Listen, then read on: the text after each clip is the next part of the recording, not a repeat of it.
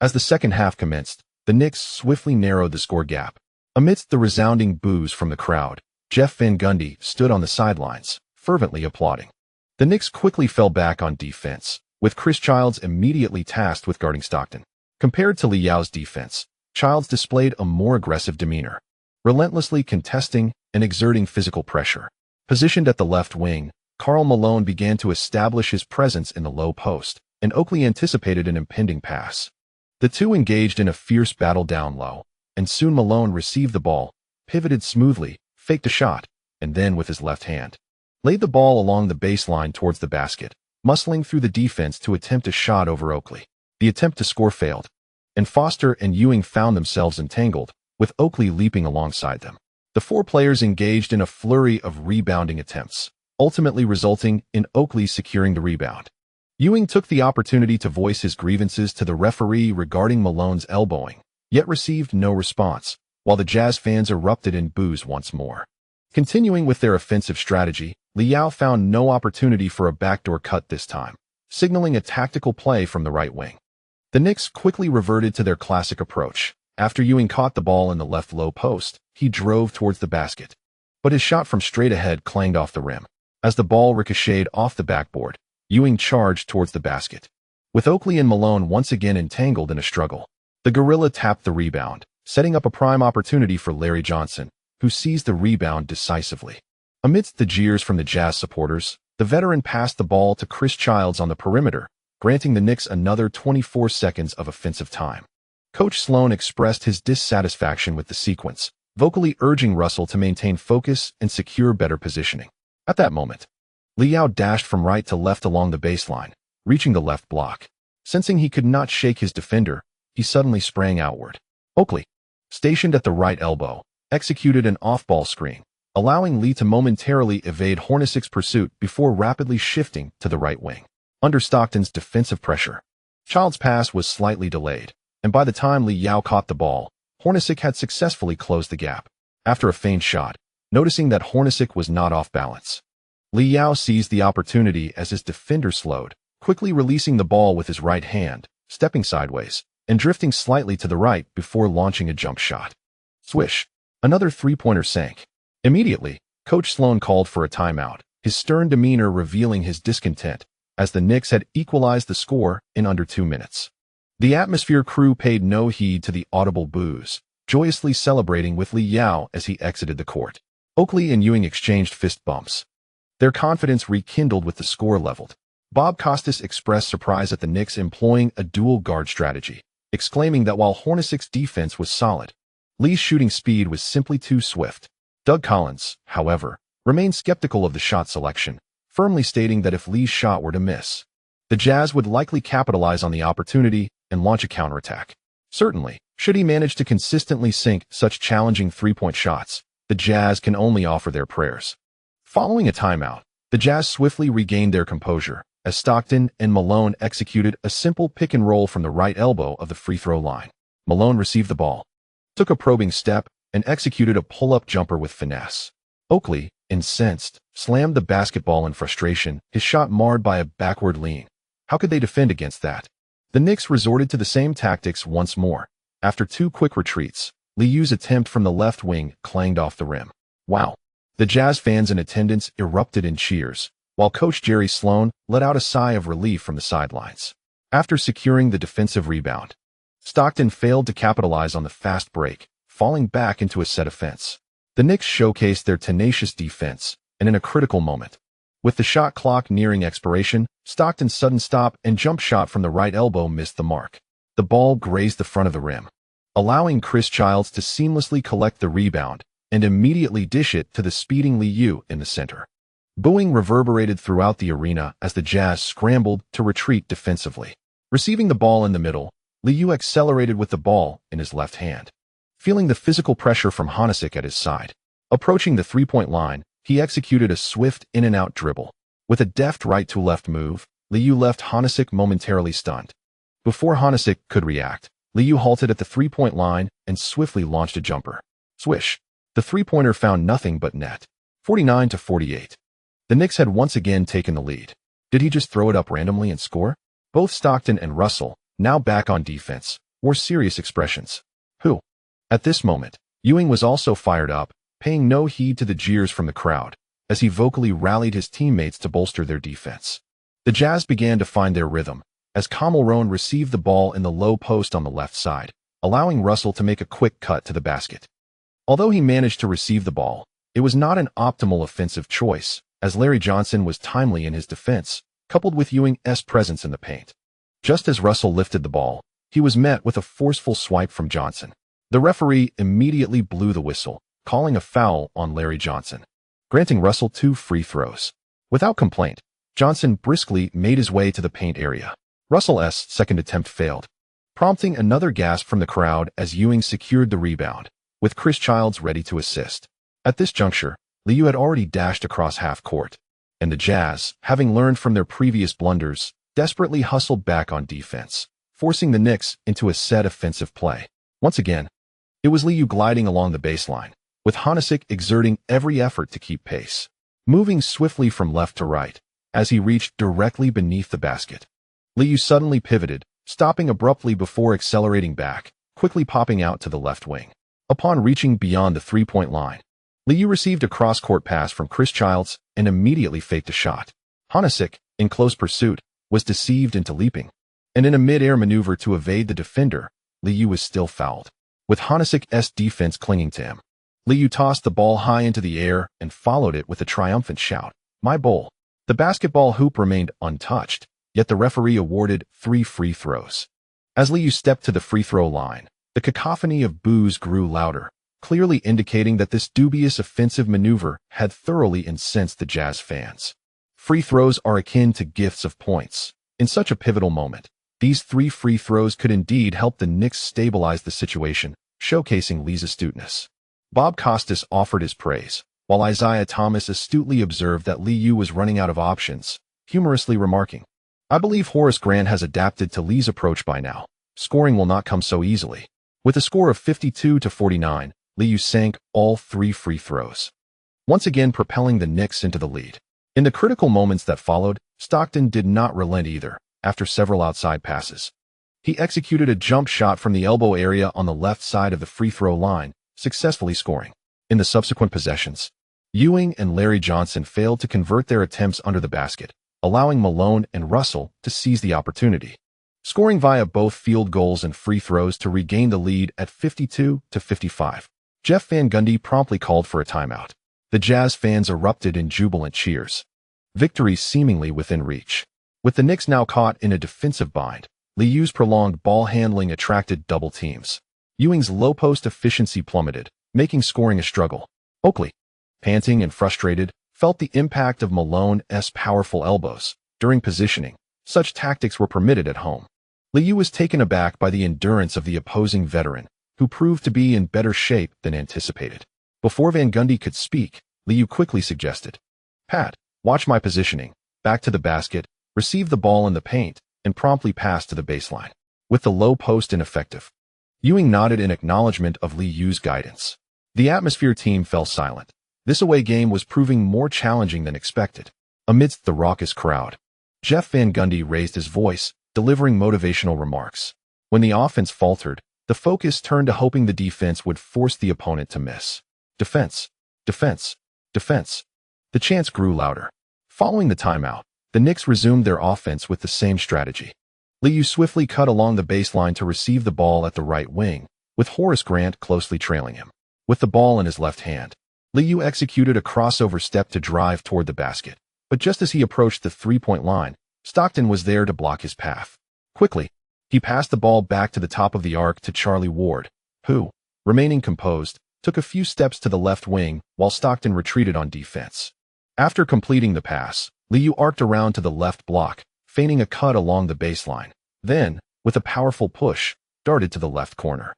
Ewing immediately sent the ball to Li Yao, who, in a split second, launched a shot without any adjustment, only to be fouled by Grant as they both tumbled to the floor.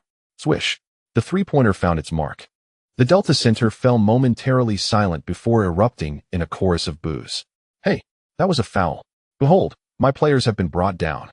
Witnessing the referee's inaction, Jeff Van Gundy, in a fit of rage, attempted to confront the situation, only to be hastily restrained by his coaching staff. After finally leveling the score, a technical foul would spell disaster. Without a cylindrical structure or regard for the descending space, coupled with an adaptable officiating style, such petty tactics, once exploited a few times, would become utterly ineffective.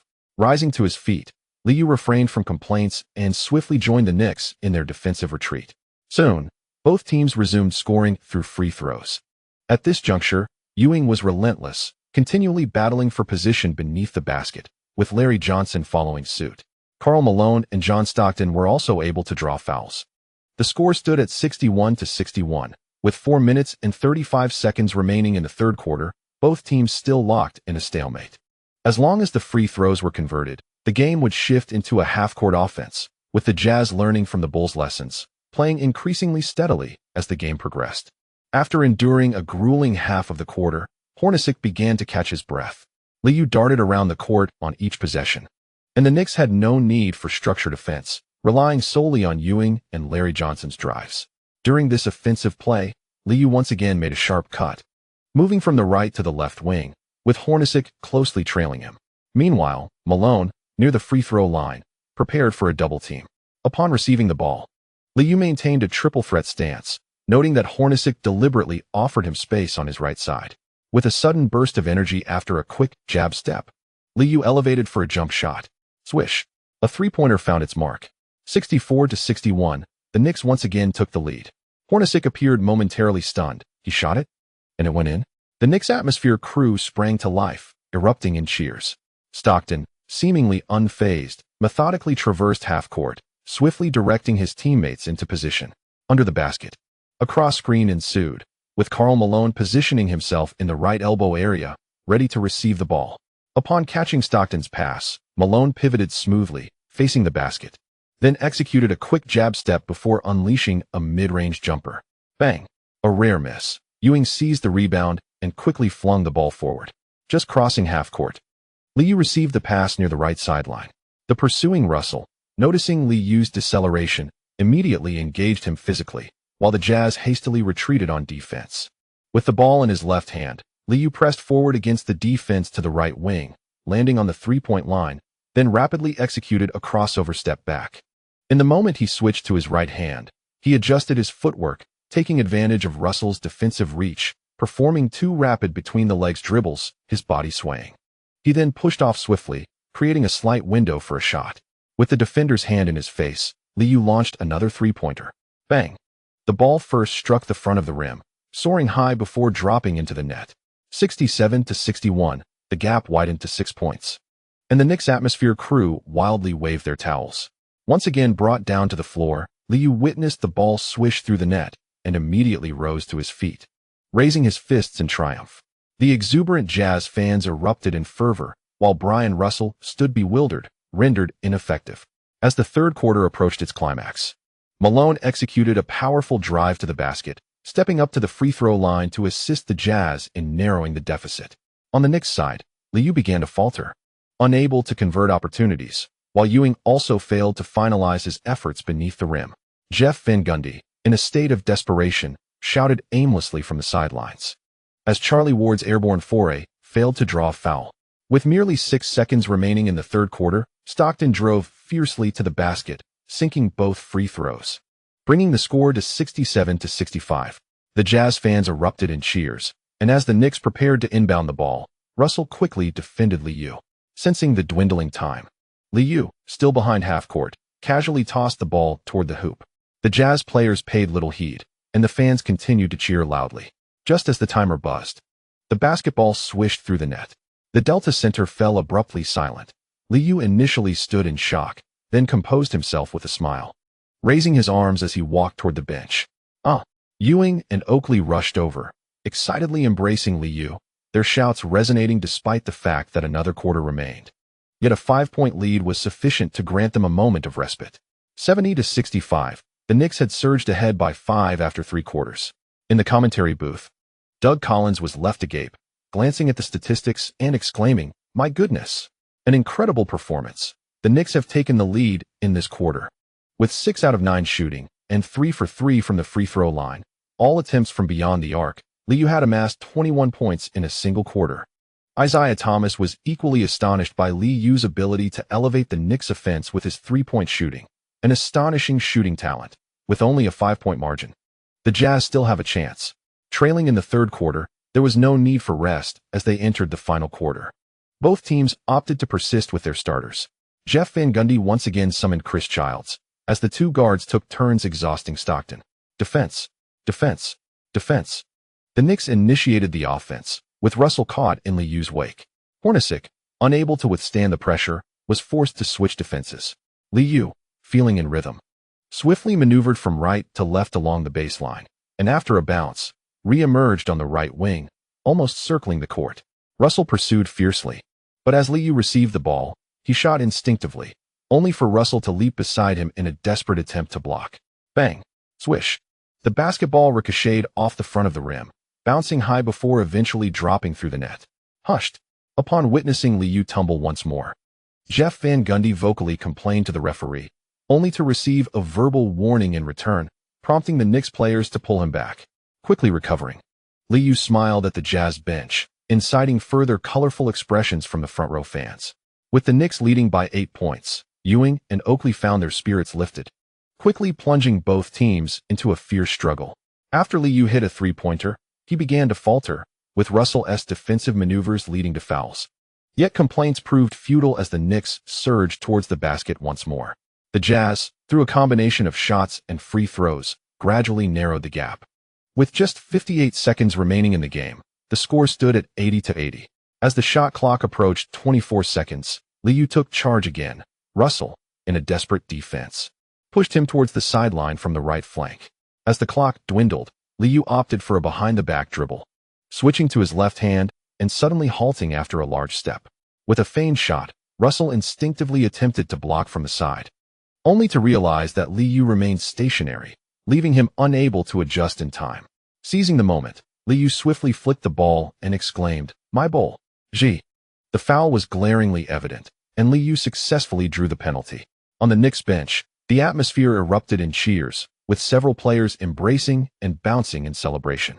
With 52 seconds left, Li Yao approached the free throw line, while Russell continued to plead his case to the referee, though the decision would stand unaltered.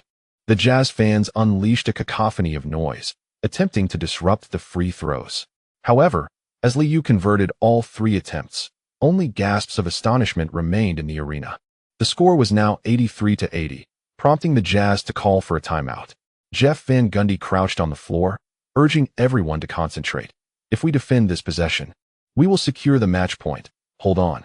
Oakley, panting heavily, recognized his success in managing fouls, though he felt the toll of fatigue.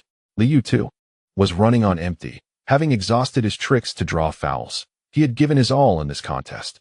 After the break, the Jazz executed a swift offensive play, with Karl Malone receiving a screen and penetrating to the basket effortlessly for points. The score was now 83-82, with just 40 seconds remaining. Chris Charles and Li Yao alternated on the perimeter, consuming time while searching for opportunities. Throughout the fourth quarter, the Knicks' scoring primarily stemmed from offensive rebounds and free throws. In the final moments, Li Yao found himself double-teamed on the left flank, allowing Chris Charles to receive the ball and drive toward the basket. Drawing the defense, he quickly passed to Ewing, but Malone reacted swiftly, denying the big man a chance to shoot and decisively committing a foul. Boo! Ewing stepped to the free throw line, met with a chorus of boos from the crowd, while his Knicks teammates fervently prayed for success. The first free throw clanged off the rim, eliciting immediate cheers. The second attempt also missed, and Ewing desperately fought for the offensive rebound, but Foster secured the defensive rebound firmly. With no timeout called, only 18 seconds remained, and the Jazz had a chance to clinch the game. The crowd rose in anticipation, rallying behind their team. Stockton meticulously managed the clock, with Karl Malone again receiving the ball on the right side. With a feint, Karl Malone executed a rapid probing step with his right foot, followed by a swift release of the ball from his right hand. He maneuvered past defenders to penetrate the paint once more, positioned near the lower right of the basket. He executed a deceptive move to elude Oakley, but as Malone prepared to shoot again, he was met with a foul from the help defensive Ewing. With only 23 seconds remaining in the game, Malone was granted 2 free throw opportunities. Oakley, panting heavily, stood beside the paint and proclaimed loudly, "He won't make it." We've secured the win. In the next game, we'll claim the championship. Malone took deep breaths, and the Jazz fans fell silent. At the free throw line, his first attempt clanged off the rim, eliciting a collective gasp from the crowd. For his second shot, Malone appeared visibly more anxious. After a brief pause, he released the ball, which struck the front of the rim. Jazz fans gasped again as Malone dashed towards the basket, securing the rebound. In a blink, within the painted area, right in front of the hoop, Malone smoothly attempted a layup. However, just as the ball left his hand, it was swatted away by the charging Li Yao. The crowd of Jazz fans could no longer contain their disbelief, erupting in a chorus of gasps. At a crucial moment, Russell failed to box out, allowing Li Yao to execute the block. The ball ricocheted off the backboard, and a scramble ensued beneath the basket as the final buzzer echoed through the arena. The Knicks erupted in jubilation, rushing to Li Yao and embracing him in a frenzy of excitement. Karl Malone, clutching the basketball, appeared incredulous at the outcome, staring intently at the scoreboard. Jeff Van Gundy raised his arms in exhilaration, bouncing along the sideline and vocally expressing his emotional release. In the NBC commentary booth, the trio collectively exhaled. Bob Costas remarked upon seeing Malone still standing under the basket in disbelief. Karl Malone was on the brink of becoming tonight's hero. Lee's block may have shattered the Jazz's championship dreams. Doug Collins observed Stockton walking dejectedly towards the player tunnel, lamenting for the veteran. The Jazz executed their game plan flawlessly, while the Knicks struggled to score in the final quarter. Isaiah Thomas, having overheard their sentiments and glancing at the statistics, chuckled. 40 points, 4 rebounds, 6 assists, 1 steal, 1 block, and 2 turnovers. Such a performance is truly remarkable. Lee deserves this victory. With a shooting line of 11 for 24, including 9 out of 17 from beyond the arc and a perfect 9 for 9 from the free throw line, Doug Collins instinctively shook his head. Incredible. Most of Lee's points came from three-point range, and in my recollection, they were predominantly difficult shots. At this moment, Bob Costas, having received the producer's cue, cheerfully summarized. Congratulations to the Knicks for reaching match point. With 9 three-pointers made, Lee has tied the playoff record set by Kresimir Kosic in the 1996-97 season. Moreover, he has become the youngest player in NBA playoff history to score 40 points. In the Delta Center Arena, the cacophony of boos grew increasingly deafening. Yet the Knicks remained unfazed. A few members of the Atmosphere team clung to Li Yao as they swiftly made their way toward the player tunnel. Despite the arduous path to victory, Li Yao's spirits soared, having secured match point, thus rendering the series devoid of suspense. Reflecting on the misfortunes of Karl Malone, Li Yao felt an overwhelming urge to exclaim, "Given the opportunity, you proved to be ineffectual." Gratitude is extended to the readers for their unwavering support. Chapter 117. Ushering in a new era on the evening of June 8, 1998, following the conclusion of Game 4 of the Finals. Major sports media outlets erupted in euphoria, the curse of the Finals. Karl Malone is not a qualified leader. The miraculous three-pointer. The youngest player in NBA playoff history to score 40 points. The enraged Jerry Sloan and the despondent fans of Salt Lake City. With the added momentum from New York, Knicks legends journeyed to Salt Lake City. They were poised for a championship victory on enemy soil, embodying the heart of a champion point guard. The block. On the morning of June 9th, the local newspapers of Salt Lake City collectively fell into disarray, with the Salt Lake City Forum unusually denouncing Karl Malone. The Deseret News, affiliated with the Mormon Church, also allocated space to critique Malone's shortcomings. Bill Froese, a sports columnist for the Salt Lake City Weekly, unleashed a barrage of criticism, asserting that Malone had ruined the Jazz as championship aspirations. If one were to tune into the radio, programs like KFNZ-AM's NBA Today and the Jazz Hotline continued their tirades from the conclusion of the previous night's game well into the following morning. With a shooting stat of 12 for 26, 10 for 13 from the free throw line, totaling 34 points, 12 rebounds, 4 assists, and 3 turnovers.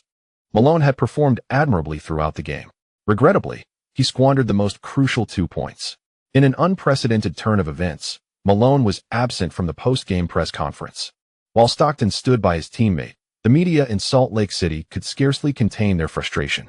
In the 1997 Finals, Malone had infamously missed 2 crucial free throws, allowing Michael Jordan to seal the fate of the Jazz at the United Center.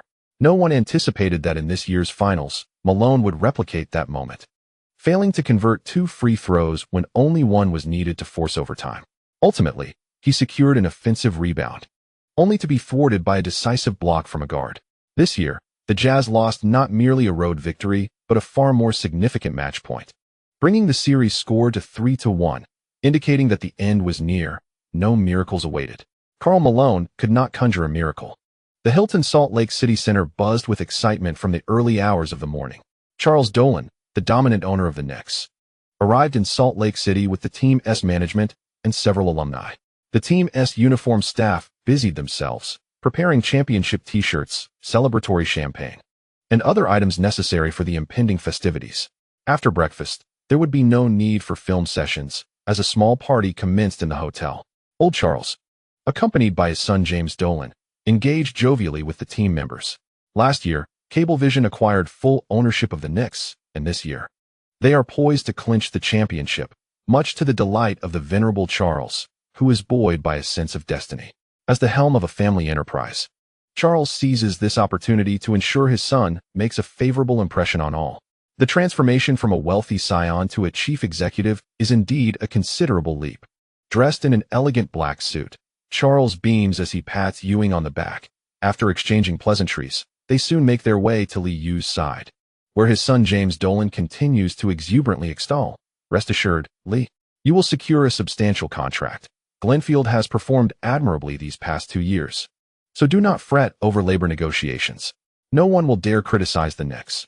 I am aware that some media outlets have had a rocky relationship with Pat, but you need not concern yourself with that. Moving forward, I will prohibit these unscrupulous media from interviewing us. We possess our own MSG, and we can articulate our position. After clinching the championship, where would you like to host a celebration? Just as James Dolan, still engrossed in his monologue, was interrupted by a gentle tap, he turned to see his father, prompting him to cease his boasting. With a resigned glare at his son, Charles could hardly contain his dismay at the poorly conceived idea of barring media interviews, causing his eyelids to twitch. A flawless performance. Do not feel pressured. Nor should you worry about labor negotiations. Li, you are the future of the team, and New York has always embraced its guards. Charles winked at Li Yao while casting a sidelong glance at the Knicks' legendary alumni. The retired Jersey legends, Dick McGuire, Dick Barnett, Walt Frazier, and Earl Monroe, were all backcourt players. Upon hearing the owners mention labor negotiations, Li Yao smiled and expressed his desire to remain with the team. I am truly happy here, and I relish life in New York. The pressure lies with our opponents. Tomorrow night, we shall seize the championship. In early June, the 9th round of labor negotiations collapsed, and a lockout seemed imminent. The revelation that the owners and the league wished to restrict player salaries sent shockwaves throughout. Charles, accompanied by the legends, made an early visit to the Knicks, signaling to the players, regardless of how labor negotiations evolve, securing the championship means the team will not neglect its members. Nor should they fret over contract issues. We have the resources. Unlike other smaller markets, when the Knicks win the championship, season ticket sales will surge. Not only will loyal fans spend, but the new generation of supporters will also open their wallets. At this moment, Ewing was beaming with joy, having scored 20 points, 12 rebounds, 3 assists, 2 blocks, and 3 turnovers with a shooting performance of 7 for 18 and 6 for 8 from the free throw line. Though his shooting percentage was below 40, he received a plethora of praise. Missed free throws elicited no criticism, and the title of the league's premier center was once again his. The legendary Willis Reed continued to advise Ewing, "Stay vigilant, Pat. Conclude the series swiftly. Do not underestimate the seasoned veterans across the court. They too yearn for the championship. Trust me, once you secure the title, the media will no longer seek to capitalize on your every move." General Manager Glenfield and the team staff engaged in amiable exchanges with Old Charles and the players for quite some time before taking their leave. At that moment, several esteemed veterans felt completely at ease. Dressed in a loose-fitting gray suit, Bill Bradley observed Li Yao and Walter Frazier engrossed in animated conversation and, with a cheerful grin, declared, "I intend to run for the Democratic nomination in 2000, Li. The youth admire you. Remember to lend me a hand when the time comes." Walter Frazier, taken aback by the announcement, recognized that Bradley's extensive political experience and championship accolades had indeed rendered him more popular than ever. Deep involvement in politics is hardly a prudent choice. Noticing the attention directed his way, Bill Bradley shrugged nonchalantly and remarked, I love politics. I relish policy. The role of senator no longer sufficed for him, and Li Yao, aware of Bradley's challenging circumstances through newspaper reports, responded, "It would be my honor to assist." The former players expressed their support for their old friend venturing into politics, while Oakley and others vocally lamented the living conditions of the underprivileged African-American community. At this juncture, the Knicks atmosphere crew found themselves unable to contribute to the conversation, as the topics discussed surpassed their understanding. On the evening of June 10th, at the Delta Center, the Finals Game 5 commenced, with Spike Lee continuing to exchange barbs with Jazz fans in the front row. Coach Karl Malone and Ray Allen, accompanied by Travis Knight and others, occupied seats near the front. Despite the Jazz having a chance to regain a victory, everyone was eager not to miss the moment of Li Yao's potential championship triumph. The University of Connecticut planned to hold a special graduation ceremony for Li Yao, and thereafter, as long as his law school performance was satisfactory, there would be no issues. Sitting in his seat with a beer, Coach Horn, hearing the jeers from the surrounding Jazz fans, smiled and said to Ray Allen, "I always knew Lee would succeed in New York. A great point guard is the greatest asset to the Knicks. They elevate each other. Ray, Milwaukee is not suited for you. You have 1 year left on your contract. You must consider your options carefully." Since his idol, Mike, was eliminated by Li Yao, Ray Allen had been feeling sour. He understood Coach Horn's implication but was not fond of the Knicks' style of play. "I wish to remain in Milwaukee.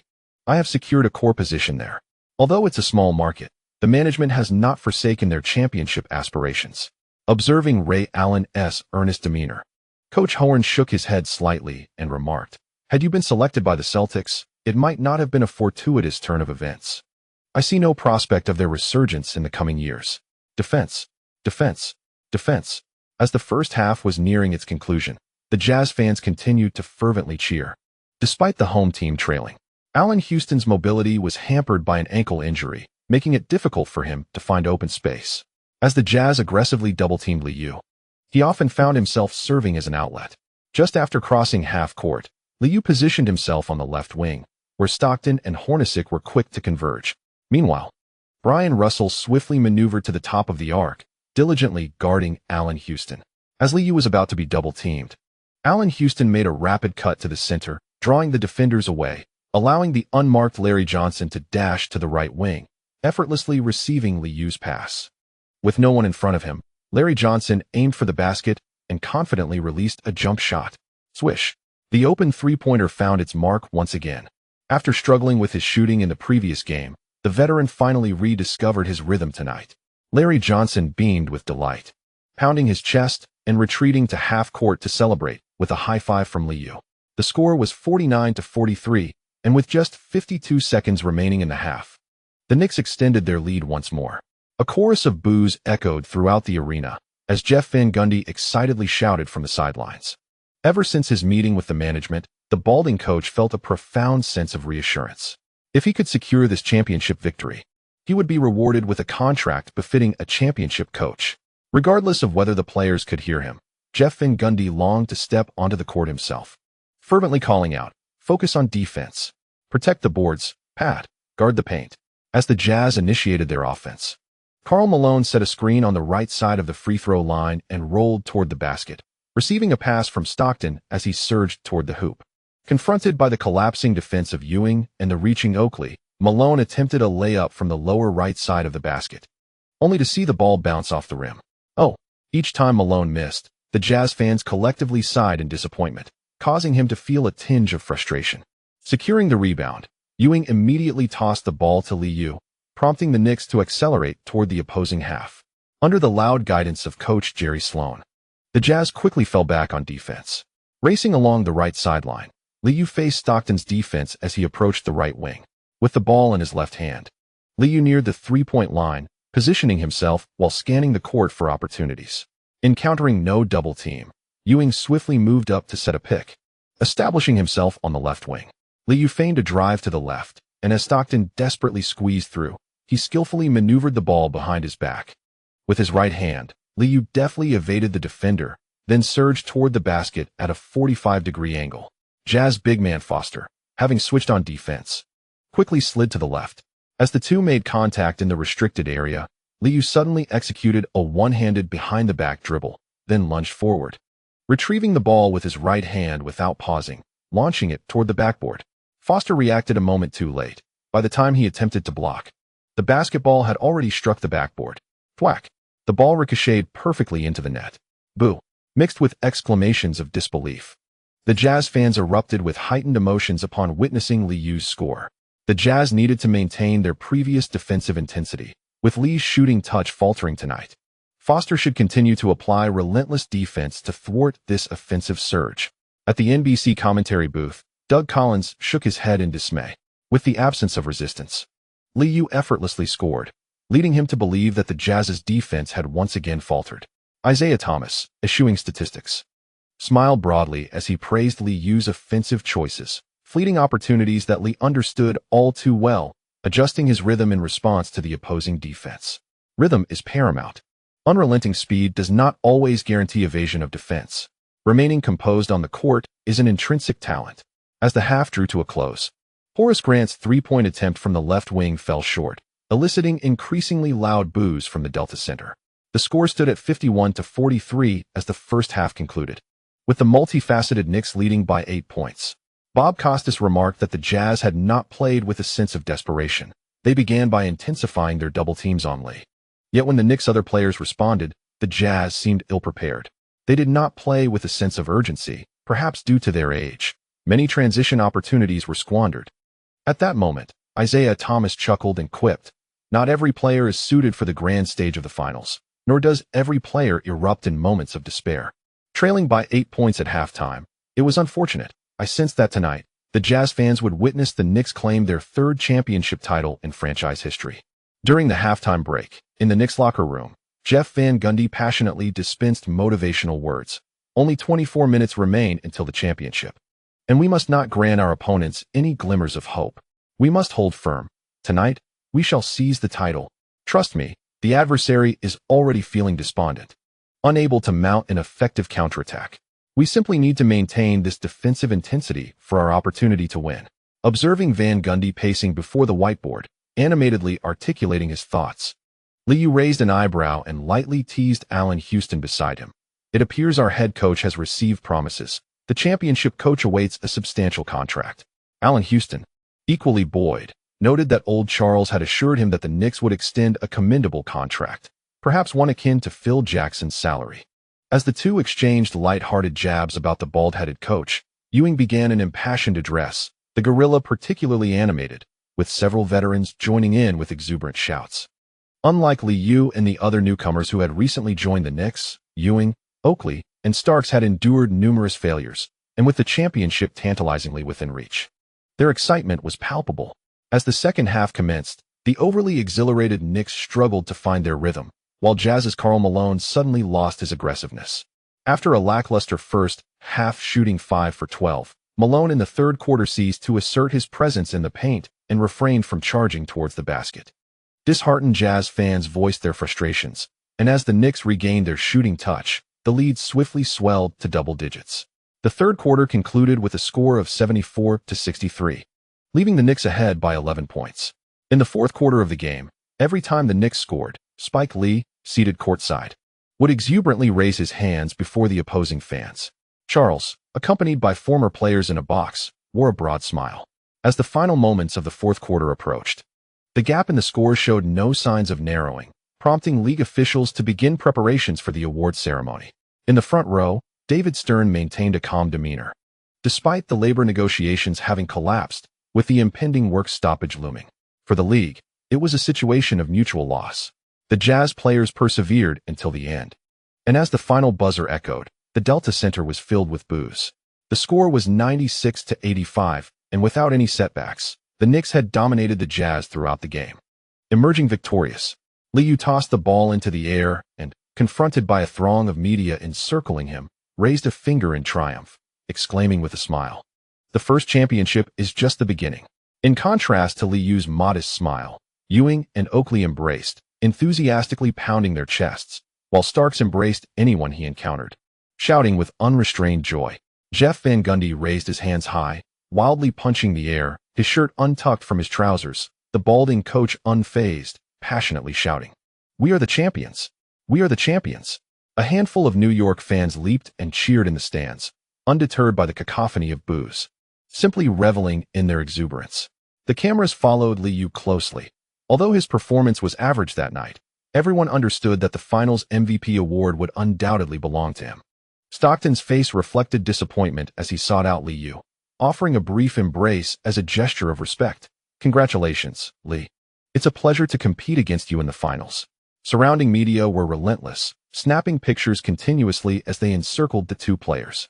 Li Yao, oblivious to the chaos around him, merely smiled and patted the veteran's shoulder. "I look forward to our continued matchups in the finals." Inside the Delta Center, the jeers and shouts persisted.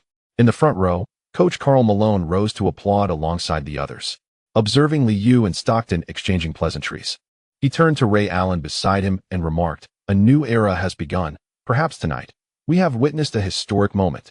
Thank you to the readers for your subscription and support. More to come tonight, continuing with a substantial chapter. Chapter complete. Chapter 118, not 1, 2, or 3. On the evening of June 10th, 1998, Jazz fans finally witnessed the Knicks award ceremony in their own home arena. Last year's finals had seen the Bulls receiving their accolades at the United Center, leaving Jazz fans deprived of that moment, which they had begrudgingly accepted. However, this year, in the Delta Center, witnessing Ewing's roar, Jeff Van Gundy's relentless fist-pumping, and Li Yao's calm demeanor before the media, the Jazz fans could no longer contain their emotions. Many were disheartened and left the arena, yet a devoted group of fans remained, passionately supporting their team. Perhaps Carmelo Anthony was overwhelmed by emotions. After the game concluded, he exchanged a brief handshake with his fellow Knicks players and retreated to the players' tunnel without a backward glance. Having missed crucial free throws in consecutive years, the power forward struggled with his feelings, and the media in Salt Lake City had certainly not made it easier for him. As the Knicks returned to their locker room, the venerable Charles Oakley and the team management offered warm congratulations to the players. "Good job. We finally secured the championship. Relish this victorious moment." Retaining control of the team, Oakley smiled and patted the long-serving Patrick Ewing on the back. Regardless of past performances, there was no need to dwell on the memories of defeats against the Bulls. Having clinched a championship in his career surpassed what most players could achieve. In the opposing locker room, the atmosphere was particularly lively. Ewing was still brimming with excitement, embracing everyone after hearing words of encouragement.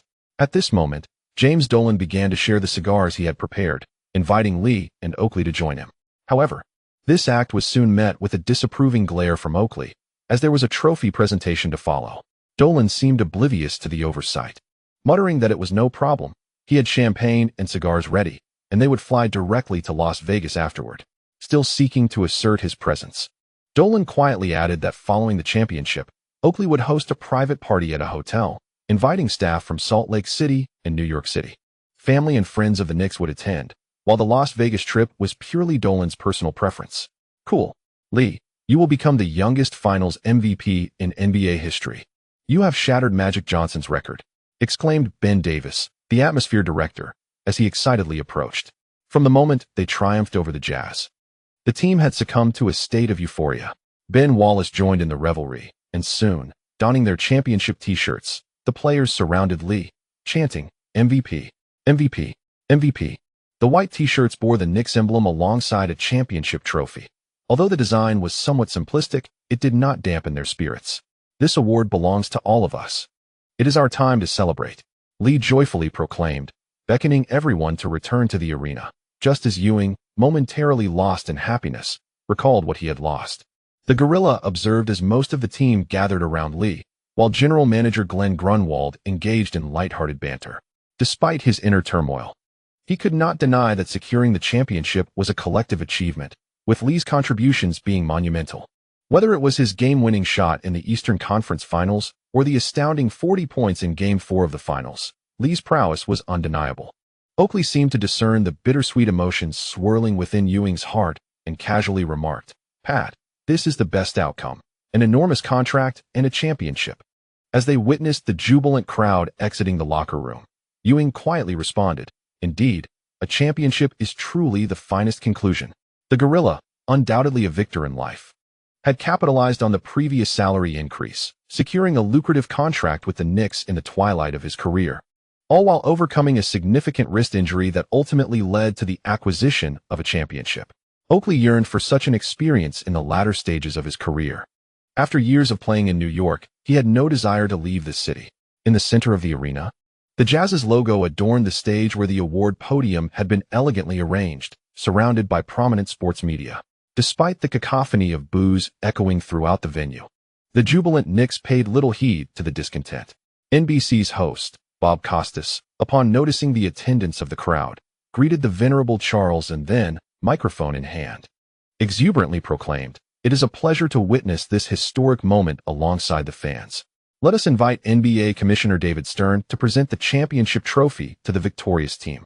Even though labor negotiations had once again crumbled and an impending lockout loomed over the NBA, David Stern wore a smile, first embracing the esteemed Charles before cheerfully stating, "I extend my gratitude to the municipalities of Salt Lake City and New York for their unwavering support of the league, as well as to the staff of the Delta Center and the passionate fans of the Jazz."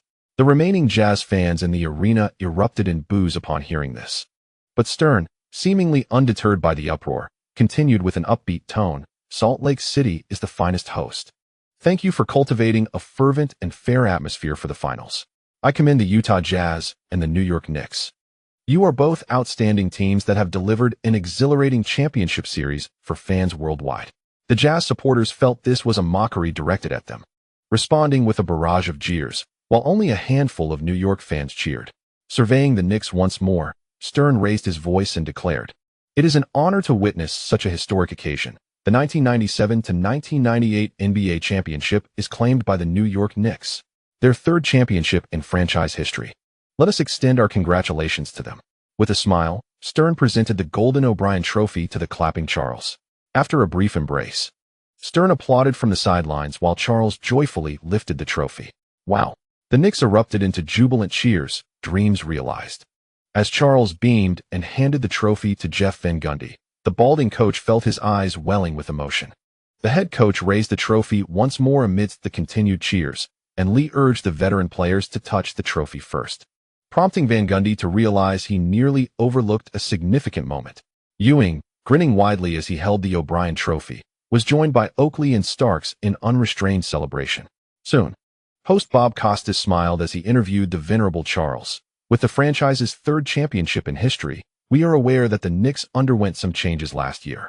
We are eager to hear your thoughts on this triumph."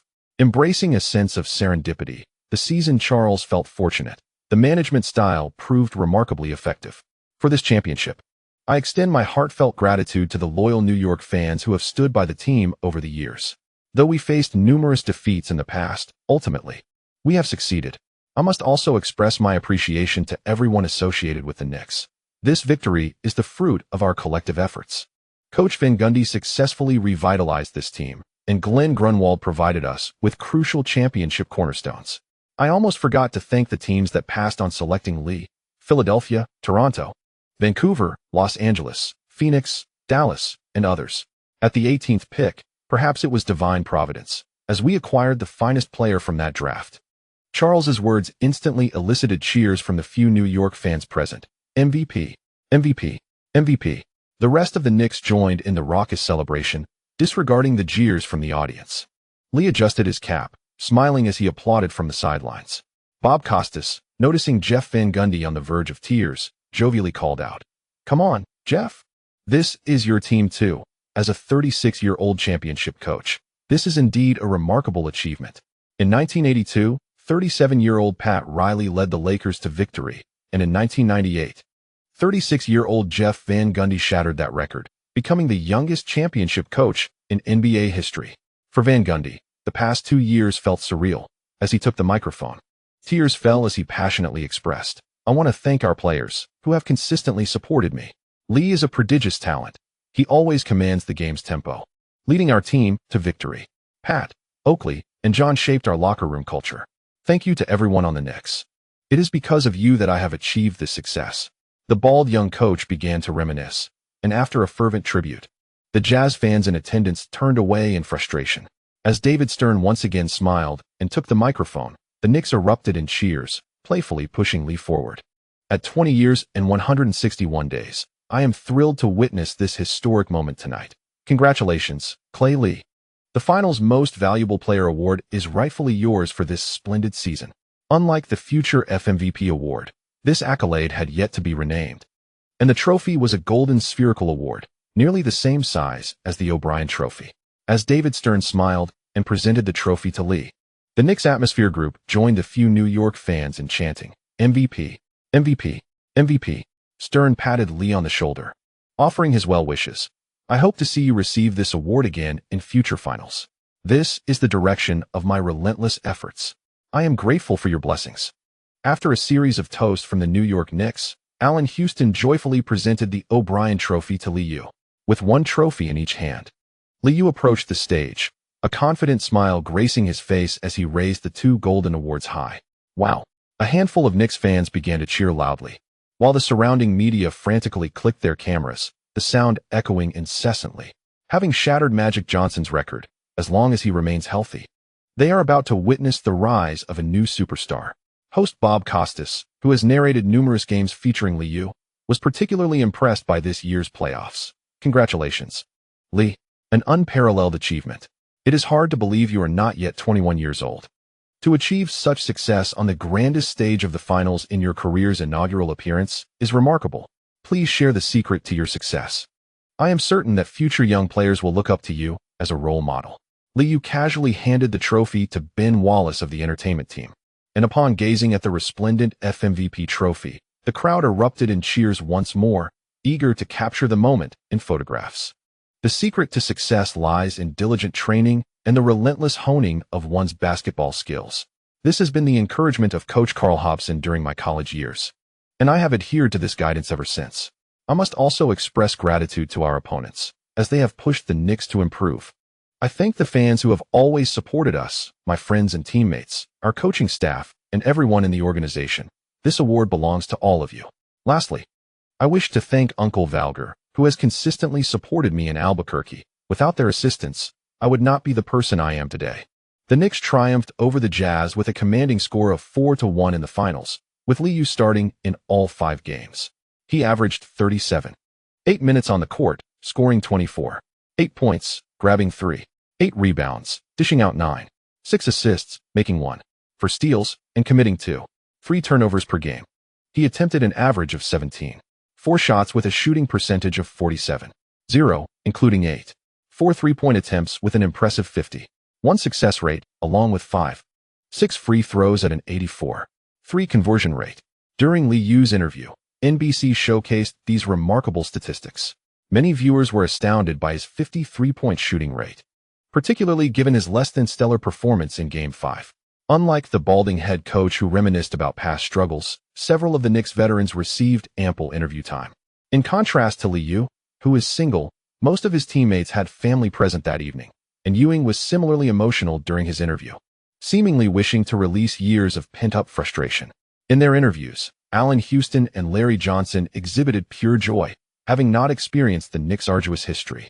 Meanwhile, Oakley and Starks boasted grandly, suggesting they might secure the championship for the Knicks next year. Equipment manager Old Mike remained particularly low-key, simply smiling as he posed for a photo with Li Yao and the trophy. As I always said, Lee, you have become a great star. In a jubilant celebration belonging to the victors, the Jazz fans present were utterly disheartened. By the time the Knicks gathered for their group photo, a significant portion of the Jazz supporters had already departed from the Delta Center. Li Yao, beaming with joy, cradled the MVP trophy, while Ewing flashed a broad smile. Holding the O'Brien Trophy, positioned at the center, they were encircled by their teammates, culminating in a cherished photograph. This image is sure to grace Madison Square Garden in the future, marking the Knicks' 3rd championship in their storied history, a monumental achievement following those of Frazier and Reed. The Jazz staff were decidedly displeased to witness the Knicks celebrating exuberantly in their locker room, dousing each other with champagne after reaching the finals for only the 2nd time in franchise history. Jeff Van Gundy, despite being drenched, was unfazed, joining the revelry with unrestrained enthusiasm.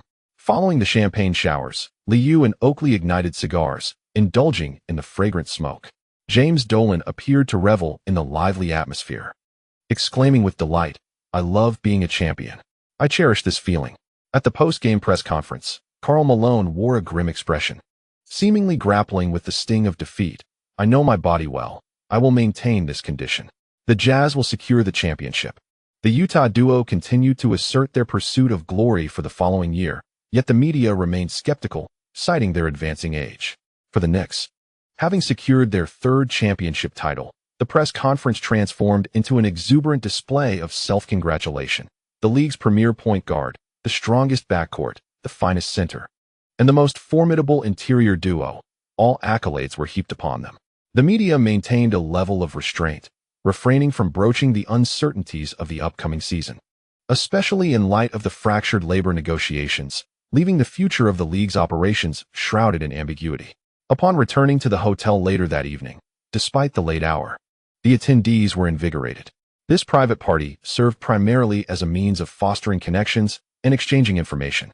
Under the theme of championship champagne, smiles adorned every face in the opulent banquet hall, where conversations flowed freely, occasionally punctuated by soft laughter.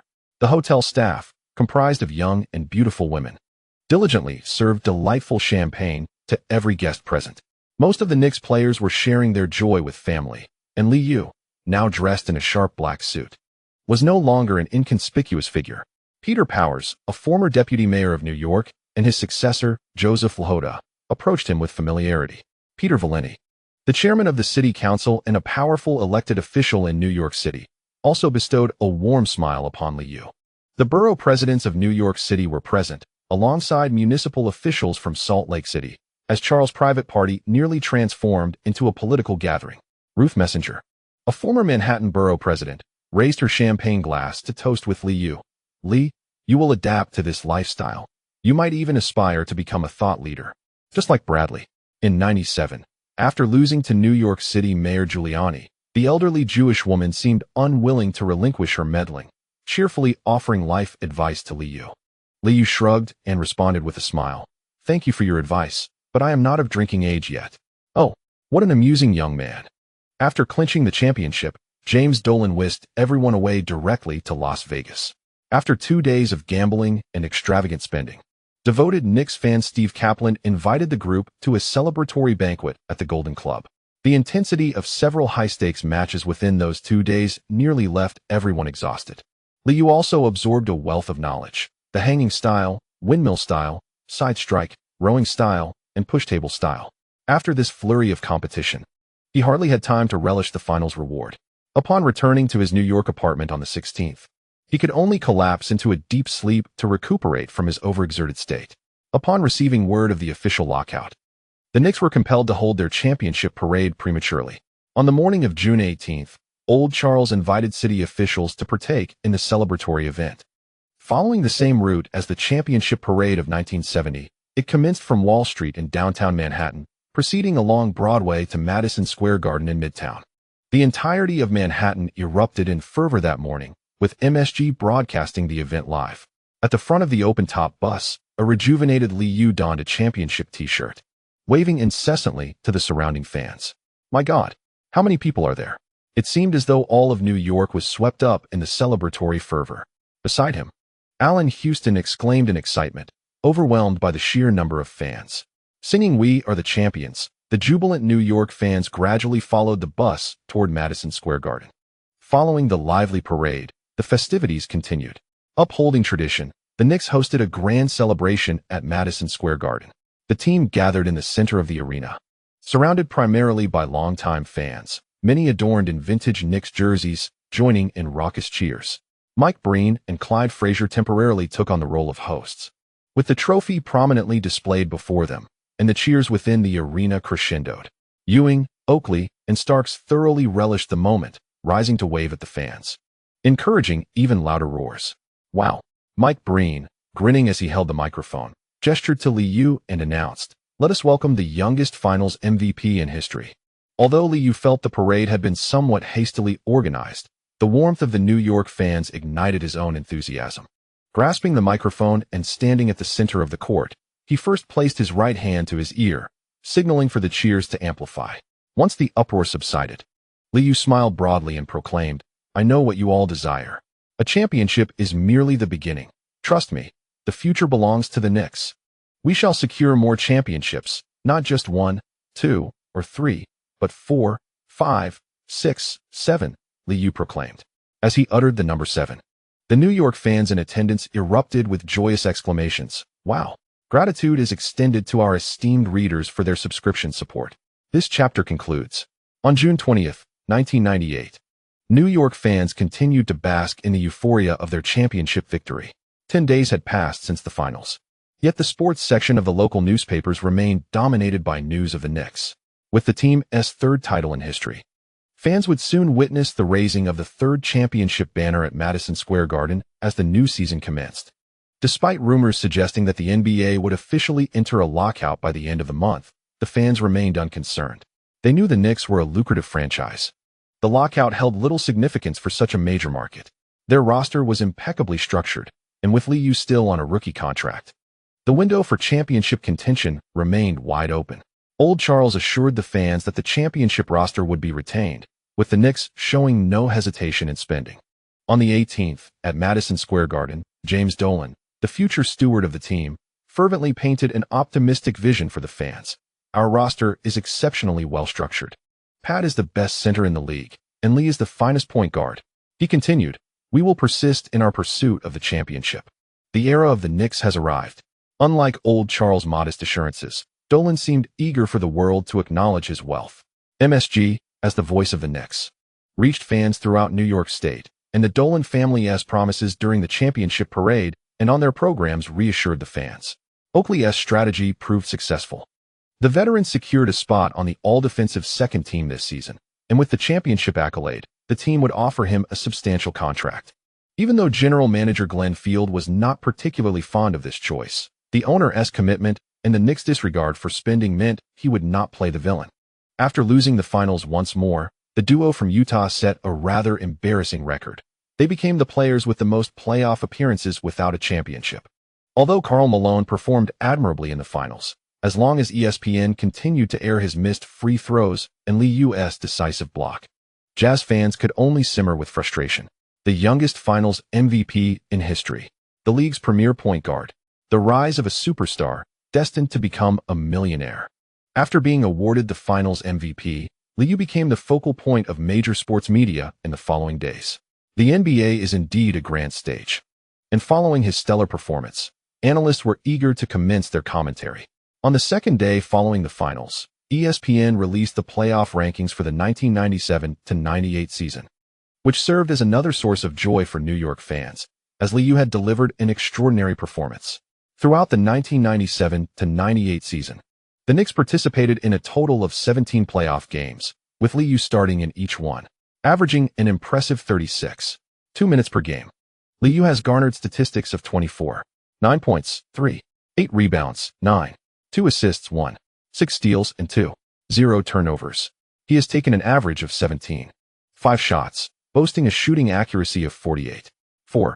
From beyond the arc, he attempts 7, 4 three-pointers per game, with a commendable three-point shooting percentage of 49, 4. Additionally, he averages 5, 4 free throws, achieving a remarkable free throw percentage of 87, 7. Throughout the 17 playoff games, Li Yao has amassed a total of 424 points, ranking third in the playoff scoring leaderboard for the year, while his average points per game place him sixth. The top two scorers are Michael Jordan with 530 points and Karl Malone with 501 points. Although Michael was eliminated this year, he surpassed Kareem Abdul-Jabbar on the all-time playoff scoring list, becoming the highest scorer in NBA playoff history. In terms of assists, Li Yao leads with 157 assists, ranking first overall, while his average assists per game rank him second. He averages 8 for field goals made per game, placing him seventh, with a total of 142 field goals made, ranking fourth. His three-point shooting prowess is highlighted by 61 successful three-pointers, significantly ahead of the second place, Reggie Miller, who has made 38. Li Yao averages 5 three-pointers per game, also ranking first, while his three-point shooting percentage of 49 stands at fourth. Furthermore, his 61 three-pointers in the playoffs have shattered the previous record of 56 set by Dennis Scott of the Orlando Magic during the 1994-95 season, making him the player with the most three-pointers in a single playoff season in NBA history. Li Yao's total of 91 free throws in the playoffs places him third in the league, with an average of 6 free throws per game, ranking 14th. His free throw percentage ranks 8th. In terms of true shooting percentage, Li Yao stands at 7th with an impressive 63.3.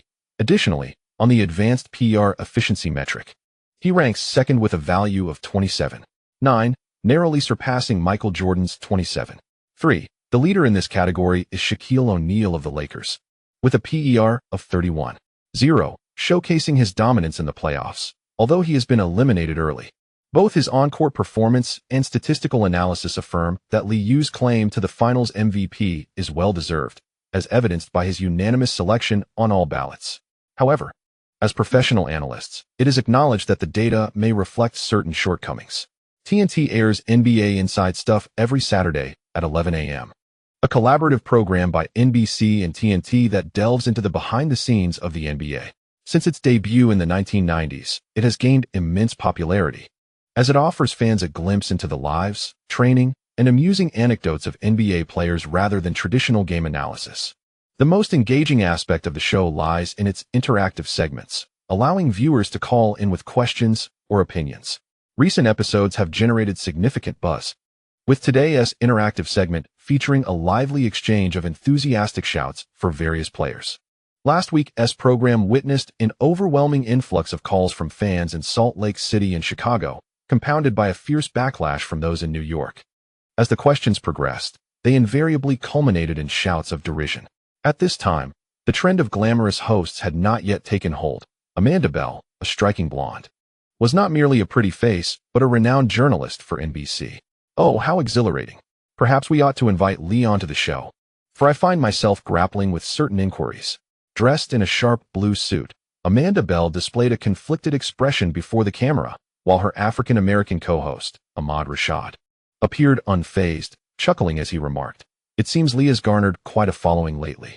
We've all heard the insights from our professional analysts. Amanda, you frequently interview Li. Do you believe he can sustain such performance in the upcoming season? Of course, I am puzzled as to why everyone fixates on his finishing ability under the basket. To me, what matters is that the ball goes through the hoop. Moreover, Li is considerably stronger than most fans perceive. He possesses an impressive physique. We previously filmed a Knicks practice, and I speak only the truth. Amanda Bell responded with earnestness. However, Ahmad Rashad suddenly interjected with a hint of gossip. "I've heard you've shared dinner on multiple occasions?" "Hey, that is a private matter." Li Yao, meanwhile, was watching this episode from his apartment in Manhattan, remaining indifferent to the incessant critiques from analysts regarding his finishing ability. At this moment, he was still basking in the joy of his achievements.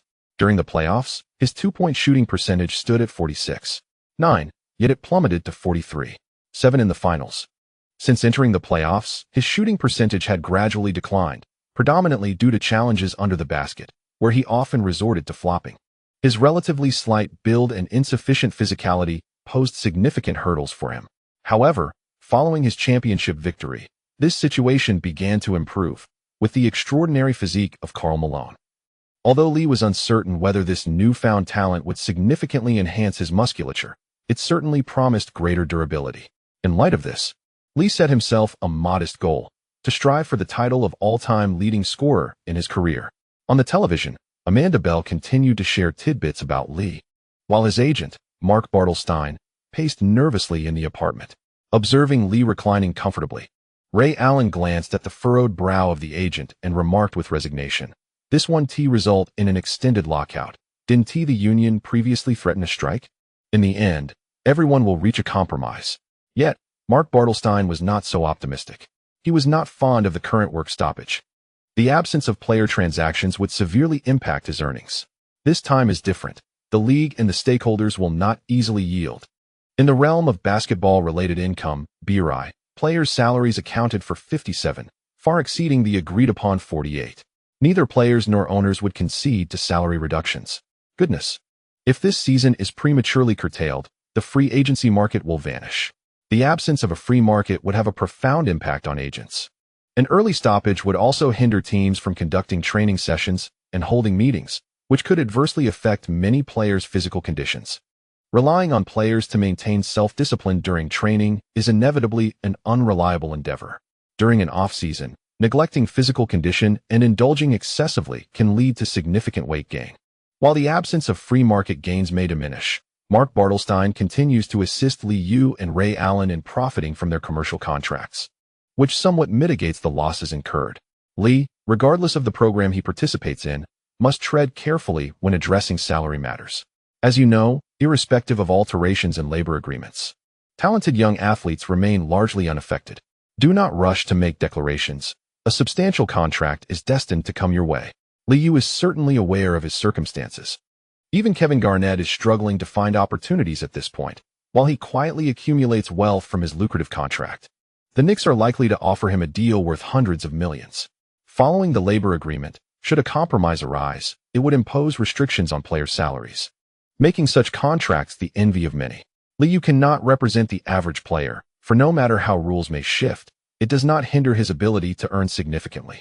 Rest assured, I am well aware of these developments. Perhaps in a few days, the president will announce the outcome of the negotiations.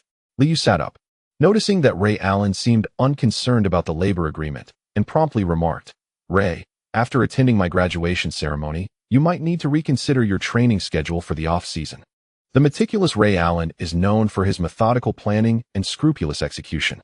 However, at this moment, he could not foresee that the lockout would persist for over half a year. "Fear not. I have already prepared a plan for the next 3 months, at most. We will cancel some preseason games, and the next season will proceed as usual." Mark Bartelstein, ceasing his pacing, reminded the two, "Once the league announces the results, exercise caution. Trust me, the investors are serious this time." On June 22, 1998, while major sports media were still deliberating Li Yao's statistics, the NBA announced the cessation of negotiations between the labor parties, marking the official commencement of the lockout. If progress in negotiations falters, the opening of the free market would prohibit teams from executing player trades, conducting training, or holding team meetings. The announcement in the morning caused quite a stir. Ewing, after attending the championship parade, was engrossed in this matter. Soon after, the union also took a firm stance, expressing the players' position: "We do not accept salary reductions, nor do we accept limitations on wages." The players' union welcomes fair and just negotiations and cooperation from both sides. With the 1998 draft rapidly approaching, the rookies found themselves bewildered by these circumstances.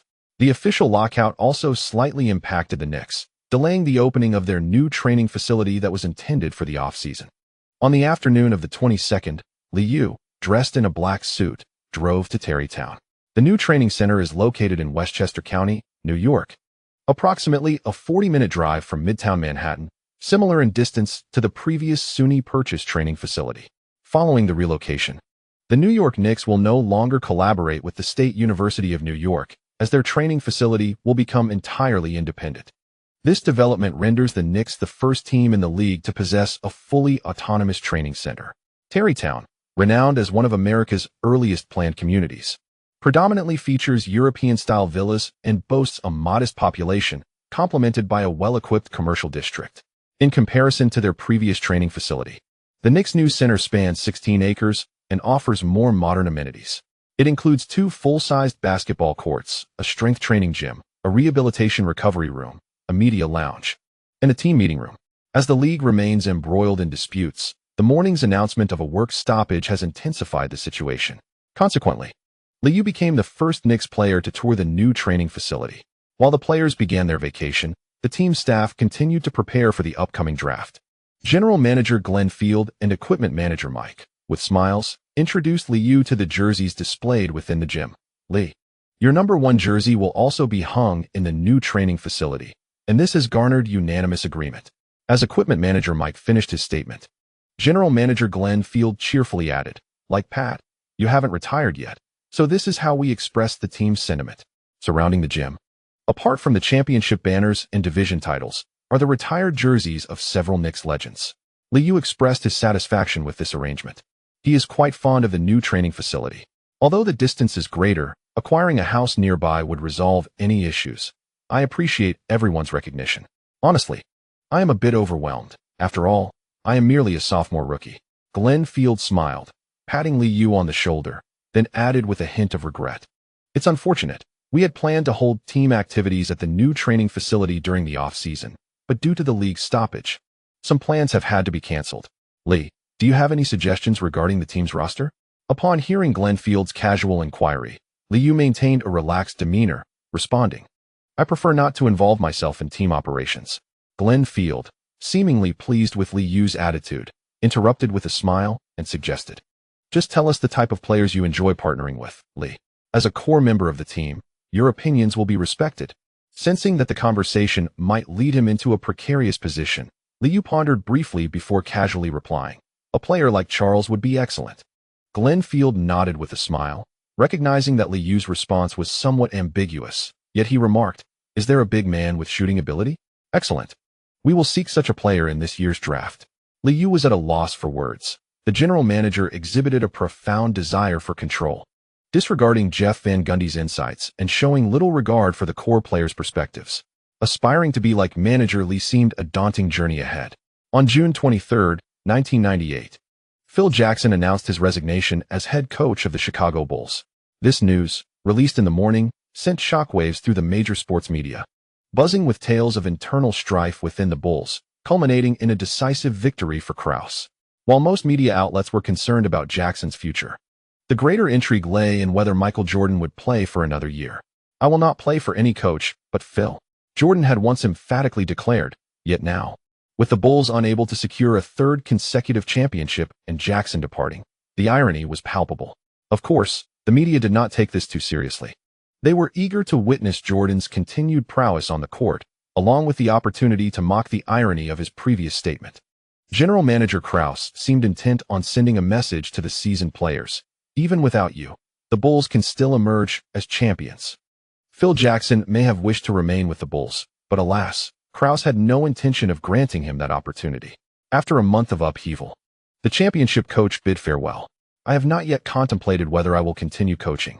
For now, I simply wish to take some time off and refrain from basketball considerations," Jackson remarked. "As for Jordan's decision, I am uncertain. He has the right to make any choice, and as long as he does not retire, he remains the league's premier player." In an interview with a reporter from the Chicago Tribune, Phil Jackson exhibited no signs of dismay, calmly outlining his future plans. The media struggled to locate Jordan, leading various sports programs to concoct wild speculations, confidently asserting that even with Jackson's departure, Michael Jordan would remain with the Bulls. However, this viewpoint lacked consensus. Jordan's salary was exorbitant, and it was highly unlikely that the Bulls owner wished to continue such expenditures. Moreover, any team signing Michael Jordan would find it exceedingly challenging to assemble a roster akin to that of the Bulls. Given the current circumstances, a reliable second-in-command like Pippen was unlikely to materialize. Prior to the draft, Li Yao returned to the University of Connecticut to complete his final oral examination before graduation. During his freshman year, he had submitted an early graduation application to the history department in the first semester, and as anticipated, accumulating 120 credits posed little difficulty. The committee of 3 history professors was bound to award him excellent marks, allowing Li Yao to effectively conclude his collegiate studies. Following their championship victory, the Knicks received a total of $4 million in bonuses, with $2 million provided by the NBA and the remaining $2 million awarded as a bonus from the esteemed Charles. As the highest-paid player on the team, Ewing relinquished his bonuses, while Li Yao, still a rookie under contract, ultimately received a sum of $500,000. Before the excitement of the money could settle, he promptly donated it to the University of Connecticut.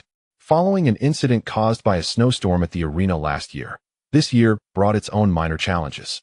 And Li Yao, now recognized as a notable alumnus, felt compelled to contribute once again. In mid-May, graduation ceremonies commenced. However, unlike the future Vince Carter, who famously abandoned the playoffs to attend his graduation, Li Yao remained focused on his team.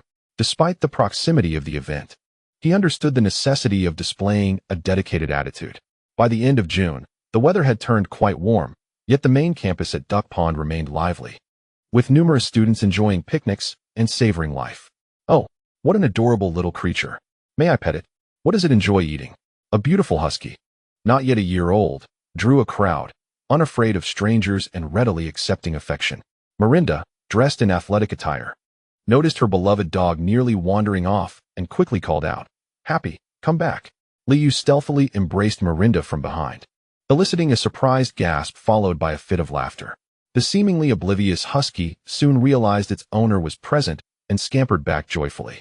"Is this the new family member you mentioned?" Li Yao held on to Miranda, who mysteriously hinted at a surprise, leading him to instinctively think of their recent encounters without protection, only to discover that they had welcomed a husky. Happy, obedient, and of pure lineage. Was indeed their first family member. With light blue eyes and a playful tilt of its head, the little husky appeared irresistibly charming. It bore a striking resemblance to the logo of the University of Connecticut basketball team, embodying the essence of beauty, which had already attracted several admirers eager to offer it treats.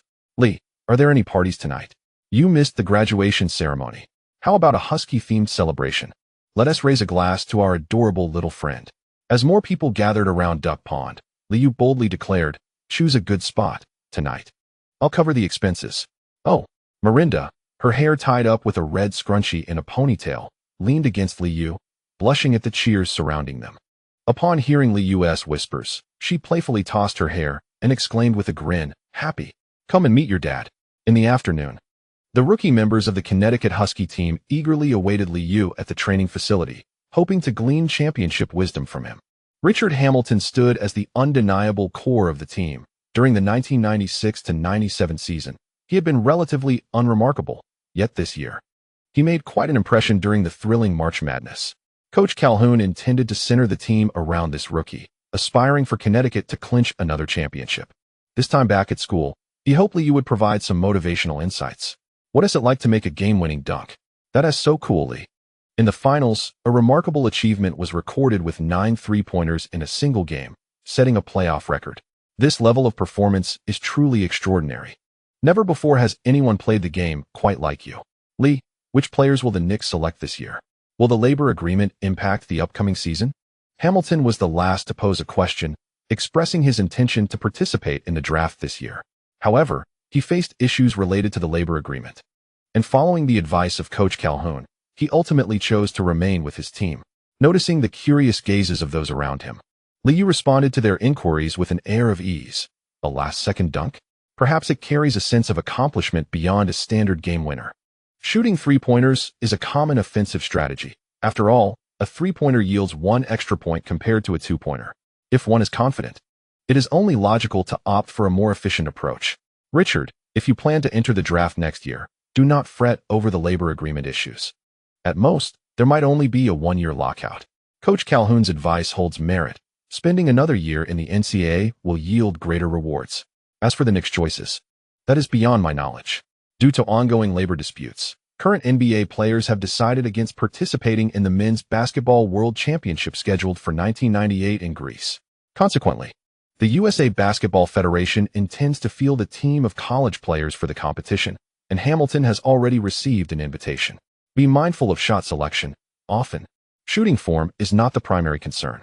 For a proficient shooter, what matters is comfort and the ability to score. It is wise to forego some ineffective long two-pointers. Though in critical moments of a game, such considerations may be set aside. This is merely advice for other competitions. Trust me, it will enhance your performance. Observing Hamilton nodding enthusiastically, Li Yao offered an encouraging pat on his shoulder. Coach Calhoun was elated. Had Ray Allen not been preoccupied with A.J. Brand activities, he would have even considered bringing both players back to school for some bonding. Lee is correct. Let us shed any biases against three-pointers. The facts reveal that as long as the ball goes through the hoop, anything is possible. The group nodded in agreement, as currently, the Connecticut Huskies embody a team of jump shooters, aspiring for the championship. Li Yao has set a precedent for them. Regardless of the opponent, just shoot. On June 24, 1998, the NBA draft took place as scheduled at the General Motors Place in Vancouver, Canada. Although the NBA was officially in a lockout, David Stern hosted the event with his usual jovial demeanor.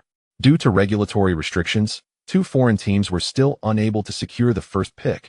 Thus, the coveted number 1 draft pick was ultimately acquired by the Los Angeles Clippers. With remarkable insight, the Los Angeles Clippers ultimately selected the towering center Michael Olowokandi, standing at 2.13 meters. The Vancouver Grizzlies, holding the second pick, opted for Mike Bibby, while the Denver Nuggets, with the third selection, chose the 2.11-meter center Rafe LaFrentz. The Toronto Raptors, securing the 4th pick, settled on Antoine Jamison. The Golden State Warriors, with the 5th pick, selected the immensely popular Vince Carter. Shortly thereafter, the Warriors executed a trade, sending Carter along with cash to the Raptors in exchange for Antoine Jamison. This transaction elicited raucous cheers from the Raptors fans, who adored Carter's electrifying dunks. The Dallas Mavericks, selecting 6th, picked Robert Traylor, while the Sacramento Kings chose Jason Williams at 7th. The Philadelphia 76ers selected Larry Hughes with the 8th pick, and the Milwaukee Bucks followed suit, choosing Dirk Nowitzki at 9th. Shortly after, the Mavericks traded the recently selected Robert Traylor to the Bucks in exchange for Pat Garrity and Dirk Nowitzki, a trade that went largely unnoticed. Subsequently, the Boston Celtics selected Paul Pierce with the 10th pick. Thus, the top 10 rookies made their appearances. Due to a trade in which the Knicks' 1998 first-round pick was transferred to the Raptors, who subsequently sent it to the Rockets, it became merely a 29th overall pick, likely to yield a player destined to be a benchwarmer. After the Nuggets selected Tyronn Lue at 23, they swiftly traded the future championship coach along with Tony Batty to the Lakers in exchange for the all-star point guard Van Exel. As the second round approached, the Knicks initiated their own dealings. They acquired the 38th pick from the Celtics and ultimately chose DeMarcus Johnson. Following this, they traded the rugged power forward along with a 2000 second-round pick, also from the Celtics, to the Supersonics. Rashard Lewis, who had long hoped the Rockets would select him, found himself disheartened when he was picked 32nd by the Supersonics. He was later informed of his trade to the Knicks, leaving him with mixed feelings, as the Knicks' playing style did not quite suit him. While many fans continued to discuss the trade between the Lakers and the Nuggets, Rashard Lewis, though relatively unknown, found solace in the fact that New York was, at least, a championship team. Thanks to the readers for their subscription support. Chapter concluded. Chapter 121. The Influence of the Dollar, regular chapter. On June 26, 1998, at 4 p.m., numerous fans gathered in front of their televisions, eagerly awaiting that day's The Oprah Winfrey Show. Amidst ongoing disputes over the labor agreement, many media outlets sought to interview Michael Jordan to gauge his sentiments. Ultimately, local Chicago media secured the opportunity.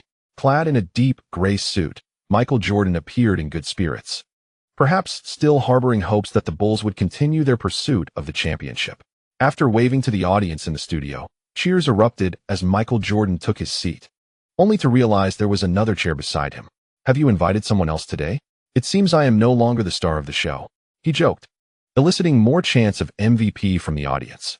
Even though he did not secure a championship this year, no one held it against him. The fans in Chicago rallied even more fervently behind him, longing to witness a narrative of revenge as they anticipated the Bulls reclaiming their title. Oprah, dressed in a vibrant purple dress and with her hair neatly tied up, smiled and waved her hand to signal for quiet before cheerfully announcing the youngest finals MVP. Clay Lee. I hope you enjoy this episode. Dressed in a sleek black suit, Lee also waved to the audience, igniting another wave of applause as he took a seat beside Jordan, prompting even louder cheers. Michael Jordan rubbed his brow and turned to Oprah, saying, "You invited this young fellow?" Lee, unfazed by Jordan's words, grinned and replied, "This is a dialogue among champions." The studio's backdrop was equally captivating, featuring scenes of Michael Jordan with his 5 championship trophies juxtaposed against an image of Lee calmly raising a finger in the Delta Center, exuding confidence. "Let us discuss this year's championship. I witnessed that last-second shot in 2009. The United Center fell eerily silent." Oprah began, diving straight into the sensitive topic, eliciting laughter and excitement from the audience. Michael Jordan shook his head with a smile before responding earnestly, "I admit I made a mistake. I should have managed the time better and not left any opportunity for the opponent. That game shifted the series. But I believe the Bulls still have a chance to rise again. We need to tighten up during the regular season. I do not wish to make excuses. While the Bulls may not be youthful anymore, I believe our understanding of the game has deepened, or rather, evolved to another level." He gestured higher, and the audience responded with applause. The atmosphere in the studio shifted as Lee, noticing Jordan's expression, smiled and shook his head. Oprah quickly stoked the fire. "Lee, it seems you disagree with Clay's perspective. What are your thoughts on that game?" Observing that Jordan remained unconvinced, Lee responded earnestly, "Competitive sports are ruthless. They require not only a competitive mindset and tenacious spirit, but also abundant physical stamina. I want to thank the Indiana Pacers. They may also be grateful to me since the Knicks eliminated the Bulls." The atmosphere in the studio intensified as Michael Jordan pursed his lips, and the audience erupted again. "The reality is, the Bulls are aging while the Knicks are younger. Perhaps Clay has indeed reached another level. But I will harness my stamina to bring him back to reality." Do not grant me any opportunities. Otherwise, no matter how many times we face each other, I will emerge victorious. Oh, everyone was fanning the flames, cheering loudly, when Michael Jordan tilted his head and, without needing Oprah's prompting, retorted sharply, "Your playing style lacks aggression. You've taken too many three-point shots." I watched the finals, and if Karl Malone had made his free throws, the championship outcome would have been uncertain. Once again, he playfully mocked the unfortunate Malone, causing a ripple of laughter among the audience. After consecutively missing crucial free throws for 2 years, Malone had become the subject of off-season jests. Although the media had recently begun to speculate, Li Yao remained unfazed, chuckling as he responded, "But in the end, I won the game and secured the championship. I couldn't care less about how many three-pointers I made. What matters is that I triumphed." Noticing that Michael seemed eager to say more, Li Yao quickened his pace, teasingly adding, "What I want to say is that not every player possesses extraordinary talent like you, Mikal." With a swift succession of low-post moves, he evaded defenders, spun toward the baseline, and executed a graceful fadeaway while playfully sticking out his tongue. Maintaining his form, he watched his opponent descend, calmly released the shot, and saw the basketball swish through the net before lightly patting the defender. Do not provoke Black Jesus. No. There is only one player in the league who plays like that. My style is more universal. I hope young players are inspired by this year's playoffs, realizing that as long as the ball goes through the hoop, three-pointers can also seal the game.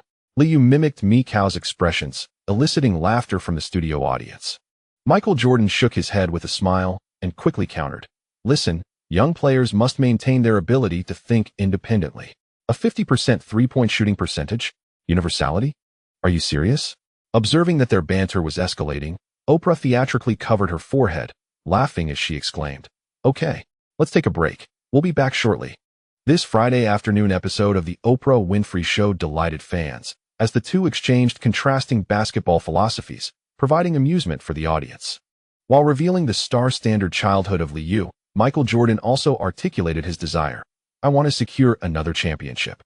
This marked the first time he publicly expressed such intentions since Phil Jackson's departure. Chicago fans were overjoyed, yearning to see the Bulls maintain their roster and continue their pursuit, hoping to witness the 6th championship banner rise above the United Center. Unfortunately, following the airing of the episode, the media reporters did not manage to interview the Bulls management, indicating a clear ideological divide. Regarding the prospect of investing heavily to keep Mikal on the court, the Bulls owner remained resolutely opposed. The show tactfully avoided discussing labor agreements. Michael Jordan would not accept a pay cut, as this represented the will of the players' union. As the most successful superstar, he must lead by example. Meanwhile, Li Yao, as the newly crowned Finals MVP, naturally sought a contract comparable to Kevin Garnett's Supermax deal. Players are united in their desire to earn substantial sums. Limiting salaries or accepting pay cuts is a suboptimal compromise. After the program concluded, there was naturally a social banquet. The newly established fashion nightclub, The Drink, located in downtown Chicago, quickly emerged as the favored gathering place. With its opulent bar, spacious dance floor, private lounges, and an array of exquisite cocktails, it attracted numerous social elites shortly after its opening.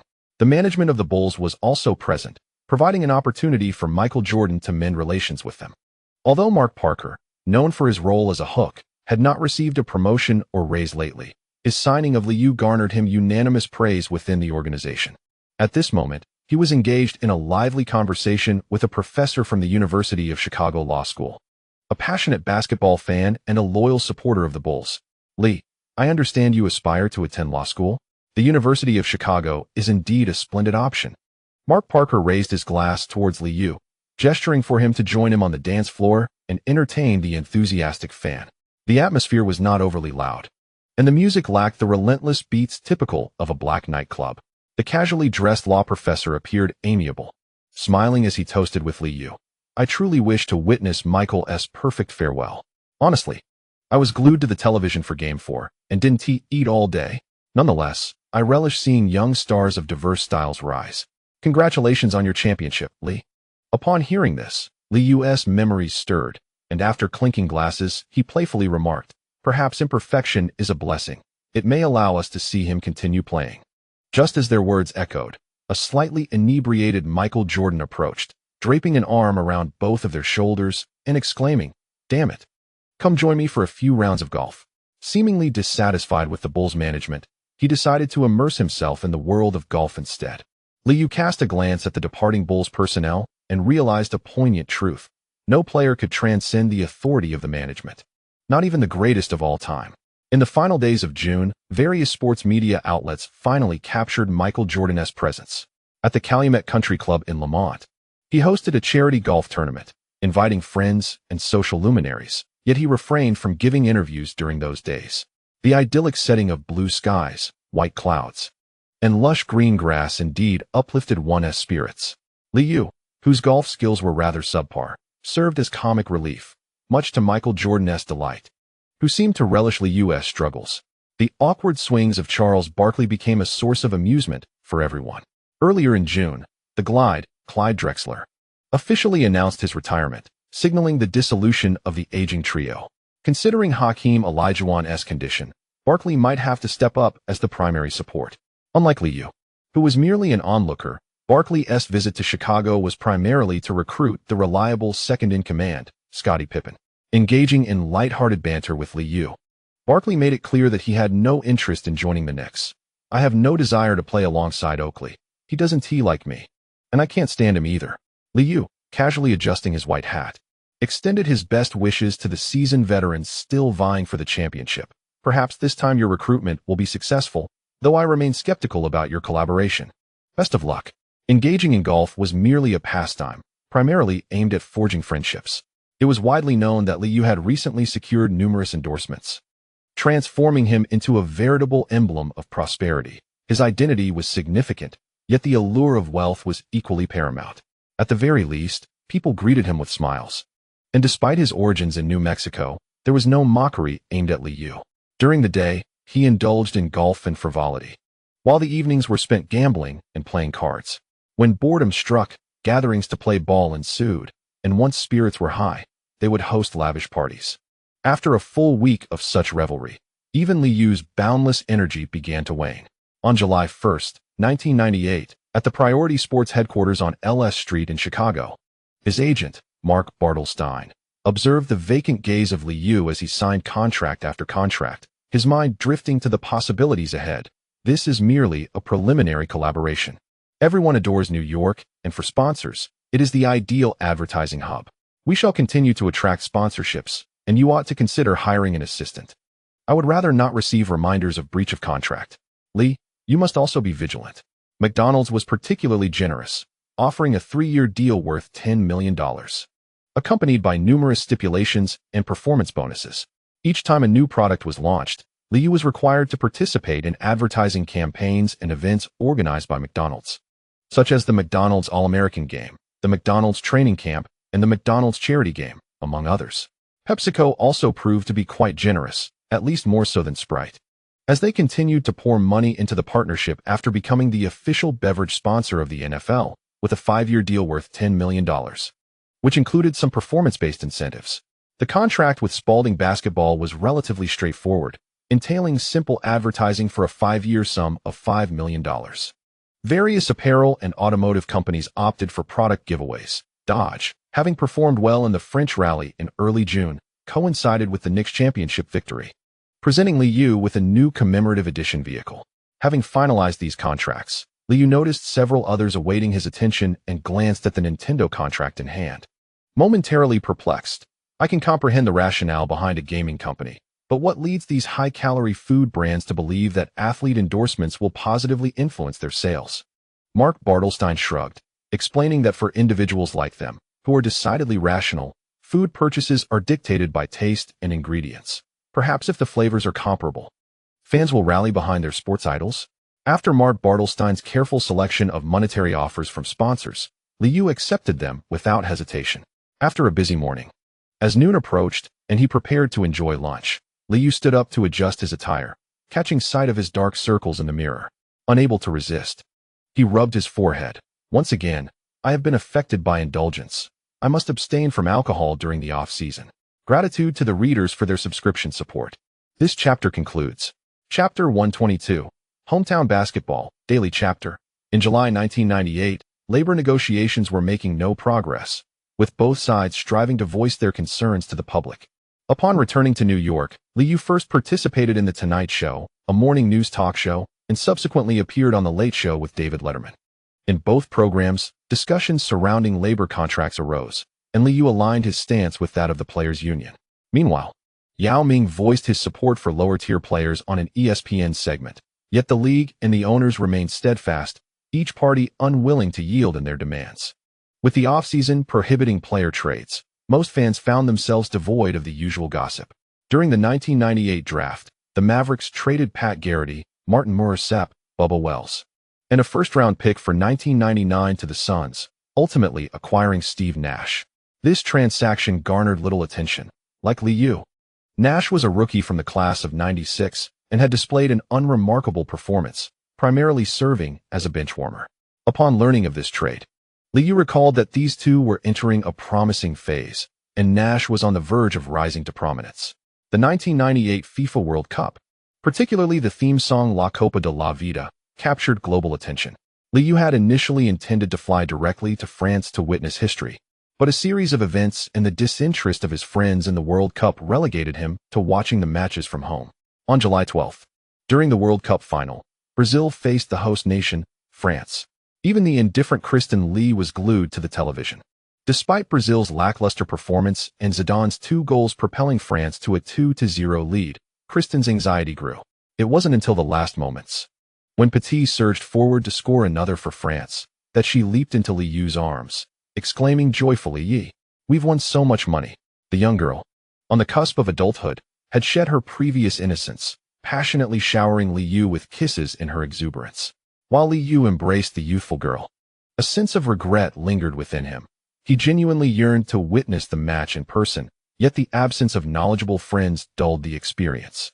Before nightfall, spurred by the excitement, Kristen, her cheeks flushed and clad in a white tank top, leaned into Li Yao's ear, whispering playful secrets before the two engaged in a playful bout.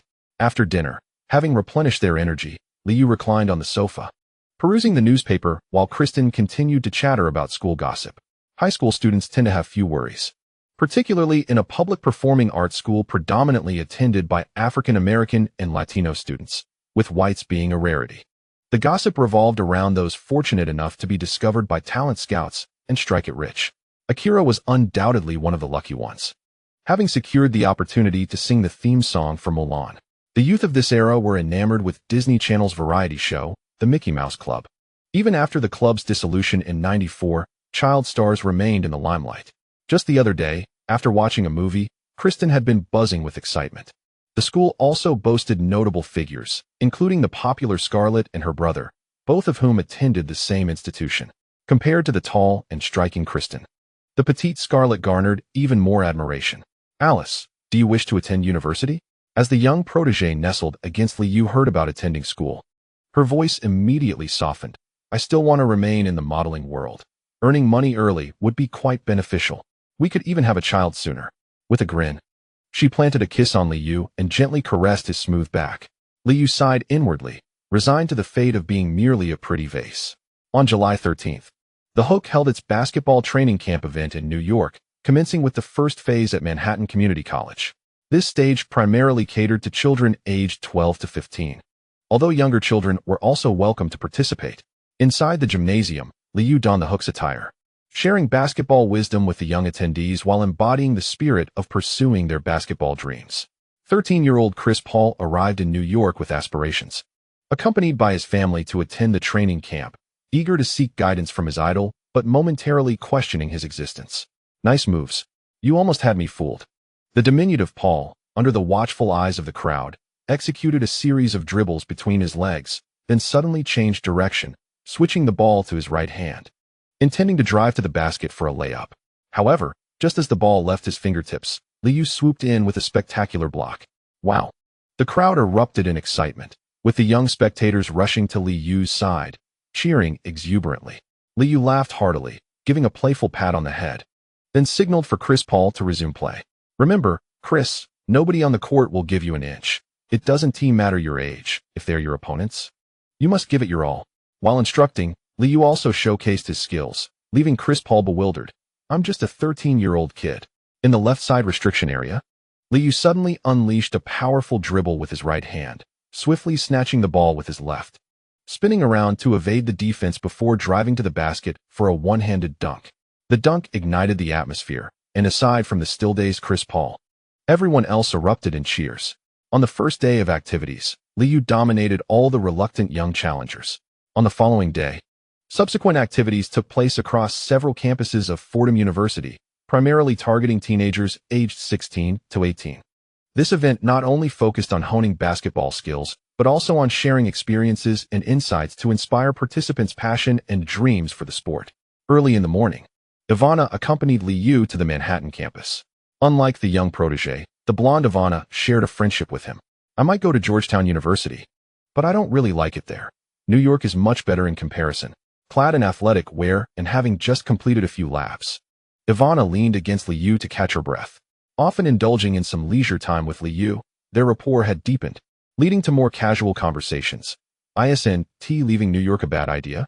With a playful glare at Li Yao, she let down her hair, linking arms with him as they walked toward the gymnasium. In New York, we can keep those pesky distractions away from home. Clay, it seems you've signed many endorsements. Have you considered changing apartments? I can introduce you to some splendid houses. Of course, by assisting you in purchasing a property, I also earn a modest income, and my pocket money is dwindling. Please do me a favor. Observing a pure-looking blonde with an innocent demeanor increasingly concerned about the matter of currency, Li Yao shrugged his shoulders and, with a low chuckle, remarked, "The houses near Midtown are quite appealing." During the morning session, Li Yao primarily shared some fundamental basketball skills with the enthusiastic young participants who had come specifically for the event. Perhaps you believe that the role of a point guard is merely to pass the ball to the towering giants in the paint. But I must assert that this is a misconception. If you are positioned as a number one, you must exhibit aggression on the court. Only then will your opponents think twice before letting you slip past, remaining vigilant of your every move.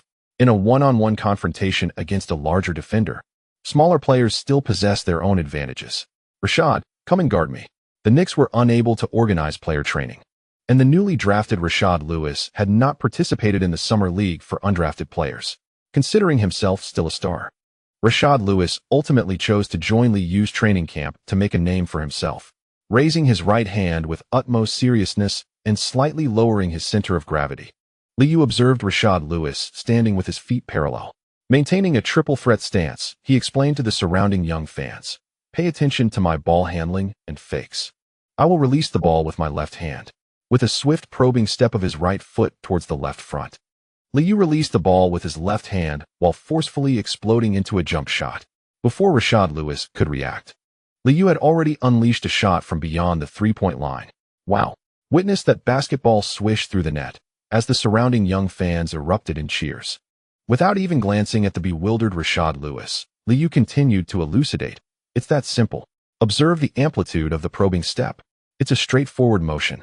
The eager youths around him were itching to try, and after demonstrating the movement once more and explaining the technical essentials, he called over another shorter participant, saying, "Hey, over there, my friend. This time, you defend me. Give it your all." Rafer Alston, with a defiant expression, stood before Li Yao. This year, during the draft, the Streetball King was selected 39th overall by the Bucks, and today he brought his friends to the training camp with the intention of making a statement.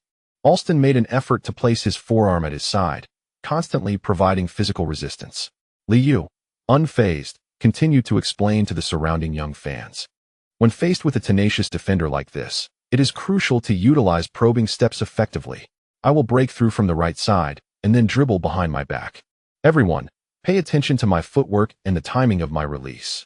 In New York, Alston held significant fame, and some of the young black fans exhibited peculiar expressions but remained silent, while many joined in with boisterous cheers.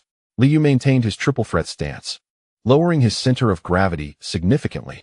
After taking a wide probing step with his right foot, he suddenly released the ball, using his shoulder to break through with a decisive stride.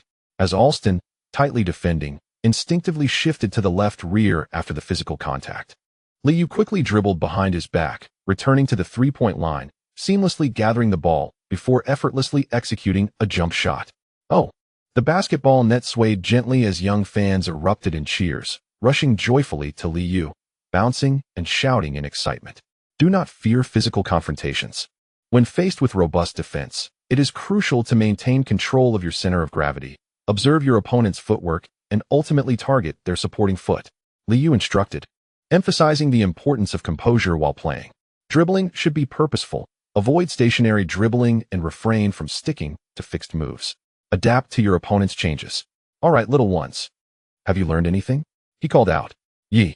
Alston appeared somewhat perturbed, but the crowd of youths paid him no heed, following Li Yao's lead as he attempted three-pointers from beyond the arc. Meanwhile, Ron Artest watched enviously as Li Yao corrected the young fan's techniques. The sight of a beautiful blonde girl handing out water only added to his irritation. Hey, keep your eyes to yourself. Don't look at what you shouldn't. Ben Wallace warned sharply, noticing Ron Artest's intense gaze directed at Li Yao and Ivana. What is your problem? Ron Artest retorted, well aware of his own reputation in Queens, ready to stand his ground despite a nagging familiarity with the dreadlocked individual before him. The two engaged in a verbal spat, shoving each other, prompting the staff to intervene. Alston stepped in, attempting to defuse the situation.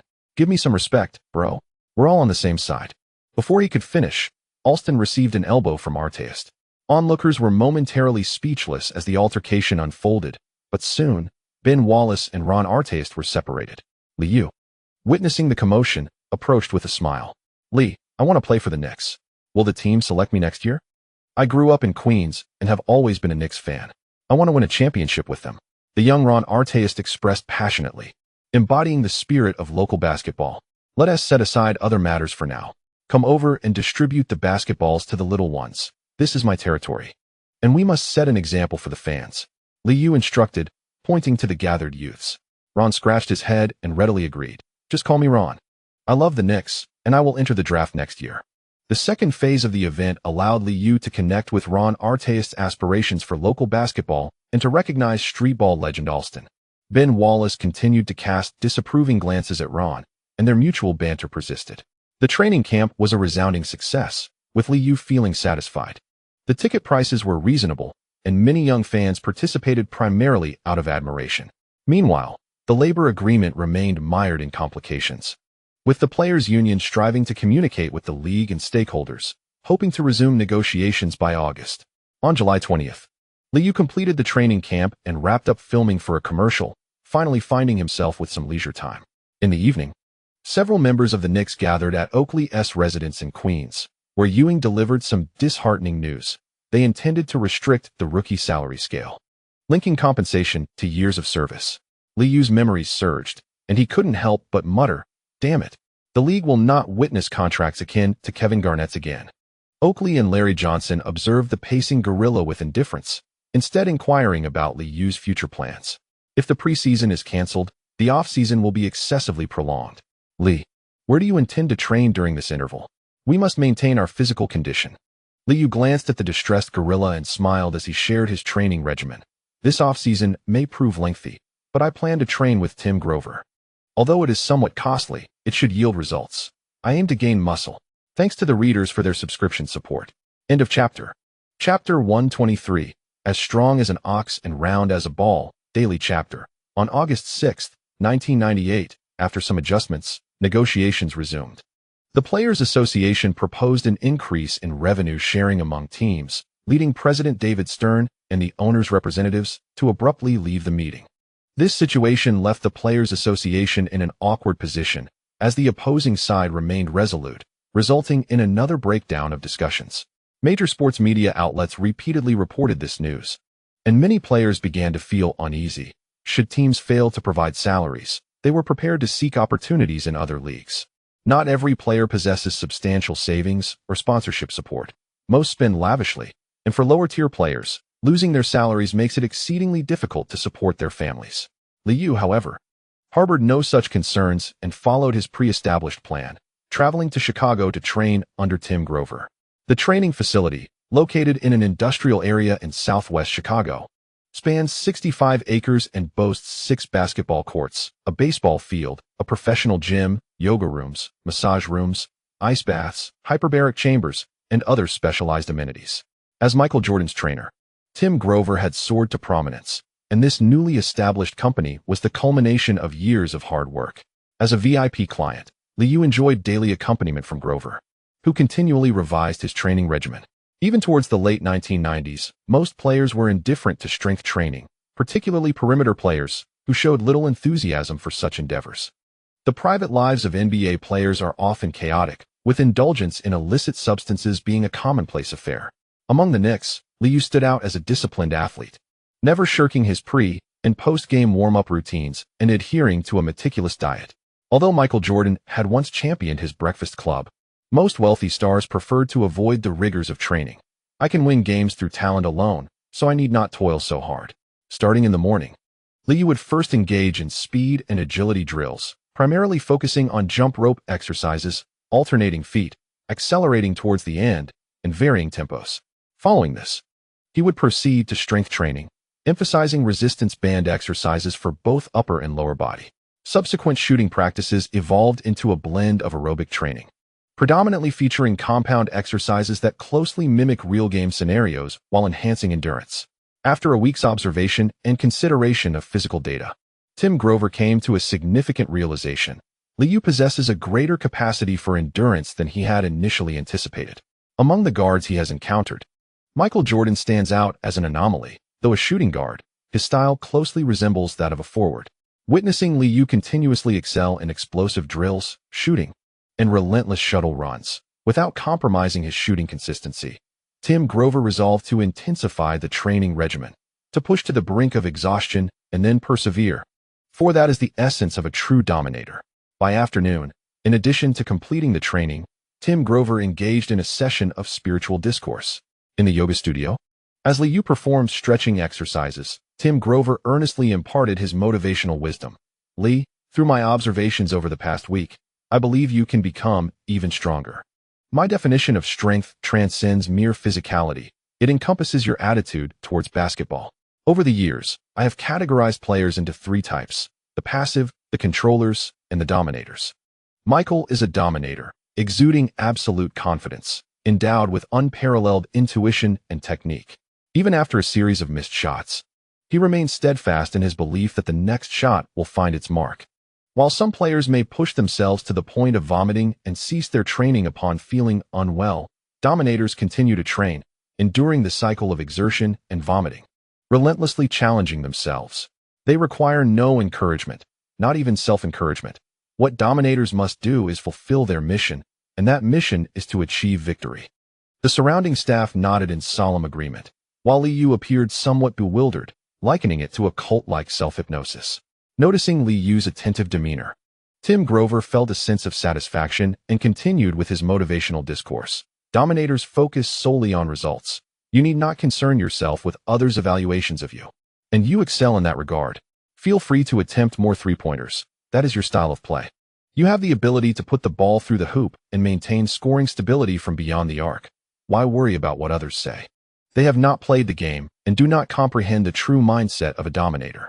Each individual harbors a shadowy side. Your task is to embrace it. That surging power preserves your authenticity and wildness, driving you toward success. Tell me, what do you truly desire deep within your heart? Victory and wealth.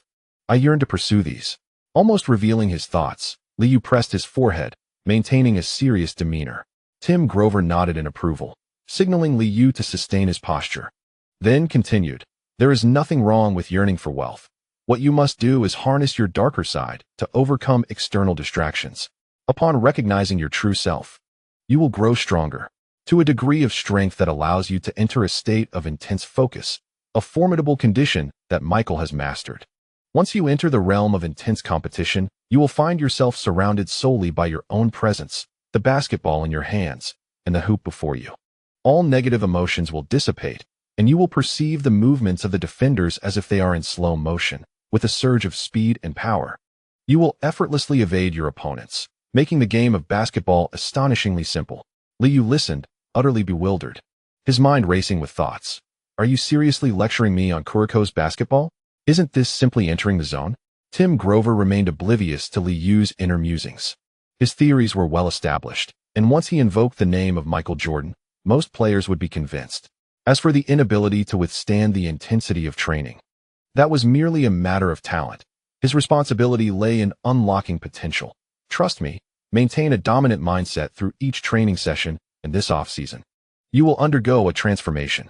In the subsequent period, Li Yao faced hardships that surpassed even those of the production team's donkeys. Karl Malone's extraordinary physique made it difficult for him to reach the point of exhaustion, allowing him to continuously push his limits. Michael Jordan's remarkable core strength subjected him to relentless challenges in strength training. As he intensified his strength regimen, his weight began to rise, and his physique started to change. At this juncture, Michael Jordan's exceptional coordination played a crucial role. Initially, Tim Grover harbored concerns, but as time progressed, he observed that Li Yao's increased weight and muscle mass corresponded with enhanced explosiveness, jumping ability, and stability in basketball movements, prompting him to intensify the training regimen further.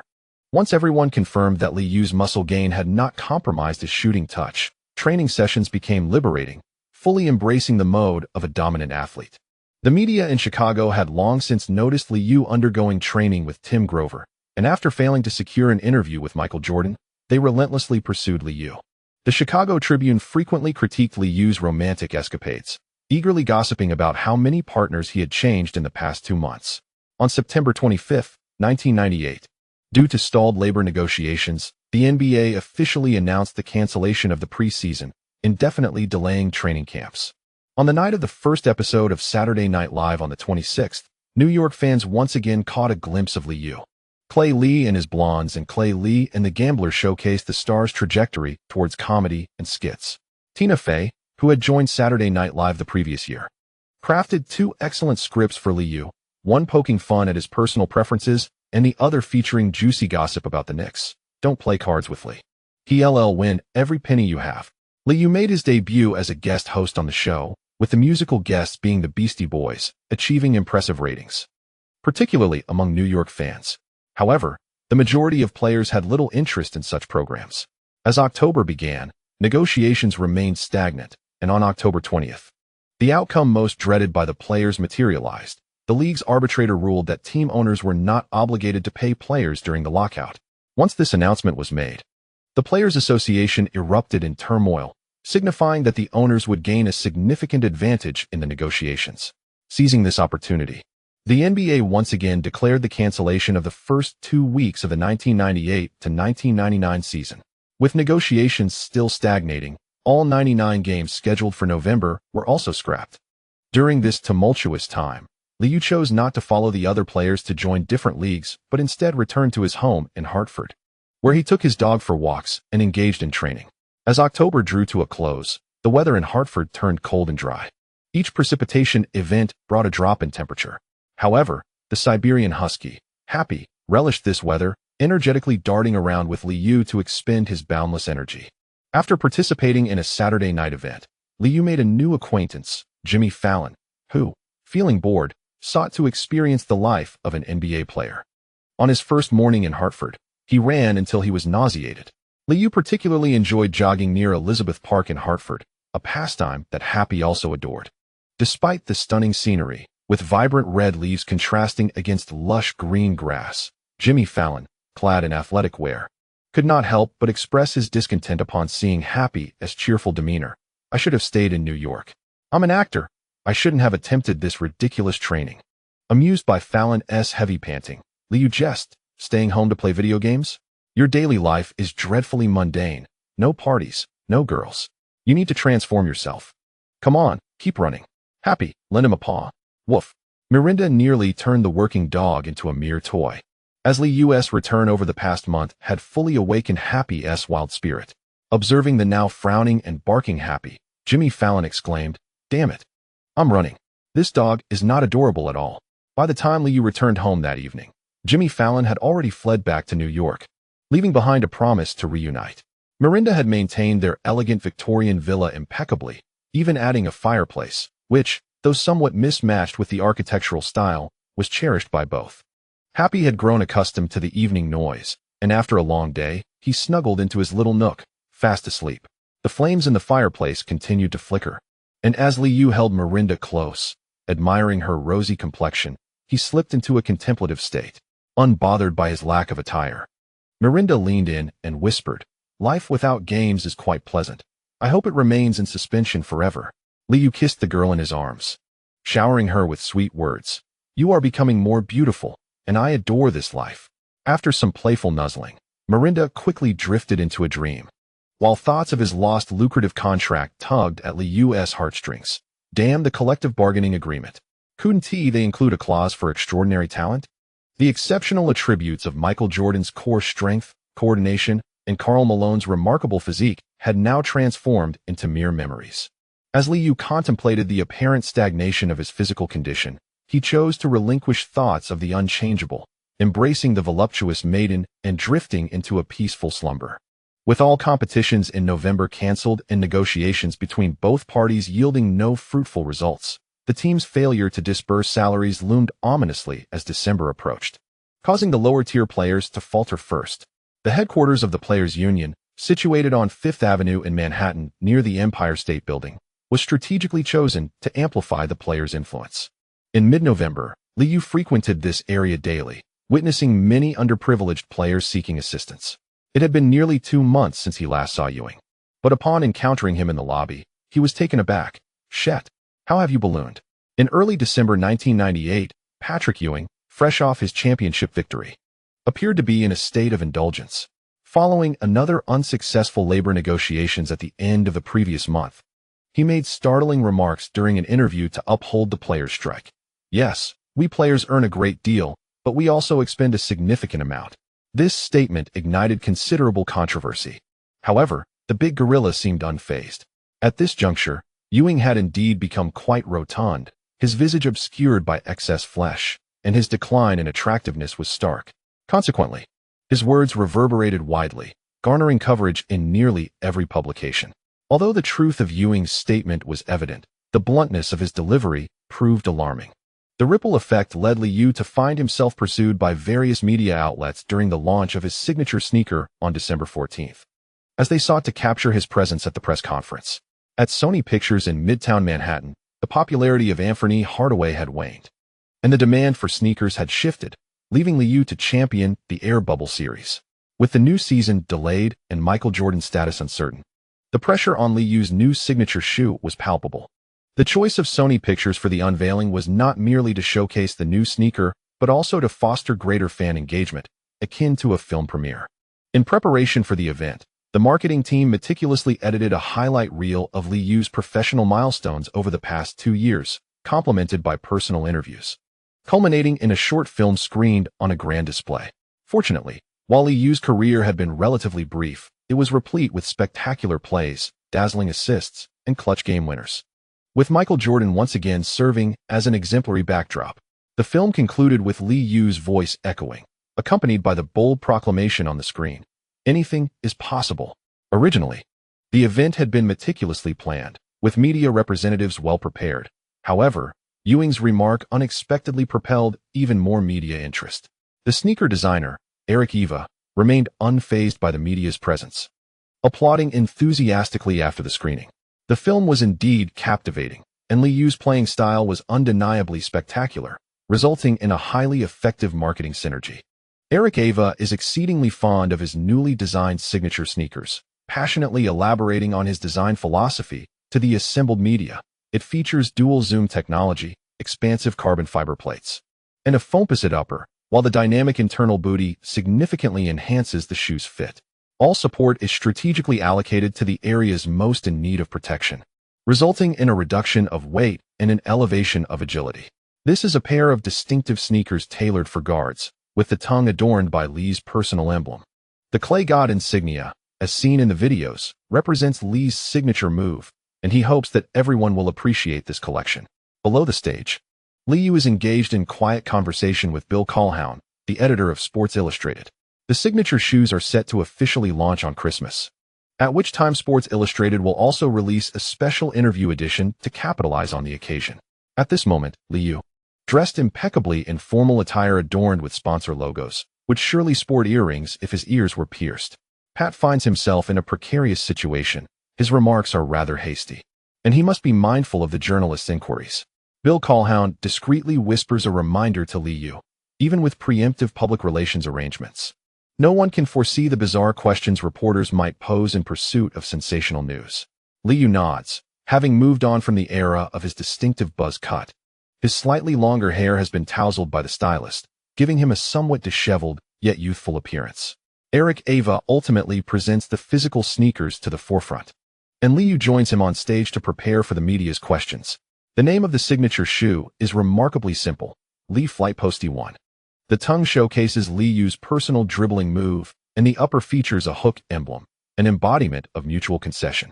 Drawing from his memories, Li Yao's signature shoe closely resembles the Air Posty 1, albeit with enhanced configurations and bolder colors.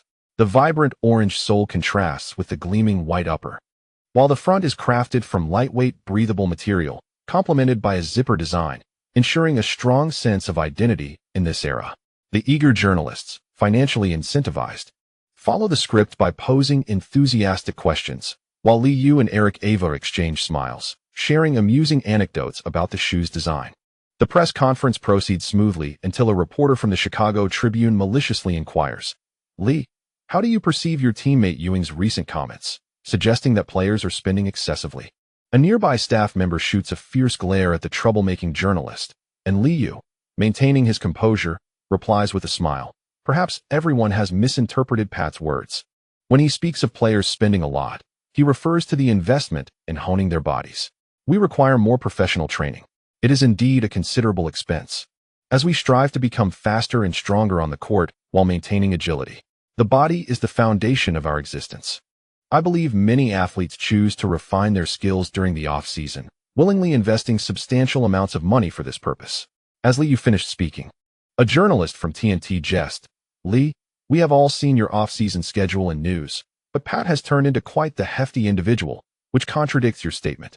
Soon, other reporters joined in, inquiring, "Just how much weight has he gained? We spotted him in Atlanta, and that certainly must have cost a pretty penny." The event staff, noticing the media's increasingly off-topic banter, promptly interjected, "We will have an interactive session shortly, so please prepare yourselves. We will first present the fans with limited edition Knicks away sneakers." The cheers from the fans finally transitioned the conversation away from the previous topic. Li Yao, recalling the image of the portly gorilla, couldn't help but smirk. That old fellow has inflated his ego after merely claiming a championship. After the press conference, a party was inevitable.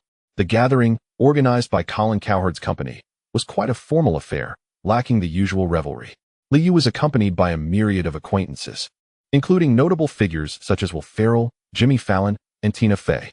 The crew from the film Supernatural Ecstasy was also present, although the movie, set to release in mid-October, was not performing well at the box office. Sandra Bullock and Nicole Kidman, both stunning ladies, were seen giggling at Jimmy Fallon and Will Ferrell's antics. As Christmas approached, this was a final opportunity for everyone to convene. The beautiful women rarely gathered together, and recently heartbroken Jennifer Connelly, clad in an elegant black gown, was casually drinking with Li Yao on the other side. "I wonder if the lady would be willing to share a seat and a pillow with me tonight." Li Yao's intentions were unmistakable. The two had met during the promotional events for Inception earlier in the year, establishing a superficial friendship. With the atmosphere just right, it was the perfect time to deepen their acquaintance. Observing Jimmy Fallon circling around Nicole Kidman, Li Yao leaned over to the slightly tipsy Connelly and whispered, "Wait a moment."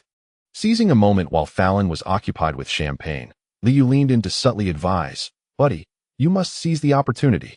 Dressed impeccably, Jimmy Fallon indeed appeared dashing. Yet he feigned ignorance, stating, "We're just getting along. She has a family." Li Yao rolled his eyes. Any woman attending the party was clearly prepared to indulge in some lighthearted diversion. As the two continued their hushed conversation, Nicole Kidman, adorned in a white gown, playfully interjected, "Li, how about taking us to Las Vegas sometime? We would love to experience that exhilarating thrill." Naturally, no one could decline Nicole's charming request, though slightly older. Her hair elegantly styled and makeup impeccable. Under the influence of alcohol, her eyes sparkled with mischief, clearly eager to play the seductress. Li Yao responded with a smile and nudged Jimmy Fallon. In this private gathering, everyone felt liberated, and as the spirits flowed, they were on the brink of entering the next phase of the evening. However, everyone possesses an identity and would not carelessly enter a room to revel. Extending an invitation is remarkably simple, often conveyed through a mere glance or gesture. Tina Fey, being a respectable young woman, observed as Li Yao embraced Connelly while exiting, and cast a glance at the ever-adoring Jimmy Fallon, unable to restrain herself from murmuring, "Not a single good man among them." The social circles in New York are rather small. Ultimately, Jimmy Fallon failed to seize his opportunity. The following day, Will Ferrell jovially informed Li Yao, Jimmy nearly charmed Nicole into slumber. The title of good man was circulated among a few. Yet this bashful young gentleman opted not to attend the gala, instead choosing to stay at home indulging in video games. On the 16th, Li Yao celebrated Kristen Litt's birthday, touching her heart and unlocking a wealth of knowledge. Prior to Christmas, the exterior of Madison Square Garden displayed a colossal poster of Li Yao alongside his signature sneakers. The promotional efforts were generous. At least in New York, advertisements proliferated, including television commercials. On December 23, 1998, just before Christmas Eve, a bearded David Stern announced, if an agreement is not reached by January 7, 1999, the NBA will suggest canceling all remaining games of the season. To emphasize the gravity of the situation and his commitment to the cause, David Stern declared that he would not shave his beard until the labor dispute was resolved. Whether it was theatrics or pressure, the president's ultimatum caused turmoil within the players' union, leading many to endure a less than joyful Christmas. On December 31, 1998, Li Yao celebrated his 21st birthday quietly at home in Hartford with Melinda. Due to his close friend Ivan's prolonged hospitalization since August, this birthday was particularly subdued. Happy had grown up, losing some of his childhood charm. Nestled in Li Yao's embrace, Melinda shared snippets of her life, yet in that moment, he found himself longing for Albuquerque. On January 6, 1999, as the new year began, David Stern issued his final ultimatum. The players' union chose to compromise, resuming negotiations with the league and the owners, ultimately reaching an agreement. In the end, the league and the owners emerged victorious from these discussions. On January 13th, Michael Jordan convened a press conference, attended by David Stern and the Bulls management.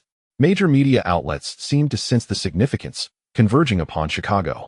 Although the labor negotiations had yet to be formally concluded, certain terms had been disclosed, and Michael's promises alongside the Supermax contract had become substantial burdens. Clad in formal attire, Michael Jordan sat upon the stage, flanked by David Stern. It felt reminiscent of his first retirement, though Michael appeared slightly older, devoid of excessive pleasantries. He stated plainly, "I am grateful to all my supporters. Today, I choose to officially retire from the Chicago Bulls." Despite the prior predictions of what was to unfold, the media present could not contain their astonishment, exclaiming in unison while fervently clicking their cameras and bombarding questions. "Mike, what prompted such a decision? Is it an issue with management?" Grateful for the support of the readers, the daily chapter comes to a close here. Chapter 125, The Locker Room Bombshell on January 14, 1999, merely a day after Michael Jordan's official announcement of his retirement from the Chicago Bulls at a press conference. The front pages of major newspapers were dominated by this momentous news. Michael has concluded his legendary basketball career. Michael bids farewell. While the Bulls express their gratitude to the fans. Though Michael departs from basketball, the sport shall forever remain a part of him. He may retire, yet his spirit shall continue to accompany us. Farewell, Michael. Publications such as the New York Times, Chicago Tribune, Los Angeles Times, Washington Post, and Sports Illustrated promptly articulated their sentiments. Most articles extolled Michael's profound impact on the sport and its culture, while also speculating on potential career paths post-retirement. However, dissenting voices emerged, ardently asserting that after a year of rest, Michael would return to the basketball arena. Broadcast media did not overlook this sensational development, with various channels swiftly announcing Michael's retirement and subsequently analyzing the reasons behind it. Exorbitant salaries and the Bulls' owners' withdrawal from the game. The news frenzy extended beyond Michael's retirement. The players' union's compromise also prompted many former stars and agents to voice their grievances. "We were overly eager to vote, failing to thoroughly examine the new collective bargaining agreement. Players must comprehend the implications of their votes. Many opinions were not respected. A careful review of the agreement is essential, ideally in consultation with legal experts, before deciding whether to cast a vote." Most criticisms remained anonymous, except for the vociferous Kevin Johnson, who openly expressed his discontent. Of the 795 players, half endorsed the collective bargaining agreement. Yet, in reality, many players were indifferent to the specificities of the agreement, primarily concerned about financial constraints and the potential cancellation of the season. At that moment, Mark Bartelstein was at Li Yao's new residence. vehemently denouncing the presence of a traitor among the players. Foolish compromise. They only see immediate gains. After rookie contracts expire, they will face restrictions. If selected by a small market team, do not expect to leave. This is the most absurd vote I have ever witnessed. We have lost millions. For agents representing talented young players, the new collective bargaining agreement seemed like a theft of their earnings. Furthermore, future rookie players, upon signing their contracts, would become restricted free agents after completing 3 seasons. As long as the original team matched any offer, escape would be impossible, an outcome agents dread. The inability of players to circulate freely or play in major cities severely undermined the interests of these agents. Meanwhile, Li Yao grasped the intricacies of the new collective bargaining agreement. He would not become a restricted free agent, yet he found himself constrained by seniority limitations. The salaries of top players with 0 to 6 years of experience commence at $9 million, augmented by the Larry Bird exception, which allows for a salary increase of $125. Coupled with the 6-year contract limitation, the maximum contract one could secure would hover just above $70 million. The losses weigh heavily on Li Yao, compounded by the disheartening reality that the players' union has not even sought the special provisions for exceptional talents. The financiers are unlikely to propose any changes, as the owners are keen to conserve their resources, resulting in the players' union unwittingly conceding. Kevin Garnett has indeed thrived in this scenario. His salary closely resembles that of a seasoned superstar with a decade of experience. In the 1998 to 1999 season, with a salary cap set at $30 million, Garnett's earnings constituted nearly half of that amount, eliciting envy from Li Yao. The inability of the team to fortify its roster is hardly the players' concern. Fortunately, the influx of sponsorships is considerable. Li Yao was aware that such discord would manifest, as the president had astutely anticipated internal conflicts. At this juncture, Li Yao reclined on the sofa, exhaling a sigh as the crackling logs in the fireplace echoed softly. Mark Bartelstein, in a similarly somber mood, acknowledged the magnitude of the loss. The two deliberated on the nuances of endorsements, after which Mark departed hastily. The Bucks had appointed a new head coach, George Karl, and Mark felt uneasy about Ray Allen, planning to fly to Milwaukee to assess the situation. Ivana, who had not engaged in the discussion, emerged with a platter of snacks and fruits, discovering only Li Yao sprawled on the sofa. The 6-bedroom villa on Valley Road in Tarrytown, procured with considerable effort by the blonde giant, spanned 15 acres with an impressive 200 square feet of colonial-style architecture, featuring a grand foyer with vaulted ceilings and a living room fireplace. The master suite also boasted a fireplace and a balcony. Since Ivana's birthday in October, she had been organizing the house, renovating the kitchen, and adding a home theater. The underground whiskey cellar remained untouched, preserving the historical essence of the residence. Valued at $1.2 million, this was indeed a mansion in Tarrytown. Ivana, now a grown woman, settled beside Li Yao, softly inquiring, "Is the loss substantial?" It seems Mark is on the verge of a breakdown. Mark Bartelstein, with his background from Morgan Stanley, found common ground with the blonde giant. Li Yao, resting his head on Ivana's lap, sighed in frustration, "Perhaps I've lost a few houses. In any case, this year has been a significant setback." Reflecting on the modest gains of the stocks he had purchased, Ivana suddenly burst into laughter, only to be swiftly embraced. The experienced blonde merely blushed, leaning against him, and whispered in his ear, "How about we open a hotel when the opportunity arises? It would surely be lucrative." With her father, the charming old rogue, contemplating divorce from his mistress, Ivana felt buoyant, envisioning a future akin to her mother's path. Li Yao, not dwelling on such complexities, continued his actions without pause. "Indeed, it is a splendid idea, though it seems I've gained a bit of weight." The players' union had officially capitulated, heralding the commencement of the free agency market at this moment. The fervor surrounding Mako's retirement has begun to wane. With the absence of a 6th championship and the last shot, the legendary status has diminished considerably. The 1999 Philadelphia All-Star Game has been canceled, and the regular season is set to commence in early February. Many players have started to lament the grueling schedule. Yet Li Yao believes this predicament is self-inflicted. Succumbing too early leads to being exploited. The Knicks training camp has commenced at the new training facility in Tarrytown, where Li Yao has recently taken up residence, alleviating his worries about traffic congestion. Regardless of the fluctuations in the labor agreement, the Knicks remain unconcerned. As long as they possess bird rights, they can extend contracts without issue. On January 15th, the new training center uplifted the spirits of the Knicks players, as the facilities are truly unparalleled in the league. In the locker room, camaraderie blossomed among the players. Larry Johnson, upon spotting Li Yao, could not restrain his surprise. "Oh, shit. Don't tell me you actually took up boxing during the off-season." Li Yao, visibly transformed, showcased his impressive physique, donning his training attire, and casually responded, "It's been half a year. This is the result of those expensive training sessions, bro. How was your off-season?" Larry Johnson, with a hint of pride, displayed his own muscular development. "Not bad. At least after winning the championship, Converse has lined up numerous engagements for me. Both players benefit from sponsorships, so they have incurred no losses. Li Yao's salary this season is a commendable $1.02 million, and old Charles has been generous, ensuring the Knicks continue to disburse full salaries.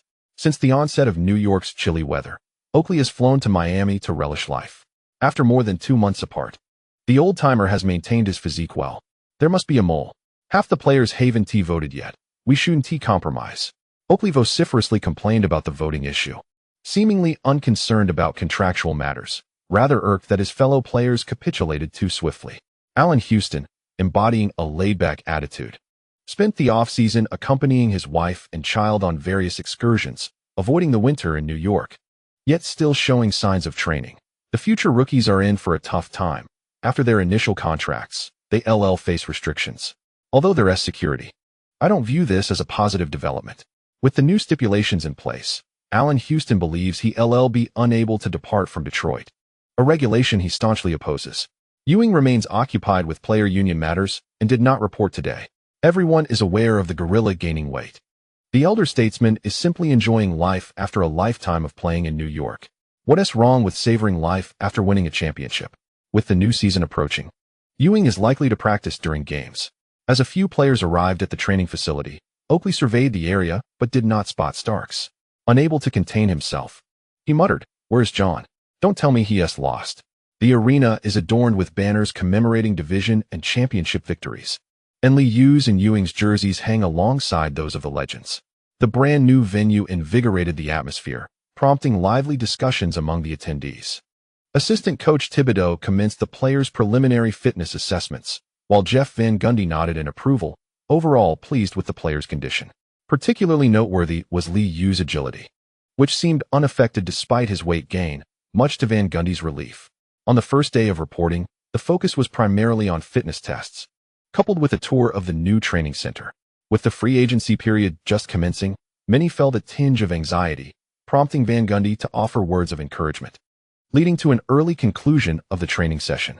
Assistant coach Tang Kiani expressed his satisfaction with the players' conditions, sharing the basic fitness data with a smile. "I knew Li would not relax his standards. He is destined to become a superstar."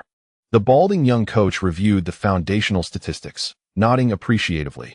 Height barefoot, 6 feet 4 inches, 193 meters, wingspan, 201 centimeters, weight, 95.2 kilograms. A significant increase from the previous year. Notably, there were slight improvements in the baseline shuttle run and 34-yard sprints, which delighted the balding coach. Over the past 6 months, Li Yao's weight had steadily increased, with a body fat percentage reaching 9.8, resulting in a noticeably more robust physique. Had Pat Riley been in charge, such a body fat percentage would likely place Li among the lower echelons of the team. However, Van Gundy remained unconcerned, suddenly recalling Ewing and inquiring, "How is Pat's physical condition?" The assistant coaches exchanged glances, ultimately remaining silent, conveying to the balding coach with a look, "Let us practice through competition." Upon returning home to Terrytown, Li Yao received a text from Starks during dinner. "I might be leaving the team, Li. Good luck to you all." Perhaps due to a strained relationship with general manager Glenn Grunwald, Starks had not reported for duty. Li Yao simply replied, feeling little surprise. If it weren't for old Charles' insistence, apart from Ewing, several veterans would likely be traded, and Oakley wouldn't have signed a 2-year, $15 million contract. After all, Li Yao had not defended these veterans, which had elicited a rather muted reaction. General Manager Grunwald was well aware that with the starters untouchable, he would send the declining Starks from the bench away. Although somewhat lacking in sentiment, Li Yao felt no burden regarding the matter. The locker room culture of the Knicks predominantly revolved around Starks, Oakley, and Ewing. To fully command the team, the veterans would have to depart, However, given Ewing's legacy and Oakley's defensive accolades, unless they drastically underperformed, it was highly probable they would retire with the team. As Li Yao gazed out the window, he glanced at the notifications on his phone, summoning the rudimentary talent panel to reconfirm his physical state. The 3 new talents acquired last season remained silver, indicating his body was still developing. The 2 golden talents, Allen Iverson's exceptional court sense and Allen Iverson's exceptional athleticism, had vanished, fully assimilated. After transitioning to the attributes panel, there were notable changes: speed, 87, defensive agility, 93. The enhancement in these 2 attributes elevated athleticism to 90, breakthrough layup, 92, breakthrough dunk, 85, ball handling speed, 86. Drawing fouls, 87, for attributes nudged, breakthrough, slightly up to 88. Ball control, 95, passing vision, 94, passing IQ, 95, passing accuracy, 94, as game experience increased. Playmaking also ascended to 95, mid-range shooting, 92, three-point shooting, 95. These 2 open shot attributes saw minor increases. The 4 attributes of interior defense, exterior defense, steal, and rebound remained unchanged. After 2 seasons, defensively he still stood at an average level for a point guard. Upon seeing that stamina still rested at 97, Li Yao realized this was the limit of his golden talent. After responding to Stark's message, he sent a brief text to Ewing, outlining the team's situation, and then tossed his phone aside. The Knicks found themselves in a somewhat awkward position. The newcomers were on the rise while the veterans risked significant decline. Just thinking of the overweight gorilla made Li Yao anxious about this season's performance. Indeed, exceptional big men remained exceedingly rare. After the Knicks training camp commenced, Jeff Van Gundy led the team through structured practices. Ewing officially returned to the team on the 21st, signifying that the players' union would soon formalize a contract with the league, solidifying the new labor agreement. On the morning of the 21st, Starks still had not arrived at the training center, and the Knicks players began to sense something amiss. By noon, everyone was aware of the news. The Warriors had traded the notorious Latrell Sprewell. The Knicks sent out John Starks, Chris Mills, and Terry Cummings in a 3-for-1 deal, successfully acquiring an all-star guard. During lunch at the training center, the players were taken aback by the news, and the coaching staff shared their surprise. As Jeff Van Gundy was enjoying his meal, he felt a tightness in his throat upon hearing the discussions. He recalled Sprewell's volatile locker room presence and couldn't help but murmur in his heart. With just over 2 months left in the regular season, this trade is sheer madness. Thanks to the readers for their subscription support. Some attributes referenced the 91 Jordan from 2K23-06 Wade and Ray Allen during his time with the Bucks. Further attribute details will be supplemented. Unchanged attributes will not be elaborated on. End of chapter. Chapter 126. Disharmonious team atmosphere. On February 3, 1999, just 2 days before the regular season officially commenced, the Knicks front office was busy preparing for the championship award ceremony. However, Jeff Van Gundy found himself somewhat overwhelmed. Despite becoming the youngest championship coach in NBA history, Sprewell, who joined the team, was not compliant. At 29, Sprewell was in the prime of his career. Although he had faced a lengthy suspension last season that affected his performance, he still possessed the caliber of an all-star guard. Upon joining the New York Knicks, Sprewell was far from pleased. In fact, during the press conference announcing his signing, he boldly posed a question to the media. Have you ever seen an all-star guard come off the bench? The New York media, not one to shy away from a retort, gleefully cited the example of Kobe Bryant, an all-star guard who played as a substitute for the Lakers last season. Stung by the jab, Sprewell's mood soured further as he retorted, "Who is Kobe Bryant? Can a rookie truly be compared to a 3-time All-Star?" Their initial meeting ended on a sour note, as the New York media hoped that Sprewell would step up to fill the scoring void left by Starks. However, Sprewell was adamant about not wanting to play as a reserve, fervently demanding a starting position from the coaching staff. Yet, once he entered the Knicks locker room, he adopted a more subdued demeanor. Despite his daily scowls, he did not compromise on his training. Players are not foolish. After being suspended for an extended period last season, it was imperative for him to accumulate impressive statistics this season to regain trust. General manager Glenn Grunwald received unanimous praise for this trade, having exchanged the declining Starks and a rotational player for a still ascending all-star guard, an unequivocal victory. As for the players' compatibility, that was a matter for the head coach. And Jeff Van Gundy found himself in a quandary, confronted daily by Sprewell's sour expression, unsure of how to uplift morale. The Knicks roster also faced challenges, as veteran Buck Williams ultimately decided to retire, leaving the front court rotation with only Chris Dudley and Ben Wallace. During an afternoon practice, Yao was assisting Ewing in shedding some weight, as the once agile giant now struggled to keep pace during fast breaks. Accelerate, Pat. A bit faster. After the pick, roll to the basket immediately. Yao swiftly advanced the ball to half court, and just as Ewing stationed himself at the arc, Yao executed a rapid crossover, using his left hand to maneuver past Ewing on the left. Sprewell, determined to defend, charged at Yao's side as Ewing rolled down, bearing the defensive pressure. Yao noticed Ewing had not arrived in time. Pausing slightly at the free throw line, he drove towards the basket, cutting through Sprewell and finishing with a deft layup. After several quick transitions, the exhausted giant called for a break. "Let me catch my breath and hydrate, for heaven's sake. I need to replenish my fluids." Last season, Ewing could execute high pick and rolls and swiftly roll to the basket, establishing strong positioning. However, he now appeared noticeably sluggish. His weight gain had not only hindered his low-post offense, but also worsened his finishing ability under the basket. With a staggering salary of $18.5 million this season, his performance had begun to cause Jeff Van Gundy to experience hair loss. As practice dragged on, the Giants' physical stamina waned. It was highly probable that the off-season had drained him of his strength, as his training in recent days had been lackluster, often exhibiting signs of fatigue. Assistant coach Thibodeau promptly called for a timeout, and the Knicks players, unfazed, rallied to comfort the weary giant. "Don't worry, Pat. The evening after tomorrow, we shall face the Bulls at our home ground. As you are aware, the opposing team has disbanded, leaving us ample time to regain our form." Oakley, with his characteristic nonchalance, is offering words of comfort to Ewing, seemingly convinced that victory is already secured for the Knicks. "The compressed season has rendered our schedule exceptionally demanding, often resulting in certain teams never crossing paths. Theoretically, such circumstances could indeed favor the Knicks, yet Li Yao, observing Sprewell diligently honing his skills and glancing at the jovial Ewing, finds himself momentarily speechless. The atmosphere within the team is remarkably harmonious. The Bulls have completely unraveled. Prior to the commencement of the regular season, numerous sports media outlets were scrutinizing general manager Krause's maneuvers. Scottie Pippen ultimately departed from the Bulls, traded to the Rockets, where he joined the trio of superstars, following Barkley's decision to accept a salary reduction. Longley was also traded to the Suns in exchange for rotational players and a first-round draft pick in 1999.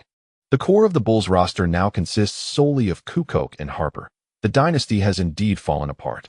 On the evening of February 5th, at Madison Square Garden, New York fans, having waited for half a year, entered the arena early, eager to witness the championship banner rise above. With the Bulls roster drastically altered, the opposition was not taken seriously, and tonight's game had transformed into a grand celebration. As the clock struck 8 p.m., the atmosphere escalated in excitement. On the sidelines, Spike Lee was engaging with Coach Calhoun and the freshman from the University of Connecticut. "This is undoubtedly a historic moment. Knicks fans have waited far too long. Young men, in the future, you too may join the team like Lee. The Knicks are the ultimate choice." Coach Calhoun nodded with a grin, while Hamilton and several freshmen were swept up in the fervor, joining the fans in their cheers. Old Charles had once again invited numerous city officials and social luminaries to the box to witness the game, as he would be the center of attention, alongside Commissioner David Stern, presenting championship rings to the Knicks. As the clock approached 7:30 p.m., David Stern, having recently reached an agreement with the players' union, resumed his familiar appearance. Having shaved off his beard and entering with a smile, "I am delighted to be here this evening at Madison Square Garden to witness the Knicks' third championship in history. I extend my gratitude to the city of New York for its unwavering support of the league. It is time to welcome our championship players." Old Charles did not seek the spotlight, cheerfully standing at the center of the court, where a table was adorned with the championship rings. On the front, diamonds formed the name of the Knicks. One side bore the impressive regular season record of 63 wins and 19 losses, while the opposite side displayed the playoff record of 15 wins and 2 losses. Above these records were inscribed the names of Li Yao and Ewing, signifying that this ring is a tribute to both. The rings, predominantly gold and white, appeared even more splendid compared to those from the 1970s. As the DJ called out the names, The players stepping forward to receive their rings were met with enthusiastic cheers from the fans. Though Ewing had become quite rotund, this moment eclipsed any concern, as he was the third to last to appear, greeted by a continuous roar of applause. Old Charles presented him with the ring, which the big man donned on his right hand, his eyes glistening with emotion. The penultimate player to enter, Li Yao, wore a smile. After receiving his ring, he shared a warm embrace with Old Charles. Starks was the last to take the stage, and the Knicks players showered him with applause, prompting the New York fans to rise in unison, delivering their loudest cheers for this veteran. Dressed impeccably, Starks was visibly moved. He had no desire to leave New York or join the Warriors, yet business dictated otherwise. As a gesture of compensation, the Knicks chose to have this veteran make his entrance last, allowing him to bid farewell to the New York fans. Upon receiving his ring, Starks was brought to tears. Old Charles patted the veteran, who had shaped the Knicks locker room culture, and handed him the microphone. "John, it's unfortunate that you've left the team, but I assure you, the Knicks will always welcome you, and the fans of New York will not forget your contributions." Regaining his composure, Starks took the microphone, his voice trembling with excitement. "Thank you all for your blessings. I love New York. It will always be my home, and I will never forget this championship experience." Jeff Van Gundy watched Starks' heartfelt speech while donning his championship ring, applauding alongside the coaching staff. Allen Houston, Larry Johnson, and Oakley exchanged playful banter, while the Knicks staff also received a ring. Meanwhile, Sprewell, clad in the Knicks' home white practice attire, felt a pang of envy at this moment. Li Yao, noticing the new recruit's gaze, smiled and quietly remarked, "To achieve a championship, one must always sacrifice something. Thank you to my readers for your subscription support. Tomorrow, we will return to a full chapter. I have trimmed some unnecessary transfer details, as the playoffs are fast approaching." End of chapter. Chapter 127. Coach. I want to play basketball. On the evening of February 5, 1999, Madison Square Garden witnessed the raising of the third championship banner, a moment cherished by New York fans. Throughout the award ceremony, Old Charles and David Stern gracefully refrained from stealing the spotlight, instead affording the veterans the opportunity to express themselves. From the onset of the game, the cheers from the New York fans were relentless. Perhaps the championship invigorated the once rotund Ewing, as he displayed an unusually spirited performance at the beginning. However, after several missed shots, his energy waned. Li Yao felt a sense of helplessness as, despite Oakley's commendable physique, his shooting touch was equally absent during the game.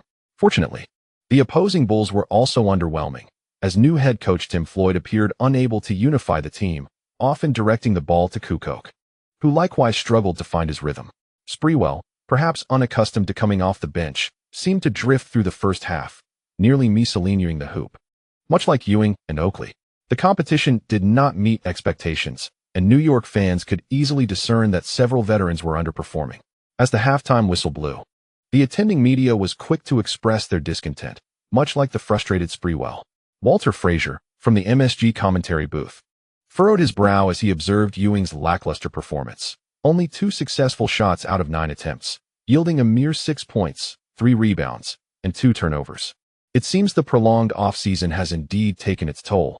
Pat must find his rhythm soon, though his screens were commendable. Commentator Mike Breen noted that Li Yao had only dished out 3 assists in the first half, with nearly all his passes resulting in missed shots, leading to an uncertain atmosphere. However, given that it was the season opener, a slow start is to be expected, and fortunately, we held a lead at halftime, with Li's performance being quite satisfactory. In the Knicks locker room, the 2 veterans were unconcerned about their shooting woes, returning to their seats to engage in casual banter, reassured by the team's winning status. On this championship night, enjoying the game was perfectly reasonable. Upon re-entering the locker room, Li Yao paid little mind to the older players' performance and briefly communicated with the team's new acquisitions, Cortez Thomas and Dennis Scott. "Thomas, play freely. We need your robust defense." Akin to Charles, this is our home court. Drafted 10th overall by the Heat in 1995, Cortez Thomas was traded to the Mavericks last season. Due to injuries and the arrival of Nowitzki, Old Nelson opted to part ways with the powerful forward. Glenn Field signed as free agent, recognizing him as a valuable addition to the Knicks' interior defense. As the general manager, he was well aware that Oakley might decline, and Thomas, with his decent mid-range shot and versatility in positions 4 and 5, was a cost-effective reinforcement. Offensively limited, the bench struggled, Sprewell hardly passed the ball, while Chris Charles managed to provide him with a few assists. Perhaps due to nerves, Thomas was unable to find his rhythm. Chris, be mindful of your passing position after the pick. Let Thomas find his touch in the paint. Scott, capable of shooting threes for the Knicks, understood that against a team like the Bulls, solid defense would allow them to execute their favored offensive strategies. The forward, selected 4th overall by the Magic in 1990, awkwardly nodded at Li's words. Dennis Scott, also a free agent acquisition for the Knicks, was in a decline at 30, having lost some physical shape. Li's comments were more of a courtesy, especially after such a disappointing first-half performance. Due to Chris Dudley's poor physical condition, Ben Wallace took on the role of backup center in tonight's rotation. The defensive partnership with Corta Thomas held up reasonably well, and they managed to secure rebounds effectively. However, the overall rotation struggled to score following Sprewell's shooting difficulties. The bench was, at best, a 4-to-1 arrangement, intended to showcase the skills of the notorious defender. Yet the results fell short of expectations. Upon returning to the locker room, Jeff Van Gundy discovered Li Yao scribbling on the whiteboard. From time to time, Chris Childs posed questions, while Kurt Thomas and Ben Wallace nodded in agreement. Having grown accustomed to such scenes, Jeff Van Gundy patiently waited until the discussions had settled before clearing his throat and clapping his hands, proclaiming, "The second half is upon us. We aim to conclude the game by the end of the third quarter. This month's schedule is rather demanding, and we must prepare ourselves adequately." Kurt Thomas, a recent addition to the team, wore an oddly contemplative expression, though his naturally somber demeanor concealed any signs of unease from the others. Over the past fortnight of training sessions, he had primarily engaged in defensive drills. The offensive strategies employed by the Knicks were rather simplistic and brute, predominantly revolving around pick and rolls.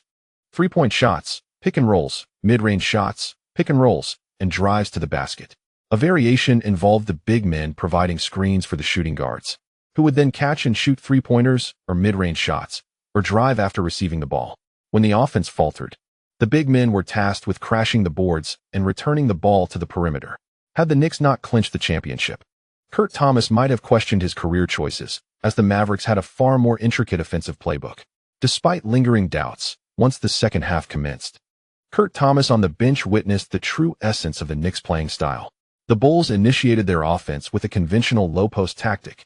Newcomer Brent Barry swiftly navigated the baseline from left to right, arriving at the right block to receive a pass from Harper, pivoting into an offensive stance. After a feint, he dribbled with his right hand, executing a crossover step to break through, challenging Allen Houston's defense as he charged toward the basket. Had it been Michael Jordan executing the same play, he would have likely maneuvered past the initial defense and finished with a layup. However, Brent Barry lacked the explosive speed for a dunk. His overt intentions to drive allowed Oakley to anticipate the move, abandoning his matchup with Mark Bryant to reinforce the defense. Coordinating with Allen Houston, Oakley executed an aerial interception, while simultaneously, his right elbow discreetly braced against Brent Barry's ribs, causing him to feel a sharp pain before he was unceremoniously sent crashing to the floor. Oh! The fans erupted in cheers as Oakley secured the rebound and promptly hurled the ball to the awaiting Li Yao, who rapidly advanced along the right sideline. With Harper immediately attempting to impede his progress, the Bulls' two big men had just retreated to the midcourt line as Li Yao approached the three-point arc. He decelerated momentarily before swiftly dribbling behind his back. Harper, well acquainted with Li Yao's moves, was taken aback when Li Yao unexpectedly accelerated after a lateral stop. With the ball in his left hand and his center of gravity lowered, Li Yao quickly gained a half step, driving into the paint against the sliding Harper.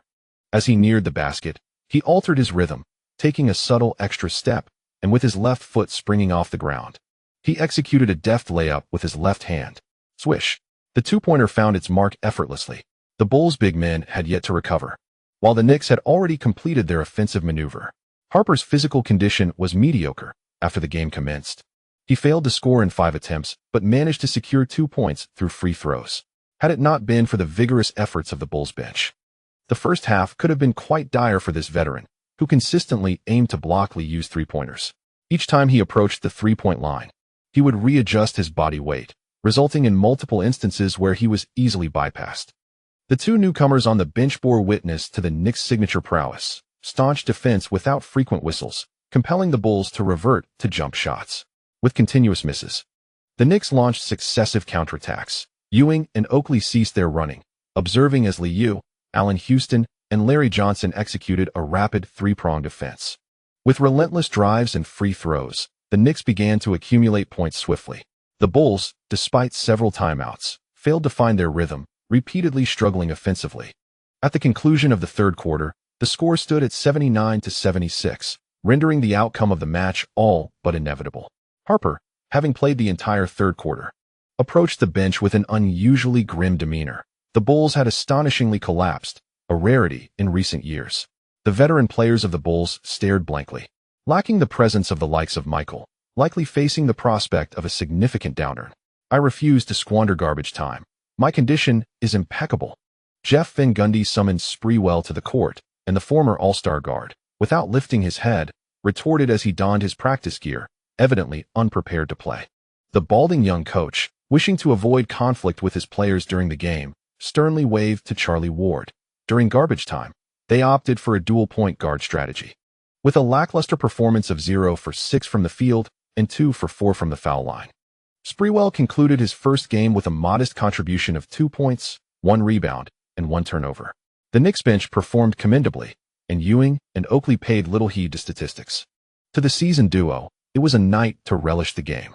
Observing the altercation between Sprewell and Van Gundy, Li Yao remained silent, while Ewing and Oakley continued to embody the leadership in the locker room. If the coach could not even determine who would take the court, it would be time for the balding young coach to face the consequences. As the game time dwindled rapidly, the final score settled at 79-100. In the inaugural match of the new season, the Knicks triumphed effortlessly over the Bulls. The substantial victory over their old rivals left the New York fans quite satisfied, and the attending legends rose to applaud. Jeff Van Gundy's expression was far from pleasant, as the balding young coach turned to prepare for a conversation with Sprewell. In 28 minutes of play, Li Yao delivered an impressive performance, 17 attempts with 9 successful shots, 3 out of 1 from beyond the arc, and a perfect 4 for 4 from the free throw line, totaling 23 points, 4 rebounds, 6 assists, 1 steal, and 1 turnover, earning him the highest score of the match. Immediately following the game, he participated in an interview. Meanwhile, the underwhelming performances of the others, 3 for 11 from the field for the Gorilla and 2 for 8 for Oakley, did not go unnoticed. Walt Frazier, cheerfully disregarding the two veterans, jovially posed the question, "In our season opener, we performed remarkably well. Lee, do you believe we have a chance to defend our title this year?" This inquiry was of great interest to many New York fans, to which Li Yao confidently responded, "Absolutely. This is our 3rd year of team cohesion, and our synergy has only improved. Compared to other teams, we maintain a balanced offense and defense. This year, we are certainly poised for a successful title defense." The scene was alive with fervent New York fans chanting the name of Li Yao. Commentator Mike Breen, witnessing this spectacle, cheerfully inquired, "We noticed a significant change in your offensive choices during the first game. Does this relate to your training in the offseason?" Li Yao waved to the fans at the sidelines and candidly replied, "Indeed, after 2 seasons, we have once again claimed the championship, and more teams are studying my technical attributes. I will respond accordingly. It's not solely about 3-point shots, but rather making judicious offensive choices based on the defense." Upon returning to the locker room, Jeff Van Gundy was vehemently berating Sprewell. No player can overshadow the team. To achieve a championship, everyone must make sacrifices. This is your first warning. Should this occur again, you will not be activated. The bald-headed coach, filled with ire, shouted a few more words before succinctly summarizing the game. Sitting in his seat, Sprewell wore a long face, while Ewing and Oakley chuckled at the spectacle. Back at his seat, Li Yao exchanged fist bumps with Allen Houston, jokingly remarking, "This is a good thing. At least we still have time to adjust." Allen Houston, who scored 20 points in the game, remained unfazed by the team's atmosphere, stating with a light-hearted tone, "I believe that in just half a month, the team will find its rhythm." Perhaps there was a mole within the Knicks. The news of Van Gundy's outburst at Sprewell graced the front pages of several New York newspapers the following day. Coach Van Gundy has lost control of the locker room. A disastrous trade? Sprewell is becoming a toxic presence. Thankfully, the media was astute enough to recognize Sprewell's superiority over Starks without diminishing the latter's abilities. At the season's outset, the Knicks faced a relatively lenient schedule. The next day, during practice in Tarrytown, Jeff Van Gundy nearly staged a scenario to catch the mole. In theory, locker room discussions should remain confidential and not be disclosed to media personnel, as they pertain to internal team matters that ought to be resolved internally. The young championship coach, feeling disheartened, found it exceedingly humiliating to be unable to command his players. After the exposure, Sprewell grasped the gravity of the situation, realizing that playing in New York came with the burden of media scrutiny. Once branded with such a label, his career could be irrevocably tarnished. In the game on Sunday against the Wizards, Sprewell did not make the activation list. Nonetheless, this did not impede the Knicks from securing victory. The Knicks triumphed decisively over the Wizards at home. Li Yao, Allen Houston, and Larry Johnson maintained their scorching form. On the bench, the interior duo of Kurt Thomas and Ben Wallace demonstrated exceptional defense. Assistant coach Thibodeau was exceedingly pleased, as both Thomas and Wallace shot 3 for 4, contributing 8 points. The bench collectively amassed 31 points, and it seems Sprewell's absence had little effect. In the second week of competition, the Knicks faced only one back-to-back game. Despite Ewing and Oakley continuing to struggle with their form, the shift of the offensive focus to the perimeter did not significantly impact the team's performance. Following consecutive victories over the Heat and the Magic, the Knicks effortlessly secured a 4-game winning streak. On the evening of the 15th, Sprewell sat on the bench, activated but still without a chance to play. Observing the Knicks bench limiting the Pistons' shooting through staunch defense, Sprewell sensed that another resounding victory was imminent. Coach Alvin Gentry felt that timeouts had lost their effectiveness, helplessly watching from the sidelines as the deficit widened. Throughout the second quarter, Li Yao played only 2 minutes, merely stretching his legs. At halftime, the score was 33-50, and Madison Square Garden was ablaze with excitement, leading by 17 points at the half. The second half promised ample garbage time. During the intermission, Sprewell remained silent, but as the third quarter commenced, he saw Grant Hill still on the court, diligently aiding his team in scoring, which stirred a conflict within him. With 4 minutes and 12 seconds left in the third quarter, Jeff Van Gundy called a timeout, intending to substitute in the bench players to further develop the inside combination of Kurt Thomas and Ben Wallace. Little Ben, undeterred by the garbage time, had let his hair grow for nearly a year, sporting a small afro this season. After tossing his towel, he exchanged a fist bump with the starters as he exclaimed, "So cool. Tonight, we shall triumph again." Upon returning to the bench, Li Yao received the water bottle from Ben Wallace and offered words of encouragement. "Ben, you played splendidly in the second quarter. Keep up this momentum." At that moment, the gorilla was too preoccupied to console the bench, as the Pistons continued to miss shots, allowing the Knicks to capitalize with rapid transitions that left them breathless. Throughout the offseason, Ewing had engaged in minimal training, and these recent games had taken a considerable toll on him. Li Yao quietly urged Chris Childs to share the ball more, while Larry Johnson jested about Allen Houston's pass choices, and Oakley remained aloof, lost in thought. Sensing that the starters were indifferent to him, Sprewell ultimately acquiesced, approaching the group as Jeff Van Gundy concluded his tactical discussions, and softly stated, "Coach, I wish to play. Thanks to the support of my readers.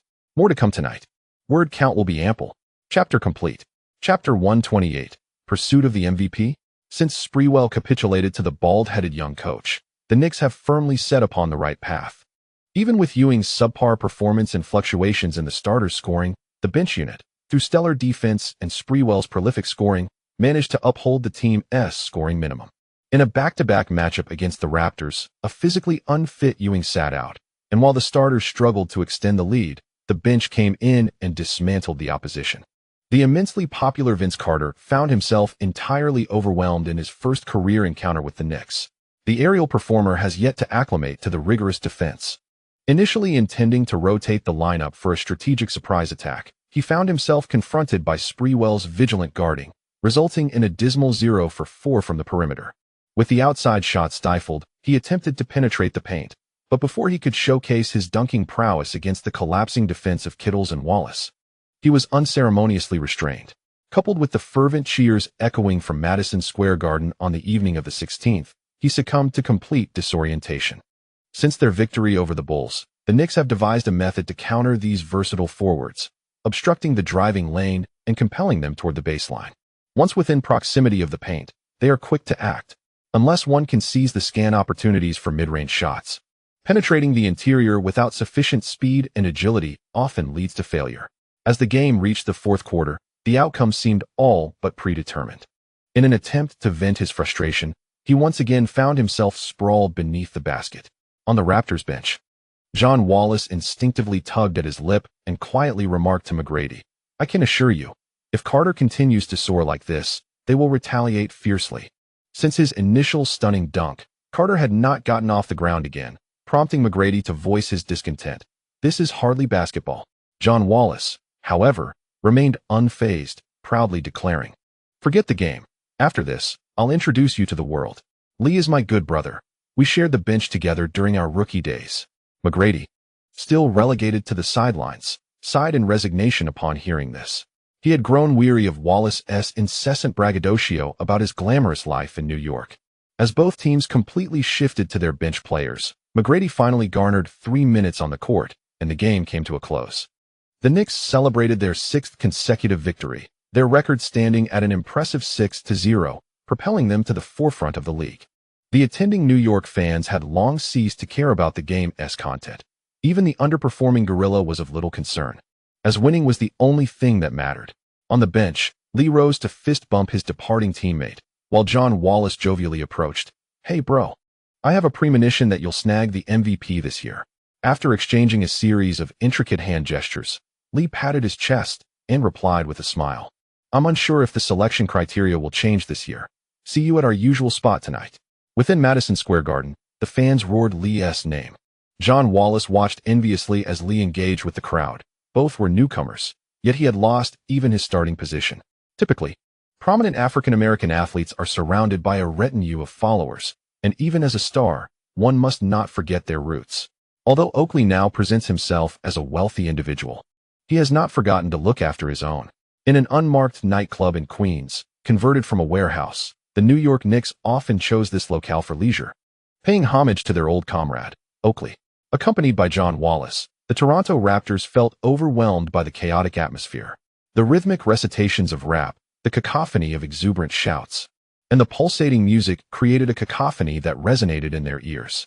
The aroma of certain herbs further unsettled Carter and McGrady. As midnight approached, the ambience intensified.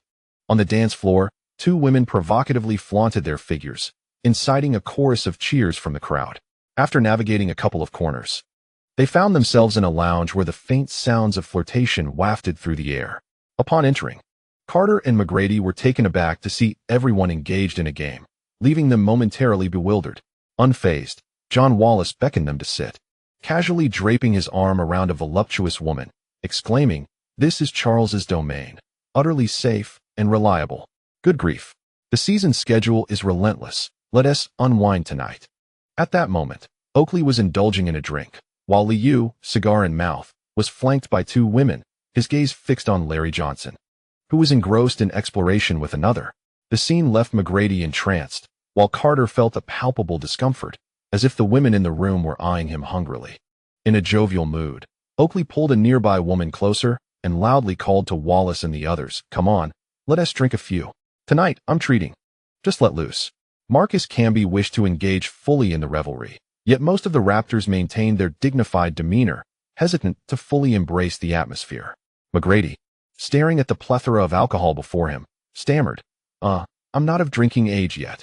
Upon hearing this, Oakley burst into laughter, turning to Li Yao, who was savoring his cigar, and exclaimed, "Listen to this kid, Lee. This is the difference between them and you. Damn it, everyone must drink. Refusing is a slight against me." Li Yao, with 2 women by his side, chuckled and reassured the Raptors, "Don't misunderstand. Charles just wants everyone to relax. Rest assured, the drinks are top-notch, and there's no need to worry about hangovers." As another wave of scantily clad women entered, the lounge pulsated with music, rapidly heating the atmosphere. McGrady and Carter found themselves nearly overwhelmed. The women who attended this gathering were well aware of their intentions, inching closer to the 2 men. Once the initial hurdles were crossed, the prospect of a child promised a substantial reward. On the morning of the 17th, at the Tarrytown Training Center, following a video session, Oakley could not contain his low complaints. Damn it, 2 spineless softies. The previous night, the 2 newcomers had indulged excessively, ultimately needing assistance back to their hotel. While several women related to Oakley found themselves unfulfilled. Since returning to New York, Ewing had morphed into a devoted family man, though he harbored an itch to partake in the festivities. As the recording session concluded, Jeff Van Gundy stood at the forefront, applauding with encouragement. Kurt and Ben have been performing exceptionally well in recent games. We need this kind of defense to persist. This season, no one shall rival us. Assistant coach Tom Thibodeau joined in with enthusiastic applause. Currently, the age composition of the Knicks is rather commendable, with Kurt Thomas at 26 and Ben Wallace at 25, both in the prime years of their careers. Although Dennis Scott on the wing has seen a decline, exhibiting average defensive skills, he can still contribute 4 to 5 points offensively. Under these circumstances, as long as Sprewell showcases his scoring prowess, the coaching staff need not fret over the rotation issues. One capable shooter, paired with 2 adept rebounders, alongside Chris Childs managing the tempo from the perimeter, this lineup grows increasingly stable as the team finds its rhythm. Ewing, feeling he has not performed up to par, took the opportunity during lunch to voice his thoughts. My body has nearly recovered. I can return to my previous game pace in the upcoming matches. Despite the Knicks executing numerous fast breaks, the absence of the Gorillas' involvement compared to last season leaves their offense incomplete. With a flight to Cleveland scheduled for the afternoon, the Gorillas' remarks clearly aimed to showcase himself before Shawn Kemp. Li Yao, perceptive enough not to shatter Ewing's fragile confidence, promptly responded, "Staying healthy is paramount. We have 18 games in March, Pat, and ample time to regain our physical form." The team rallied around Ewing with words of reassurance, acknowledging that although Shawn Kemp had also gained some weight, he still appeared to be in slightly better condition. The New York media incessantly lauded the Gorilla, and the title of the league's premier center likely inflated Ewing's ego. Sprewell remained silent. Although he accepted his role off the bench, he was still displeased and seldom engaged in such casual conversations. On February 18th, the Knicks, having flown to Cleveland, experienced their first defeat of the season. The considerably heavier Shawn Kemp delivered an outstanding performance, relentlessly attacking the paint and frequently reaching the free throw line. Ewing, unable to keep pace physically, fouled out early in the fourth quarter. After the Knicks were penalized with 33 free throws, they succumbed to a heartbreaking 1-point loss. This defeat was also tied to Li Yao's fluctuating performance. He played 40 minutes, shooting 8 for 19 from the field, 0 for 5 from beyond the arc, and 5 for 6 from the free throw line, accumulating 21 points, 5 rebounds, 11 assists, and 3 turnovers. The absence of any three-pointers halted his remarkable streak of consecutive regular season three-pointers at 127 games. Despite the loss, major sports media outlets reported extensively on Li Yao's astonishing record, with New York media confidently declaring, "No one will break this record in the next decade." Following the defeat, the Knicks promptly flew to Philadelphia for a back-to-back matchup against the 76ers. Due to the work stoppage, the All-Star game originally scheduled to be held in Philadelphia was ultimately canceled. This left Allen Iverson particularly disheartened, as he too had aspired to claim the MVP award on his home turf. In the 1996 rookie class, despite Allen Iverson's penchant for leisure activities, major sports media unanimously believe he will be the first to catch up to the accomplishments of his predecessor, Reggie Miller. This season, the Philadelphia 76ers have continued to strengthen their roster, further aided by the esteemed coaching of Larry Brown, and the team appears to be back on track since the season commenced. With the retirement of Michael Jordan, the most popular figures in the Eastern Conference are currently Miller and Iverson. Although Grant Hill and Anthony Hardaway are still in their prime, there is an air of obsolescence surrounding them. Nike and Reebok are engaged in a competitive rivalry, while Miller's signature shoes are performing well in the market. Iverson's sales are also commendable. With both sponsors exerting considerable influence, the media, eager for profit, enthusiastically rallies behind them. Perhaps influenced by Miller, Iverson has taken on the shooting guard position this season, while Eric Snow, who joined the 76ers last year, has firmly established himself as the starting point guard. Larry Brown has indeed demonstrated his acumen by assembling an effective lineup around Iverson. The starting roster features George Lynch and Theo Ratliff on the front line, with Matt Geiger as the center.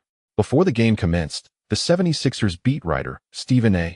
Smith, took the opportunity to interview Miller, a devoted Knicks fan who currently thrives on reporting Iverson's exploits, often engaging with Miller as a fan.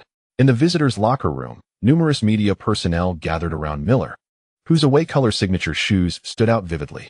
Before his seat, he ostentatiously arranged a new McDonald's beef burger, adorning a white compression shirt. He also sported a modest Under Armour logo.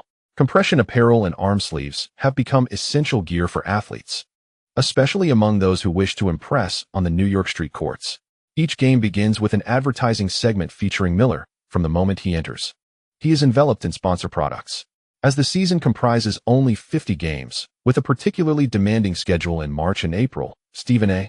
Smith inquired, "Do you believe the Knicks can successfully defend their title?"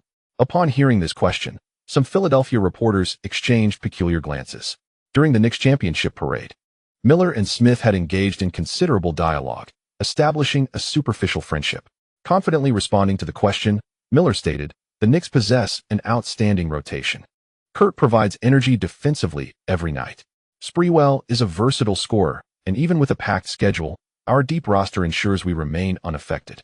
I believe we will successfully defend our title this year."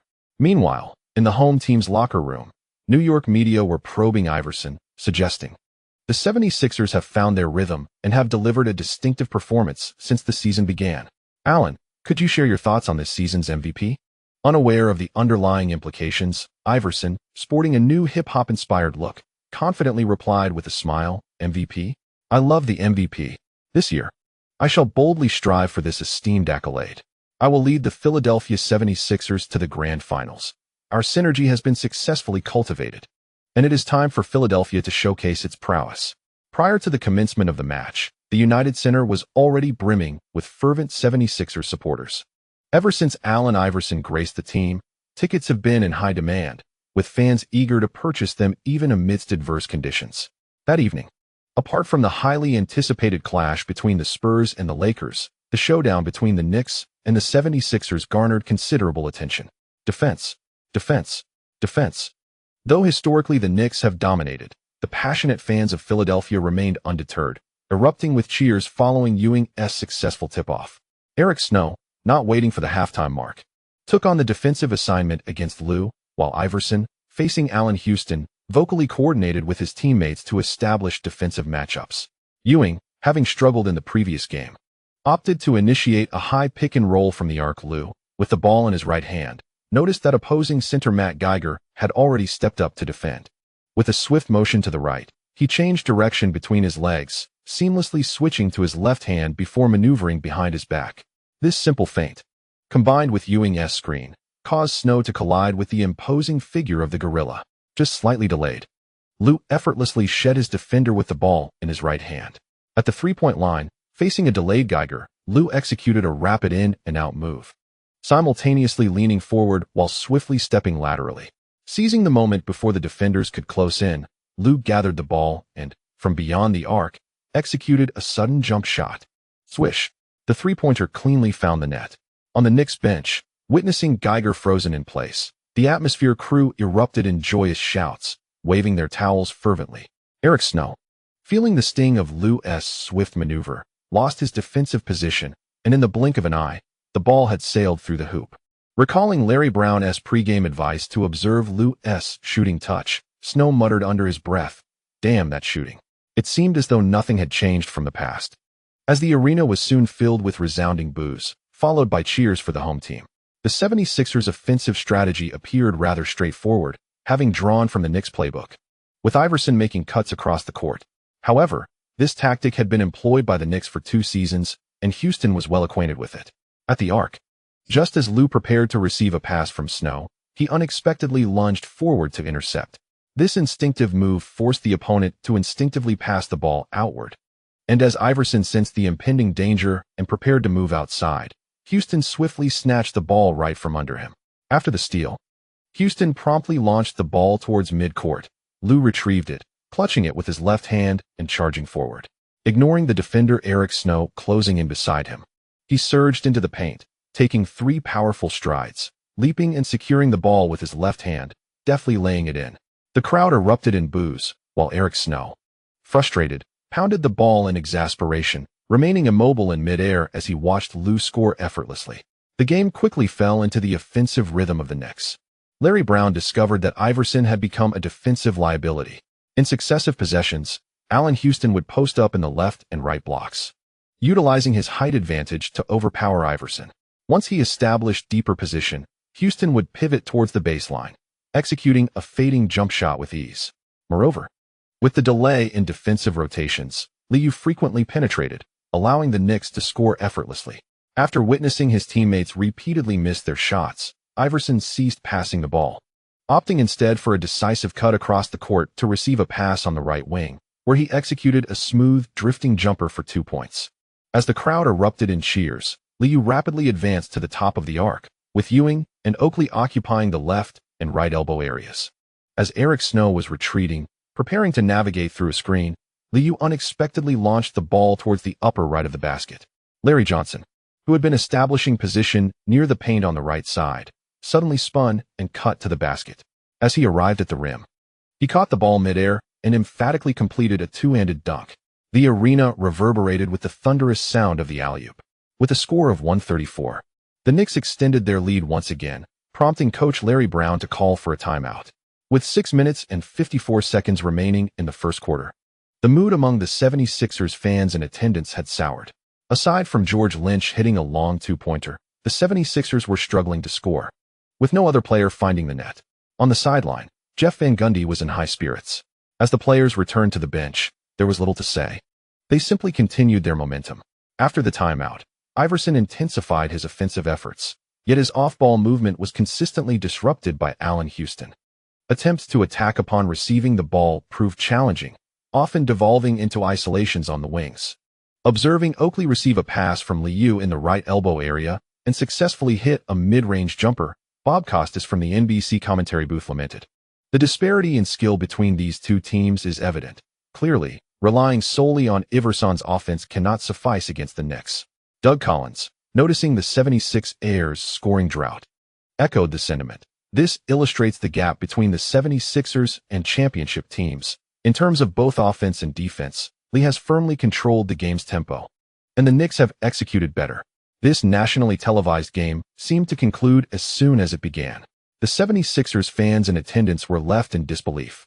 With a shooting line of 3 for 7 and a total of 7 points, Iverson returned to the bench, lips pursed and expression glum, his eyes wide as he angrily pounded the seat.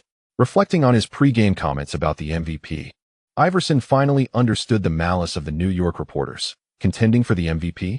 It appeared to be anything but a simple endeavor. Thank you to the readers for your subscriptions and support. This chapter concludes here. I plan to expedite the updates, having introduced the new season's roster. Due to the shortened season, we will encounter few Western teams, so I won't elaborate further. Although parting with some material is painful, accelerating the pace will ultimately enhance the overall experience. After all, the focus remains on the few teams in close geographical proximity.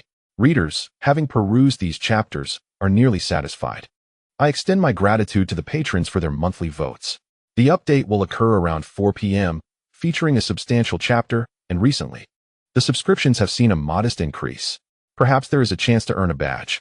Since its release, recommendations have been sparse, relying solely on the support of readers. Thank you all for your subscriptions. Chapter 129, A New Era of Star Formation. On February 19, 1999, the Philadelphia 76ers faced a disheartening defeat at home. Following the loss, Larry Brown wore a grave expression, while the Philadelphia fans were left in stunned silence. With a staggering deficit of 31 points, many fans felt a chill of despair. Allen Houston delivered his finest performance of the season, playing 32 minutes, hitting 11 of 16 shots, including a perfect 5 for 5 from beyond the arc, amassing 27 points along with 3 rebounds, 2 assists, 3 steals, and 1 turnover. In the face of Allen Iverson's defense, Houston exuded remarkable composure, even channeling some of Michael Jordan's flair. Positioned near the paint on the right side, he successfully established position, pivoted towards the baseline, and executed a smooth fadeaway jumper. Against such an offensive strategy, the diminutive Iverson had little recourse, effectively rendered powerless for 3 quarters. During his off-ball pursuits, several gambles for steals only served to grant Houston further opportunities for three-pointers, which he capitalized on with ease. Although Iverson managed to reclaim some pride offensively, playing 40 minutes and scoring a game-high 29 points on 11 of 20 shooting, the heavy loss placed the burden squarely on him. After the game, when the New York media jovially inquired about the MVP, Iverson, incensed, nearly stormed out. The MVP does not suffer such lopsided defeats, nor does he become a defensive liability. As the New York media continued their banter, Houston added salt to the wound during interviews. Li always knows the precise moment to deliver a pass. I merely seized those fleeting opportunities. Undoubtedly, I must express my gratitude to Mike. Throughout the past 2 playoff seasons, I have learned extensively from him. Off-ball movement and post-offense. He has exploited my weaknesses in these areas, and I am grateful for those experiences. Iverson possesses remarkable offensive talent, yet I enjoy a physical advantage. This is merely a regular season game. An efficient performance does not necessarily signify deeper issues. In 33 minutes of play, Li Yao also exhibited efficiency, shooting 8 of 15, 3 of 5 from beyond the arc, and sinking 5 of 6 free throws, culminating in 24 points, 4 rebounds, 12 assists, 1 steal, and 2 turnovers. Throughout this season, he has consistently scored at least 20 points, achieving double-doubles in 5 consecutive games, prompting the New York media to rally. Li has reclaimed his rightful MVP. With a schedule of 5 games in a week, on the evening of the 21st, the Knicks returned home to face the Bulls once more, handing them another resounding defeat. The final score read 6-3-1-0-0, and Madison Square Garden erupted in euphoria. Witnessing their old rivals, the Bulls, reduced to mere fodder, the New York fans were elated. The Knicks' second unit excelled, limiting the Bulls' bench to a mere 10 points. Since the season's commencement, most teams encountering the Knicks have opted to slow their pace, seeking half-court offense to minimize the Knicks' transition opportunities. The lackluster performance of the subpar teams is solely due to their own offensive shortcomings. Once they falter, they inevitably face counterattacks. In the last 2 games, the Philadelphia 76ers had 70 possessions, the Chicago Bulls 72, while the New York Knicks maintained a steady 84, unaffected by their opponents. During the post-game press conference, Jeff Van Gundy received unanimous praise from the New York media. "Jeff, could you elaborate on our second unit?" Sprewell has been in excellent form lately. As the eccentric player shuns the New York media, inquiries naturally fall to the head coach. The bald young coach has recently been riding high, as the team finds its rhythm, in the face of a demanding schedule.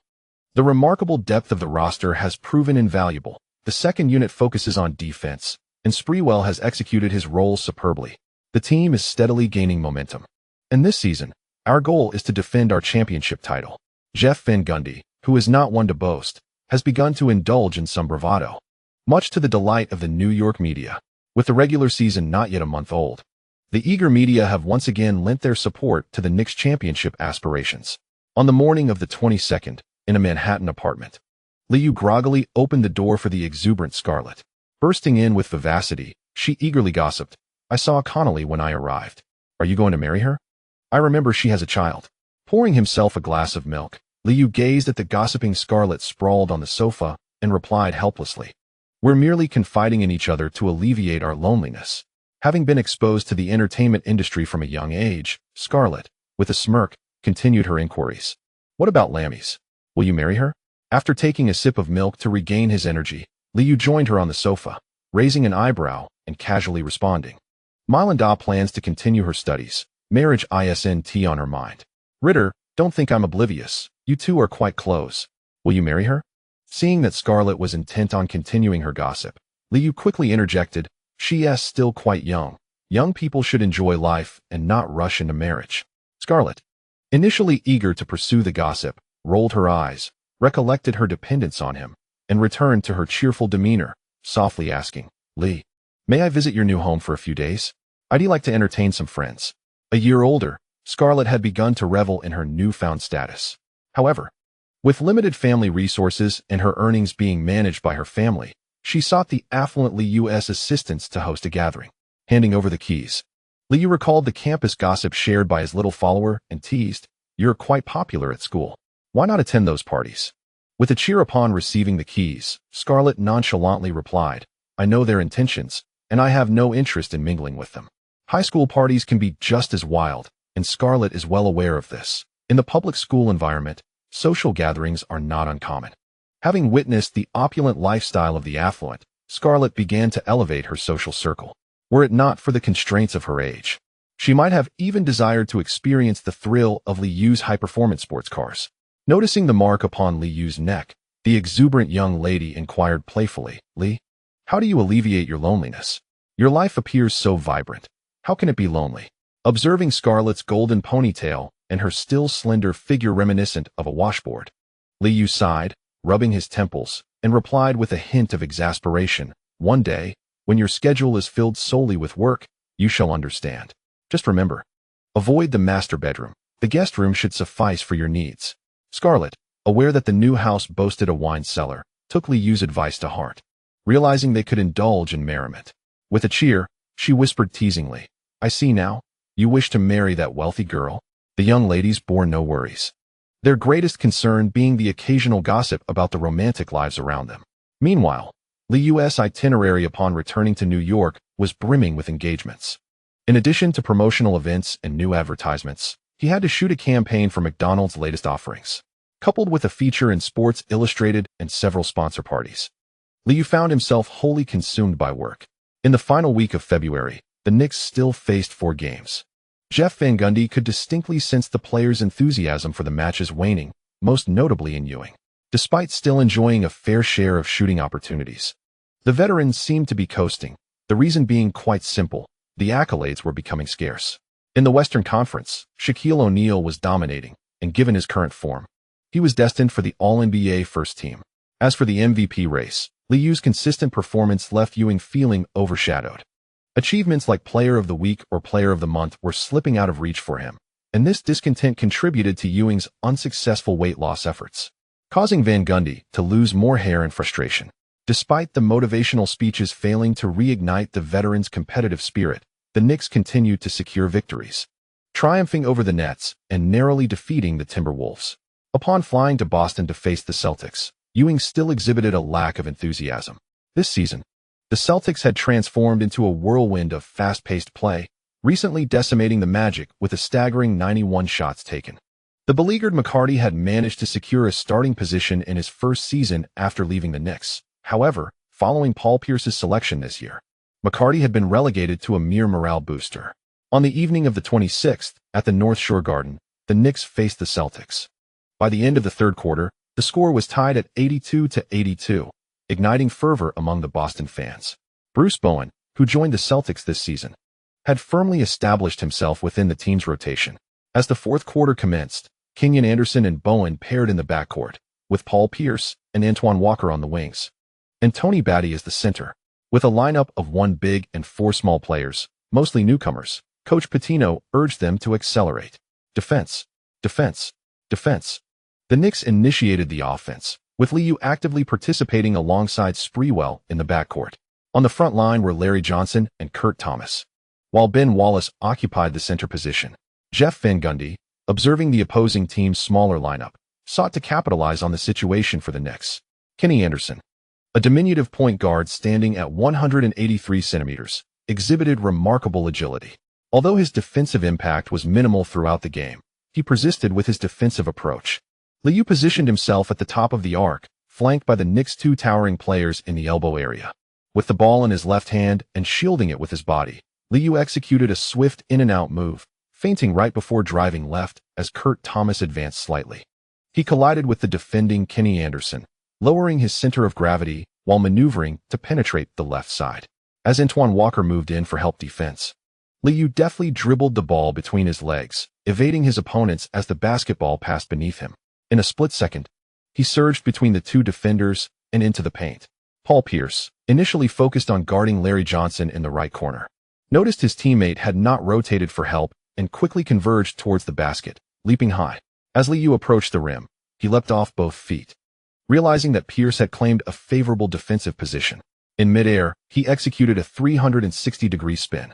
Amidst the astonished gasps of the Celtics fans, Li Yao maneuvered to the left side of the basket, completely eluding Pierce's block, and with his left hand, he deftly guided the ball into the hoop. The referee's whistle signaled a successful basket, and he additionally called a foul on Pierce for holding. Discontent with the call, the crowd erupted in boos. Upon landing, Pierce instinctively opened his mouth in disbelief as he watched Li Yao approach the free throw line. From the Celtics commentary booth, the legendary Bob Cousy expressed a hint of resignation, stating, "We need to acquire a big man capable of protecting the rim." This marks the 4th time Li has scored in the paint while drawing a foul. He lamented the poor defensive habits of Antoine Walker, emphasizing that if they aspired to secure a championship, they must attend to such details. His partner, Sean Grande, glanced at the statistics and quickly smirked, suggesting quietly, Our shooting percentage is declining, while Li is demonstrating exceptional offensive prowess. We should slow down the pace in the upcoming plays. As they continued their analysis, after Li Yao converted the free throw, the Celtics swiftly executed an inbound play, moving past half court with 2 outside passes. On the right wing, Antoine Walker emerged to receive the ball. Noticing Kurt standing within the 3-point line with his hands raised, Walker hesitated not and decisively launched a jump shot. The ball clanged off the rim, bouncing long and fortuitously landing in Sprewell's hands. Seizing the rebound, he immediately pushed the ball up the court, accelerating through the middle and crossing half court. Bowen relentlessly pursued, attempting to impede him, while Sprewell spotted Li Yao trailing on the right wing. Without waiting to approach the 3-point line, he executed a behind-the-back pass with his left hand. The trailing Li Yao caught the ball and smoothly transitioned into a shooting stance, adjusting his feet as he neared the arc. As Kenny Anderson hastily slid to defend, he arrived just in time to witness Li Yao abruptly halt and release a jump shot. Swish! Another 3-pointer scored in transition. The score stood at 88-82, swiftly granting a lead. The atmosphere on the Knicks bench became electrified as the cheer squad joined in applause. Observing Li Yao raise his right arm and display 3 fingers in a flamboyant manner, Antoine Walker disregarded the coach's signals and continued to hasten the offense. Receiving the ball from the right side, Antoine Walker faced the defensive quartet, attacking the rim. After a series of threats, he executed a crossover dribble and barreled straight to the basket. Though Quartet lost his defensive positioning, he still offered physical resistance, while Ben Wallace rapidly retreated to the right side of the rim, leaping up to deliver a resounding block. Watching Larry Johnson seize control of the ball and drive forward, Pierce desperately hustled back on defense. Just after crossing half court, Larry Johnson passed the ball to Li Yao, who was approaching the left wing. Upon receiving the ball, Li Yao immediately executed a behind-the-back dribble, switching to his left hand. Lowering his center of gravity while shouldering his way through, Li Yao charged ahead. Noticing the actively retreating Pierce returning to the paint, Li Yao promptly leaped, engaging in aerial contact with him. Having learned from previous encounters, Pierce instinctively committed a foul, but soon realized that Li Yao had merely tilted his body slightly, evading the swipe of his right hand and awkwardly tossing the ball towards the backboard. Thud! Whack! As the ball fell through the net, the referee's whistle echoed in his ears. Pierce, exasperated, raised his hands in a gesture of surrender to his teammates, indicating he had done his utmost. Li Yao, indifferent to his opponent, stood beneath the basket, showcasing his biceps to the camera, provoking a chorus of boos from front-row fans before turning to celebrate with Larry Johnson. Nice pass, bro. On the sidelines, Jeff Van Gundy clapped incessantly, then chuckled as he returned to the bench, content to observe. Legendary commentator Bob Cousy, witnessing Li Yao convert his free throw, adopted a more somber tone, remarking, "You cannot fault Paul. Kenny Anderson is utterly incapable of containing Li's offensive prowess." As the game progressed, Antoine Walker and Pierce took turns missing shots, and the North Shore Garden gradually fell silent. The Knicks launched counterattacks one after another, with Sprewell and Li Yao alternating between driving to the basket and shooting, extinguishing any suspense in the game in less than 6 minutes. As the coach called for another timeout, Pitino nearly erupted with frustration over Antoine Walker's repeated misses, banging the bench as he implored, "Focus on defense, complete your defensive assignments timely." Hey, the game isn't over yet. With the score at 99-86, Pierce, returning to his seat, felt a wave of dejection upon hearing the coach's words and noting the 13-point deficit. As the starting lineup gradually returned, the Knicks' offensive firepower remained unyielding, with Li Yao continuing to score. In the midst of the offensive play, Li Yao executed a step-back 3-pointer with finesse. During a second-chance opportunity, he skillfully drove to the basket, assisting Bonner with a thunderous dunk. Pierce, attempting a 3-pointer from the left wing, missed the mark. After Li Yao secured the rebound, he delivered a long pass that traversed the court, enabling Larry Johnson to execute a spectacular fast-break dunk. While the score kept rising, the opposing team struggled with missed shots. As the fourth quarter dwindled to 3 minutes, Li Yao found himself at the free throw line once more, prompting Celtics fans in the back row to begin their exodus. Having played exceptionally well through 3 quarters, the final period was a triumphant display of skill.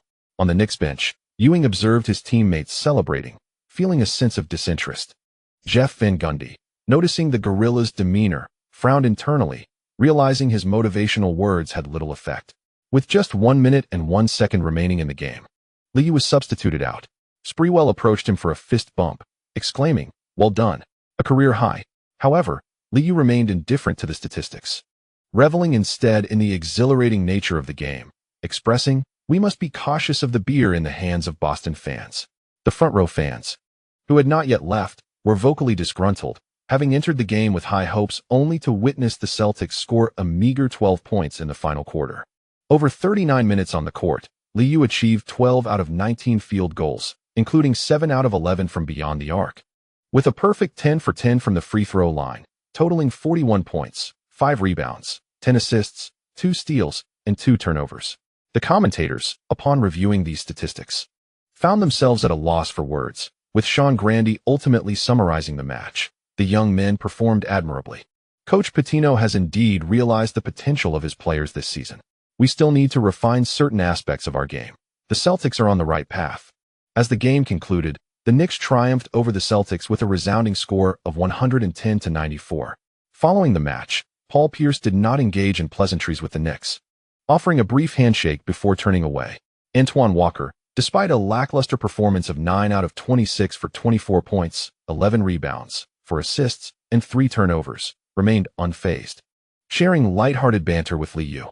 Such displays prompted Hall of Famer Bob Cousy in the commentary booth to shake his head disapprovingly, predicting the eventual departure of this inefficient player. With a career-high performance, Li Yao's 40 points and 10 assists sent the New York media into a frenzy. After a night of celebration, the Knicks faced the Pistons in a back-to-back game, ultimately suffering a straightforward loss. On March 1st, the NBA announced the Player of the Week and Player of the Month for February, with Li Yao of the Knicks earning the accolade. In February, the Knicks achieved an impressive record of 11 wins and 2 losses, with a relatively light schedule, allowing Li Yao to deliver an efficient performance, averaging 35. 2 minutes on the court, with 25. 0 points, 4. 3 rebounds, 10. 5 assists, 1. 7 steals, and 2. 1 turnovers per game, shooting an average of 17. 1 times with a 50 field goal percentage, including 6. 1 3-point attempts out of 40. 8 success rate, and averaging 5. 8 free throws with a remarkable 91. 5 free throw percentage. This time, without customized data, Li Yao successfully entered the 180 club in February. On March 1st, at Madison Square Garden, the New York fans erupted in jubilant cheers for Li Yao, who held aloft 2 trophies. The NBA staff stood by, smiling and applauding. With Michael Jordan's retirement, a new era of star-making had commenced, and Li Yao's performance was meeting expectations. The incessant clicking of cameras from the surrounding media signaled the promise of fresh news material for the week. That evening, during the match against the Cavaliers, Ewing finally rediscovered some vigor, delivering his best performance since the season's start. The Knicks, returning to their home court, triumphed over the Cavaliers with a score of 78-102. However, Shawn Kemp's form began to wane, and the Cavaliers' record fell to 5 wins and 7 losses, dropping them out of the playoff picture. Given that March featured a grueling schedule of 18 games, Jeff Van Gundy decided to provide Ewing with some psychological support. On the morning of the 2nd, at the Tarrytown Training Center, following a video session, the bald-headed coach invited the gorilla out for a meal and a heart-to-heart talk. The Knicks were well aware of Ewing's lack of motivation. He had secured a lucrative contract and a championship. But as his physical condition declined and he struggled with ball control, the absence of statistics rendered any pursuit of honor futile. After all, the League's awards did not concern themselves with the spirit of perseverance. Without significant stats, the sports media would withhold their votes. Having joined the 180 club in February, New York media buzzed with excitement. Yet Ewing further disengaged, his enthusiasm for training waning. Before the afternoon practice commenced, Oakley, unconcerned about his old friend's state, remarked nonchalantly, "Pat just hasn't he recovered from the offseason. Come playoff time, he'll get serious."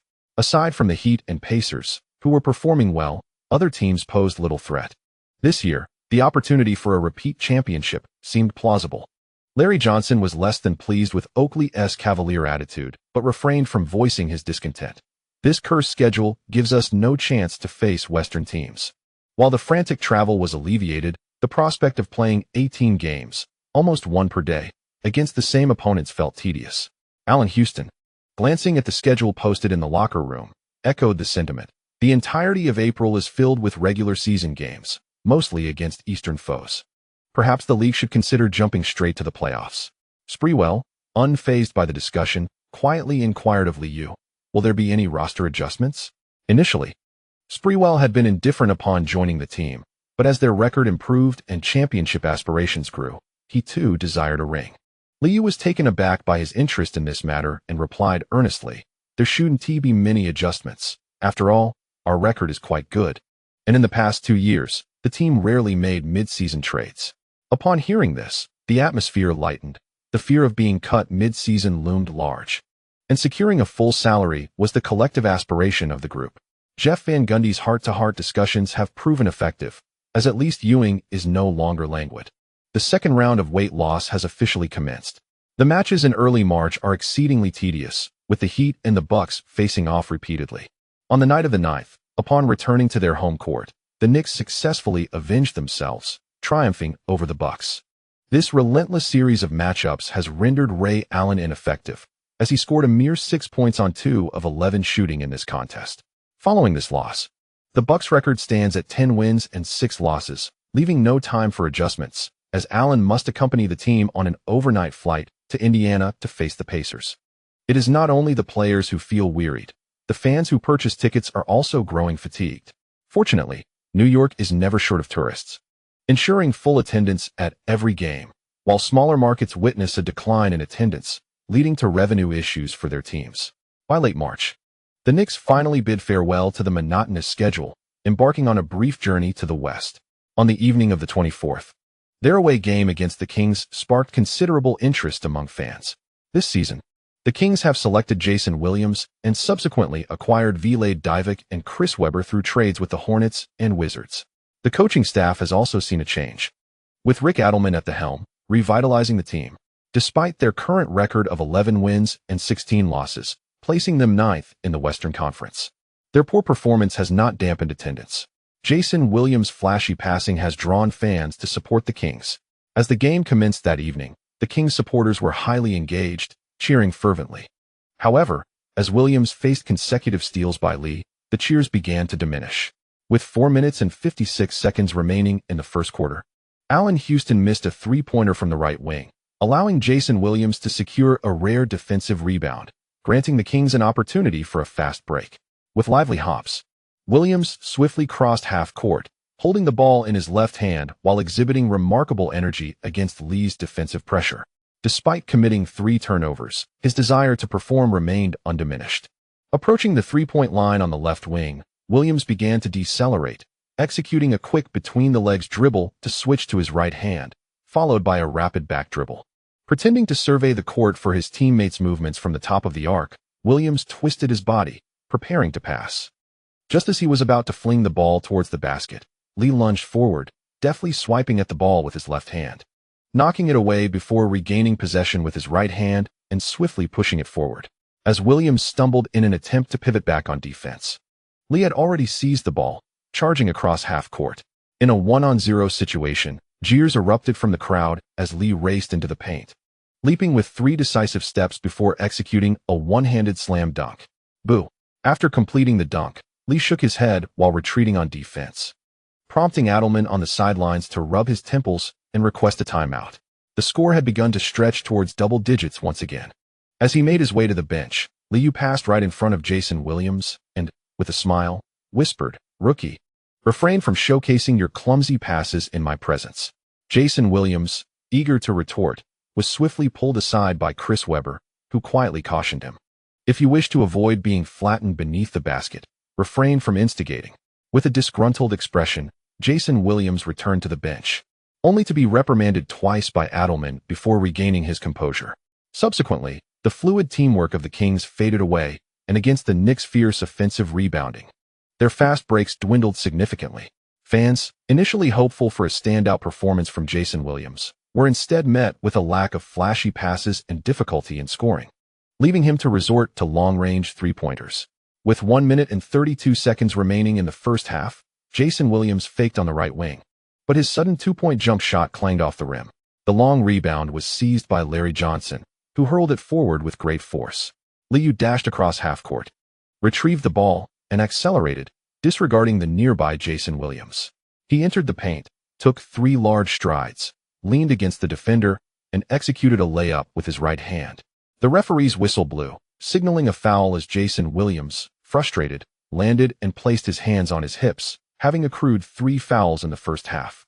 The Kings fans began to realize that, beyond the flashy passes, this rookie was merely an inefficient point guard, leaving them disheartened as they beheld the score of 58-41 at halftime. As the third quarter progressed without narrowing the gap, the game swiftly descended into garbage time. The Kings finally executed some dazzling plays, yet the attending fans found them lackluster, for in the end, victory was their true pursuit. Jason Williams' statistics read: 2 for 7 from the field, 1 for 5 from beyond the arc, and 3 for 4 from the free throw line, totaling 8 points, 3 rebounds, 3 assists, and 6 turnovers. Seated on the bench, Jason Williams wore a sullen expression, as the pre-game media hype had turned into a farce. Li Yao, lacking substantial defensive experience, relied on his superior stamina, providing ample physical resistance while navigating screens. He had yet to employ some of the finer techniques, and Jason Williams faltered on his own. Meanwhile, on the Knicks bench, Jeff Van Gundy was more preoccupied with Ewing's performance. As the month of March drew to a close, the team's momentum waned, and the motivational speech had only a brief effect. Assistant coach Thibodeau, aware of Van Gundy's concerns, offered quiet reassurance: "Do not fret over Pat's condition. It is natural to lose a few back-to-back games. Players are not machines." The balding young coach, though somewhat exasperated, recognized that while the Knicks still led the league, he was increasingly worried about complacency in the regular season leading to injuries in the playoffs. "I simply do not want Pat to sustain an injury. He should lose weight. Even if it means reducing his low-post play, he must continue to shed pounds. I trust the team's medical staff's judgment." The coaching staff remained silent, as the matter seemed unsolvable. As the game time elapsed, the final score settled at 102-88, with the Knicks triumphing effortlessly over the Kings. In this battle of point guards, Li Yao played only 28 minutes, achieving 21 points, 3 rebounds, 8 assists, 4 steals, and 1 turnover with a shooting record of 7 out of 12, including 2 out of 4 from beyond the arc and a perfect 5 out of 5 from the free throw line. Despite his limited playing time, he left a profound impression on the Kings fans once again. Comparison often breeds discontent. On March 26th, the Knicks traveled to Los Angeles to face the Lakers. New York media incessantly touted the league's top center, leaving Shaquille O'Neal feeling quite sour. The Lakers underwent significant changes this season, with the dismissal of Silver Fox Harris early on, replaced by head coach Kurt Rambis. In early March, the Lakers parted ways with backup center Eldon Campbell and Eddie Jones, acquiring Glenn Rice from the Hornets. This trade signified Kobe Bryant's official elevation to a leading role. Of course, O'Neal's outspoken nature and these trades were of little concern to the casual observer. The Lakers signed Dennis Rodman, who quickly became entangled with Jeannie Buss, the daughter of the late Jerry Buss, upon his arrival in Los Angeles. Numerous tabloids vividly recounted their escapades at hotels, and the newly arrived Knicks were naturally amused by these amusing newspaper articles, as Rodman always seemed to attract media attention with his antics. That evening, the Great Western Forum was packed to capacity. The Lakers boasted a record of 19 wins and 11 losses, having been surpassed by the Spurs and the Jazz, now positioned third in the Western Conference. With this decline in performance, O'Neal's ranking in the MVP race also suffered, as Karl Malone and Tim Duncan had surpassed him. With expectations unmet and rebounds being snatched by Rodman, O'Neal's mood was decidedly grim. The league's new wave of star-making had commenced, and the Shaq sought to seize the opportunity to claim the MVP title. The Lakers players felt the team was regaining its footing, as Glenn Rice showcased promising form following his acquisition, and despite being 37, Rodman continued to perform. Initially anticipated to be a closely contested matchup, the Knicks struggled to contain the Lakers' interior offense and resorted to a strategy of fouling Shaquille, leaving him bewildered. By halftime, O'Neal had made only 4 of 9 shots and 2 of 9 free throws, totaling a mere 10 points and 1 rebound. The Lakers fans grew increasingly quiet as they witnessed O'Neal's abysmal free throw performance, contributing to a score of 50-42. This center matchup was broadcasted nationwide, and at the TNT commentary booth, analyst Dick Stockton lamented O'Neal's statistics, stating, "There are no perfect players. Shaq has done his best, but tonight he simply cannot convert those free throws, which has afforded the Knicks too many opportunities for fast breaks." Beside him, Hubie Brown expressed an affinity for the game strategy devised by the Knicks. Coach Gundy astutely identified the Lakers' vulnerabilities, employing a multitude of pick-and-roll plays in the first half that compelled significant delays, perhaps explaining Shaquille O'Neal's struggles at the free-throw line. With media discourse surrounding the MVP debate, Dick Stockton seized the opportunity to share his perspective. The Knicks had achieved an impressive record of 13 wins and 3 losses in March, with Li consistently occupying the top position on the MVP leaderboard. Based on current performances, I would cast my vote for him. Hubie Brown, however, noticed some issues with Ewing's performance. He nodded in agreement before shaking his head in lament, stating, Ewing's form has declined this season, much like Olajuwon, as their usage rates have diminished. Li has absorbed a greater share of the ball this season, and in March, his shot attempts have increased slightly without a drop in efficiency. If there were a vote, I too would support him. As the second half commenced, the Knicks took possession first. Li, faced with Derek Harper's defense, swiftly navigated past half-court. Inside, O'Neal observed Ewing meandering to the left wing and, with no other option, shuffled his feet to follow.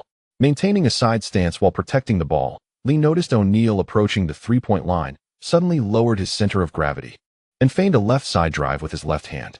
After a significant step, he executed a rapid behind-the-back dribble, transferring the ball to his right hand as he leaned and spun swiftly. Ewing established his position as Li, utilizing the screen, snatched the ball with his left hand. Harper failed to maneuver through the pick, forcing O'Neal to delay once more. Just at the three-point line, Li executed a sudden crossover, his body swaying right while his right hand deftly maneuvered the ball behind him. O'Neal hurriedly adjusted his body weight, but Li's shoulder drive was too swift. In the blink of an eye, he darted past him. Witnessing O'Neal being outmaneuvered yet again, the Lakers fans erupted in astonishment. O'Neal, trailing in pursuit, slid quickly to the basket. As Li approached the hoop, he seized the ball with his left hand and extended for a layup before O'Neal could leap to contest.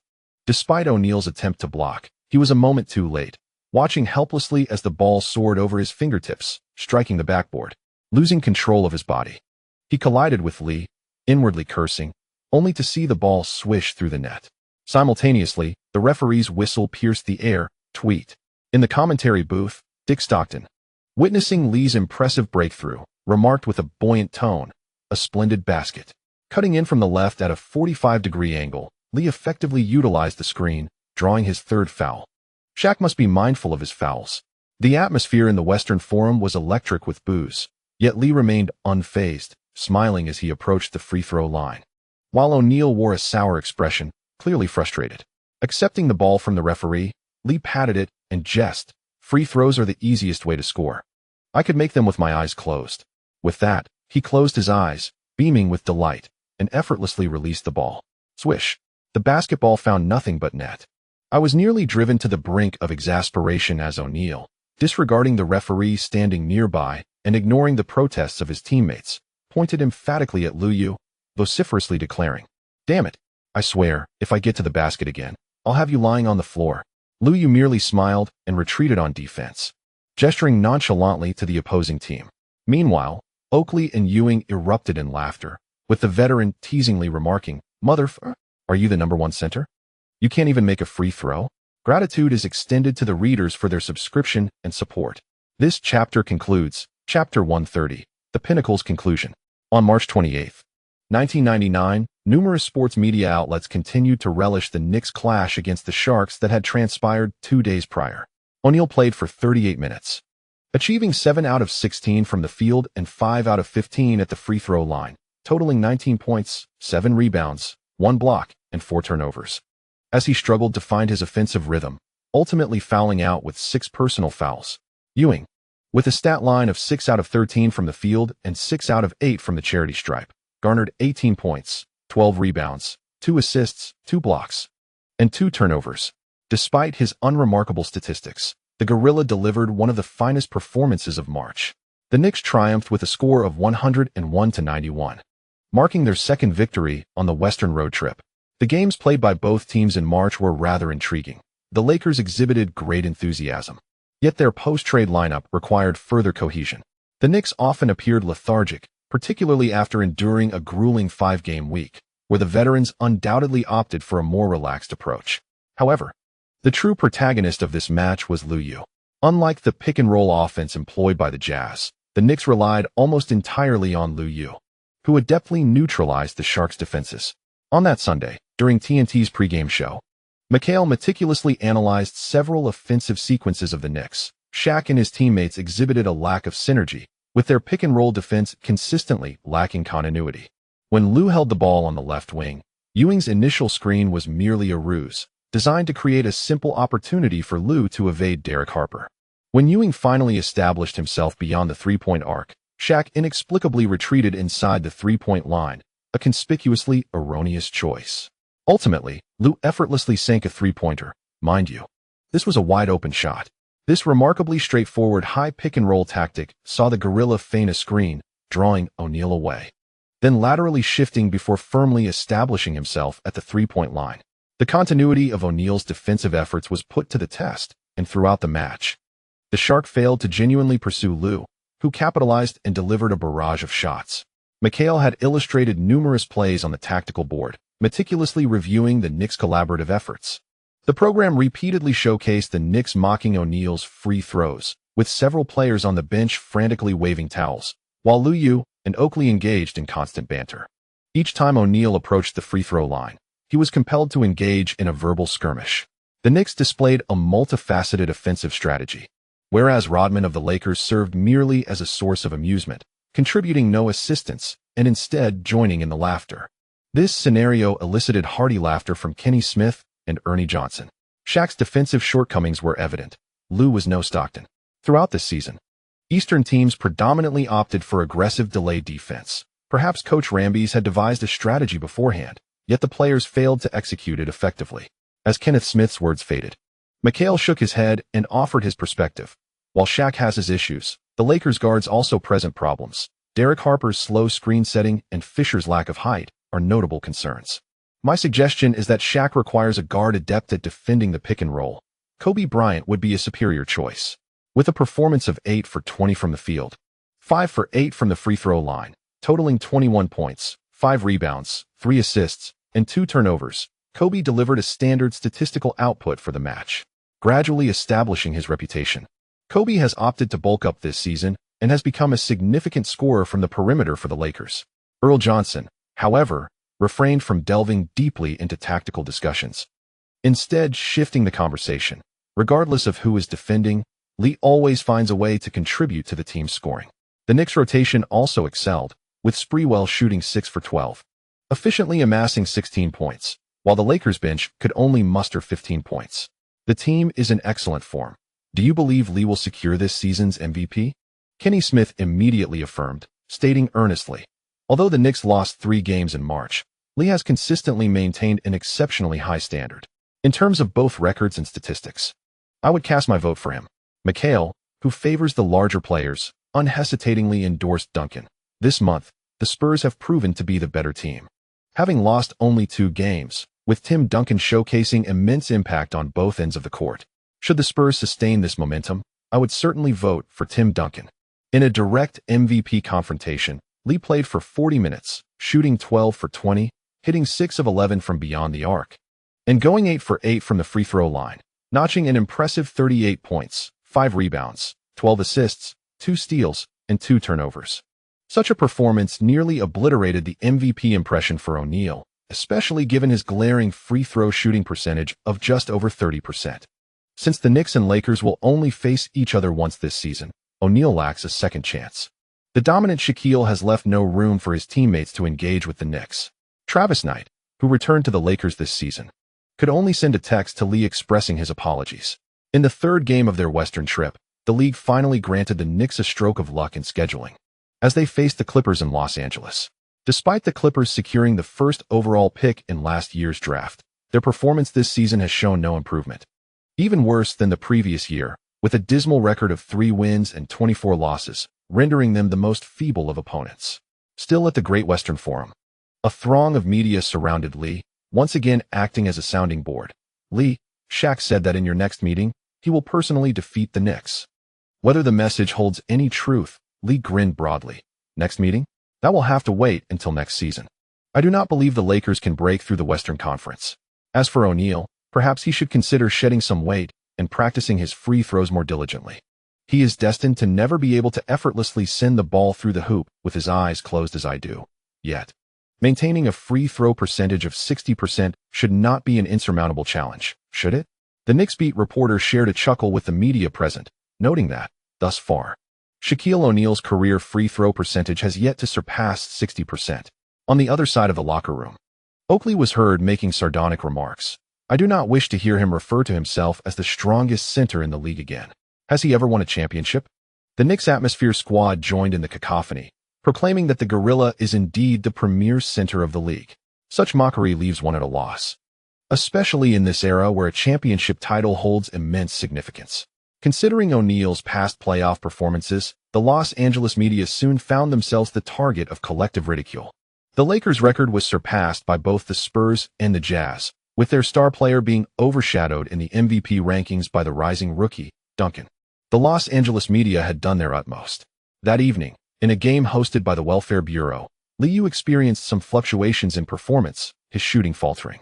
However, Allen Houston, who had been stifled into inefficacy by Kobe in the previous match, erupted once more. The Knicks triumphed over the Clippers, 113-86, concluding their brief venture into the West. After enduring a grueling week of 5 back-to-back games in mid-March, the Knicks finally regained some vigor by the end of the month. In their final game of March, the Knicks continued their away streak, ultimately succumbing to the Pacers. With a record of 25 wins and 6 losses at the season's midpoint, New York was naturally elated, prompting the media to exuberantly chant, "Knicks for the championship," while fans reveled in the excitement. Jeff Van Gundy found himself in a state of concern. Throughout April, the Knicks faced a total of 16 games, although the grueling 5-game week was behind them. The same Eastern teams kept resurfacing as opponents. Motivating the players and ensuring their active engagement in the games became a considerable challenge for the balding young coach. On April 1st, the NBA announced the Player of the Month for March, awarded to Tim Duncan of the Spurs. In March, the Spurs achieved a remarkable 14 wins against 2 losses, successfully executing a comeback despite an unfavorable start, thereby securing Coach Popovich's position. Averaging 39 minutes on the court, Duncan recorded 23.5 points, 10.9 rebounds, 1.8 assists, 1.3 steals, 2.9 blocks, and 2.6 turnovers per game, with an average of 17.9 shot attempts. He boasted a shooting percentage of 52.1, and with 6.7 free throws, he maintained a free throw percentage of 72. Tim Duncan's efficient double-double garnered widespread acclaim from the media. The Spurs, standing at 20 wins and 10 losses, ranked second in the Western Conference, while the Jazz held the first position with 22 wins and 8 losses, with Karl Malone and John Stockton continuing their high level of efficiency. In the MVP rankings, Karl Malone surged to second place, narrowly surpassing Duncan. In the first game of April, Ewing delivered a dismal performance, shooting 2 for 12, relying on free throws to accumulate 13 points. Fortunately, the Cavaliers' offense faltered, allowing Sprewell and the bench unit to orchestrate a comeback in the early moments of the final quarter. The Knicks played a lackluster game, finishing at 74-88. Oakley shot 2 for 8, contributing a mere 4 points, as the veteran entered yet another offensive slump since the end of March. After the game concluded, the atmosphere at Madison Square Garden remained fervent. For New York fans, as long as victory is secured, an unattractive performance is tolerable. Presently, maintaining the top position is of utmost importance. In the MSG commentary booth, Walt Frazier, upon reviewing the statistics, could only murmur in resignation. Pat is nearing 37, and a decline in athletic ability is inevitable. Charles is approaching 36 as well. And we should extend our understanding to these seasoned veterans. Most New York media outlets tend to overlook the contributions of the starting frontcourt. Given their long service to the team and their declining physical condition, a little empathy is warranted. However, a small faction of the media, in pursuit of sensationalism, has begun to vocally advocate for Ewing and Oakley to relinquish their starting positions. The youthful combination of Kurt and Ben has exhibited greater vigor and has performed commendably over the past 2 months. Kurt possesses a commendable mid-range jump shot and excels at defending against opposing big men's low-post attacks. Ben Wallace, with his high efficiency in finishing at the rim, is also notably aggressive on the offensive boards. Halfway through the season, Ben Wallace averages an impressive 28 offensive rebounds per game, although his height may be somewhat exaggerated. With his explosive athleticism and muscular physique, Ben Wallace's defensive intimidation has significantly improved compared to last season, considering his court time is merely 273 minutes. Such performance certainly merits encouragement for a starting role. Commentator Mike Breen has also noted the internal dynamics of the Knicks, yet, as the home commentator, he refrained from elaborating. I believe Coach Van Gundy could afford to increase the playing time for some rotation players. In back-to-back games, younger players exhibit more vitality, of course. This is merely my personal suggestion, as the Knicks lead the league and we have once again delivered a splendid season. The two veterans, nearing the twilight of their careers, are unlikely to yield their positions. For the Gorilla, handling the ball is burdensome, yet his playing time cannot be diminished. Relying on easy baskets, Ewing can still manage 18-10 this season, and even if he occasionally lacks energy and is overwhelmed by opponents, the Gorilla remains unfazed. Back in the locker room, Ewing, despite his subpar performance, maintained a smile, buoyed by the team's standing at the top of the league. This year, we have a significant chance of defending our title. Perhaps a three-peat is not beyond reach, for no one stands as our adversary. Hearing the elder's words, the atmosphere crew eagerly showered him with praise. After triumphing over the Lakers, New York media once again heralded Ewing as the league's premier center. Li Yao had grown accustomed to Ewing's tendency to excel in one game only to falter in the next. In terms of defensive experience, the Gorilla undoubtedly surpasses the two from the bench. As March approached, Li Yao adopted a nurturing style of play, gradually absorbing ball control while also tending to the statistics of Ewing and Oakley. Kurt, maintain this form. Ben, your recent efforts in pursuing offensive rebounds have been remarkable. Hearing Li Yao's encouragement, Ben Wallace grinned, considering himself newly established, having outperformed Chris Dudley. Kurt also smiled, patting his chest to signify his understanding. Sprewell observed Ewing and Oakley engaged in their usual banter, while Li Yao, with a cheerful demeanor, conversed with the bench, unable to suppress a slight grimace. Inwardly lamenting, the mantle of leadership has shifted. April's games are a trial for all teams, with a grueling schedule and repeated opponents, leading to an inevitable decline in enthusiasm for the matches. On the 20th of that month, a shocking incident unfolded across American campuses. The Knicks had no game that day, and Li Yao joined his teammates in making a donation in protest. 12 students and 1 teacher lost their lives, with 24 others injured. Upon returning home to Tarrytown that evening and watching the news, Li Yao could only reflect on the cost of freedom. As April drew to a close, the Knicks' schedule suddenly intensified, almost resembling a week of 5 games. Coach Jeff Van Gundy was tirelessly working on strategies, yet they suffered defeats in 2 back-to-back matches. Throughout April, the Knicks concluded with a commendable record of 12 wins and 4 losses, with a season tally of 37 wins and 10 losses. Both the coaching staff and the New York media exhaled in relief, as the Knicks had secured the top position in the Eastern Conference ahead of schedule. On the morning of April 30th, during an interview with the New York media, Jeff Van Gundy finally exhibited a smile. We have maintained our position at the top. We have navigated a challenging April, and now we can begin to contemplate the playoffs. Regardless of our first-round opponent, we are fully prepared. Lee is in excellent form. Pat has no issues, and the entire team is healthy. In the 3 games of May, we will expand our rotation. The team does not fixate on specific records. Our goal is to secure home court advantage. Thank you to the readers for your subscription and support. There will be another chapter this evening. Chapter 131. Let him score. Let him score. On May 5, 1999, the regular season of the 1998 to 1999 season was approaching its conclusion. Due to the shortened season, the Knicks had limited encounters with many Western teams, and similarly, most teams from the West had not faced Eastern teams. Under these circumstances, the MVP selection became somewhat awkward. Aside from Li Yao's direct competition with Shaquille O'Neal, he had not faced Karl Malone or Tim Duncan. Meanwhile, in the Eastern Conference, the Knicks had already secured the top position, firmly overshadowing the Miami Heat. Though players like Tim Hardaway, Reggie Miller, Anthony Hardaway, and Grant Hill performed admirably, their discussions paled in comparison to Li Yao's. As for Excel, Li Yao steadily seized more ball possession, and his statistics surged. However, with gains come losses. While his scoring increased, his assists were surpassed by his former comrade, Jason Kidd. Many of the Knicks veterans struggled to find motivation, showing inconsistent form, leading to assists that often resulted in missed shots. Beyond the MVP consideration, as the season neared its end, players began striving for various accolades. Kidd remained focused on his assist count, showing no sign of relaxation in May. In a match against the Suns and the Grizzlies at the beginning of May, despite leading by a significant margin, Kidd did not ease off, scoring 42 points and securing 13 assists before finally taking a break.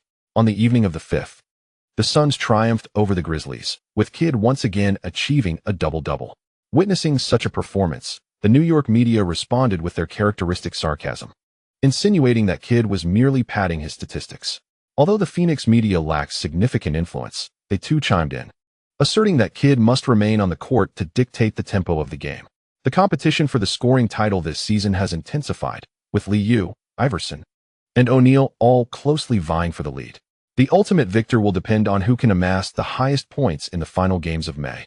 While all three aspire to claim the accolade, none wish to be labeled as stat stuffers. In summary, while statistics must rise, one's reputation must also be preserved. In the final regular season match against the Heat, the Knicks entered the rotation phase early, with Ewing and Oakley starting in name only. It was a rare opportunity for Rashard Lewis, who had scarcely seen playing time throughout the season. Jeff Van Gundy adjusted the lineup to accelerate the game's pace, aiming to allow Li Yao to score more points. At Madison Square Garden, the New York fans remained fervent, expressing no dissent towards this adjustment. If it weren't for the consideration of appearances, they would have eagerly shouted, "Let him score! Let him score!" With the rankings already settled, the Heat rested Tim Hardaway and Alonzo Mourning for the final game. The halftime score was still close, but as the third quarter commenced, Li Yao seized his moment.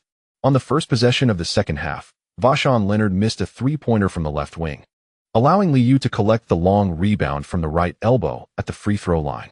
He surged forward along the left sideline, swiftly crossing half-court, and as he approached the three-point line, he began to decelerate. Rex Walters, struggling in his starting role, grimaced as he attempted to defend against Li Yao. As Li Yao slowed down and executed a quick crossover dribble to his left, Walters instinctively shifted to the left. With Walters slightly off balance, Li Yao exploited the moment, performing a rapid lateral step to create shooting space, and released a swift jumper from beyond the arc swish. The three-pointer found nothing but net. The ecstatic New York fans erupted in cheers, celebrating each of Li Yao's baskets. His friend, Ivan Ng, who had spent months recovering in the hospital and returned with a fresh look, was seated in the front row, fervently applauding and encouraging Li Yao with shouts of "Come on, keep shooting," in a bid to secure the scoring title. Li Yao's friends even flew to Philadelphia to watch the game, closely monitoring Iverson's performance, maintaining constant communication via text, a testament to their professionalism. The arena was alive with the presence of Iverson's entourage, as both sides employed similar strategies. Following the conclusion of the Lakers' regular season, the race for the scoring title has now narrowed to a contest between two contenders. Numerous basketball enthusiasts in New York have turned their attention to the contest between the Pistons and the 76ers, where the outcome of the game has become secondary to the desire of witnessing Li Yao's prowess on the court. Rashard Lewis faced insufficient resistance against P.J. Brown, often positioning himself in the corners to create space, allowing Ben Wallace to focus solely on securing rebounds in the paint. As the Heat launched their offense, P.J. Brown successfully executed a strong move under the basket. Upon regaining his footing, he observed Li Yao maneuvering with finesse at the right wing, dribbling between his legs and swiftly changing direction. With a low center of gravity, he executed a crossover step, evading his teammate and penetrating the basket from a 45-degree angle. Hesitating on the defensive end, P.J. Brown had yet to recover when Li Yao, nearing the paint, executed a quick spin move, evading his defender and finishing with a deft layup using his left hand. The arena erupted with cheers, while Rex Walters, visibly disheartened, raised his hands in exasperation. Having been overpowered, Li Yao, displaying minimal hesitation, skillfully positioned himself to bulldoze through the defense, sharing a celebratory high-five with Ben Wallace. In the preceding offensive play, Ben had effectively contained the opposing center, Dwayne Caswell, facilitating an easy scoring opportunity for Li Yao. As the game progressed, the cheers from Madison Square Garden intensified. During another offensive play, Li Yao, utilizing double screens set by Ben Wallace and Rashard Lewis beyond the three-point arc, deftly freed himself from his defender and launched a shot. Seizing a fleeting opportunity, he executed a stunning three-pointer that drew admiration from commentator Mike Breen, while Walter Frazier noted the advantageous lineup of the Knicks: Sprewell, Allen Houston, and Li Yao on the court together could orchestrate effective offensive plays. Rookie Rashard Lewis also showcased moments of brilliance, despite his inconsistent shooting and rebounding challenges. His ability to shoot from beyond the arc certainly enriched their tactical approach. While the Knicks' defense faced some shortcomings, their trio on the perimeter possessed both penetration and shooting abilities. Though Sprewell might be erratic, he served as a viable point of initiation for their strategy. On the bench, Pat Riley maintained his composure, even with a potential loss.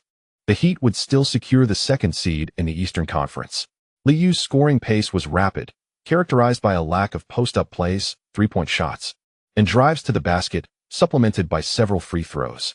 As the fourth quarter unfolded, the Knicks established a 10-point lead. Noticing Li Yao still on the court, some in attendance, including Allen Iverson's entourage, muttered in frustration about his impressive statistics. Sprewell, unreserved in the fourth quarter, contributed both through drives and free throws, ensuring he scored while also facilitating for Li Yao. Having endured a season as a backup, he yearned for recognition, as accolades were always a welcome pursuit. With 4 minutes and 2 seconds remaining in the game, Li Yao stepped to the free throw line, and the New York crowd chanted in unison, "MVP, MVP, MVP." Li Yao calmly sank the additional free throw, igniting another wave of cheers, prompting Pat Riley to call for a timeout and signal the end of the contest. Fans who purchased tickets to watch the game felt that the experience was well worth it. Tonight, Li Yao unleashed his prowess, providing an exhilarating spectacle for all. Commentator Mike Breen glanced at the technical statistics and cheerfully noted, after 40 minutes on the court, he recorded 46 points, 5 rebounds, 7 assists, 2 steals, and 2 turnovers tonight. Li has set a new career high in scoring. Walter Frazier, on the other hand, expressed concern regarding Li's shooting efficiency. Upon reviewing the stats, he jovially remarked, "Perhaps there have been some minor issues with his three-point shooting this season, but overall, Li's finishing ability has certainly seen significant improvement. We can look forward to his performance in the playoffs." With 15 out of 28 from the field, 8 out of 16 from beyond the arc, and 8 out of 9 from the free throw line, Li Yao delivered a powerful performance against the rotationally challenged Miami Heat. At that moment, his friend, Ivan, stood up from the front row, applauding and giving Li a thumbs up, signaling that victory was assured. Jeff Van Gundy approached Li, expressing his satisfaction with a pat on the back. Once again, Li had triumphed over Pat Riley, and post-game, he was met with lavish praise from the New York media. As the final minutes of the game quickly elapsed amidst the cheers of New York fans, the Knicks easily defeated the Heat with a score of 96-110, concluding their last regular season game of the year. Allen Houston and Larry Johnson waved to the crowd alongside the cheer squad as the game ended. Ewing felt a tinge of dissatisfaction with his limited playing time, yet he maintained a smile, embodying the demeanor of a leader. "Well done, Li. This has truly been a perfect season." With a remarkable record of 39 wins and 11 losses, the Knicks secured their position at the top of the league. Li Yao smiled and nodded in appreciation, joining the Knicks in expressing gratitude to the fans present. At the post-game press conference, Philadelphia media, with a hint of sarcasm, directed an unreserved question at the beaming Li Yao. "Li, the Knicks led by 13 points at the end of the third quarter. Why were you still on the court at the beginning of the fourth?" Many New York journalists shot disapproving glances at their Philadelphia counterparts. Yet Li Yao remained unfazed by the inquiry, casually responded, "You know, basketball is a round game. Anything is possible. I just wanted to conclude the match as early as possible. The Heat are a formidable team, having secured 33 wins this season. Against such opponents, I did not wish to grant them any opportunity." The New York reporters swiftly turned the conversation back, entering into a cycle of mutual admiration. Meanwhile, in another game taking place that evening, the 76ers triumphed over the Pistons with a score of 100-105. Allen Iverson played for 43 minutes, achieving 33 points, 5 rebounds, 1 assist, 2 steals, and 1 turnover with shooting stats of 11 out of 28 from the field, 2 out of 6 from three-point range, and 9 out of 10 from the free throw line. Immediately after the game concluded, Iverson received the news from his entourage, muttering a curse under his breath, and managed to force a smile during the press conference. Larry Brown, in contrast, was in high spirits, as with a record of 27 wins and 23 losses. His second season as coach saw the 76ers successfully advance to the playoffs. On stage, the master and apprentice engaged in mutual flattery, While the Philadelphia media below were aware that Iverson had lost the scoring title, leaving their mood somewhat dismal. Unfazed, a reporter from TNT interrupted the exchange with a succinct question. Allen, this is your first time reaching the playoffs in your career, facing the defending champions. What kind of performance do you anticipate? Reflecting on the experiences of the past 2 seasons, Iverson's smile faded entirely, his demeanor turning serious as he replied. I do not concern myself with the identity of my opponent. I am fully prepared. The playoffs differ from the regular season, and I am a player for the grand stage. I believe the 76ers will ultimately secure victory. Noticing the shift in Iverson's emotions, an ESPN reporter continued to stoke the flames with another query. How would you assess Li's performance this season? He currently ranks first on the MVP list. This question touched a nerve, as Iverson had yet again failed to claim victory against the Knicks in their numerous encounters this season. Prompting a terse response, the Knicks are indeed a formidable team, but in basketball, anything is possible. As the regular season concluded, the Knicks had 2 days to rest before the first round of the playoffs commenced. During this time, Li chose to remain in his Manhattan apartment. Upon returning home in the evening and catching a TNT report, he noted that the Spurs had claimed the top spot in the Western Conference. In his second professional year, Tim Duncan had led his team to the Western Conference's pinnacle, solidifying his status as a superstar. It was hard to fathom what achievements awaited him in the future. With a record of 37 wins and 13 losses, the Spurs matched the Jazz's performance, ultimately surpassing them due to tiebreakers. Watching McHale extol Duncan on the program, Li merely scoffed in disinterest, reclining on the sofa and exhaling in contemplation. Having secured the Atlantic Division Championship once more, a thought crossed his mind, immediately triggering a notification. Anthony Hardaway's exceptional bounce speed.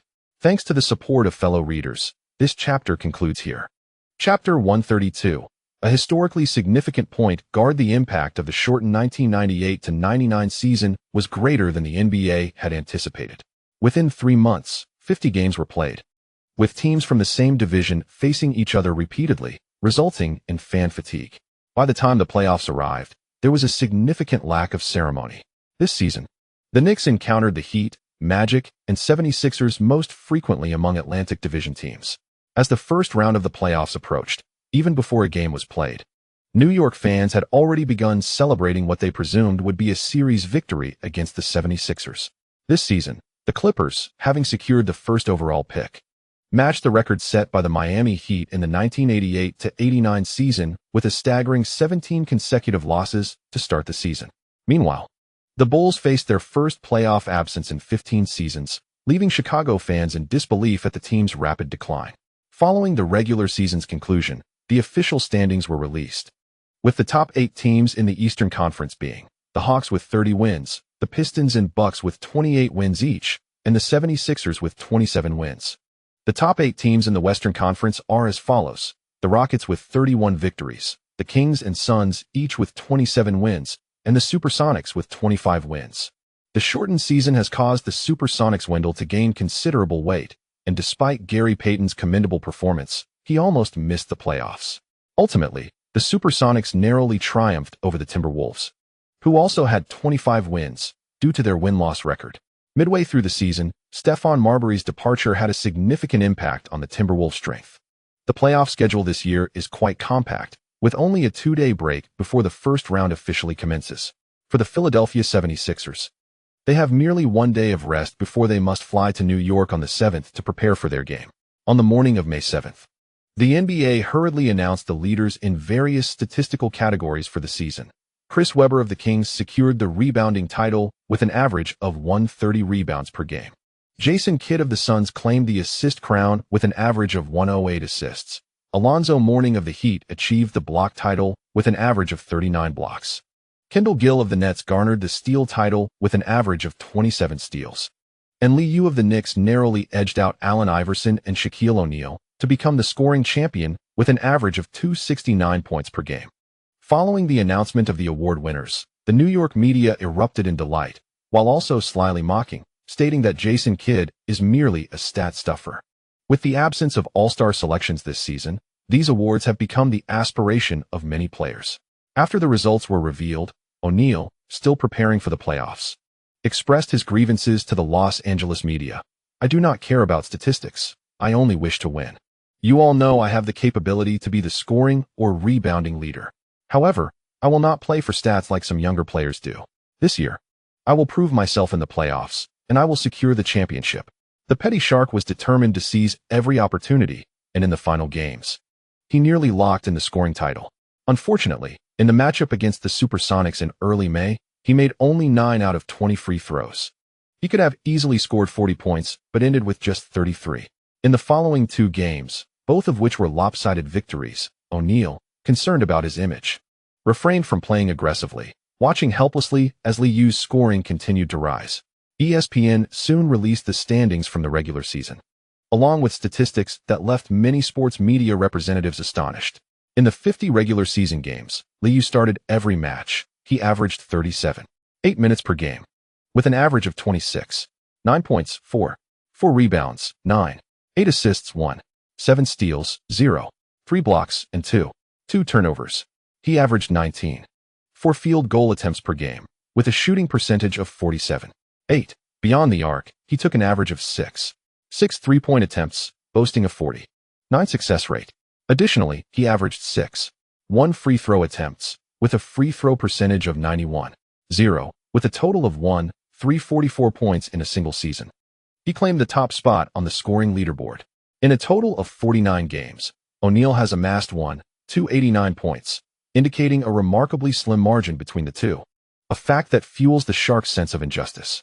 In the assist category, Li Yao firmly holds the second position with an impressive 489 assists in a single season, while the leader, Kidd, has recorded 539 assists.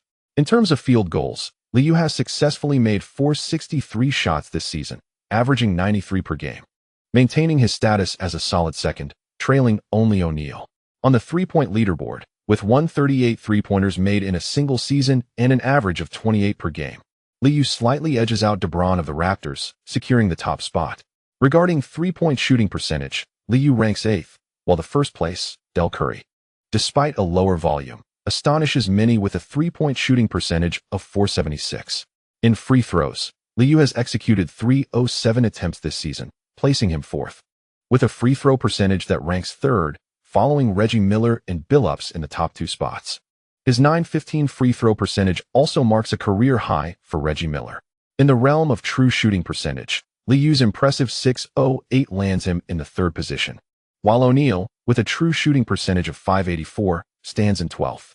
When it comes to efficiency ratings, O'Neal leads with a rating of 306, while Li Yao follows closely with a rating of 302, both significantly outpacing other players.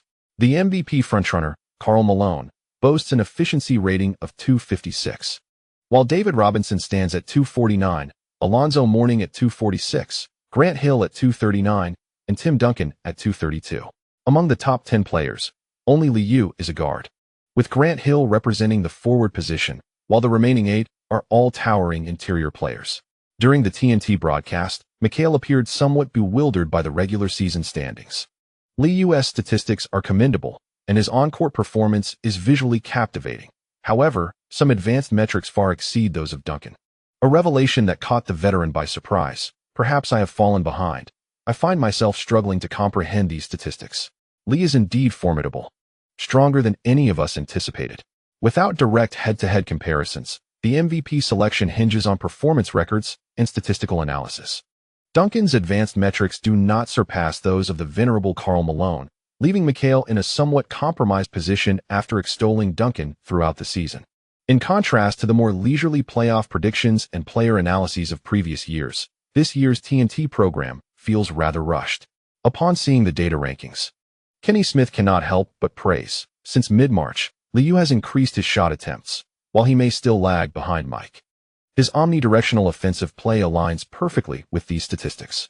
With an almost indistinguishable proficiency in both hands, ball handling post-screen, coupled with efficient transitions and foul-drawing techniques near the basket, Li has pioneered a new style for the point guard position. This also provides direction for guards across the league, as the once theoretical concept of dual-threat guards seems to have materialized.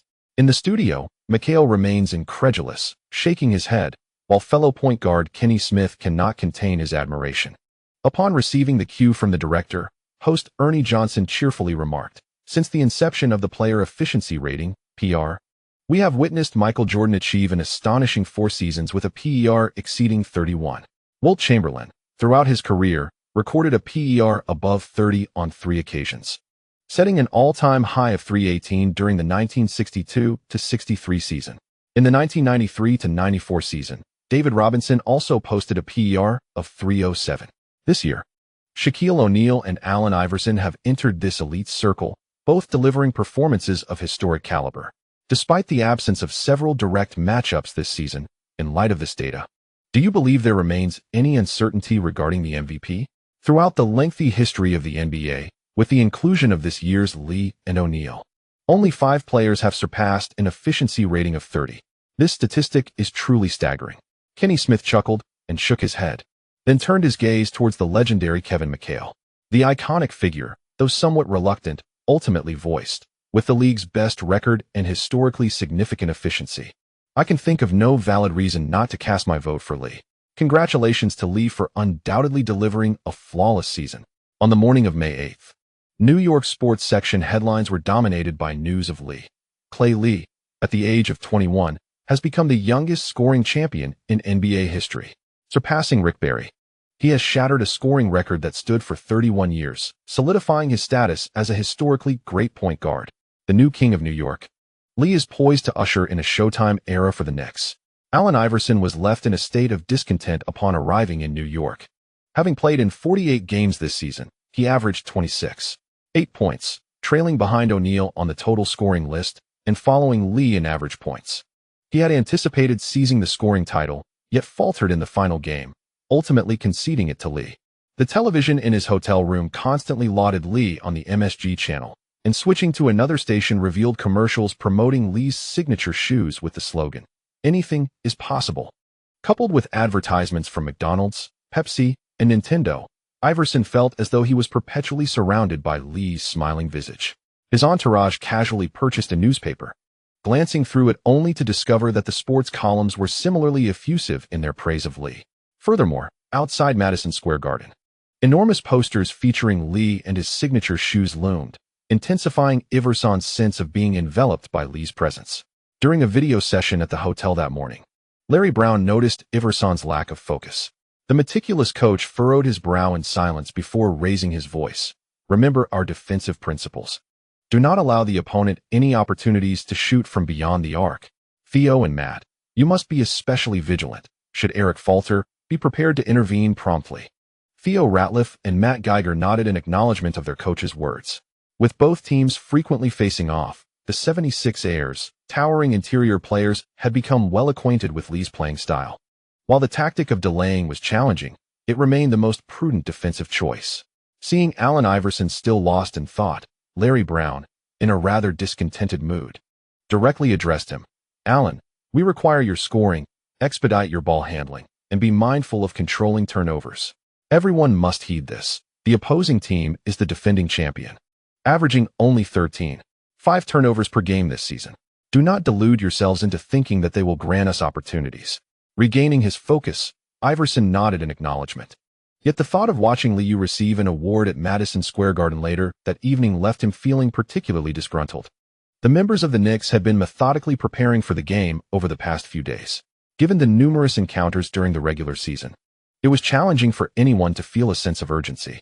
Ewing, having struggled with weight loss, felt a pang of jealousy as the New York media incessantly praised Liu, but he maintained his leadership demeanor in the locker room.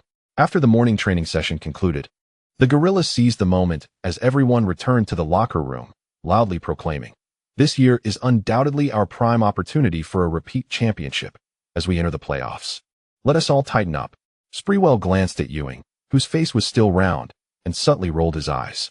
Though he wasn't starting, he was likely to receive the 6th Man of the Year award, marking a measure of success for this season. Oakley was entirely indifferent to the 76ers as opponents. Returning to his seat, he casually commented, "Let that little guy come down to the paint, and it won't take half a game before he lost his touch." Allen Houston and Larry Johnson also brimmed with confidence, quietly discussing what to have for lunch. Liu, noticing the lack of concern regarding their opponents, simply reminded them, "Same as always, control the turnovers. Their scoring option off the bench is a rookie. Let us show him what we're made of." Sprewell nodded in agreement, Recognizing that as the primary scorer in the rotation, he was directly matched up against Larry Hughes. He confidently accepted Li Yao's reminder. The atmosphere was equally charged, with everyone brimming with enthusiasm, requiring no motivational speeches from Jeff Van Gundy. Against the 76ers, the entire team was filled with self-assurance. At 7:30 p.m. that evening, half an hour before the game commenced, Madison Square Garden was already filled to capacity. Tickets were in high demand, with most fans eager to witness Li Yao claim the scoring title on his home court, while the 76ers seemed to garner little interest. As Ewing and Oakley took to the court, the New York fans erupted in cheers for the two veterans. The final player to enter, Li Yao, sent the atmosphere soaring to its zenith. On the opposing team's bench, Iverson realized he couldn't even elicit boos from the raucous New York fans, who had clearly regarded him as a mere afterthought. Clad in warm-up gear, Iverson watched as Li Yao, fully equipped, smiled while receiving the scoring champion crystal trophy at center court, prompting him to inwardly curse, "Damn New York." After NBA Vice President Russ Granick handed the trophy to Li Yao, he smiled and applauded alongside the league staff. In the center of the court, Li Yao, adorned in the Knicks' home white jersey, raised the trophy triumphantly, and the arena erupted with the chant, "MVP, MVP, MVP." I extend my heartfelt gratitude to my fellow readers for their unwavering support and subscriptions. As the evening unfolds with the playoffs, rest assured, I shall not indulge in verbosity. Chapter 133. The disparity between 4 and 1 on the night of May 8, 1999, at Madison Square Garden, New York fans bore witness to Larry Brown's remarkable tactical adaptability. Jeff Van Gundy constructed a defensive system for the Knicks characterized by localized pressure and rapid rotations on the weak side. He also embraced Pat Riley's defensive philosophy, favoring a strategy where guards lead the defense, thereby disrupting the opponent's offensive tempo. This defensive scheme had previously constrained the aging Bulls to rely solely on Michael Jordan's individual prowess, leaving no room for support from Scottie Pippen or Ron Harper.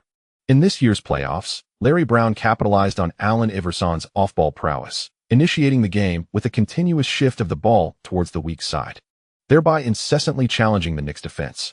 With 6 minutes and 44 seconds remaining in the first quarter, the 76ers commenced their offense. Eric Snow, before even crossing half court, found himself under the watchful eye of Li Yao. Forcing a slowdown, he maneuvered to the arc, where Matt Geiger and Theo Ratliff established mutual screens in the paint. Observing Iverson creating a curve, Snow swiftly executed a lateral pass.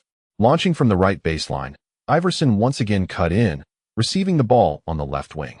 Noticing the trailing Allen Houston conceding his left side, Iverson feigned a move, positioned the ball in his left hand, and executed a cross-step drive. With astonishing speed, Iverson penetrated from the left 45-degree angle, while Houston relentlessly shadowed him. Simultaneously, the Knicks' defense began to collapse inward. Ewing nearly abandoned Geiger, swiftly gliding toward the lower left side of the basket. Oakley followed suit, retreating into the paint while keeping Ratliff at bay, preparing to secure the rebound. At the arc, Li Yao remained vigilant of Snow's position, while Larry Johnson readied himself to penetrate the lane, momentarily neglecting George Lynch. In an instant, the Knicks executed localized pressure defense, leaving the diminutive Iverson nearly blind to the basket, yet he remained composed, aware that his teammates were in open positions. As he approached the rim, Iverson, adhering to the tactical directive, quickly flung the ball to the right corner. George Lynch, having already begun his off-ball movement, received Iverson's pass without hesitation and immediately launched a jump shot from beyond the arc. Swish! The three-pointer found its mark, narrowing the gap to 4 points. "Let's go Knicks! Let's go Knicks! Let's go Knicks!"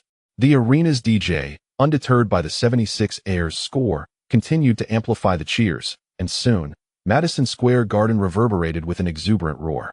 On defense, Iverson sensed the game becoming increasingly stifling. The Knicks' pressing defense rendered scoring a formidable challenge. The paint was congested, and should a jump shot fail, a swift counterattack ensued. Snow, from the outset, shadowed Li Yao, yet, akin to the regular season, the Knicks did not pursue velocity in their half-court offense. With steady progress, Li Yao executed a simple behind-the-back dribble, maneuvering past the tight defense of his opponent to reach the top of the arc. Ewing, positioned at the three-point line, stood firm as Li Yao completed a swift crossover. Eric Snow stubbornly adhered to his defense, exerting effort to navigate through the screen. Simultaneously, The trailing Matt Geiger swiftly slid to the left, collaborating with his teammate to delay the right-side penetration towards Li Yao. As the opposing big man shifted his footing, Ewing quickly descended, and Li Yao abruptly accelerated, taking advantage of the moment before the defense could fully collapse, moving to the right wing. He leaped instantly, executing a behind-the-back pass. The basketball soared over the fingertips of the leaping Matt Geiger. Oh! The arena erupted in cheers as Ewing, descending into the paint, received the ball. Confronted by the help defense of Theo Ratliff, and leveraging his height advantage, he approached the rim and effortlessly executed a layup. Swish! The two-pointer rippled through the net. Eric Snow and Matt Geiger exchanged glances, both feeling they were adhering to the coach's directives. On the sidelines, Larry Brown vociferously urged them to hasten their double-team efforts. What a spectacular assist! Lee's rhythm was increasingly refined. Compared to the previous 2 seasons, he had noticeably slowed down this year, seemingly more confident. Observing Li Yao continue to lead the defense, Bob Costas at the NBC commentary booth couldn't help but praise. Doug Collins reminisced about his time coaching the Pistons, recalling the rookie Li Yao. Indeed, an embodiment of absolute confidence. Li knew he could breach the 76ers defense, and at this moment, he had complete control over the game. As they deliberated on the defensive strategies of the 76ers, on the right wing, Iverson received the ball and immediately accelerated forward, holding the ball in his right hand. In the right block, he suddenly halted, executing a quick between-the-legs dribble, switching to his left hand before swiftly gathering the ball, contesting a shot against Allen Houston's block. Releasing a mid-range jumper. Bang! The long rebound ricocheted, and Li Yao promptly converged, collecting the board at the elbow area on the left side of the free-throw line.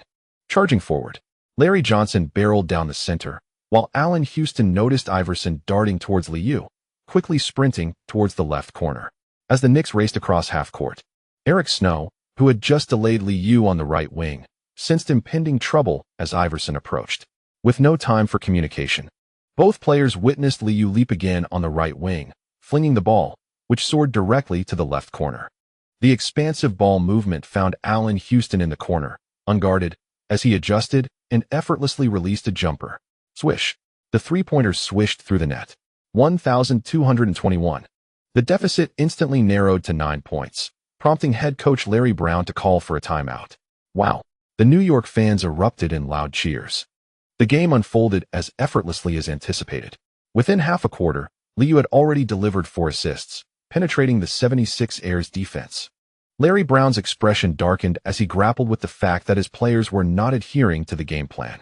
Furrowing his brow, Larry Brown sketched a few notes on the tactical board, glaring at Iverson as he emphatically stated, "Ensure timely defensive matchups. Do not forget your assigned defender. I do not wish to see the opposing team counterattack with such ease."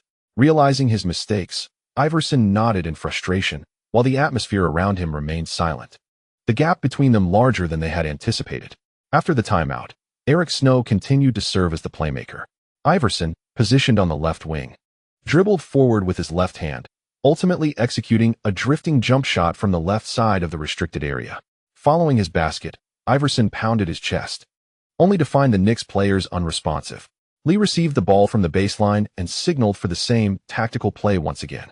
As Ewing advanced to the front court, he simply halted beyond the three-point line. Noticing that most of the Knicks players were concentrated on the left half of the court, Matt Geiger promptly alerted Snow, "Eric, fight through the screen." By the time Eric Snow, oblivious to the unfolding situation, heard his teammates call, it was too late.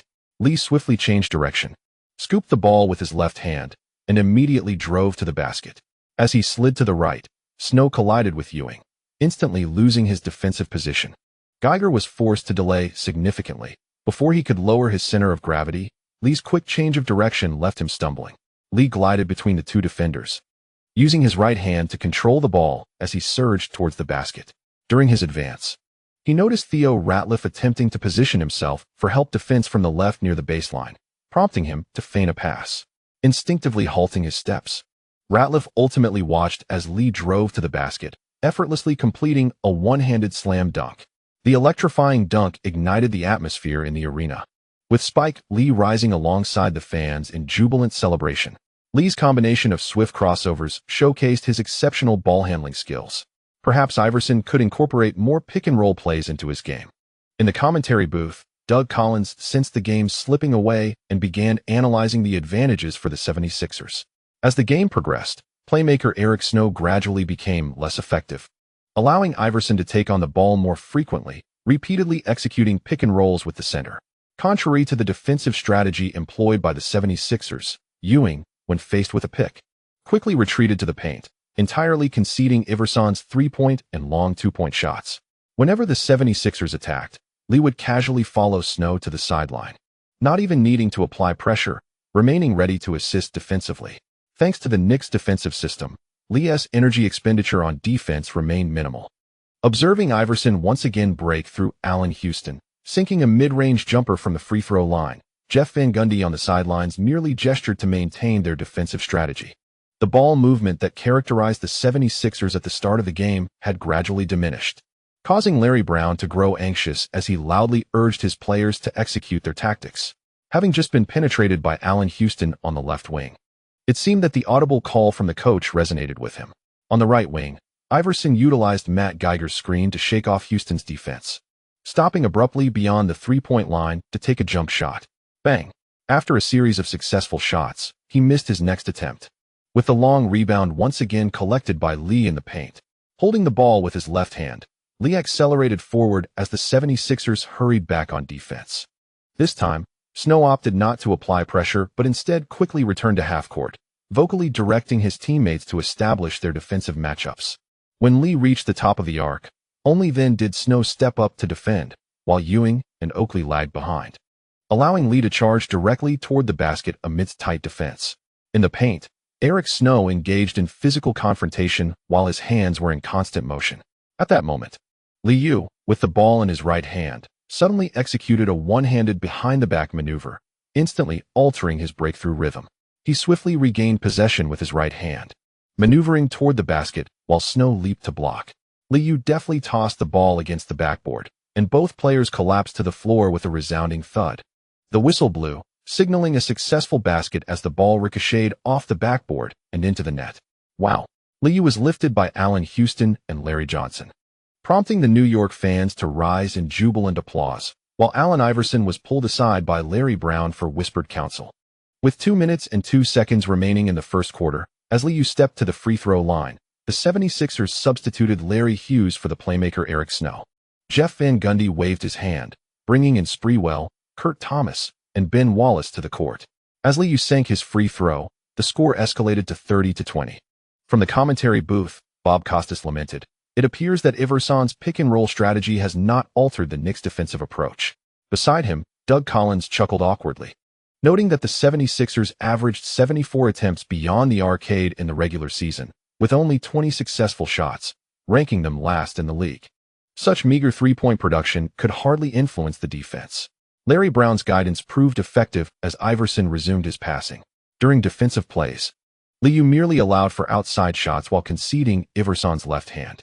In the final 2 minutes, the 76ers, having adopted a more rational strategy, found themselves in a scoring drought, with Matt Geiger missing close-range shots and Larry Hughes unable to find the net. By the end of the first quarter, the score settled at 33-22, with the Knicks leading by 11 points. At Madison Square Garden, fans began to celebrate an early victory. Meanwhile, Sprewell returned to the bench. Feeling somewhat embarrassed, after taking the lead role upon entering, he had gone 0 for 3, ultimately scoring only through Ben Wallace's second-chance efforts. "There's no need to worry about shooting percentages. We're ahead by double digits, so just keep shooting," he reasoned.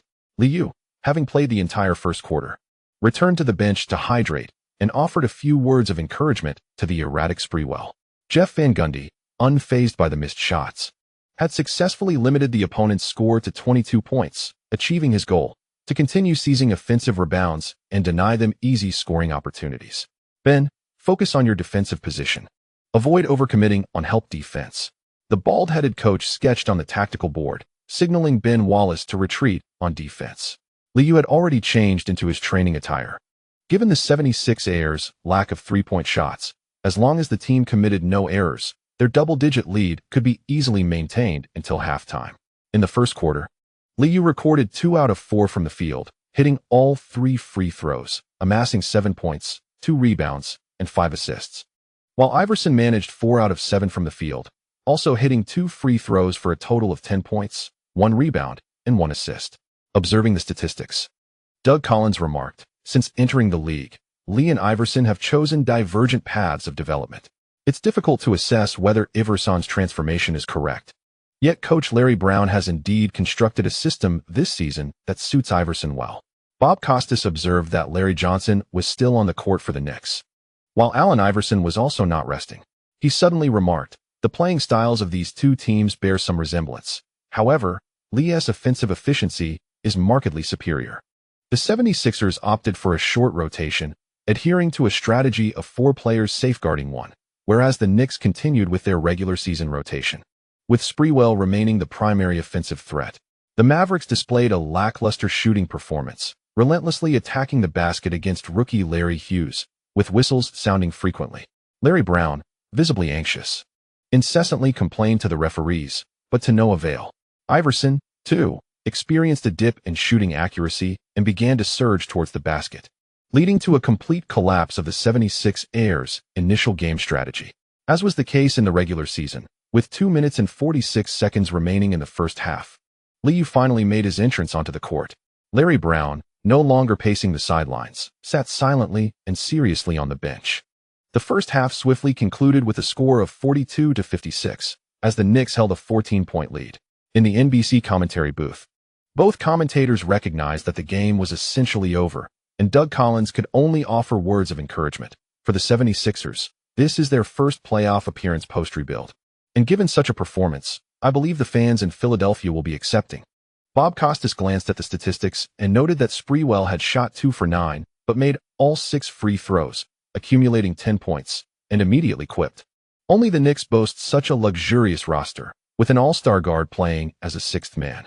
I believe General Manager Glenn Grunwald deserves the title of Executive of the Year." In the Knicks locker room, laughter filled the air. Although Sprewell was not entirely satisfied with his performance, he managed to smile. Li Yao, beaming, encouraged Ben Wallace, who had already accrued 3 fouls in the half. "Don't worry about the fouls. Your defense must be imposing. Be fierce like Charles." Ben Wallace nodded vigorously, his hair having grown longer, now adorned with a headband. "I understand. In the upcoming games, they want to find it easy to approach the basket. Thank you to the readers for your subscription and support. I have made some revisions and will resume the main chapters tomorrow at noon. I want to elaborate too much in the first round." Chapter complete. Chapter 134. An abrupt conclusion. Allen Iverson's inaugural playoff performance left much to be desired, leaving the Philadelphia media somewhat disappointed. Iverson gave his all during the game, yet it was evident that Coach Larry Brown was dissatisfied with the 76ers' execution. The excessive ball handling on the perimeter, simplistic drive and kick plays, and elementary turnovers prompted the coaching staff to call consecutive timeouts in the third quarter. As the point gap widened, Iverson continued to fight in the fourth quarter, engaging in a fierce battle with Sprewell. In the NBC commentary booth, with the outcome all but decided, Bob Costas and Doug Collins shifted their discussion to award selection. Seizing the moment during a timeout, Bob Costas began to extol the virtues of Tim Duncan. Tim Duncan has led his team to a series of victories in the latter part of the season. Regrettably, the San Antonio Spurs exhibited a mediocre performance at the season's outset. Otherwise, it is highly likely that he would have secured the MVP title this season. Doug Collins, fully grasping his partner's sentiment, seamlessly continued the conversation. The roles of a point guard and a power forward on the court are distinct. Li has the ability to invigorate the New York Knicks offense and can manage ball possession during challenging scoring periods. Tim Duncan wields influence on both ends of the floor. Yet we must not overlook the presence of David Robinson, who has been instrumental in constructing the Spurs system. Due to the shortened season, the NBA is poised to announce the recipients of various accolades shortly. Bob Costas continued along this vein. If you were to cast your vote, which player would you select? Shaquille has also delivered an outstanding performance this year. Doug Collins, recalling his time in New York, promptly responded with a smile. "I would still cast my vote for Li. The Knicks hold the best record in the league, and Li's individual statistics are impeccable. Of course, this is merely my personal opinion, and others may certainly have different choices." With no hope of closing the gap, Iverson ultimately relinquished the match in its waning moments, returning to his seat, disheartened by Larry Brown's serious demeanor. At Madison Square Garden, New York fans had already commenced their celebration of victory. Even in the final moments, they rallied to uplift the atmosphere. Every basket elicited cheers, and Doug Collins, reviewing the statistics, praised Iverson's performance. In his inaugural playoff appearance, Iverson displayed commendable prowess.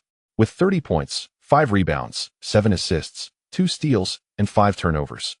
Philadelphia fans must remain patient. I believe Iverson will ultimately realize his potential.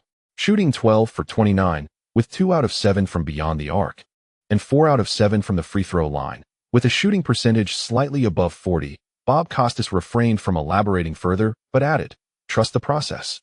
Rookies also need time to develop. Li experienced losses in his first season as well. As the game time concluded, the final score settled at 88-102, with the Knicks triumphantly defeating the 76ers.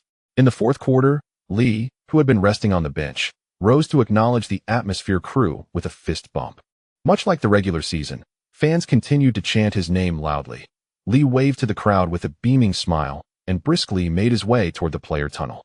The New York media expressed considerable satisfaction with the Knicks' performance. Despite Sprewell's struggles, he effectively contained Larry Hughes. The second unit even engaged in a competitive exchange with the 76ers starters, which is more than one could hope for. Upon returning to the locker room, Jeff Van Gundy noted that the atmosphere remained relaxed, resembling an ordinary regular season game. With everyone engaged in lighthearted banter, a Knicks staff member quietly reminded Li, who was preparing to sit down, "Li, during the press conference, there may be reporters inquiring about other players. There is no need for formality. As you know, the MVP voting has commenced." "I understand. Thanks, buddy," Li replied with a smile and a pat on the shoulder. Despite having delivered an impressive performance, the prospect of a unanimous MVP title seems unattainable due to the abbreviated season. Certainly, there will undoubtedly be media outlets that select Tim Duncan, Shaquille O'Neal, Karl Malone, and Alonzo Mourning, considering their impressive performances. Li Yao, eager to secure an award, felt compelled to vocally assert his presence and exude absolute confidence. Meanwhile, Ewing noted that the Knicks, in an effort to bolster Li Yao's candidacy, had sent only one representative to the press conference, leaving him with a sense of obsolescence. With a shooting record of 6 out of 13, 5 out of 6 from the free throw line, totaling 17 points, 10 rebounds, 1 assist, 2 blocks, and 1 turnover. The statistics led the gorilla to believe he had performed commendably. As Li Yao continued his discussions with the staff, Larry Johnson vociferously proclaimed, "With the best record in the league, the MVP should undoubtedly be awarded to us. This has always been the criterion for selection." Upon hearing this, Oakley appeared to recall the circumstances of the past 2 years and quietly quipped, "Karl Malone's experience demonstrates that sometimes records hold little weight. The media's selection criteria are merely their personal preferences." At this juncture, the Atmosphere Group began animatedly discussing this year's MVP race, noting that the records were closely matched, and theoretically, the trailing candidates had a chance for an upset. In a performance spanning 26 minutes, Li Yao achieved 20 points, 5 rebounds, 10 assists, 1 steal, and 1 turnover with 6 of 12 shooting, including 1 of 3 from beyond the arc and a perfect 7 of 7 from the free throw line. His efficiency remained high, but when he arrived at the post-game press conference, the media's focus was not on his performance that evening. An NBC reporter, representing the broadcasting network, posed the question that weighed most heavily on the minds of the journalists present. "Li, could you share your thoughts on the MVP? If you were to win this award, you would become the youngest recipient in NBA history." Seeing the audience's rapt attention, Li Yao, well prepared, confidently replied, "The Knicks boast the best record in the league. We have executed a flawless season. With the support of my teammates and coaching staff, I have also delivered commendable performances. Perhaps I still have room for improvement compared to previous award recipients, but in this extraordinary season, I am the superior player. I am ready. And please extend my regards to Shaq. During the offseason, I shall share my insights on free throw shooting at training camp." Many reporters chuckled softly at Li Yao's mention of O'Neal. As the regular season concluded, the now-dethroned scoring champion, the Shark, unleashed his fury, using the 2 days of respite to incessantly complain to the media about Li Yao and Iverson being mere stat padders, in stark contrast to the understated Tim Duncan. The historically efficient O'Neal had been remarkably vocal in recent days. The Shark remained undeterred in his pursuit of the MVP, continuously extolling his virtues, even boldly declaring to various sports media, "I know many young fans have never witnessed Wilt Chamberlain in action. There is no need to search for those ancient recordings. Simply watch the Lakers play. Upon hearing this, the Los Angeles media erupted in jubilation, and for 2 consecutive days, the headlines were dominated by stories about O'Neal. In the realm of centers, with both achieving historically remarkable PER, Shaquille O'Neal's remarks indeed captivated a greater audience of basketball enthusiasts. Throughout the press conference, the Philadelphia 76ers' defeat was scarcely acknowledged. The grueling schedule and the rapid-fire awards ceremony diverted attention entirely towards Li Yao. On the morning of May 9th, New York media continued to rally in support of Li Yao, simultaneously mocking the arrogant O'Neal. Wilt Chamberlain secured 2 championships. The NBA, in recent days, has seemingly transformed into a grand basketball reality show, with the loudest voices emerging from the media of New York and Los Angeles, stoking the flames of rivalry. In concurrent matches last night, the Orlando Magic faltered, succumbing to the Atlanta Hawks. Darrell Armstrong, who had just received the Most Improved Player award at home, was notably disheartened. As an undrafted player and a shorter guard, it was a rare honor to receive an accolade, yet it went largely unnoticed. Hook could only shake his head at Anthony Hardaway's performance. Even the seasoned coach Chuck Daly, brought in by the Magic, seemed to have made little impact. By the year's end, Li Yao's promotional resources are likely to overshadow those of Hook's brother. On the evening of May 9th, at his home arena, Alonzo Mourning joyfully accepted the DPOY trophy, eliciting loud cheers from the Miami Heat fans in attendance. This season, while Hakeem Olajuwon and Patrick Ewing began to decline, Mourning delivered a peak performance. Following Olajuwon, David Robinson, and Dikembe Mutombo, Mourning became the 4th player in NBA history to simultaneously earn both the DPOY and the blocks leader title. However, his joy was short-lived. The Heat were subsequently overwhelmed by the Bucks. In a bittersweet moment, Mourning faced his first playoff experience, with Ray Allen achieving 22 points on 9 of 16 shooting, including 2 of 6 from beyond the arc and 3 of 2 from the free throw line. Li Yao, from his Manhattan apartment, closely followed the game, sending his congratulations immediately afterward. After acquiring the extraterrestrial talent of Castle, the Bucks officially embarked on their 3 Musketeers strategy. That night, most sports media shifted their focus to the matchup between the Rockets and the Lakers. Despite reuniting the aging trio with Scottie Pippen, the Rockets suffered yet another defeat. With just 5 seconds remaining, Kobe Bryant stepped to the free throw line, converting both shots to help the Lakers reclaim the lead. In the final moments, Cuttino Mobley's layup was blocked by O'Neal, securing the Lakers' victory at home. The final score read 100-101, as the Lakers triumphed over the highly anticipated Rockets. The ever-reliable Charles Barkley scored 25 points on 11 of 19 shooting, while Olajuwon contributed 22 points on 10 of 13. The Lakers showcased their scoring depth, with Glenn Rice achieving 29 points on 12 of 17 shooting, although O'Neal struggled at the line, making only 5 of 14. He finished with a double-double of 27 points and 11 rebounds. Fisher contributed 20 points, hitting 4 three-pointers, while Kobe added 17 points on 5 of 9 shooting. The performance of the Lakers has stirred the hearts of the Los Angeles media, who continue to rally in support of Shaquille O'Neal. On the morning of May 10th, the NBA announced the 6th Man of the Year award for this season, which was undoubtedly claimed by Latrell Sprewell of the New York Knicks. Throughout the regular season, he participated in 46 games, averaging 28 minutes on the court. He produced an average of 16 points, 2 rebounds, 5 assists, 2 steals, and 1 turnovers per game. He attempted an average of 14 shots, boasting a shooting percentage of 41.5, and made around 2 free throws per game, with an impressive free throw percentage of 81.2. Although Sprewell's three-point shooting has faltered this season, he has excelled in fulfilling his scoring responsibilities as the team's 6th man. After the morning film session, his teammates extended their congratulations to Sprewell for his award. Despite a smile on his face, the madman appeared discontented, as he had no desire to remain a bench player. Starks has accepted the role of 6th man primarily due to his declining physical condition. However, Sprewell believes he is still at his peak and views being a substitute as a mere compromise. He has quietly reached out to his agent. Preparing to depart from New York at the season's end, Li Yao has naturally perceived Sprewell's intentions, and the veterans are well aware that he is destined to be a fleeting presence, having never truly integrated into the locker room. Jeff Van Gundy understands Sprewell's mindset, but as the head coach, he will not jeopardize the existing team chemistry.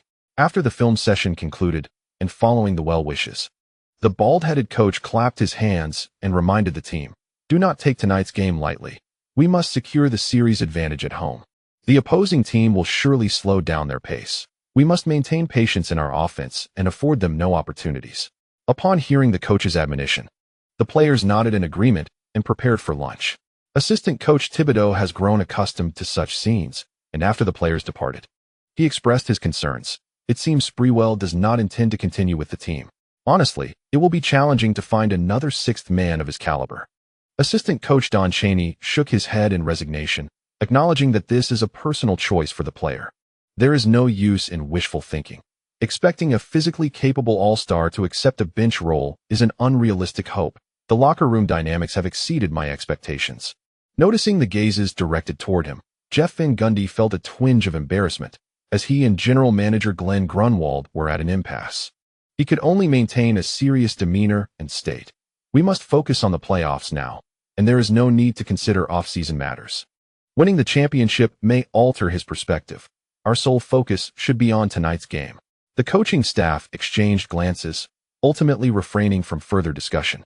That evening, Allen Iverson witnessed Sprewell lift the trophy at Madison Square Garden. The cheers within the arena were particularly jarring for the members of the 76ers. Arriving in New York, aside from being bombarded by Li Yao's advertisements, they were left to witness the Knicks receiving accolades. In a less than cheerful mood, Iverson silently warmed up after completing the player introductions. Larry Brown erupted in fury following Game 1. As the starting five of the 76ers faced an onslaught of criticism from the esteemed coach. Tonight, their spirits were decidedly low. After a resounding victory in Game 1, the New York fans became insufferably arrogant, dismissing the 76ers entirely. However, as the game commenced, the opposing team's deliberate tactics and attempts to slow the pace began to take effect, with Ewing and Oakley repeatedly missing easy opportunities, leading to a notable decline in the crowd's enthusiasm. With 6 minutes and 30 seconds remaining in the first quarter, Jeff Van Gundy helplessly called for a timeout. Upon returning to the bench, Ewing, visibly frustrated, took a moment to hydrate, lamenting the missed open shots. "Be patient, maintain your composure, and focus on securing defensive rebounds. Lee, you shall retrieve the boards and accelerate our offensive tempo." The bald-headed coach, eschewing the tactical board, directly instructed Ewing and Oakley to box out. Larry Brown opted for a 24-second strategy to control the game's tempo, ultimately allowing Iverson to orchestrate the offense. Should they miss, the 76ers would fiercely contest the rebounds. Yet the Knicks failed to convert even once in transition. Lee nodded in agreement, his patience exceeding what the coach anticipated, as long as the opposition remained scoreless. Prolonging the game was not a dilemma. "Let us go Knicks. Let us go Knicks. Let us go Knicks." The first half saw a struggle for points, and after a timeout, the DJ rallied the crowd to continue their support. As they resumed play from the baseline, Eric Snow maintained defensive pressure, while Lee advanced the ball slowly, nearly exceeding the 8-second limit to cross half court. In the first half, Ewing continued to miss shots, and this time, Lee refrained from calling for a pick and roll. Instead, he positioned himself on the left wing, prompting his teammates to shuffle and clear one side. Ewing remained on the right side near the baseline, poised for a scoring opportunity, while Allen Houston lay in wait at the right corner, observing the defensive alignment. Oakley moved to the right elbow area, and Larry Johnson firmly established himself on the right wing, both acting as potential outlets. As Eric Snow glanced back from the left wing, he discovered ample space behind him. With the ball in his left hand, Lee pivoted to protect it, momentarily hesitating before swiftly lowering his center of gravity and forcefully driving towards the basket.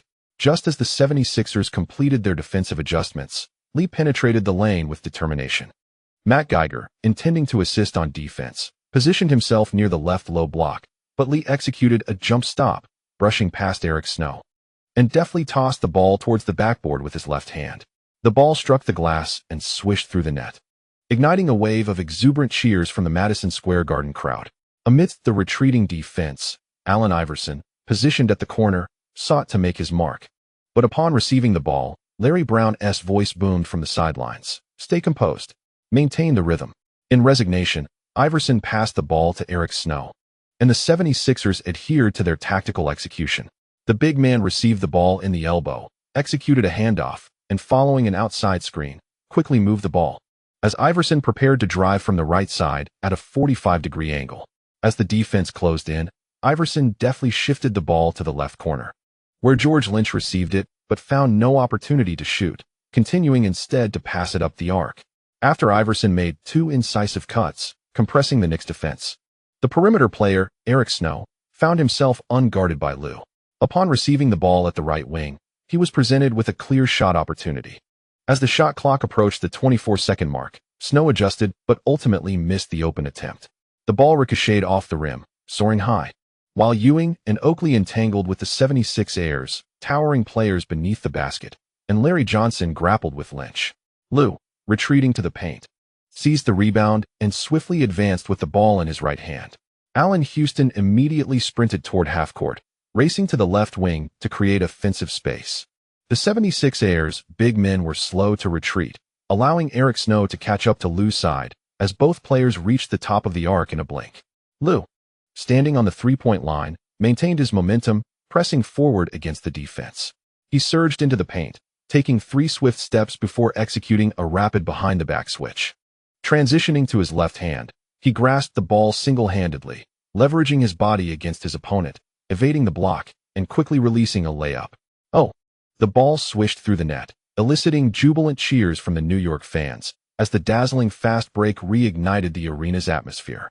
From the NBC commentary booth, Doug Collins observed Lou scoring 4 consecutive points and immediately praised, "Coach Van Gundy has effectively adjusted the game plan. It seems to be working well." Lou's finishing efficiency in the paint has significantly improved this season. The Knicks established a 4-point lead at 7-11. Noticing Larry Brown signaling for a slower pace, Bob Costas remarked with a hint of resignation, "The 76ers might need to consider speeding up." Clearly, the Knicks have adapted to their tactical approach. Following the tip-off, Iverson sank a three-pointer, but subsequent jump shots failed to find the mark. In a similar rhythm, the 76ers nearly exhausted the 24 seconds again. When Iverson received the ball at the left wing, he took a step back from Allen Houston's defense and attempted another jump shot. Bang! The long rebound fortuitously landed in Houston's hands, prompting Iverson to apply immediate pressure, yet the Knicks failed to transition into offense. As Lou received the ball and dribbled past half-court to the arc, he noted that the defense had settled into position and slowed down near the three-point line. Seizing the moment when Snow hesitated, Lou swiftly dribbled between his legs, quickly switching to his left hand and executing a wide behind-the-back maneuver, scooping the ball up with his right hand and accelerating past his defender. As he lost half a step, Snow tugged and pulled in an attempt to slow Lou down. The two tangled as they crossed the free-throw line, and Lou suddenly executed a spinning move against his opponent. In an instant, he found himself directly in front of the basket in the paint. While Matt Geiger instinctively stepped up to assist, but realized too late that Lou had vanished with the ball. Geiger was unable to pivot back in time, and Lou's stealthy pass found Ewing, who delivered a thunderous one-handed slam dunk from the left side beneath the rim. The gorilla, having completed a spectacular dunk, stood beneath the basket and let out a triumphant roar, releasing the pent-up frustrations within. On the sidelines, Jeff Van Gundy clapped enthusiastically, giving a thumbs-up to Li Yao before returning to the bench with a smile. As Li Yao raised his hands, rallying the crowd's energy, Iverson felt the urge to shine once more. He was soon reminded by Larry Brown's loud admonition that there was no room for individual heroics. With the shot clock winding down, Iverson drove forward, drawing Ewing's help defense in the paint, and promptly dished the ball to Matt Geiger, positioned at the lower right of the basket. As Geiger bent down to receive the pass, he was met with Ewing's swift turnaround block just as he attempted to rise for a dunk. Amidst the gasps of New York fans, Ewing executed a powerful rejection, sending the ball ricocheting away. Allen Houston regained possession and swiftly passed it to Larry Johnson. Johnson, upon receiving the ball, took 2 quick steps before feeding it to the accelerating Li Yao in the center lane. Eric Snow hurried back on defense, while George Lynch also returned to the half-court, setting up a 2-on-2 situation. Approaching the three-point arc, Li Yao, holding the ball in his left hand, momentarily paused, lowering his center of gravity in a feigned drive. As the defender slid to the right, Li Yao swiftly executed a crossover step back, switching to his right hand. He paused again, glancing at the basket. Eric Snow leapt to contest the shot, while George Lynch, having returned to the right side blocking area, was also drawn in by Li Yao's shooting motion. In that fleeting moment of defensive lapse, Li Yao delivered a bounce pass, but George Lynch, realizing the misstep, hurried to intercept. The basketball sailed past Lynch's fingertips, allowing Larry Johnson to position himself at the lower right of the basket, where he received the ball and seamlessly executed a reverse layup. Once again, they capitalized on a fast break, prompting the Knicks bench to celebrate with raised fists. Noticing the dramatically altered atmosphere, commentator Bob Costas praised, "This is Li's prowess, visible and deliverable. The Knicks merely need to find their positions to score effortlessly." While some may question his defensive capabilities as a point guard, I believe Li has performed admirably. At 7:15, Coach Larry Brown, with a serious demeanor, called for another timeout. Doug Collins observed the dejected expressions of the 76ers players heading to the bench and candidly remarked, "Often, coaches should allow players the freedom to express themselves. This is something Coach Van Gundy excels at. This is not the pace that Allen Iverson thrives in. He must regain his aggressiveness." Following the timeout, the controlling Larry Brown maintained his rigid approach, and the 76ers continued their methodical execution of tactics. The game tempo slowed once more. Yet the Knicks' offense became increasingly straightforward and forceful. Allen Houston and Larry Johnson alternated in back-to-the-basket plays in the low blocks, contributing to the team's scoring efforts. On the 76ers' offensive end, Iverson successfully set up Geiger for an easy basket underneath. Turning back, Allen Houston again sought the ball in the right block. With Iverson tightly guarding him from behind and continuously navigating around for defense, Houston seized the opportunity to cut sharply to the basket. From the right wing, Li Yao followed suit, lofting the ball towards the upper right of the hoop. Li Yao's audacious pass culminated in a splendid score. Despite not being a relay in the air, Allen Houston's leap and subsequent slam dunk ignited Madison Square Garden into a frenzy. At this juncture, Ewing had largely withdrawn from offensive plays, while the struggling Oakley shifted his focus to rebounding and defense, leading to a series of successful offensive maneuvers that allowed the Knicks to regain their rhythm. It appeared that Allen Houston had found his confidence alongside Iverson, actively seeking the ball during several offensive attempts.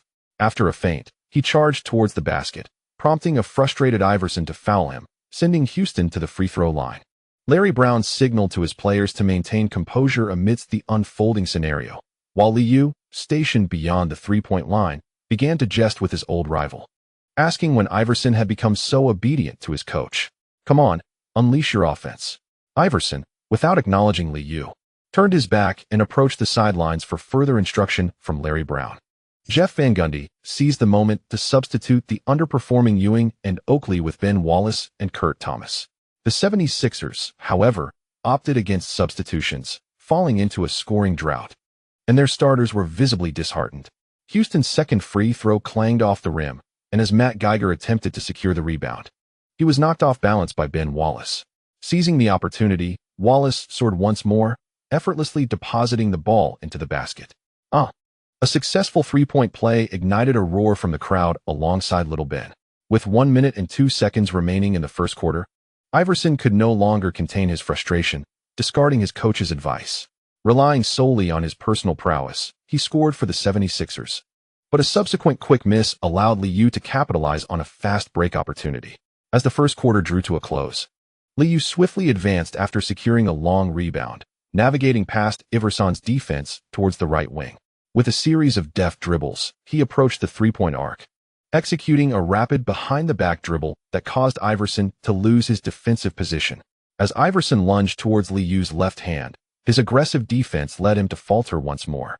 With a smooth crossover dribble, Li Yao switched to his right hand, creating ample space for his shot, and swiftly launched a three-pointer. Swish! The ball cleanly rippled through the net. The 76ers were left with just 1 second on the clock. In a fit of fury, Iverson received the inbounds pass and hurled the ball towards half-court, glaring as he briskly returned to the bench. With a score of 11-28, the commentators at NBC exchanged bewildered glances. The 76ers had performed admirably in the first half, with Coach Larry Brown's adjustments proving effective. However, compared to the Knicks, the 76ers still lacked the requisite talent, struggling to counter some of the individual offensive plays. Doug Collins offered a subtle critique of the game, while Bob Costas swiftly pivoted the conversation, suggesting that Sprewell seemed disinclined to continue his tenure in New York, with credible sources backing the claim. Upon hearing this gossip, Doug Collins chuckled, remarking, "Playing as the sixth man on a championship team may impact one's stats, but I don't believe leaving New York is a wise decision. Often, the Knicks would opt to pair Li with Sprewell in the backcourt, complemented by Allen Houston, thus forming a trio of guards that could produce a commendable synergy. Sprewell ought to exercise a modicum of patience, as this marks merely his inaugural season with the team. Perhaps his agent had prematurely leaked information. Naturally, the gossip-hungry New York fans were well aware of the madman's intentions. When the rotation players took to the court, a smattering of boos echoed through the arena, directed both at the visiting players and at Sprewell, whose reputation had been tarnished by the New York media. The fans, inflated with arrogance, believed that Sprewell, who was to receive special treatment tonight, had made the right choice. Ewing, too, had faced jeers from the New York crowd, yet following his championship victory, the treatment he received transformed entirely. We ought to have a conversation with him. It's still not the off-season. And allowing the agent to release information is somewhat crossing the line. Just this morning, everyone was cheerfully congratulating the madman, and by afternoon, news of his potential departure surfaced. Upon witnessing Sprewell's continued struggles on the court, the gorilla could no longer contain his frustration. Oakley observed the situation and casually remarked, "As long as he puts forth the effort on defense, that will suffice. We need not concern ourselves with the rumors." At that moment, Allen Houston was conversing quietly with Li, noting, "It seems Sprewell truly dislikes his role within the team." Li glanced at Jeff Van Gundy, whose bald head seemed unaffected by the turmoil. Recalling the relationship between the coach and general manager Glenn Grunwald, he whispered behind his towel, "Without statistics, there are no lucrative contracts. Such a decision is hardly surprising." Prior to the game, the atmosphere in the Knicks locker room felt peculiar. Jeff Van Gundy was acutely aware of this, yet felt powerless to alter it. At this juncture, he could only immerse himself fully in the game. Retreat. Everyone. Fall back quickly.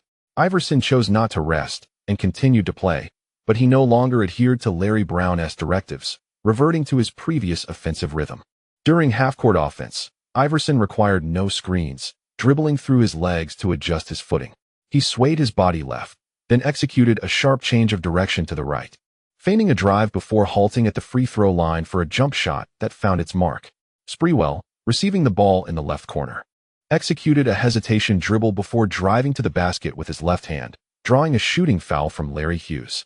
The bench players, though not exceptionally efficient, contributed to a lively game, much to the delight of the exuberant New York fans.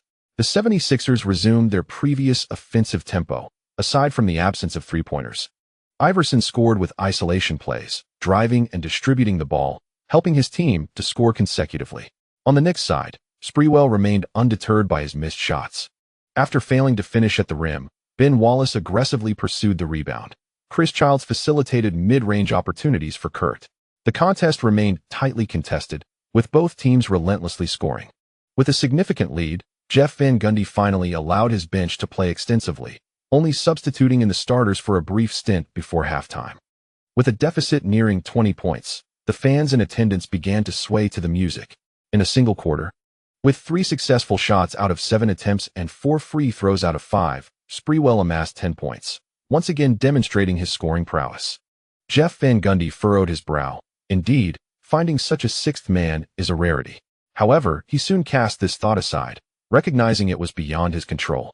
By halftime, Li Yao had played less than 15 minutes, achieving 4 out of 6 from the field, 1 out of 2 from beyond the arc, and 2 out of 2 from the free throw line, totaling 11 points, 3 rebounds, and 4 assists. Observing the statistical summary, Bob Costas succinctly concluded the match. The disparity in strength between the teams was considerable, reminiscent of the Western Conference playoffs first round, where the Jazz triumphed over the Kings with a score of 87-117. The 76ers, lacking playoff experience like the Kings, struggled to acclimate to the game's intensity. Doug Collins noted some issues with the 76ers' game strategy, but refrained from criticizing Larry Brown at this juncture. Upon returning home, the 76ers would still have an opportunity, and the Philadelphia fans needed to remain patient, as the team required their encouragement. In the third quarter, with the deficit unchanged, Jeff Van Gundy began to experiment with different lineup combinations. The actions of the bald-headed coach left Larry Brown feeling humiliated. The esteemed coach's expression darkened, especially since Iverson was not adhering to the game plan. Following a timeout, he decisively substituted in the bench players, denying Iverson further opportunities. The two, mentor and protege, found themselves at an impasse, their philosophies misaligned and communication absent. The bench players of the 76ers dared not speak, merely watching as time slipped away. Ultimately, the Knicks triumphed with a resounding 100-75 victory, securing a pivotal match point, bringing the series score to 2-0. Li Yao, having been substituted early, smiled and exchanged handshakes with his 76ers counterparts. In the upcoming game, the Knicks would travel to Philadelphia, and despite his sour mood, Iverson did not forget to assert, "The series is not over. Once we return home, I will win the game." The two exchanged brief handshakes. Upon hearing his confident declaration, Li Yao merely smiled and replied, "It's over, my friend. If you wish to witness the finals in New York, remember to text me." Seeing Li Yao's cheerful demeanor reminded Iverson of the barrage of advertisements he had faced in the hotel, prompting him to turn away. As he entered the player tunnel, the nearby New York fans jeered, leading Iverson to mutter under his breath, "Damn New York. I extend my gratitude to the readers for their subscription support." This chapter concludes here. It seems I am on the verge of earning a badge. I will add a brief chapter tomorrow. Unbeknownst to me, the subscriptions have reached 3,000. Just at that milestone, I wonder if it has recently surged. I initially planned to update tonight, but it seems that doing so would lower the average subscriptions. I prefer to secure a badge first. Regrettably, the men's basketball team is destined to lose again tonight, which is disheartening. I am thankful for the readers' subscriptions. This achievement feels like a blessing. Chapter 135, The Young MVP, Routine Chapter. The 1998-1999 NBA season's prolonged lockout significantly impacted Philadelphia. Valentine's Day in 1999 was intended to be a grand celebration of basketball in Philadelphia, with an illustrious gathering of legends such as Moses Malone, Julius Erving, Bill Russell, and Wilt Chamberlain. However, the day ultimately devolved into a rather mundane regular season game, resulting in a disheartening loss for Philadelphia. The retirement of Michael Jordan had a profound impact on many basketball markets, Philadelphia being no exception. Dick Ebersol, the chairman of NBC Sports, expressed a sentiment after broadcasting Jordan's retirement ceremony: "We must cultivate a new generation of basketball stars." Philadelphia responded eagerly, recognizing that although a prolonged hiatus had distanced fans from the game, the presence of a star player would inevitably draw them back. The 76ers envisioned a bright future, riding the wave of the NBA's star-making endeavors by promoting their core player, Allen Iverson. Regrettably, longtime fans seem to have grown accustomed to the NBA represented by Michael Jordan, and many were less than enamored with the distinctive, charismatic Iverson. In contrast, the younger demographic embraced Iverson's rebellious spirit, relished his increasingly unique hip-hop style, and admired his glamorous lifestyle spent reveling with friends. This generational divide between old-school and new-age fans created a stark dichotomy in Iverson's reception.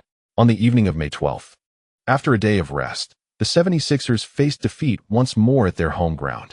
Allen Iverson played for 45 minutes, achieving 35 points, 4 rebounds, 1 assist, 1 steal, and 3 turnovers with a shooting record of 13 for 26, including 1 for 6 from beyond the arc and 8 for 9 from the free throw line.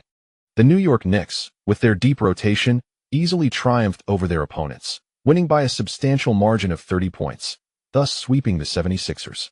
The fans who had waited long for a momentous occasion in the First Union Center were left disheartened.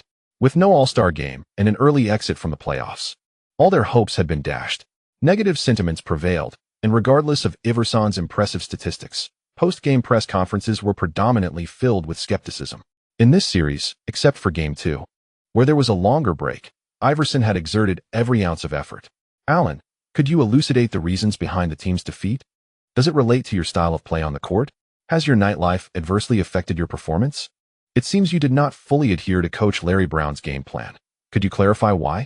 Has an excessive focus on appearances diverted your basketball concentration? Allen, Lee is on the verge of securing this season's MVP. What are your thoughts on that? The final inquiry caused Iverson, dressed in a black casual suit adorned with a gold chain, to furrow his brow. He offered a few perfunctory remarks before hastily exiting the press conference. The Philadelphia media, which had once lauded him, now turned critical, leaving Iverson struggling to accept such a disheartening outcome. The media's penchant for revisiting past failures is a well-known tradition in the NBA, where the voices of the defeated tend to be marginalized. In stark contrast to Iverson's treatment, Lee's situation appeared considerably more favorable. In the first round of 3 matches, apart from Game 3, where the playing time was slightly longer. The other two games were completed in just 3 quarters. Averaging 31 minutes per game, the team accumulated a total of 213 points, 43 rebounds, 110 assists, 10 steals, and 20 turnovers across the 3 matches. The shooting percentage remained consistent with the regular season, with an overall efficiency slightly improved. Given the game dynamics, sports media are well aware that the Knicks have not exerted themselves. With a 9-man rotation, the two teams are clearly not of the same caliber. Earlier in the day, the NBA announced the Coach of the Year award for this season, which was bestowed upon Mike Dunleavy, the head coach of the Trail Blazers. The individual awards are soon to be followed by the Most Valuable Player award for the regular season.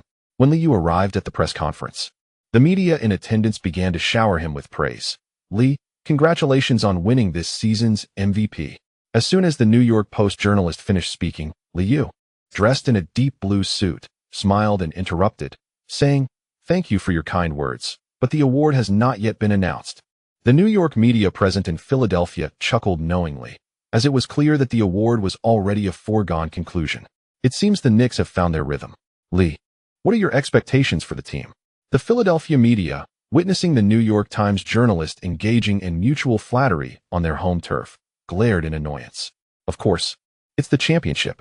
The Knicks remain the strongest team in the league, and we are confident in our ability to secure the championship again." Li Yao, playing along, continued to boast, and as the conversation grew increasingly spirited, he couldn't help but silently admonish the 76ers for their lack of competitiveness. Meanwhile, in the Knicks locker room, everyone was in a jubilant mood after their victory.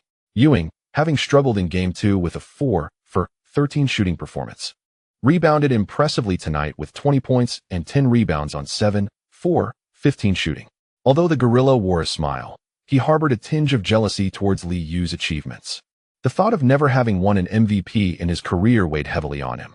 Larry Johnson, however, was less preoccupied with such thoughts.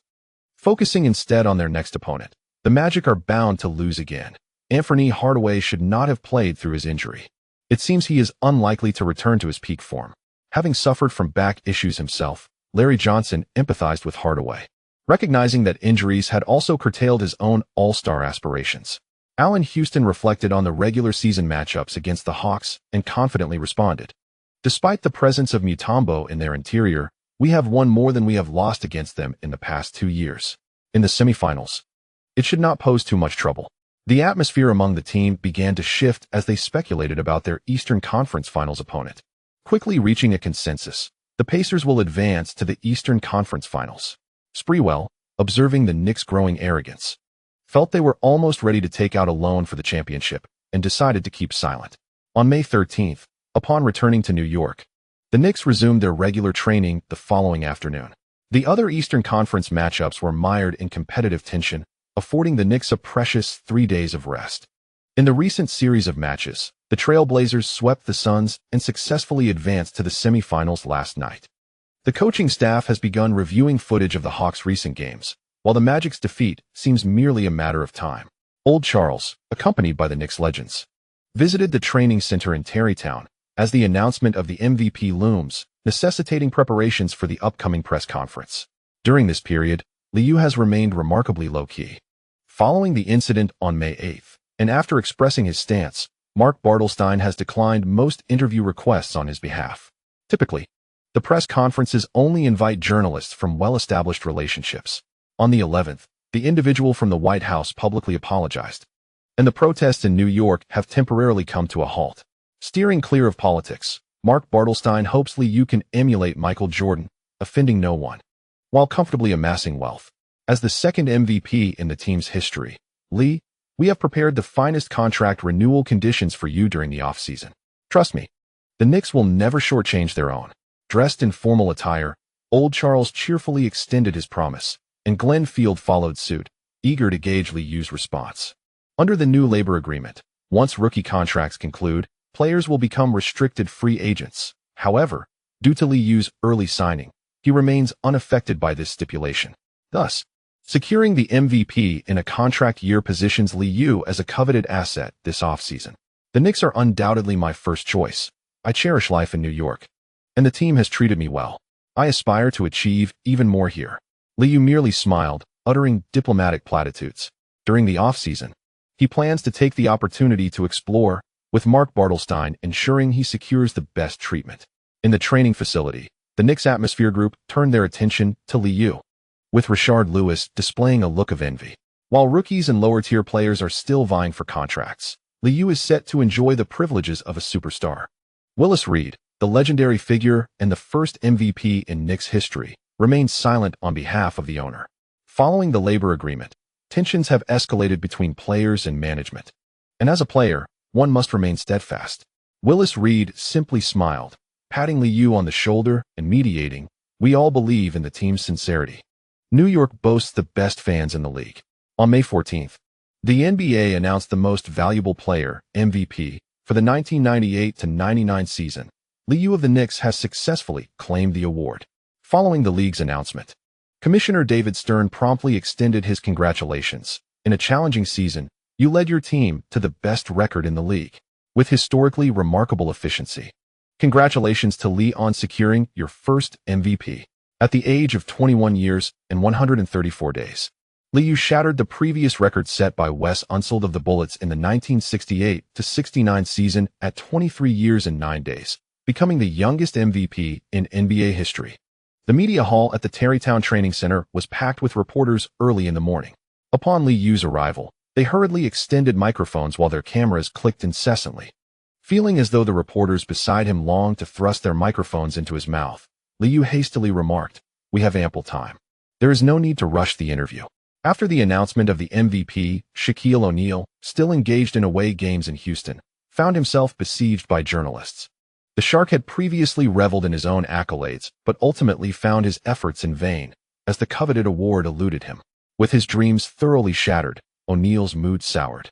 Even though the Lakers had secured a series point, his displeasure was palpable during interviews. "I care not for the MVP of a shortened season. My sole desire is to claim the championship. Perhaps the finals MVP would suit me better. I hope to face the Knicks in the finals, where I shall prove my worth, and you shall see who the true MVP is." Without any prompting from the journalists, O'Neal launched into a fervent diatribe, which, despite its intensity, irked many. The Houston media offered him no kindness. "The series is far from over. Tonight, I shall put an end to the Rockets." That evening, fueled by fury, O'Neal utterly decimated the Rockets. In 44 minutes of play, he achieved 14 out of 22 field goals, made 9 out of 18 free throws, and amassed 37 points, 11 rebounds, 3 assists, and 3 blocks, all while committing 2 turnovers. Such a ferocious display transformed the Rockets' home court into a library, as the aging trio fell victim to the Lakers' dominance, culminating in a staggering 31-point victory that advanced the Lakers to the Western Conference semifinals. After the game, as he strode towards the players' tunnel, O'Neal could not refrain from exclaiming, "I am the superior one." Beside him, Kobe Bryant, rendered nearly invisible, bore a discontented expression. In recent days, he had also faced interviews, but most inquiries revolved around whom he supported for the award, with little regard for his own progress. While Kobe publicly praised O'Neal, his thoughts incessantly drifted back to the rookie challenge. Reflecting on Li Yao's accomplishments and watching O'Neal's retreating figure, Kobe felt no elation from the victory. Rather, he resolved to become the tactical linchpin of the team. On the morning of May 15th, the sports section of New York's newspapers prominently featured headlines proclaiming, "The Knicks' future, the youngest MVP in NBA history." Articles penned by the new king of New York, Clay Lee, echoed similar sentiments, meticulously chronicling Li Yao's record-breaking achievements while revisiting last year's Eastern Conference performance. Patrick Ewing, upon glancing at the newspaper early that day, was nearly consumed by frustration. He had not yet retired when Li Yao's ascent began. Since yesterday, Li Yao's phone had been incessantly buzzing, requiring him to respond to messages throughout the morning. Looking at his Nokia 5210, he found himself yearning for the future of smartphones. Miranda rarely visited the villa in Tarrytown, given its considerable distance. Observing the distinctly personal decor, the spirited young woman leaned towards Li Yao and jested, "That rich girl truly knows how to spend her money." Meanwhile, the Siberian husky named Happy, having not seen Li Yao for a fortnight, frolicked around the two, occasionally leaping onto them, only to provocatively dart away. "Stop it, Happy. We are merely good friends." Li Yao turned and embraced Miranda, showering her with sweet words, before hastily asking, "Help me think. Who else have I overlooked at the school? There are less than 2 days left. Before the NBA League's press conference, Old Charles would host a celebratory banquet, and Li Yao needed to extend invitations to everyone. On the evening of the 16th, in the banquet hall of the Waldorf Astoria in Midtown Manhattan, Old Charles and Li Yao warmly welcomed their visiting friends. The MVP was splendid, yet many attendees were merely superficial acquaintances. Throughout the event, Li Yao wore a smile that made his cheeks ache, managing to endure the celebration. On the morning of May 17th, at 10 a.m., in the press hall of Madison Square Garden, a sea of media reporters filled the room, all keen to witness this historical moment. His friend Ivan, clad in a black suit, feigned composure in the front row, while Milinda beside him donned black trousers and a blue shirt. If not for a lack of funds, I might even suggest that Li bid farewell to basketball, Ivan murmured. To which Milinda chuckled teasingly. Is that your excuse for being hospitalized for half a year? The stocks you purchased have all skyrocketed. Tech stocks have surged madly these past few years. Ivan, observing the continuous rise of the dollar and the swelling of his wealth, felt a twinge of embarrassment recalling his hospital experience. Clearing his throat, he quickly changed the subject. It's about to begin. Today, the press hall had specially replaced the podium with a smaller one, prominently displaying the MVP trophy. Jeff Van Gundy and the Knicks were seated at the far right of the podium when NBA Vice President Ras Grink stepped forward, smiling as he announced, "Ladies and gentlemen, let us welcome the youngest, most valuable player in NBA history, Clay Lee." The media and Knicks staff erupted in applause and cheers. Perhaps if he were with another team, the press conference would not be so grandiose. Donning a deep gray suit, Li Yao approached the podium with a smile, embracing the vice president in greeting. He took the trophy, glanced at it, then set it down, adjusting the microphone before speaking with a cheerful tone. "I extend my heartfelt gratitude to the New York fans, to the Knicks family, and to the sports media who cast their votes for me. Receiving this award holds immense significance for me, from Albuquerque to Hartford, and now to New York. It has been a dreamlike journey. You all know that I am not a prodigious high school talent. It was Coach Calhoun who brought me to Connecticut, and I am grateful for his trust back then." Coach Calhoun, seated in the front row, nodded appreciatively, accepting the applause of the crowd.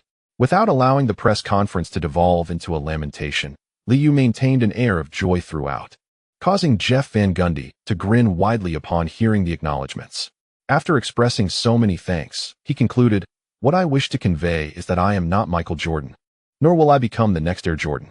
Of course, I am not Wilt Chamberlain either. After all, I stand at just 6 feet 4 inches."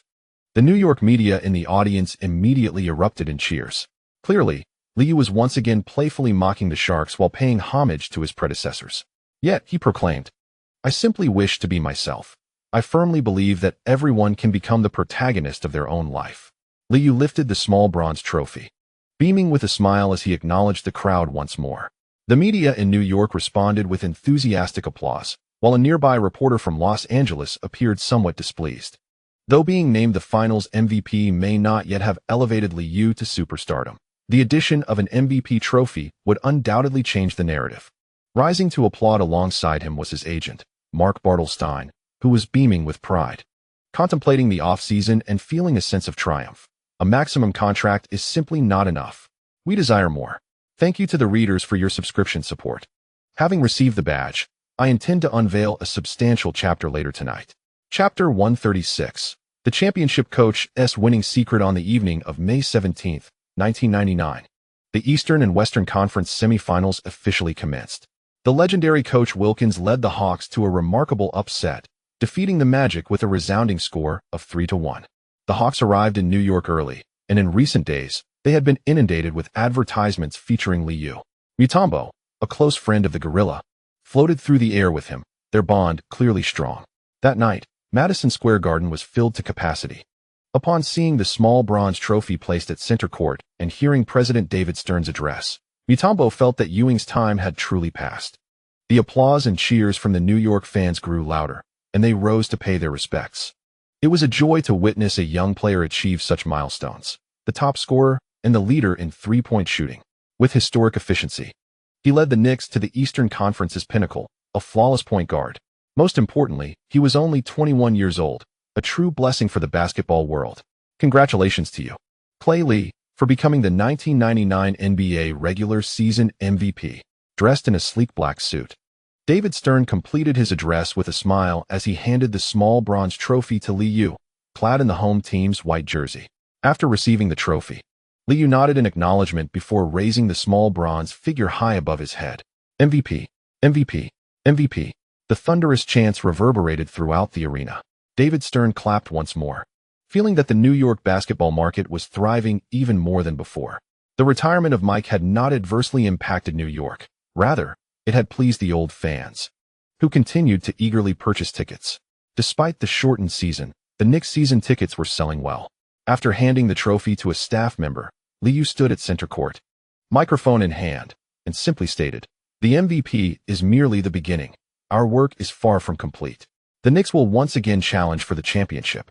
On the visiting team's bench, the Hawks sensed the electric atmosphere, exchanging glances without uttering a word. Coach Wilkins wore a serious expression, seizing the opportunity before the final warm-up began to remind his players, "Mookie, keep your turnovers in check. Do not grant the opponent easy counterattack opportunities. Dikembe, remember to delay your exit." Mookie Blaylock and Mutombo nodded in understanding. The majority of the Hawks' key players are over 30 years of age, with only Chris Crawford being a rookie forward born in '97. At the TNT commentary booth, Hubie Brown is praising Coach Wilkins' coaching prowess, noting that the inclusion of Crawford this season has alleviated the pressure on the Hawks' interior defense. During the regular season, they managed to limit opponents to an average of 83 for points per game, ranking first in the league, showcasing a phenomenal defensive performance. However, his partner, Dick Stockton, refrains from continuing this line of thought, acknowledging that while the Hawks' defense is indeed commendable, their offensive performance leaves much to be desired. Averaging only 86.3 points per game during the regular season, their first-round victory relied heavily on defense, placing them second to last in offensive rankings, while the Bulls, languishing at the bottom, have become a mere pushover. Tonight's game poses a challenge for Blaylock and Steve Smith, as Lee and Allen Houston are younger and in fine form. The Hawks may hold a slight edge in rebounding, with Grant Long performing well in the first round, though Larry Johnson has also made notable contributions. Given Lee's recent MVP performance bolstered by the home crowd's energy, the Knicks could quickly find their rhythm, prompting the Hawks to tread carefully. Dick Stockton provides a brief overview of the players' conditions, subtly indicating a preference for the Knicks. In this shortened season, the Knicks averaged 102.7 points per game during the regular season, leading the league alongside the Kings as the only two teams to exceed the century mark in scoring. Both commentators are acutely aware of the depth of the Knicks bench. If Sprewell performs to expectations, the Hawks will find it challenging to contain him. Jeff Van Gundy refrains from excessive admonitions, as both teams are well acquainted with each other after numerous regular season encounters. Amidst the cheers of the crowd, the game quickly commences, with the bald young coach observing for a moment before returning to the bench. The Hawks' initial offensive possession is resolute, with Steve Smith taking a jump shot from beyond the three-point line after a screen on the right wing. In the following possessions, Smith continues to push the offense but struggles to find his rhythm, leading Coach Wilkins to urge his players to retreat quickly on defense. After nearly 3 minutes of play, the Hawks remain scoreless. Chris Crawford is active from the outset, yet Oakley, with his wealth of experience, effectively stifles him at every turn, securing the rebounds. Mutombo, facing Ewing's defense at the lower left of the basket, attempts a right-handed shot but misses, with Oakley seizing the rebound, forcing the Hawks to retreat rapidly. The crowd's chants of "Let's go Knicks" grow louder as Lee, upon receiving the ball, takes a cautious approach against the tight defense of Mookie Blaylock, carefully dribbling across half-court. The two engage in a subtle battle, with Lee's ball-handling skills thwarting Blaylock's attempts to disrupt him. For several consecutive years, he has been selected for the all-defensive team. Despite Blaylock's height of merely 183 centimeters, he is recognized as one of the league's preeminent perimeter defenders. However, compared to previous seasons, Li Yao has noted a slight decline in his opponent's lateral agility. Upon reaching the right wing, the Knicks players had already established their positions. Ewing, with swift footwork, began to decelerate as he approached the right elbow of the free-throw line. The vigilant Mutombo, having closely followed, noticed that he was positioned in a precarious defensive stance and promptly shouted to his teammates, "Do not allow him to drive in." Beyond the three-point line, Li Yao, with the ball in his right hand, executed minimal fakes. Lowering his center of gravity, he surged forward against the defense. As he stepped on the three-point line, Mutombo continuously engaged him physically, leading to a collision. Li Yao adeptly adjusted his footing, stepping back slightly and raising his center of gravity before suddenly lunging forward with vigor. Mutombo cursed under his breath, realizing that his teammate had lost significant ground and hastily moved towards the basket. However, distracted by Ewing's movement behind him, Mutombo found himself out of position, as Li Yao had already penetrated to the lower right side of the basket. Sensing the imminent help defense, Li Yao executed a quick jump, fending off the defender, and after a brief adjustment, he made a reverse layup from the lower left side of the basket. The retreating Mutombo cast a resigned glance at Li Yao, while Mutombo's teammate, Brellock, raised his hand to indicate the error lay with him. With 9 minutes and 7 seconds remaining in the first quarter, Madison Square Garden was on the verge of eruption. Following another failed offensive attempt by the Hawks, Mutombo secured an offensive rebound and scored, finally breaking the deadlock for his team. In the commentary booth, Hubie Brown observed Allen Houston initiating from the right corner. Utilizing a screen from Larry Johnson, Houston received a cross-court pass from Li Yao and sank a three-pointer, prompting Brown to exclaim, "The Knicks truly deserve their reputation as the league's most formidable offensive team." Li and Houston had accounted for all the teams scoring thus far. Their performances exceptionally stellar. After Steve Smith, who had been struggling, hit a mid-range jumper from the right corner, Dick Stockton humorously remarked, "This is indeed a clash between coaches Van Gundy and Wilkins." The two possess contrasting coaching philosophies, and at this point, it appears the Knicks hold the upper hand. As the game progressed, Li Yao attracted increased defensive attention, prompting him to distribute the ball to the interior. Perhaps spurred by the recent MVP award ceremony, Ewing was in fine form this evening. Following a simple pick and roll, he swiftly rolled to the left side near the baseline, receiving a pass and confidently sinking a mid-range jumper. In the next two possessions, the big gorilla even hit a long two-pointer following a screen. Although the Hawks managed to respond, Coach Wilkins promptly called for a timeout. After hitting 3 consecutive shots, Ewing pounded his chest in triumph, while the Knicks cheer squad leapt in joy, celebrating with high fives. Jeff Van Gundy felt the game was firmly within their grasp during the timeout. He offered little commentary and resumed the action. Coach Wilkins' adjustments proved timely, as Mutombo initiated a pick and roll on the first possession following the timeout. Utilizing Mutombo's screen at the arc, Brellock evaded his defender and took a shot. Swish! The three-pointer found its mark, narrowing the gap to 7 points at 11-18. The Hawks bench sprang back to life, erupting in cheers and applause. Motivating himself, Muchie Brellock chose not to apply tight defense, instinctively glancing back as he noticed Li Yao calling for a play beyond the three-point line. Upon refocusing, he saw Li Yao, ball in right hand, suddenly accelerate. Brellock swiftly slid into position as Li Yao changed pace, taking 2 quick steps before sharply altering his direction. With the defense fully opened, Li Yao, with deft left-handed skill, sliced in from the 45-degree angle. Meanwhile, Crawford, stationed at the left elbow of the free-throw line, instinctively pursued him toward the basket. They both leaped, engaging in aerial contention as Li Yao grasped the ball with his left hand, evading the defense. Seizing the moment as his opponent made contact, he swiftly launched the ball toward the backboard. Oh my! The whistle blew as the ball went in, and Crawford, helpless, waved his hand. His aggressive foul had little effect. Shaking his shoulders amidst the fans' cheers, Li Yao confidently converted the free throw, restoring the 10-point lead. Observing the score, Coach Wilkins glanced at the bench but ultimately decided against substitutions, adhering to the age-old belief of relying on seasoned veterans. According to their pregame strategy, the Hawks intended to seize the initiative, but Steve Smith's poor shooting tonight had turned their plans into a pitfall. As the first quarter drew to a close, Jeff Van Gundy began to time his rotations. Sprewell, Thomas, and Wallace entered the game, ensuring the Knicks did not falter on the boards. The first quarter concluded with a score of 20-29, and Coach Wilkins wore a serious expression, acknowledging their defensive failures.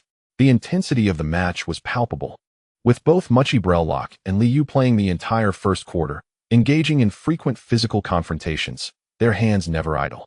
Commentator Hubie Brown had long noted this dynamic, cheerfully stating during the break, "Lee's skills do not reflect those of a young player." Brellock's attempts to disrupt his dribbling rhythm have been met with adept responses, avoiding unnecessary dribbles. The MVP title is well-deserved. Lee delivered 5 assists in the quarter, rapidly energizing his team's offense. However, Stockton sensed a lack of vigor in the Hawks' offensive efforts. Playing on the road is indeed challenging. One hopes the Hawks can soon regain their form. The near double-digit deficit ignited Madison Square Garden, where fans understood that the rotation was also a significant advantage for the Knicks. Sprewell, increasingly in form as the sixth man, alleviated concerns for the coaching staff regarding the offensive rotations.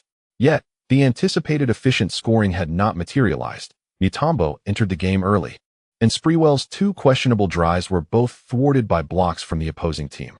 As Sprewell stumbled to the ground, the referee remained silent, prompting a chorus of boos. The Hawks bench featured Ed Gray and Tyronn Lue in the backcourt, with all other starters returning, as the five players on the court began to fervently contest for offensive rebounds. On the bench, Li Yao observed that both teams were slowing down, indicating that the opposing team's strategy was proving effective.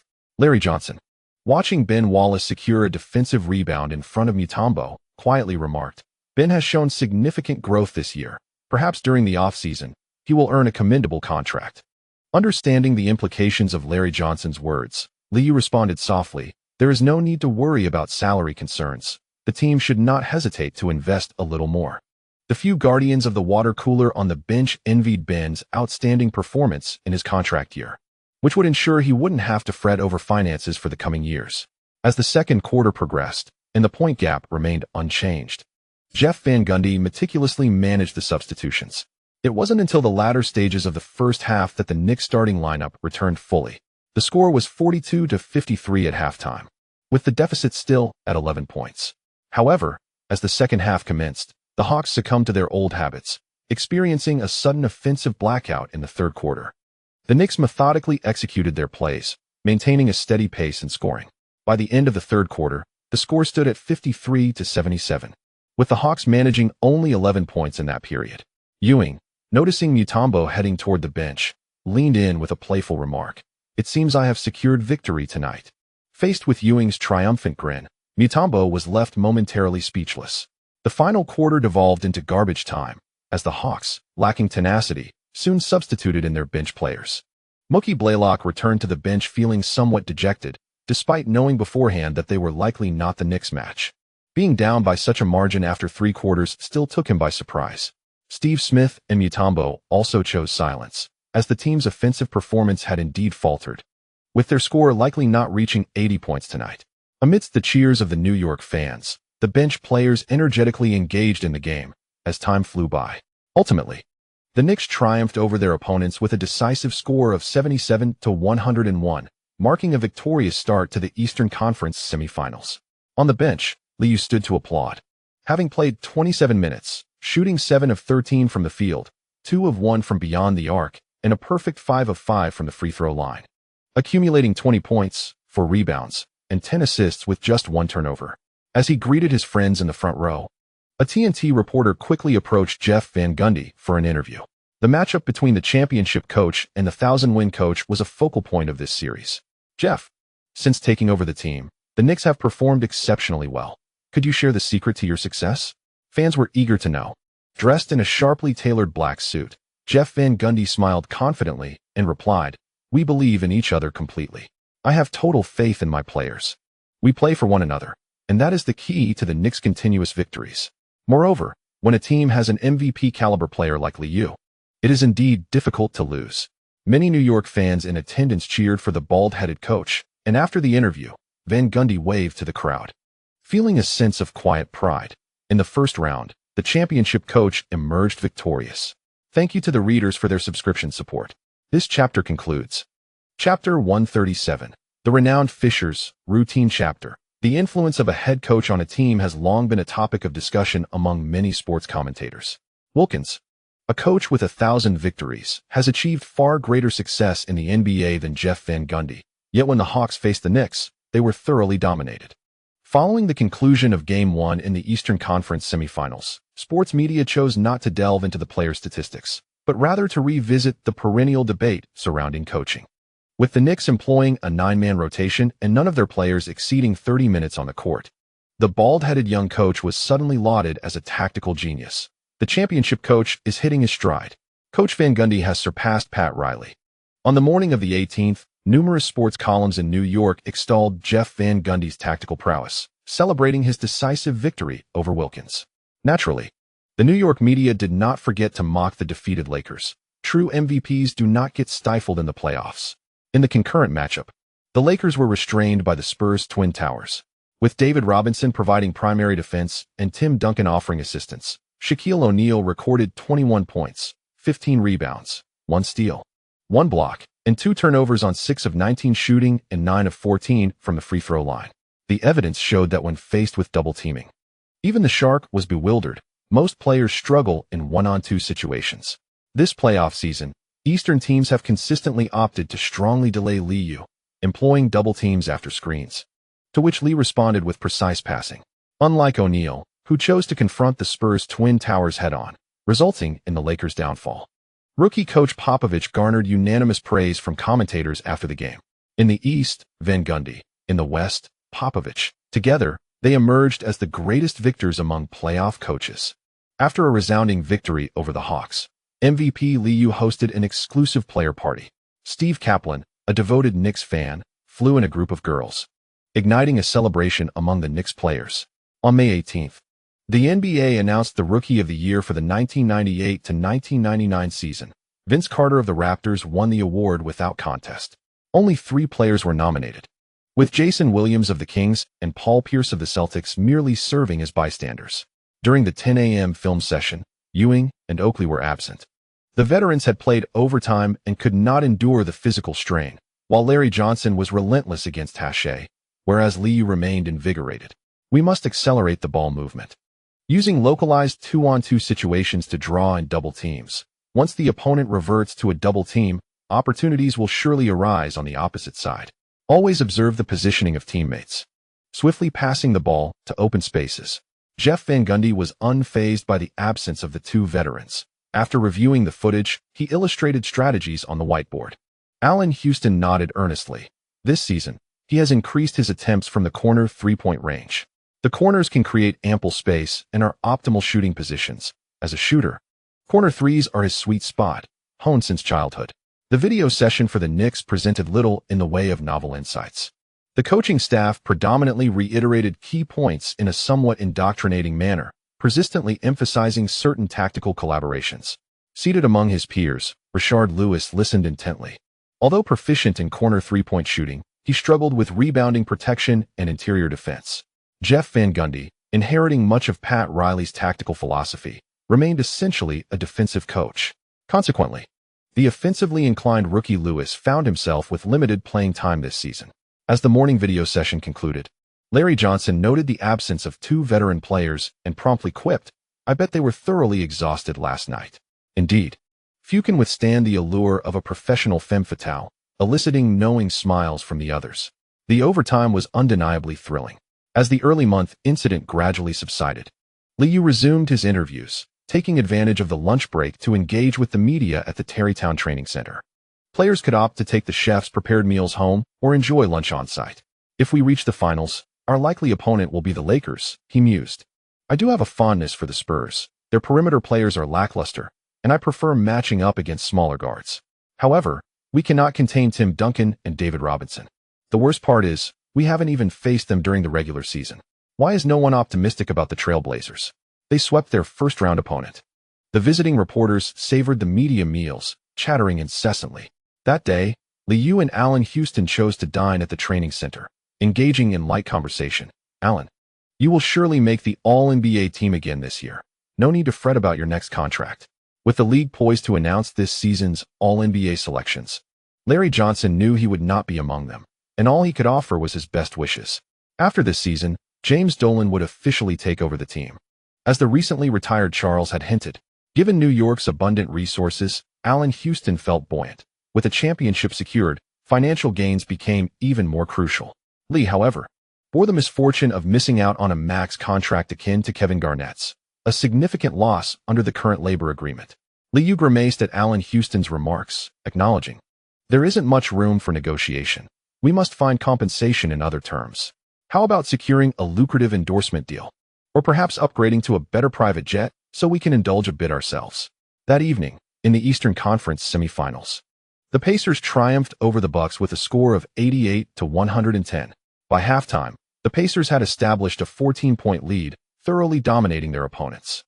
Rookie coach Larry Bird effortlessly outmaneuvered the esteemed George Karl, prompting many in the media to proclaim, veteran coaches can no longer keep pace with the evolution of the game. Considering that both renowned coaches Chuck Daly and Pat Riley have been eliminated in the first round this year, this perspective has garnered considerable agreement among fans. On May 19th, the NBA once again unveiled this season's all-rookie teams. The first team comprises Mike Bibby, Vince Carter, Matt Harpring, Paul Pierce, and Jason Williams. The second team includes Michael Dickerson, Michael Doliak, Antoine Jamison, Cuttino Mobley, and Michael Olowokandi.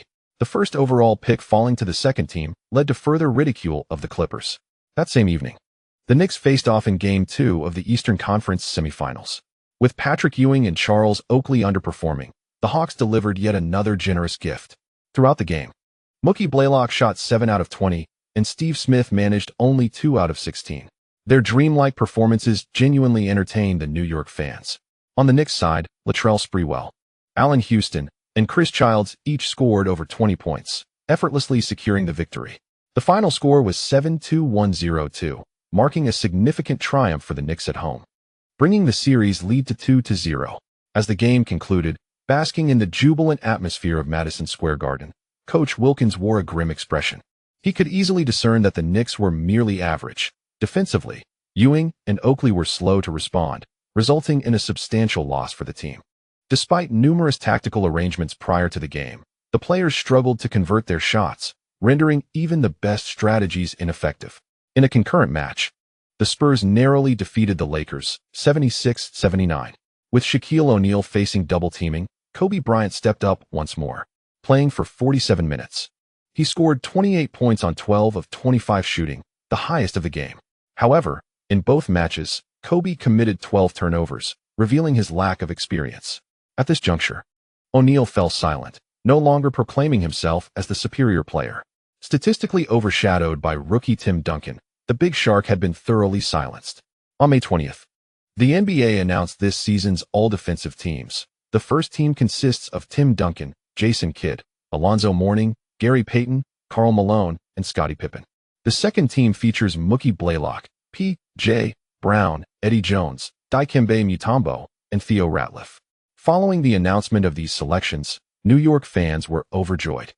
The Philadelphia 76ers saw one player selected, while the Atlanta Hawks had 2 representatives. Ultimately, both teams were utterly overwhelmed by the New York Knicks, much to the amusement of spectators. The silver lining for the defeated Hawks is that they will enjoy a 2-day respite upon returning to Atlanta. However, the downside is that they will face a back-to-back matchup shortly thereafter. On the morning of the 21st, the NBA announced its all-star selections for the season. The first team comprises Li Yao, Allen Iverson, Karl Malone, Tim Duncan, and Alonzo Mourning. The second team includes Gary Payton, Allen Houston, Grant Hill, Chris Webber, and Shaquille O'Neal. The third team features Tim Hardaway, Kobe Bryant, Kevin Garnett, Antonio McDyess, and Patrick Ewing. Following the announcement of the all-star teams, the New York media erupted in excitement, confidently declaring a championship victory. Meanwhile, Los Angeles reporters sought to interview O'Neal, but were met with refusal from the team, citing preparations for their home game.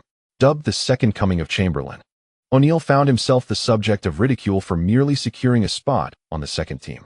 In a thrilling away game, the San Antonio Spurs clinched a vital game point, thereby resolving the suspense surrounding the series. Tim Duncan, with an impressive stat line of 19 points from 37 attempts, 19 free throws from 23, and contributions of 37 points, 14 rebounds, 4 assists, 3 steals, 1 block, and 4 turnovers, dominated the paint against the Lakers, aided by his veteran counterpart. On the night of the 23rd, in a back-to-back contest, the Spurs decisively defeated the Lakers 118-107, while concurrently, the Knicks achieved yet another resounding victory over the Hawks, winning 98-78. The following day, Hawks fans were left in disbelief as their team fell 100-66, with the venerable Coach Wilkins joining the ranks of other seasoned mentors in the fishing metaphor. In the Eastern Conference semifinals, Li Yao's playing time did not exceed 30 minutes, as he clocked out after 3 quarters. With the Pacers simultaneously sweeping the Bucks, Coach George Karl also returned home, leaving only Mike Dunleavy and Jerry Sloan among the veteran coaches. On May 27th, the Trailblazers triumphed 80-92. securing a 4-2 series victory and advancing to the Western Conference Finals, leading to Jerry Sloan's departure for a fishing trip.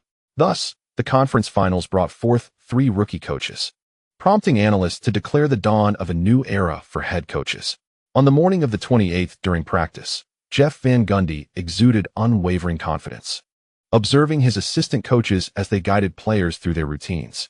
Li Yao, witnessing the bald-headed young coach's enigmatic self-assurance, found himself momentarily at a loss for words. Karl Malone's extraordinary physique had transformed into a golden standard, marking the most significant takeaway of the abbreviated season thus far. Li Yao noted Patrick Ewing continuously moving his left foot, and, upon the conclusion of practice, promptly inquired, "Pat, how does your left foot feel?" Noticing the attention of his peers, Ewing responded with a relaxed demeanor, confidently stating, "There's nothing major, it was just a mild sprain. And I've recovered well over the past few days. Thanks to the esteemed readers for your unwavering support." This chapter concludes. Chapter 138, The New York Rivals, Routine Chapter. The impact of the condensed season has finally begun to dissipate as the conference finals commence. The semifinals concluded in haste, and the announcement of various awards followed suit, leaving analysts little time to build anticipation for the matches as back-to-back series abruptly came to an end. In the conference finals, the 4 competing teams were afforded precious moments of rest, allowing the media to adequately prepare for the upcoming contests. As the Eastern Conference Finals unfolded, the Indiana Pacers faced off against the New York Knicks. In an interview with the New York Times, Spike Lee revisited past grievances, ominously predicting that the Knicks had transformed entirely over the past 2 years. He noted that while their regular season performance had slightly surpassed that of the Pacers, Reggie Miller was now on a downward trajectory. Lee expressed confidence that the previous circumstances would not repeat, asserting that they were poised to claim another championship. He even confessed an eagerness to witness Miller's defeat, foreseeing the loudest boos from the New York fans upon his return. The memories of the 1995 Eastern Conference semifinals, where Miller orchestrated a stunning comeback with 8.9 seconds remaining, remain vivid for longtime New York fans. Whenever the Pacers were in town during the regular season, they were met with disdainful jeers, and even before the Eastern Conference Finals commenced, many fans chanted, "Knicks in 4." As Reggie Miller approached his 34th birthday, he had matured considerably, nearing the twilight of his illustrious career. He was acutely aware that his championship opportunities were dwindling, having nearly toppled the Bulls the previous year. The seasoned Pacers were determined to seize this chance without regret. The starting point guard, Mark Jackson, was 34, while Chris Mullin, playing the 3 spot, was 35. Inside, Dale Davis was 30, and Rick Smits was 32, indicating that the Pacers boasted a wealth of playoff experience. The majority of their starting 5 were still in their prime, having swept their opponents in the first 2 rounds of the playoffs, which was anticipated by analysts. On May 29th, during a TNT program, alongside predictions for the evening's matchup between the Trail Blazers and Spurs, the commentators did not neglect to evaluate the rivalry in the Eastern Conference Finals. Since Tim Duncan had dominated the Lakers' interior, Kevin McHale had been in good spirits, visiting the studio with an increasingly buoyant demeanor. He remarked that the Knicks' defense had declined this season, highlighting issues with Ewing and Oakley's lateral movement. The peak synergy of Smits and Davis in the paint, combined with the perimeter threat posed by Miller, presented an optimal opportunity for the Pacers to secure a championship. On the surface, the Pacers indeed held a height advantage in the paint, with Smits standing at an impressive 7 feet 4 inches, seemingly in better form than Ewing. However, Kenny Smith remained optimistic about the Knicks, promptly sharing his perspective. The regular season showcases a team's true strength. Let us not forget that the Pacers ranked only 14th in defensive metrics during the regular season. Once the playoffs commenced, they faced minimal challenges. And I doubt the Pacers can contain the performances of Latrell Sprewell and Allen Houston. They lack a robust defensive strategy, and when faced with screens, they can only delay. Much like in the regular season, Lee adeptly dismantles the Pacers' defense, relishing the opportunity to confront slower, laterally challenged big men. With esteemed coaches eliminated from the playoffs, TNT's program has shifted focus away from tactical adjustments, as the 2 analysts discuss the players' technical attributes. Earl Johnson, noticing the escalating debate, interjects, reminding them, "We must also discuss tonight's game. The Trail Blazers possess formidable strength in the paint." Tim Duncan is poised to respond. After securing a spot on the All-NBA first team, Duncan's popularity soared following the Western Conference Finals, garnering abundant praise from commentators who extolled his virtues. In that evening's Western Conference clash, the Spurs' Twin Towers continued their stellar performances from the prior series, each achieving double-doubles with 20 and 10 stats, despite Rasheed Wallace's impressive 28 points on 12 of 20 shooting. The frequent half-court offenses failed to penetrate the Spurs' defense.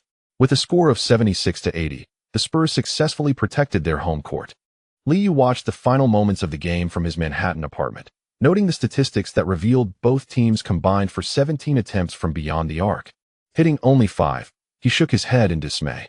Meanwhile, Kristen Lit, who had been acting as a shield for Li Yao, surfed the internet and curiously remarked, "I think Sanders is quite beautiful too. She even won a gold medal at the Olympics. Don't you like her?" Recently joining NBA Inside Stuff as the new female host, former Olympic swimming champion Sanders had been covering the Knicks and was constantly on the team's trail. Li Yao feigned ignorance at her insinuations, declaring, "I have no interest in associating with an Olympic champion. In my eyes, you are far more beautiful." On the couch, Li Yao beckoned, and his eager companion, now transformed into a vivacious young lady, approached him. Aside from being slightly flatter, Kristen Lit radiated youthful energy. Compared to the independent, feminist Olympic champion, Li Yao found his companion to be a safer choice. With her long black hair styled in a bun and clad only in light sleepwear, Kristen Lit leaned in to whisper in Li Yao's ear. After a brief exchange of whispers, she appeared slightly breathless and softly murmured again, "Darling, what if it really happens?" He replied, "Of course, we would welcome it. It would surely be a delightful child." On the evening of May 30th, the Eastern Conference Finals commenced.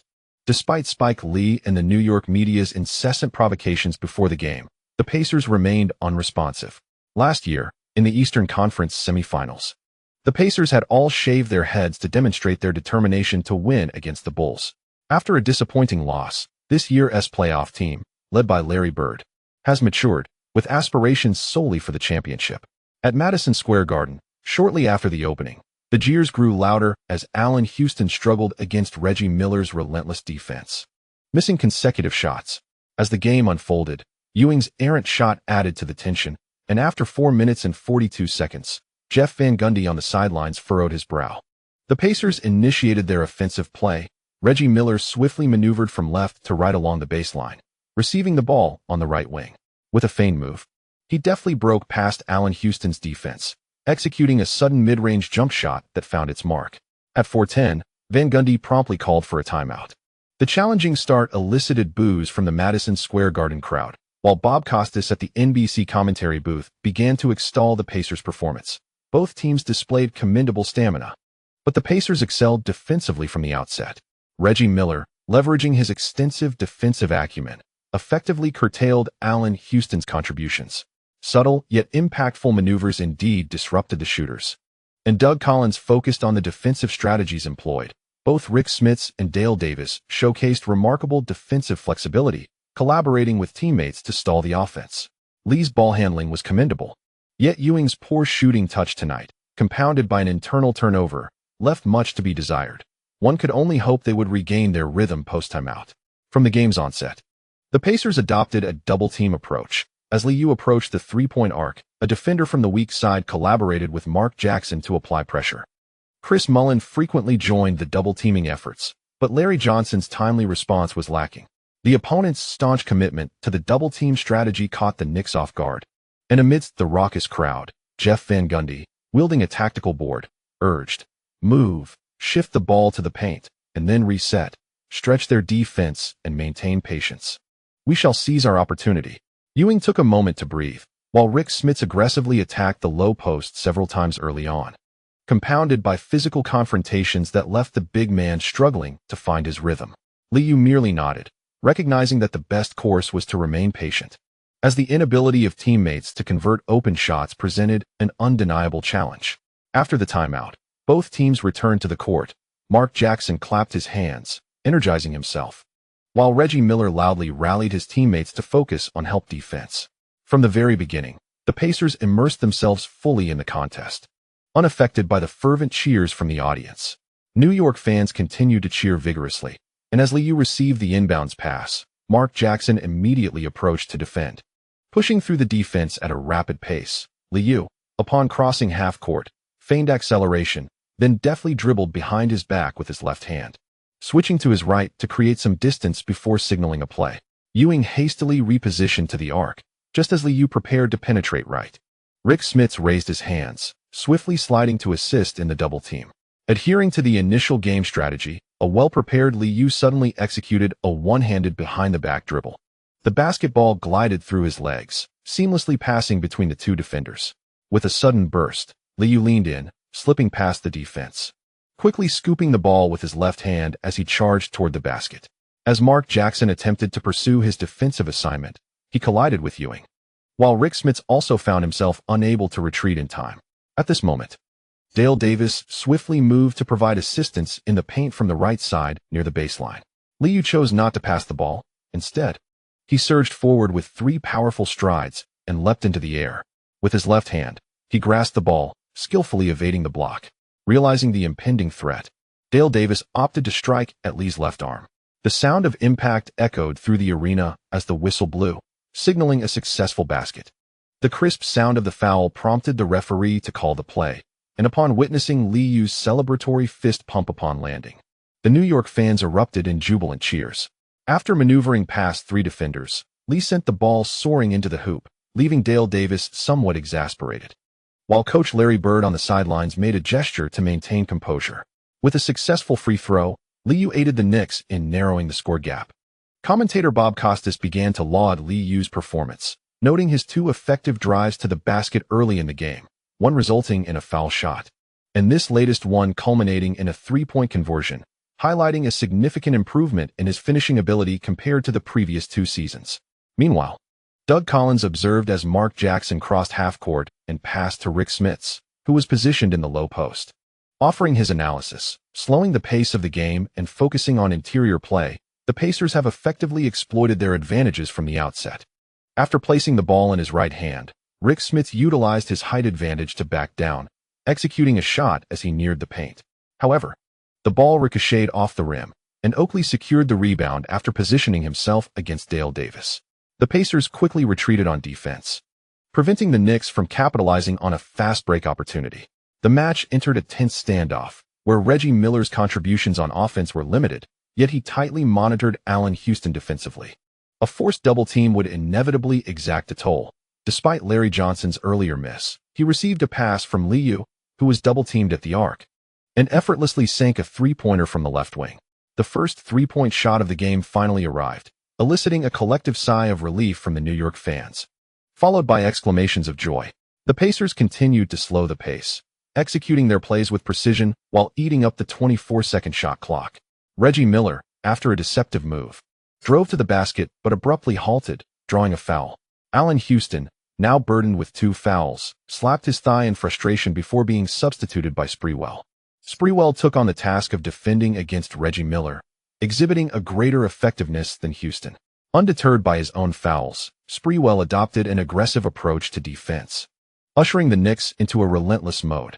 Following a series of strong defensive plays, Sprewell displayed commendable shooting touch on the offensive end, aiding the Knicks in accumulating points.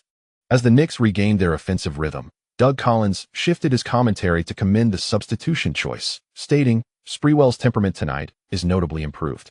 Despite rumors of his departure in the offseason, I believe remaining with the Knicks is the optimal decision." Bob Costas naturally took note of the news, observing that the score began to rise gradually, and added, "Reggie Miller is not an easy adversary. Sprewell has executed his role remarkably well, with the assistance of the madman." The first quarter concluded with a score of 25-22, as the Knicks narrowed the gap. The atmosphere among the New York fans was less than delightful. None had anticipated that the Pacers would seize the initiative. Li Yao played the entire first quarter, making 2 of 4 shots and converting 3 of 3 free throws. Accumulating 7 points, 1 rebound, and 2 assists, Sprewell scored 6 points, going 2 for 3 from the field and making both of his free throws, the 2 of them accounting for half of the Knicks' points. Back on the bench, Ewing felt a twinge of frustration, having squandered several favorable scoring opportunities. As the deficit remained within reach, Li Yao was untroubled by the situation on the court, confident that as long as the Pacers continued to execute their half-court offense, they would not be able to extend their lead significantly. Amidst the din of the crowd, both teams' rotation lineups took to the floor. The Pacers' second unit featured no starters. With 6 feet 0 inches Travis Best and forward Jalen Rose in the backcourt, supported by the trio of Derek McKee, Sam Perkins, and Antonio Davis in the paint. The Pacers' height may have diminished, but their agility surged. In the second quarter, Sprewell maintained his efficient performance from the first, consistently responding with points, keeping the Knicks closely within striking distance. Allen Houston's playing time was limited, as the starting lineup returned to the court with 4 minutes and 24 seconds remaining in the half. The pace slowed considerably, resulting in a quarter score of 19-20. At halftime, the score stood at 44-42, with the Knicks having narrowed the deficit slightly. Madison Square Garden grew increasingly raucous, as New York fans could discern that several starters were not in peak form. Sprewell, with a flawless shooting night of 5 for 9 from the field and 4 for 4 from the free throw line, efficiently amassed 14 points. Ever since the announcement of his desire to leave the team, he felt isolated in the locker room. Yet, with such a performance in the first half, he felt he had vindicated himself. As he walked into the players' tunnel, an exuberant Sprewell exclaimed, "Shet, you need me more than ever. Thank you to the readers for your subscription support." Chapter complete. Chapter 139. Reluctant exit in the Eastern Conference Finals Game 1. The Knicks finally encountered an opponent capable of consistently responding with points. Compared to the 76ers and Hawks, the Pacers' offense was significantly more potent, showcasing remarkable adaptability on the defensive end. Rick Smits, the towering figure, was put through his paces from the start, yet he exerted relentless effort on defense, diligently executing double teams when faced with screens. As the game neared the end of the third quarter, Ewing wore an expression of displeasure. The previous 2 rounds of the series had not fully exposed his weaknesses, but tonight he was faltering. With the third quarter drawing to a close, the Knicks trailed by 2 points, prompting the New York fans to chant once more, "Let's go Knicks! Let's go Knicks! Let's go Knicks!" The starting lineup of the Pacers took a mere 2-minute respite in the mid-third quarter, and Larry Bird, ever vigilant, reinstated his main players towards the end. Mark Jackson continued to lead the defense throughout the match, and tonight they successfully slowed down the Knicks, yielding positive feedback as the players grew increasingly tenacious on defense. With the ball in his left hand, Liu advanced to the left wing, where Ewing swiftly elevated, drawing Rick Smits out. After a quick fake screen beyond the arc, he immediately cut to the basket. Smits, responding a beat too late, found himself momentarily outmaneuvered as Liu subtly pivoted, flicking his wrist to deliver a precise pocket pass. Oh! The defense was breached, and the fans erupted in cheers as Ewing, receiving the ball in the paint, effortlessly tossed it into the basket from right in front. 6,666. The Knicks had once again leveled the score. Despite the successful basket, Ewing wore a grim expression, as this marked his first field goal during the third quarter. From the NBC commentary booth, upon witnessing the score equalized, Bob Costas remarked with a smile, "Compared to last season, the Knicks have made significant progress this year. The entire team has exhibited greater patience in games where they fall behind." Rick Smits found himself once more in the low post on the right side, receiving the ball with his back to the basket. After a quick release from his left hand, he began to power through, with the Pacers spreading out in response. Approaching the paint, Smits swiftly pivoted towards the baseline, shifting to his right hand to unleash a hook shot, leveraging his height advantage. Dale Davis struggled to push his way beneath the basket, while Oakley, having been overpowered several times, grew increasingly impatient. In the ensuing tussle, both players collapsed to the floor, with the veteran cunningly tripping his opponent. Ewing pivoted back to secure the rebound, and the Pacers made no complaints, instead hastening their retreat on defense. On the sidelines, Larry Bird wore an expression of fury, vocally protesting to the referee while pointing at Oakley. "This is not the first time. You must call these fouls." Bennett Salvatore remained unresponsive, as the trio of referees this evening displayed an unusually lenient approach to officiating. The previously substituted Sprewell advanced with great speed, as Chris Mullin hesitated in his shooting. Upon reaching the arc, he promptly passed to the advancing Liu. In a 3-man fast break, with Ewing and Oakley lagging behind, Liu received the ball and immediately feinted right before driving left, releasing the ball with his left hand before executing a rapid crossover to penetrate. Mark Jackson, with his wealth of defensive experience, instinctively positioned his body to impede Liu, leading to a collision that allowed Liu to step back momentarily. Suddenly, he exploded with a dribble, swiftly changing direction beneath his legs. Transitioning to his right hand, Liu pressed forward, shedding half a step on Jackson, who hastily slid leftward. With an inconspicuous pull, Jackson found himself momentarily off balance as Lu's abrupt retreat created an opening. Fully shaking off the defender, Lu took a swift jump shot from the right wing. Swish. The three-pointer found nothing but net. 66-69, with just 2 minutes and 43 seconds remaining in the third quarter. The Knicks had finally taken the lead for the first time in this match. The trio of guards proved effective, prompting an elated Jeff Van Gundy on the sidelines to clap enthusiastically while vocally urging his players to fall back on defense. The cheers from the crowd grew increasingly louder, prompting Larry Bird to signal for his players to maintain their composure. Mark Jackson, upon crossing half-court, adopted a protective stance while controlling the game clock from the right wing. In the waning moments, Reggie Miller, utilizing a screen from Rick Smits, made a sudden cut from the middle. Upon reaching the arc, he received a pass, feigned a move, and drew Allen Houston's defensive focus. With a deft maneuver, Reggie Miller released the ball from his right hand and executed a decisive drive towards the basket. Suddenly halting in the paint, as Allen Houston leaped to contest, Reggie Miller swiftly took a jump shot. The basketball rattled twice on the rim before ultimately slipping away. A chaotic scramble ensued among the four players in the paint, concluding the third quarter. Oakley chuckled, clapping his hands, and even found time to taunt the Pacers. "What's wrong? Can't make a shot?" After an impressive 4 out of 5 in the first half, Reggie Miller's performance dipped to 2 out of 5 in the third quarter, unable to draw fouls on his drives and missing mid-range jumpers. Dale Davis, having endured several elbows during the quarter, was visibly agitated, but was quickly calmed by his teammates. The Pacers' primary scoring in the third quarter came from Dale Davis and Karl Malone, who were determined to keep their composure. Returning to the bench, Lee remained serene, noting the declining defensive intensity from the opposing team. It was impossible for anyone to maintain such a high level of pressure without making mistakes throughout the game. Rick Smits struggled, hitting only 1 out of 5, while his defensive efforts were equally challenged. Jeff Van Gundy vocally emphasized the importance of focus for the substitutes as they entered the game, while Ewing, exhaling deeply, expressed his frustration by guzzling water. With a dismal shooting performance of 3 out of 12 and 4 out of 4 from the free throw line, he only managed 10 points, struggling with aggressive drives and easy opportunities. Observing the extensive rotations from both teams, Doug Collins remarked on the coach's confidence in their bench strength. Especially given the difficulties faced in the paint during the third quarter, such substitutions allowed the big men to recalibrate. Both Rick Smits and Ewing continued to miss shots, and Bob Costas, glancing at the statistics, noted the lack of significant insights. Sprewell was in good form, and if he could sustain his rhythm from the first 3 quarters, the Knicks might widen their lead. Despite being overlooked during halftime, Sprewell exerted his full effort upon returning to the court. As the fourth quarter commenced, Antonio Davis missed 2 close attempts, while Sprewell, through a combination of shots and free throws, quickly helped the Knicks extend their lead. Wow! The score was 66-73. Sprewell sank both free throws, igniting Madison Square Garden into a frenzy.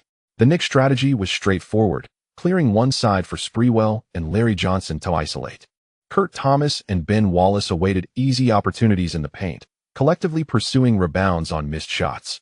After 3 minutes and 42 seconds into the final quarter, Larry Bird ultimately called for a timeout. As he approached the bench, Sprewell raised his hands in excitement, urging the crowd to amplify their cheers. With a score of 70-78, the rotation extended the lead, and Jeff Van Gundy clapped joyfully. Upon the return of the main roster, the Knicks decisively adopted a strategy of alternating isolation plays. Larry Johnson was substituted out in the latter half of the quarter, while Latrell Sprewell continued to shine. Receiving the ball in the right block, Sprewell, faced with Karl Malone's defense, executed a right-handed dribble before swiftly crossing over and penetrating towards the basket.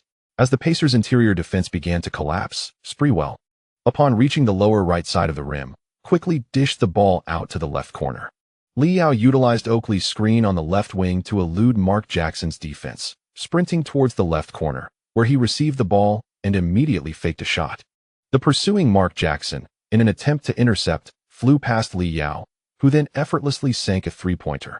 The crowd erupted in jubilation, and Bob Costas in the commentary booth raised his voice in excitement. A magnificent play. Sprewell's drive has pierced through the Pacers' defense, and tonight his performance eclipses that of Houston. Particularly in his matchup against Reggie Miller, he demonstrated remarkable defensive tenacity. Doug Collins observed the Knicks' straightforward drive-and-dish strategy, noting Li Yao's effective off-ball movement, and couldn't help but exclaim, "Uncontainable." Sprewell can both penetrate and pass, and Li's off-ball attack is equally impressive. The Knicks' trio of guards has successfully turned the tide of the game. The Pacers, however, remained undeterred. Reggie Miller continued to run tirelessly, moving constantly. This time, he received the ball on the left wing and, despite Allen Houston's defense, nailed a three-pointer. The crowd erupted in boos as they witnessed Miller rallying his team. Sprewell inbounded the ball, and Li Yao quickly dashed to the front court, positioning himself at the free throw line while signaling a play. Ewing promptly moved to the arc. Ewing set a fake screen and rolled down, while Sprewell, holding the ball in his right hand, drove to the right. After setting a screen for the gorilla, Li Yao suddenly popped out to the left wing. Following a hop step, Sprewell swiftly passed the ball to Li Yao, who, without hesitation, launched a jump shot over the defending Mark Jackson from beyond the arc. Swish. The three-pointer found its mark. With 3 minutes and 42 seconds remaining in the game, the Knicks maintained their lead. Li Yao and Sprewell celebrated with a high five, then called for their teammates to retreat on defense. Unlike other teams, Reggie Miller possesses the ability to score in rapid succession, necessitating vigilance as the game nears its conclusion. Sprewell and Allen Houston focused on defending Miller, contesting every three-point attempt. After a series of missed shots from beyond the arc, a frustrated Miller clapped his hands, aware that time was slipping away. Rick Smits managed to score consecutively in the paint, but could not narrow the deficit to 5 points. As the clock continued to wind down, Larry Bird, seated at the sidelines, crossed his arms, deep in thought. Ultimately, the Knicks triumphed with a score of 88-96, successfully defending their home court after a grueling 4 quarters. The stellar performance of the rotation players was pivotal in the team's comeback, as Ben Wallace and Kurt Thomas joined in the celebration, having consumed a significant portion of the starters' playing time that evening. At this juncture, Sprewell was incessantly throwing punches, releasing the excitement that surged within him. After 33 minutes on the court, he recorded 16 attempts with 8 successful shots, alongside 6 out of 7 free throws, amassing 22 points, 4 rebounds, 3 assists, 1 steal, and 1 turnover. As the team's sixth man, scoring 20 points left no room for further expectations. In 38 minutes, Li Yao achieved 16 successful shots out of 8 attempts, with 3 out of 5 from beyond the arc and a flawless 5 out of 5 from the free throw line, culminating in 24 points, 4 rebounds, and 6 assists with 1 turnover. Li Yao claimed the highest score of the game, and immediately after, NBC conducted a sideline interview. "Li, congratulations on securing the first victory in the Eastern Conference Finals. Could you share your thoughts on Sprewell's performance?" Many journalists present were aware of Sprewell's halftime rallying cry and were keen to seize on this trending topic. Upon receiving the microphone, Li Yao, undeterred by the playful jabs, responded with a smile, "We genuinely need Sprewell to showcase his talents. No team can afford to dismiss a sixth man contributing 22 points. If we maintain such performance, the Pacers will be the ones truly troubled. They are in for significant challenges." The cheers at Madison Square Garden echoed unabated, while Ewing, making his way to the player tunnel, bore a less than cheerful demeanor, having recorded just 4 successful shots out of 14 attempts, a rather disappointing efficiency. Fortunately, the collective mood remained jovial due to the victory, and little attention was paid to the Gorillas' lackluster statistics. The post-game press conference was the stage for Jeff Van Gundy and Larry Bird. Both young coaches exuded confidence during their interviews, with Bird boldly proclaiming before the New York media, "We have discovered the key to victory, and ultimately, we shall secure an away win." While the New York press mocked Bird's audacity, following a day of respite, the Knicks encountered disaster in Game 2 of the Eastern Conference Finals. At the conclusion of the third quarter, the team still led by 6 points, but as Ewing limped back to the locker room, the Pacers mounted a remarkable comeback in the final quarter, leveraging offensive rebounds. With just 36 seconds remaining, Rick Smits secured an offensive rebound, and Reggie Miller sank a pivotal three-pointer that widened the score. Ultimately, the game ended at 90-86, granting the Pacers a hard-fought away victory. "Hush!" Observing the jubilant Reggie Miller, who raised his arms in celebration, the attending New York fans responded with a chorus of boos. A throng of media reporters swiftly converged upon the locker room, eager to interview Jeff Van Gundy. The bald-headed coach, having returned early, was already informed by the team physician, and his expression reflected concern. "Jeff, Can you discuss Pat's physical condition? Didn't he play in the fourth quarter? Is he facing a serious injury? As microphones were thrust towards him, Jeff Van Gundy furrowed his brow, responding gravely. At present, we cannot ascertain the specific injury details. His absence from the fourth quarter was a precaution for Pat's health. We must be responsible for our players' well-being. Meanwhile, the Knicks gathered around Ewing, who, after a brief rest, still limped significantly. I feel there's nothing major. It's just some pain in my foot, which shouldn't have a significant impact, he remarked. The team physician did not disclose the specifics of Ewing's injury.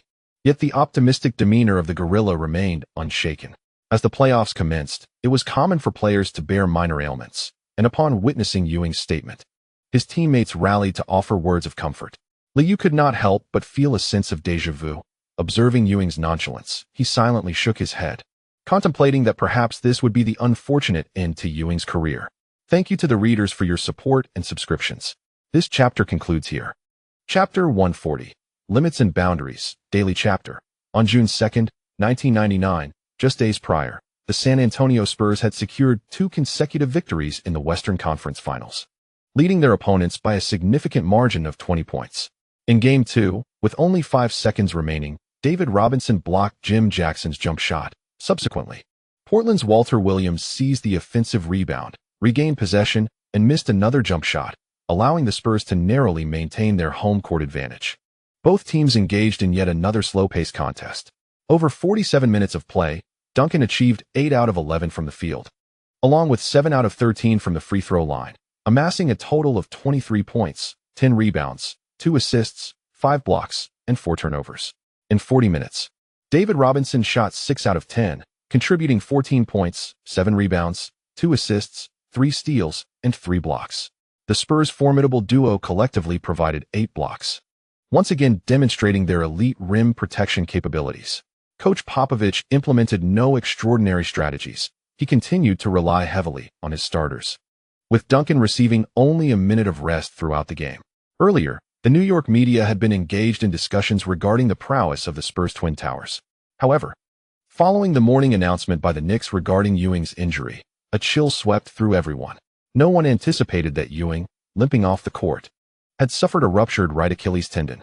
The silver lining was that Pat would not require surgery, but the downside was that he would face a recovery period of at least 6 months. Upon Jeff Van Gundy's revelation of this news at the Tarrytown Training Center, New York fans were left in a state of shock.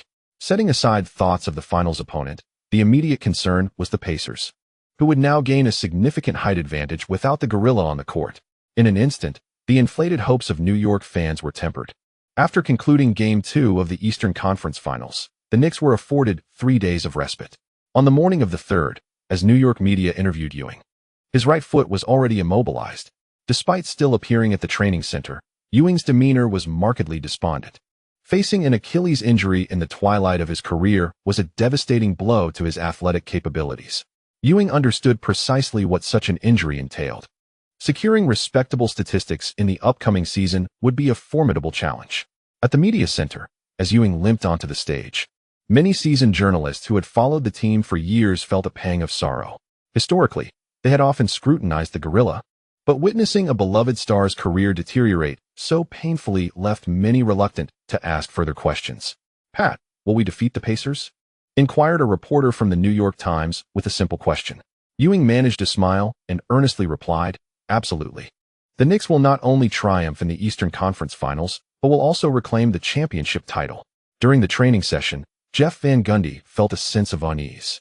With Ewing absent, the team lacked height in the paint, resulting in a decline in the quality of screens, and the prospect of a center facilitating plays was now a distant thought.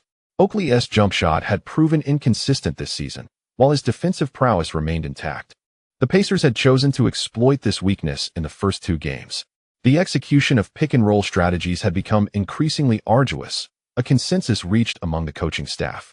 It appeared that an increase in the minutes allocated to a 3-guard lineup was inevitable, an unfortunate, yet necessary decision. Assistant coach Tom Thibodeau observed the Knicks as they trained methodically, and he quietly expressed his concerns to Van Gundy. The balding young coach shook his head, uncertain about how to best configure the interior. Even though Ewing's performance had waned this season, his rebounding and exceptional defensive awareness could still elevate the team's defensive threshold. The bench, comprising Kurt Thomas and Ben Wallace, lacked the requisite playoff experience, leading Van Gundy to place greater trust in the veterans. The coaching staff had made minimal adjustments. As practice concluded and the team returned to the locker room, Oakley spoke up, acknowledging their height disadvantage, yet asserting that defense and rebounding did not solely depend on stature. He was determined to handle the opposing team's larger players. Larry Johnson, equally capable of defending the paint, did not overly dwell on Ewing's absence. Our offense needs to be more consistent. I'm not particularly fond of playing in Indiana, but we must secure at least one road victory. Sprewell noticed a glance from the veteran and pursed his lips, remaining silent.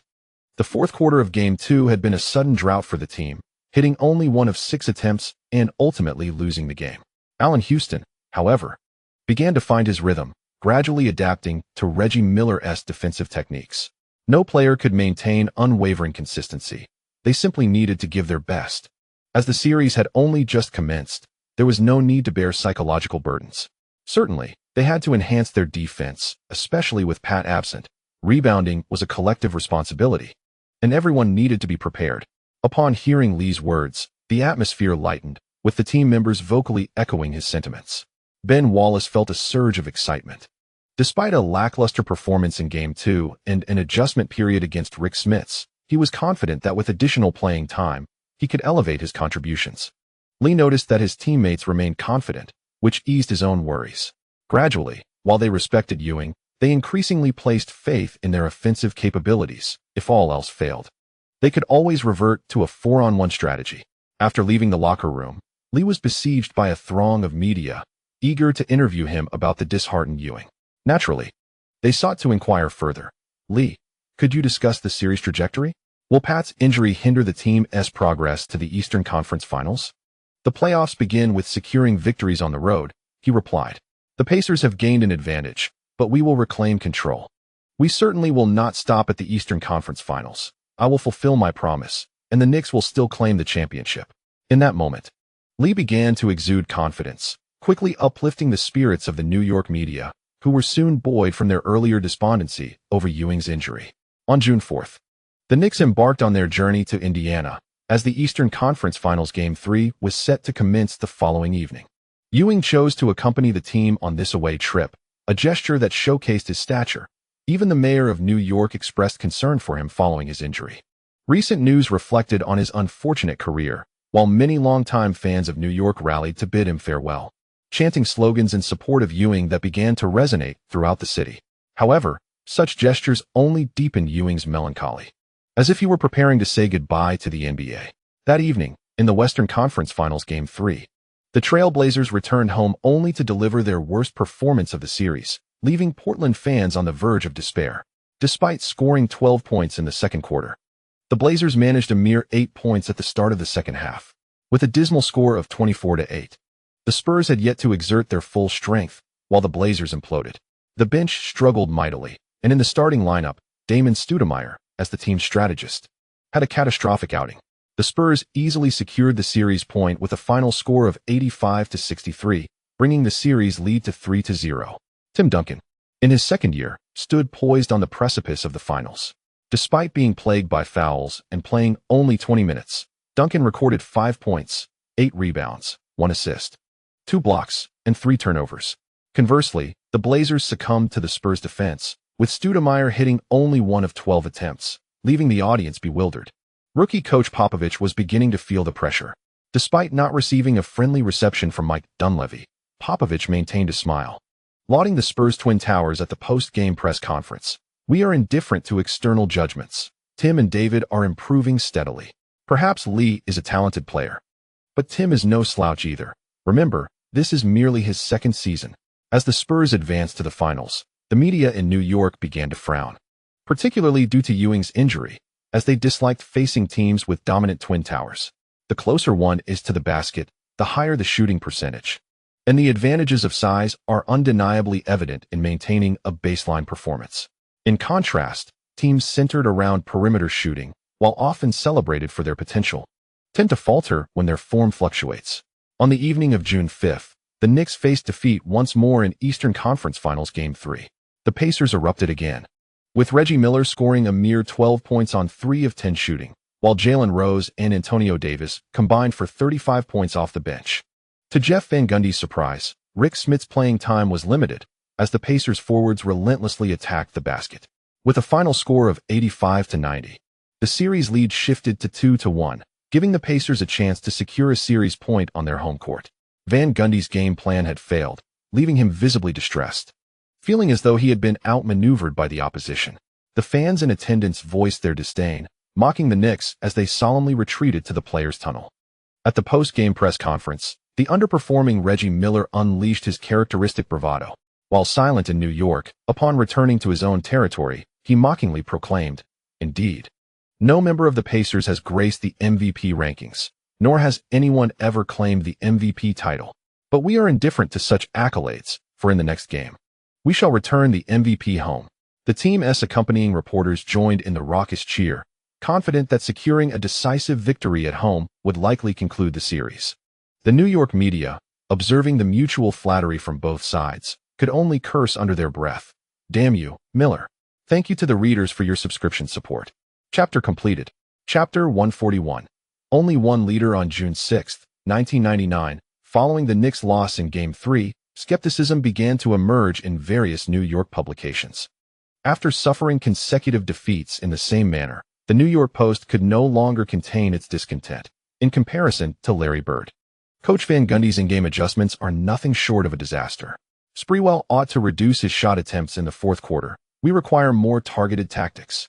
In Game 3, Li Yao played for 41 minutes, achieving 10 of 21 from the field, 3 of 8 from beyond the arc, and 7 of 7 from the free throw line, totaling 30 points, 5 rebounds, 7 assists, 1 steal, and 2 turnovers.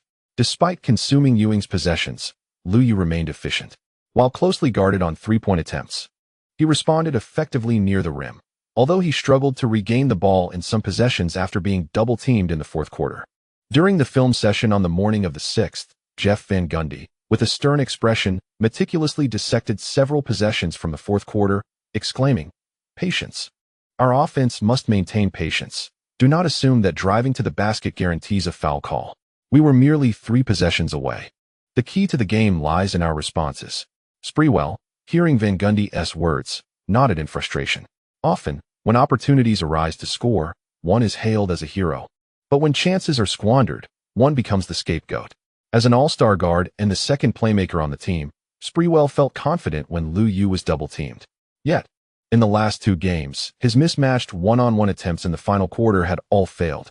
Having endured a season as a bench player, he yearned to seize the moment with increased playing time, only to be met with skepticism. No one cared about the process, nor the rationality of his choices. In basketball, it is all about results. Li Yao observed the frustrated Van Gundy, but felt rather upbeat.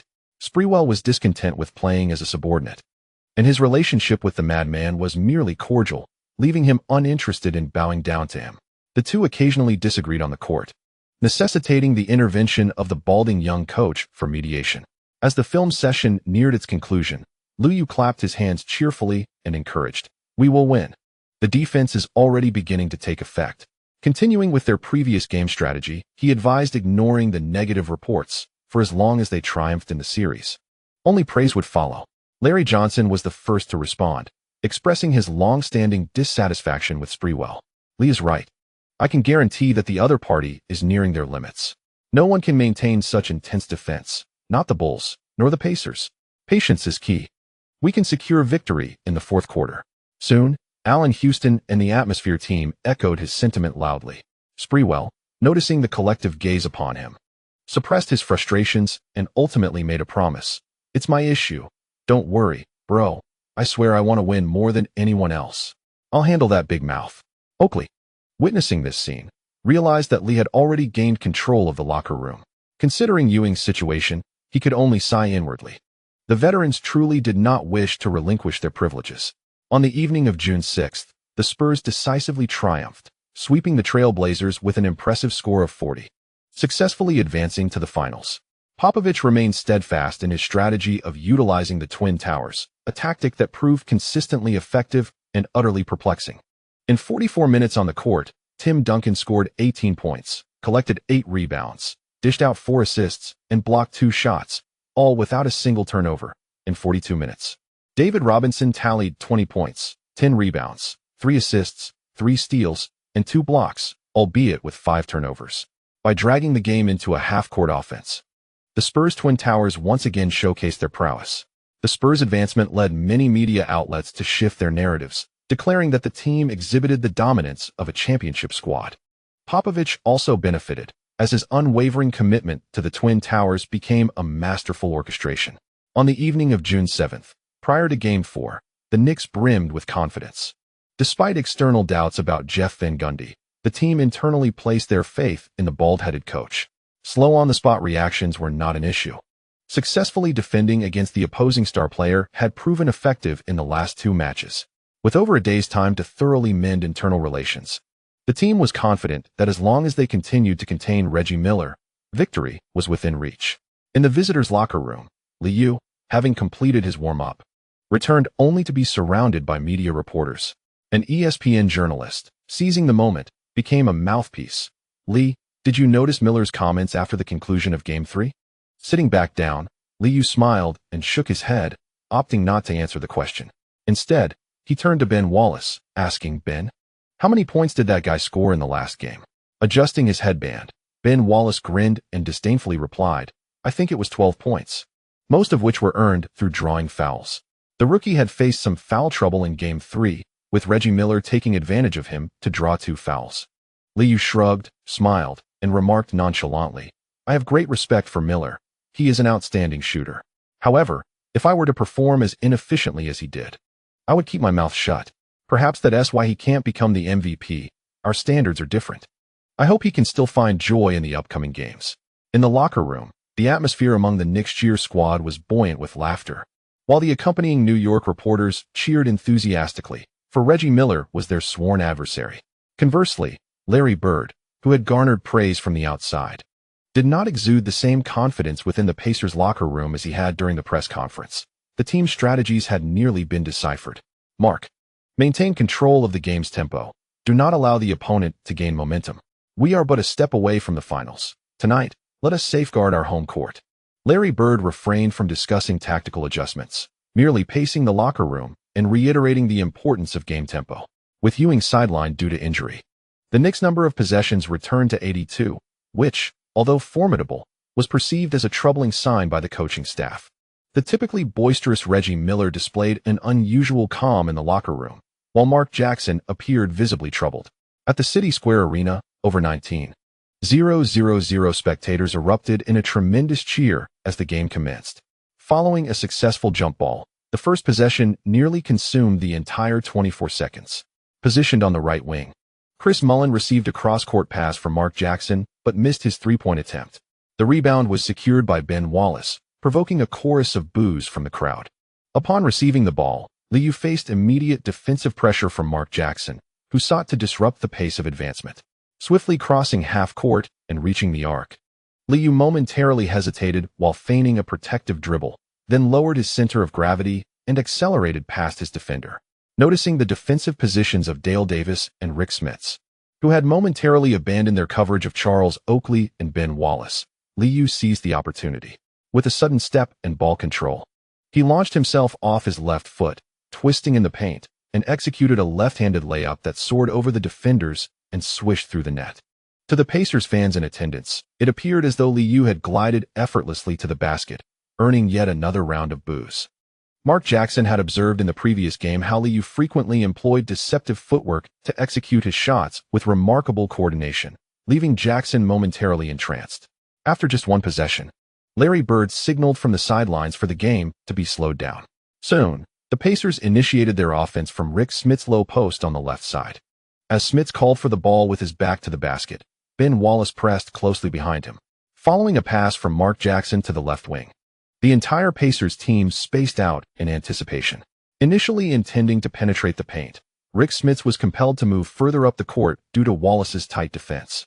After 2 forceful attempts to establish position beneath the basket proved futile, he pivoted swiftly toward the baseline. Positioned at the left lower side of the basket, Smits switched to his left hand and, leveraging his height advantage, executed a shot. With a resounding clang, the ball ricocheted off the rim, and Oakley grabbed the rebound. as the Pacers swiftly retreated on defense without contesting the rebound. As Li Yao advanced with the ball past half court, he observed that the opposing team had already established their defensive positions. Glancing up from the arc, he noticed Karl Malone approaching from the left wing to provide assistance. Li Yao took a step back, drawing the defense, and with a deft motion of his left hand, he executed a bounce pass. On the left wing, Larry Johnson received the ball, finding himself unguarded. Noticing Reggie Miller seemingly poised to complete a defensive rotation, he quickly faked a pass towards the left corner. Just as Reggie Miller halted to assist Allen Houston, Larry Johnson, without making significant adjustments, swiftly launched a jump shot. Swish! The three-pointer found its mark effortlessly. The Knicks began the game at a rapid pace, eschewing screens and scoring primarily through fast break opportunities. From the NBC commentary booth, Doug Collins remarked with a smile, "When the Knicks can make these open shots, they become an unstoppable force." Li had performed admirably in the previous 3 games, registering only 5 turnovers despite facing double teams. After the basket, Larry Johnson patted his chest in triumph and quickly retreated on defense, visibly pleased. When the Pacers initiated their offense, their quick passing was met with a critique from Bob Collins. The Knicks' defensive strategy against screens is simply to switch. Mark Jackson may need to pass the ball into the post. After nearly 24 seconds of play, Dale Davis received the ball near the free throw line, finally breaking the deadlock.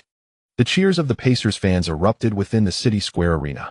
Oakley paid no mind to the opponent's jump shot and swiftly moved to the front court as the Knicks quickly inbound the ball. Li Yao's pace was relentless. Mark Jackson's minor antics had little effect.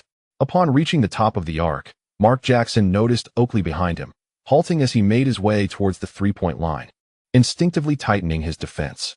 With the ball in his right hand, Li Yao executed a swift behind-the-back dribble, instantly creating separation, while Oakley had already stopped. Watching as Li Yao switched to his left hand and drove towards the basket. Upon penetrating the paint, Li Yao first glanced toward the left side near the baseline where Ben Wallace stood, feigning a pass and causing Rick Smits, who was shifting to assist, to freeze beneath the basket. Seizing this opportunity, Li Yao, leaning against Mark Jackson, smoothly tossed the ball towards the hoop. Ding! Swish!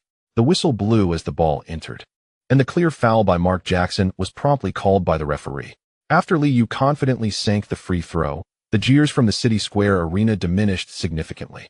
It was at this moment that the Pacers fans truly realized that Mark Jackson's defense had largely been ineffective. Should their responses fail to find the net, they could quickly fall behind. Fortunately, in the ensuing offense, Reggie Miller's bold three-pointer found its target, bringing a sigh of relief from Larry Bird on the sidelines. The Knicks' offense was straightforward and forceful, relying on one-on-one plays without screens, with Li Yao breaking through the paint for a floater, while Larry Johnson operated from the right low post. If they missed, they would rebound and delay, then swiftly retreat on defense. The Pacers' offense sought to maintain a deliberate pace, aiming to find open shots or capitalize on late-game opportunities. Despite Mark Jackson's efforts to control the tempo, the Knicks' explosive scoring and increasingly rapid attacks began to overwhelm them as the half progressed. With a rare pick-and-roll play, Oakley missed a mid-range shot from the right elbow, but Ben Wallace secured the rebound. He swiftly passed the ball to Allen Houston at the top of the arc. After receiving the ball, Houston faked a move and drove to the basket with his right hand. Reggie Miller's defense faltered momentarily, causing him to lose his position as he hastily slid to the left. Mark Jackson, with his back to the basket, focused entirely on Li Yao. As Li moved from the right wing to the corner, Jackson collided with the screen set by Larry Johnson.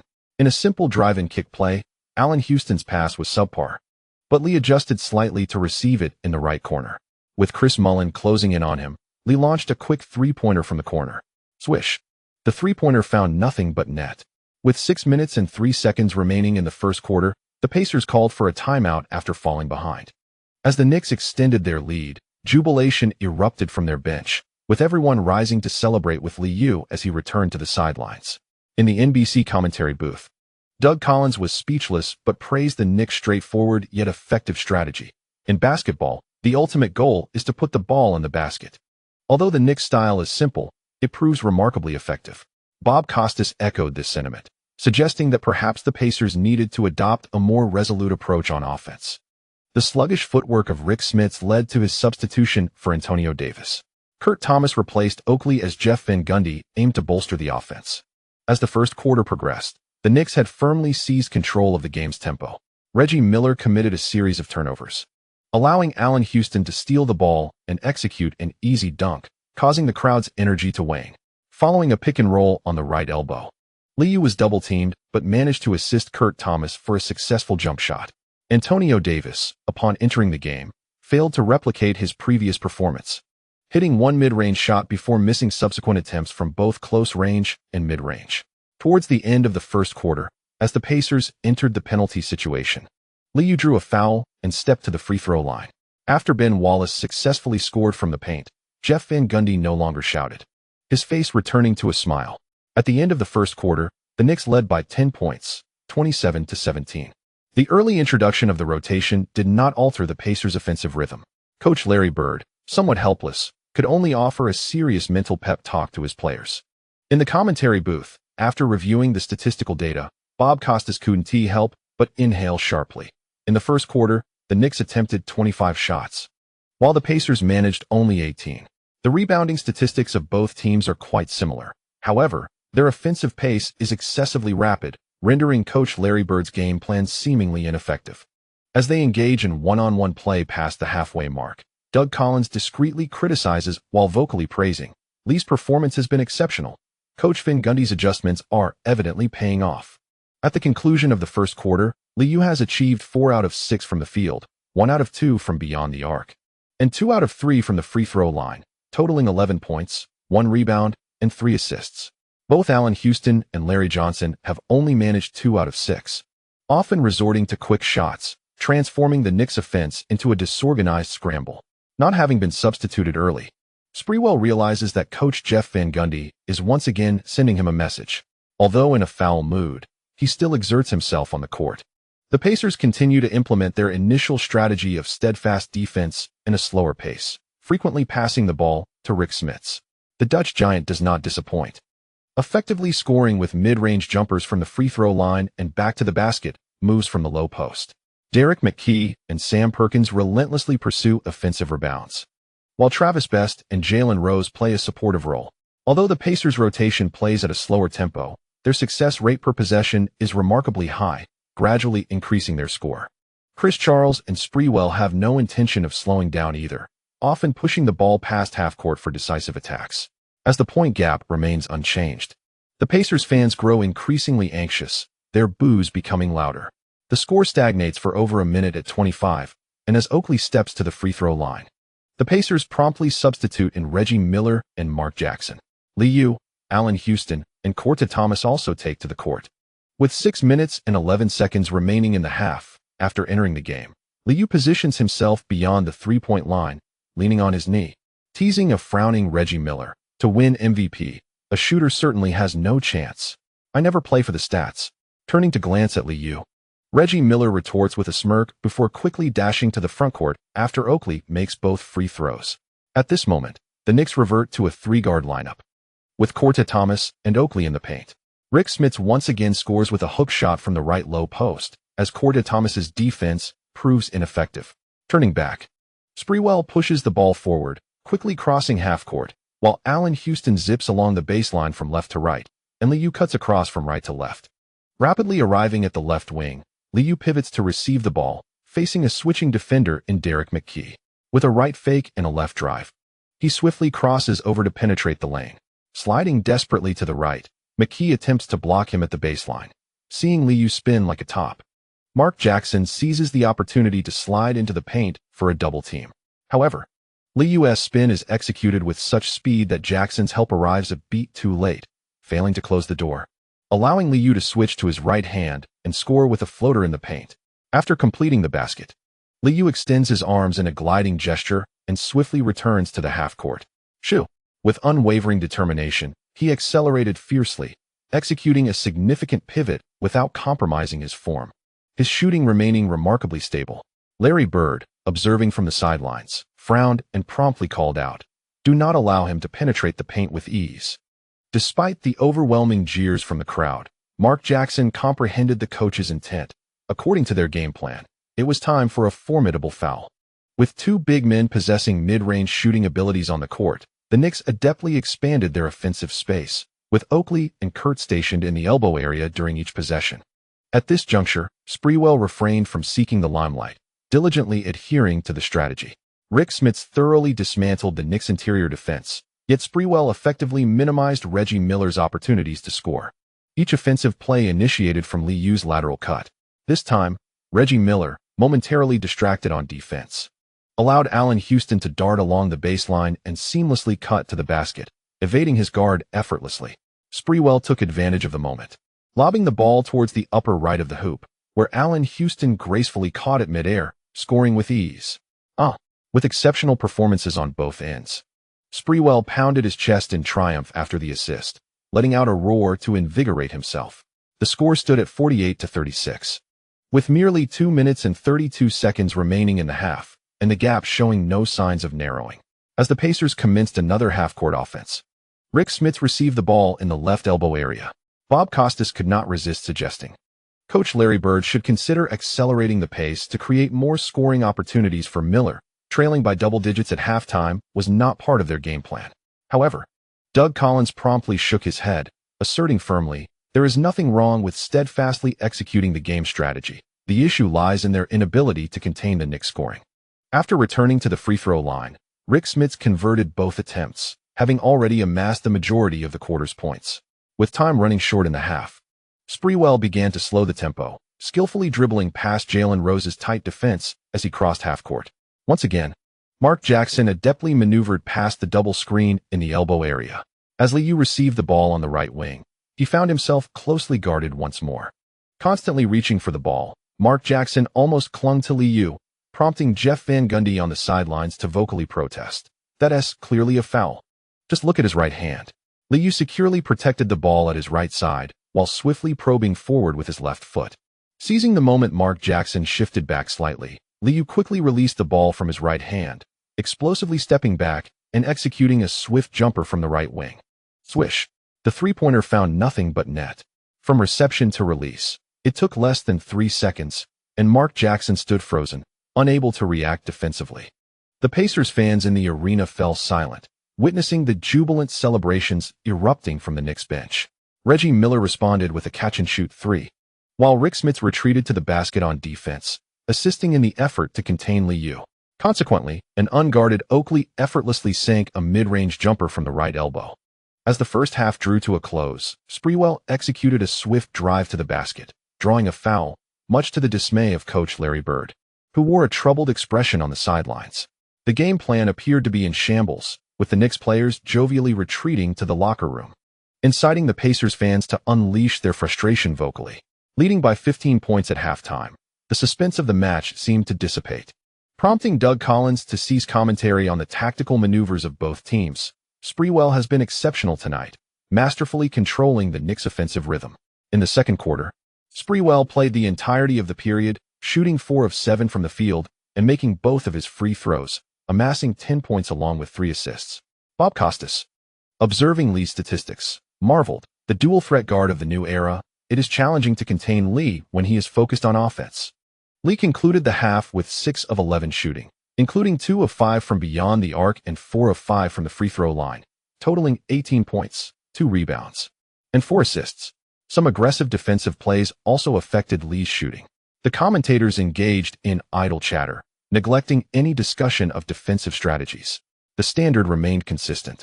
Reggie Miller found it difficult to score against Sprewell's ferocious defense. As the second half commenced, the Pacers maintained their offensive tempo, still attempting to slow down the game and relying on fast breaks to narrow the deficit. Like Jeff Van Gundy, Larry Bird adhered to his pre-game strategy. However, as the game progressed, witnessing Mark Jackson's pass intercepted by Li prompted Bird to rub his forehead in frustration. In a fast break situation, Li, following his steal, dashed across half-court to execute a one-handed slam dunk. A chorus of boos erupted from the crowd, but silence fell as Rick Smits was stripped of the ball by Ben Wallace.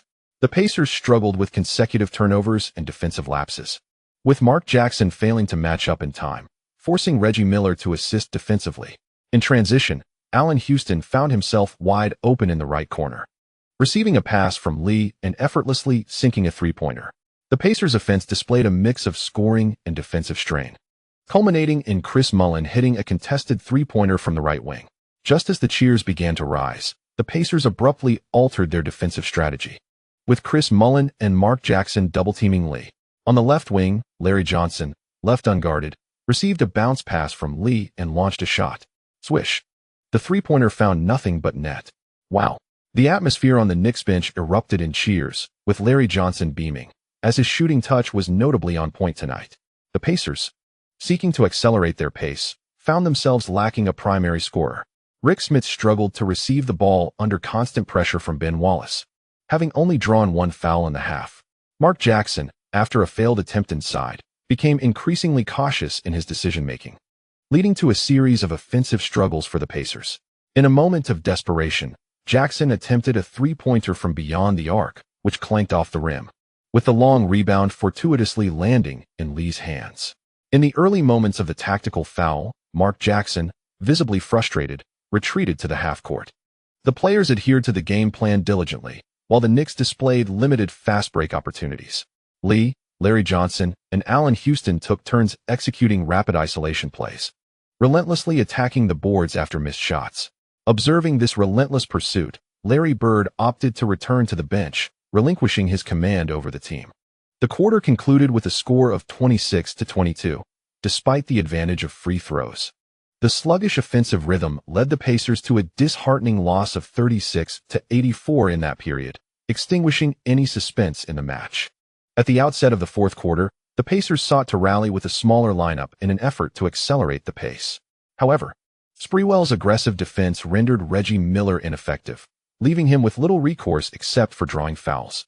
In the commentary booth, Bob Costas noted the escalating intensity of defensive maneuvers on both sides, leaving little space for shooters, and shifted the conversation. Doug, do you believe Coach Larry Bird's strategy tonight was flawed? Doug Collins raised an eyebrow and responded thoughtfully. Game plans are typically established in advance and seldom undergo significant alteration during a match. Larry Johnson's explosive performance tonight, along with Coach Van Gundy's decision to reduce Sprewell's minutes, proved pivotal for the Knicks' victory. Of course, Li's efficient scoring remains the Knicks' greatest asset. As the Pacers' defensive presence diminished, they encountered further difficulties protecting the rim. In successive possessions, Li executed a sneaky floater and a spinning drive that resulted in quick scores. Eventually, Antonio Davis, unable to contain himself, fouled Li before he could enter the paint. Within half a quarter, the game had entered the bonus stage. Aware that the tide had turned, Bird seized the moment during Li's free throws to substitute in the bench players. With 6 minutes and 42 seconds remaining, the Pacers conceded, playing for just 2 more minutes before Jeff Van Gundy also replaced his starting lineup. Time was running short, and the balding young coach felt a sense of relief. Assistant coach Thibodeau, in good spirits, remarked to Van Gundy as he returned to the bench, "Reduce the pick and roll, increase the screens, and focus on one-on-one plays." "We made the right call." Van Gundy nodded with a smile, casting a proud glance towards the Pacers bench. Back on the bench, Reggie Miller donned his practice gear, intently observing the unfolding game. With a dismal shooting performance of 3 for 11, including 3 for 7 from beyond the arc and 4 for 4 at the free throw line, he recorded 13 points, 2 rebounds, 1 assist, and 3 turnovers. His performance mirrored that of Game 3, plagued by difficulties in finishing within the paint. Rick Smits wore a similarly vexed expression. Having scored 25 points with 8 rebounds and 2 turnovers on 8 for 13 shooting and a perfect 9 for 9 from the free throw line, it felt futile, and the Dutch giant began to question the tactical approach. The bench was unusually quiet, while the Pacers fans in the arena continued their vocal discontent. With no timeouts remaining and no free throws to slow the game, the final 4 minutes unfolded rapidly. Ultimately, the score settled at 107-86, marking a resounding victory for the Knicks, and the series score shifted to 2-2. At the post-game press conference, the New York media exuberantly praised Jeff Van Gundy, who once again appeared as the sagacious champion coach. "Jeff, could you elaborate on how the team adjusted?" With the doubts dissipated, Van Gundy beamed with confidence, responding nonchalantly. "There was no need for adjustments. I simply entrusted the game to the players, and we shall persist with this strategy." This evening, Li and Larry Johnson provided the perfect retort, embodying our style of play. In 38 minutes on the court, Li scored 34 points with 12 of 22 shooting, including 3 of 7 from beyond the arc, along with 4 rebounds, 8 assists, 2 steals, and 1 turnover. Meanwhile, Larry Johnson, in 37 minutes, recorded 25 points on 9 of 17 shooting, with 2 of 5 from three-point range, 8 rebounds, 1 steal, and 1 turnover, delivering his finest performance of the series. Van Gundy was quite transparent, almost implying that we relied heavily on individual star plays. The Pacers beat reporters found themselves at a loss for words, as their star struggled to make an impact. With the Spurs having advanced to the finals, there were no games on June 8th. Leading many print media columns to extol the Knicks, Van Gundy exemplifies the essence of a championship coach.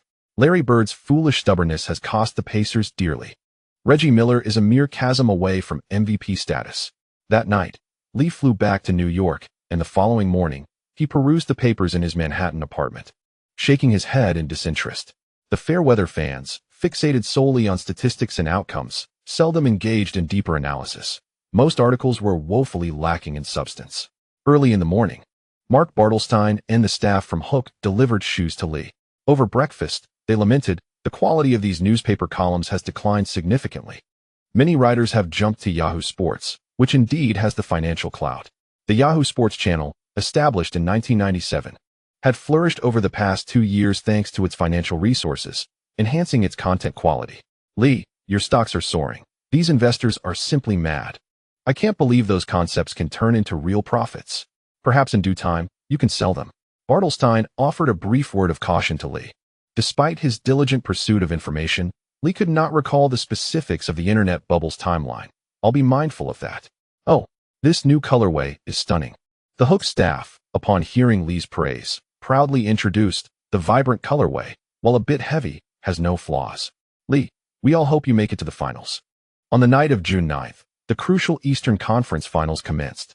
After more than a day of rest, the New York fans were far from idle, with many spontaneously brandishing whiteboards. Fuck Miller. In contrast to the somewhat restrained jeers from the Pacers supporters, Madison Square Garden erupted with fervent chants as the game began. Spike Lee did not attend the away game. Instead, he remained standing throughout the match, fully engaged until the referee issued a warning, at which point he finally took a breath. The New York fans have always relished the opportunity to revel in the misfortunes of others. Last year, they delighted in the missteps of the unfortunate Michael, and this year, it was the turn of their old acquaintance, Reggie Miller. Rick Smits, who had previously displayed remarkable prowess in the last game, struggled to find his rhythm at the outset, missing several shots. Perhaps it was the cacophony of jeers that caused him to lose his game tempo, as the Pacers oscillated between bursts of speed and moments of lethargy, resulting in the Knicks scoring with ease. By the end of the first quarter, the score was fixed at 14-28, and Madison Square Garden erupted in fervor. Larry Bird discerned the emerging issues with the game's pace. However, his 2 timeouts proved largely ineffective amidst the noisy atmosphere that rendered his calls inaudible to the players. From the NBC commentary booth, Doug Collins noted the hesitation of the Pacers, lamenting that the playoffs are a stage for superstars, and as the series progresses, it becomes a contest of star power. The raucous crowd compelled Bob Costas to raise his voice in agreement, stating that Coach Van Gundy's perspective was indeed correct. Entrusting the game to the players had granted the Knicks an advantageous position. Thank you to the readers for your support and subscriptions. This chapter concludes here. Chapter 142, Rookie Showdown, Daily Chapter, in the Eastern Conference Finals Game 5. Many analysts hoping for excitement were left disappointed. Trailing in the first quarter, the Pacers mounted a fierce comeback in the second, hastily accelerating their offensive tempo, which inadvertently allowed the Knicks to find their rhythm. During the rotation phase, Sprewell received the ball repeatedly in the low post, executing back-to-the-basket moves, turnaround jumpers, and driving to the basket for free throws, as Reggie and a few others returned to the court, transitioning back to 3 guards. The ball was pushed up to the top of the arc, where Oakley and Cortez both hit mid-range jumpers. Allen Houston, driving hard against Reggie Miller, also found himself at the free throw line. Mark Jackson's overly evident defensive pulls led him to accumulate 2 fouls before halftime. Rick Smits missed a back-to-the-basket shot from the left low post, and the Pacers failed to contest for the offensive rebound, instead opting for a swift retreat on defense. Cortez Thomas secured the rebound, and upon receiving the ball, Reggie quickly advanced. Mark Jackson, already retreated to half-court, continuously called for his teammates to complete their defensive matchups. At the top of the arc, Reggie feigned an observation of the defensive alignments, swaying to the left while executing a swift crossover from his left hand to right. In an instant, he accelerated past his defender. Mark Jackson made an astute defensive choice, sliding quickly to the left, yet at the free throw line. Reggie unexpectedly dribbled behind his back, halted abruptly, and faked a shot.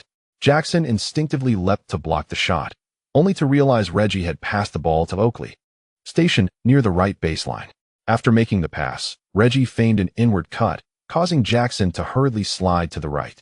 However, as Jackson shifted his feet, he was taken aback to find Reggie darting in the opposite direction, swiftly relocating to the right wing. Oakley effortlessly passed the ball to Li Yao, who stood beyond the three-point line, disregarding the persistent defense of Mark Jackson. In a swift motion, Li launched a jump shot from the arc. Swoosh! Just as the basketball departed from his hands, both he and Mark collided violently to the ground. The three-pointer swished through the net. Wow! The seamless 2-on-2 collaboration resulted in an exceptionally fluid offensive play, eliciting joyous cheers from the New York fans present. Allen Houston and Sprewell promptly helped Li to his feet, while the Knicks' enthusiastic supporters erupted in celebration. In the NBC commentary booth, Doug Collins, observing the widening score gap, could not help but voice his criticism. The Knicks are executing plays reminiscent of practice drills. I empathize with Mark Jackson. It is indeed challenging to anticipate Li's offensive choices. However, relying solely on instinct will inevitably come at a cost. With 3 fouls in the first half, it may be prudent for Mark Jackson to be substituted soon. Bob Costas remarked on Coach Larry Bird's decision not to make any substitutions, adding, "Staying on the court is indeed a bold choice. But considering the lack of height on the bench with Best, it could very well be a matter of necessity." Mark Jackson, no longer young, found himself exasperated by Li Yao's relentless challenge as the series progressed. If not for the Knicks' often mediocre passing quality, which required Li to adjust his receptions, Jackson might have felt he would be shot to pieces. As Li stood at the free throw line, Madison Square Garden erupted with a deafening chant. MVP, MVP, MVP. He calmly sank the additional free throw, and witnessing Li smile as he retreated on defense left the Pacers somewhat disheartened. With a score of 37-52, Li successfully converted a 4-point play, restoring the lead to 15 points. After a dismal 0-4 in the first quarter, Li found his rhythm in the second, though the jeers from the crowd were unsettling. At this point, Reggie Miller had lost his inclination for trash talk. With 2 minutes and 17 seconds remaining in the half, Karl Malone of the Pacers took charge offensively, hitting a mid-range jumper to secure points for his team. Turning back, Allen Houston received the ball on the left block, pivoted, and executed a smooth jump shot after creating space. Reggie Miller muttered a curse under his breath, aware that Allen Houston was finding his form. A shooter requires opportunities to take shots, and despite previous games filled with misses, Houston consistently maintained around 15 attempts. In the final moments, Karl Malone and Reggie Miller each connected on long 2-point shots. Yet, Mark Jackson hesitated to challenge Li Yao's aggressive drive. Inside, Rick Smits interfered once and committed a foul on another occasion, watching as Li continued to respond with successful shots. The half concluded with a score of 42-58, leaving the Pacers trailing by 16 points. Despite scoring 28 points in the quarter, they not only failed to narrow the gap, but allowed the Knicks to accumulate 30 points. Perhaps the game was not unfolding as planned. Coach Larry Bird's expression darkened as he swiftly made his way to the players' tunnel. A gorilla clad in a sleek black suit surveyed the multitude of New York fans, some of whom were still rallying in support of Ewing. With a slight tug of his lips, he reluctantly offered a smile as he made his way toward the players' tunnel. Triumphant in Game 5, the Knicks held a substantial chance of advancing to the finals. While this may have been a harsh reality for Pacers fans, the Knicks, who were gaining momentum, undeniably emerged as the superior team. Doug Collins decisively pronounced his verdict, whereas Bob Costas, seated beside him, refrained from making any absolute statements. There remained an opportunity. The Pacers were capable of scoring high, provided they fortified their defense, and the current point spread was still within reach. As the second half commenced, mere minutes into the game, Bob Costas lamented from the commentary booth, "There will be no miracle. The Knicks are poised to win Game 5. Their performance tonight has been nothing short of exceptional." Doug Collins found himself momentarily speechless at his partner's swift change of tone. After Rick Schmitz's missed shot, the Pacers faltered, losing one of their key strategies. Coupled with Reggie Miller's lackluster performance and a bench that failed to ignite, Their uninspired display on both ends of the court rendered them incapable of narrowing the gap. The third quarter concluded with a score of 24-26, further widening the chasm. Yet, the Pacers refused to concede, launching a series of scoring attempts in the fourth quarter. With just 2 minutes and 26 seconds remaining, the score stood at 84-98. Li Yao stepped to the free throw line, and the Pacers remained undeterred in their pursuit. They fought valiantly to hasten their offensive tempo, but time was not on their side. 2 missed three-point attempts left Karl Malone and Reggie Miller despondent, waving their hands in frustration as their final opportunities slipped away. Ultimately, the Knicks triumphed with a score of 90-103 in this pivotal encounter. Despite the loss, the New York fans had not forgotten to jeer at their old rivals, their chants echoing through the arena, while Reggie Miller, expressionless, followed his teammates into the players' tunnel. Meanwhile, Charles and Dolan greeted the Knicks players with high fives in the tunnel. With their victory in this crucial match, the Knicks were highly favored to reach the finals. Advancing to the finals would undoubtedly amplify the team's influence. New York was far from San Antonio, and the stakes were high. At Madison Square Garden, many fans lingered, regretting that Game 6 would be an away game. Upon returning to the locker room, Jeff Van Gundy was soon joined by Charles and the team management. The atmosphere was electric as Rashard Lewis, part of the hype crew, distributed drinks and towels alongside Ben Davis, exchanging fist bumps. Ewing, ever jovial, clapped along, soon joined by the entire Knicks squad in a chorus of applause and cheers. The bald-headed coach, visibly excited, surveyed the room before proclaiming, "A perfect game. We've secured the series point, and now only one victory stands between us and the finals. In 2 nights, let us afford our opponents no chances. We must seize the momentum to win the series and then rest well in preparation for the impending finals. Our singular objective is the championship. For each other, for our fans, we shall reclaim our title." Jeff Van Gundy's enthusiasm led him to speak at length. But given the jubilant mood permeating the room, his words went largely unnoticed. After the head coach finished his motivational speech, the ever-jovial Charles made his promise known. "The Knicks have never been stingy, and this year our championship bonus will be even more substantial." Ultimately, the heartfelt sentiments could not compete with the allure of cash, prompting an enthusiastic cheer from the crowd, with even the team staff unable to resist high-fiving in celebration. Charles patted his eldest son, and James Dolan warmly began greeting everyone. After offering some comforting words to the gorilla mascot, Dolan turned back to high-five with Li Yao, exclaiming, "Outstanding performance. Fear not, Li. Those who have doubted the team will no longer have a seat at the table. No one can tarnish our reputation."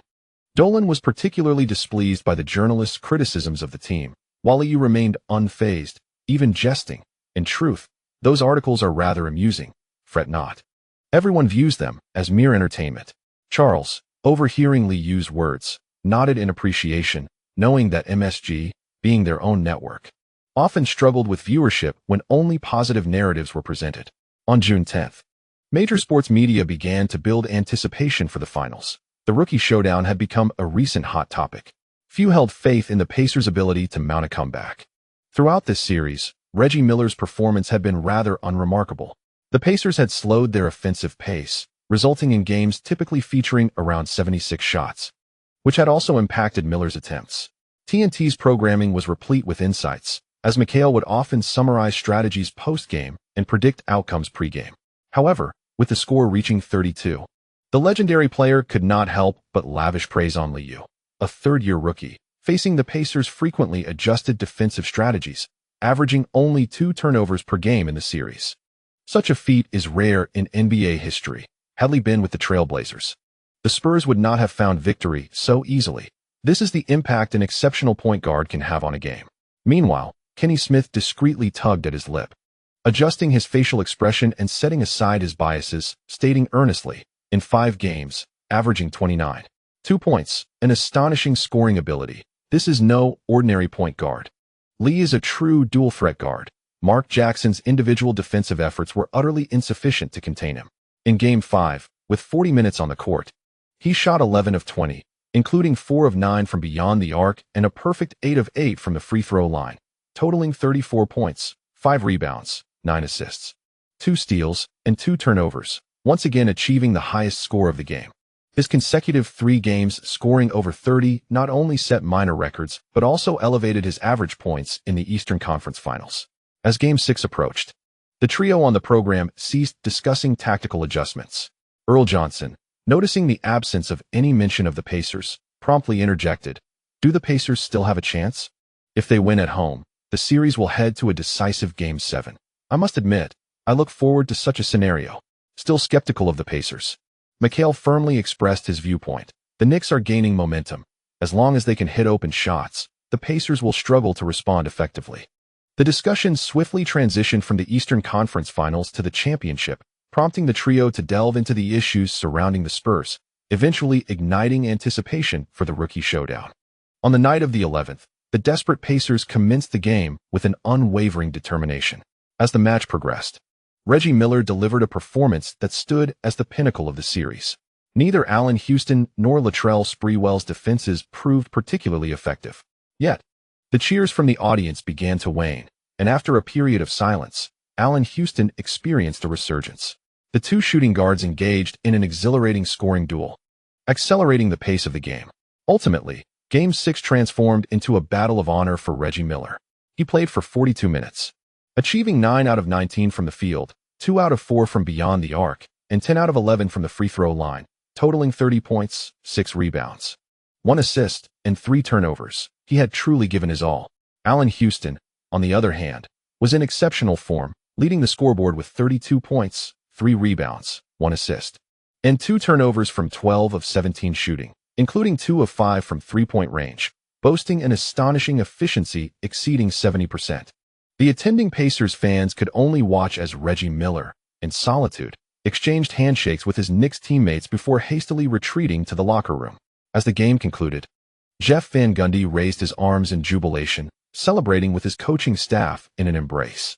Hushed murmurs of discontent rippled through the arena, with many fans beginning to exit, their spirits dampened by the sight of the Knicks poised to accept their accolades on home turf.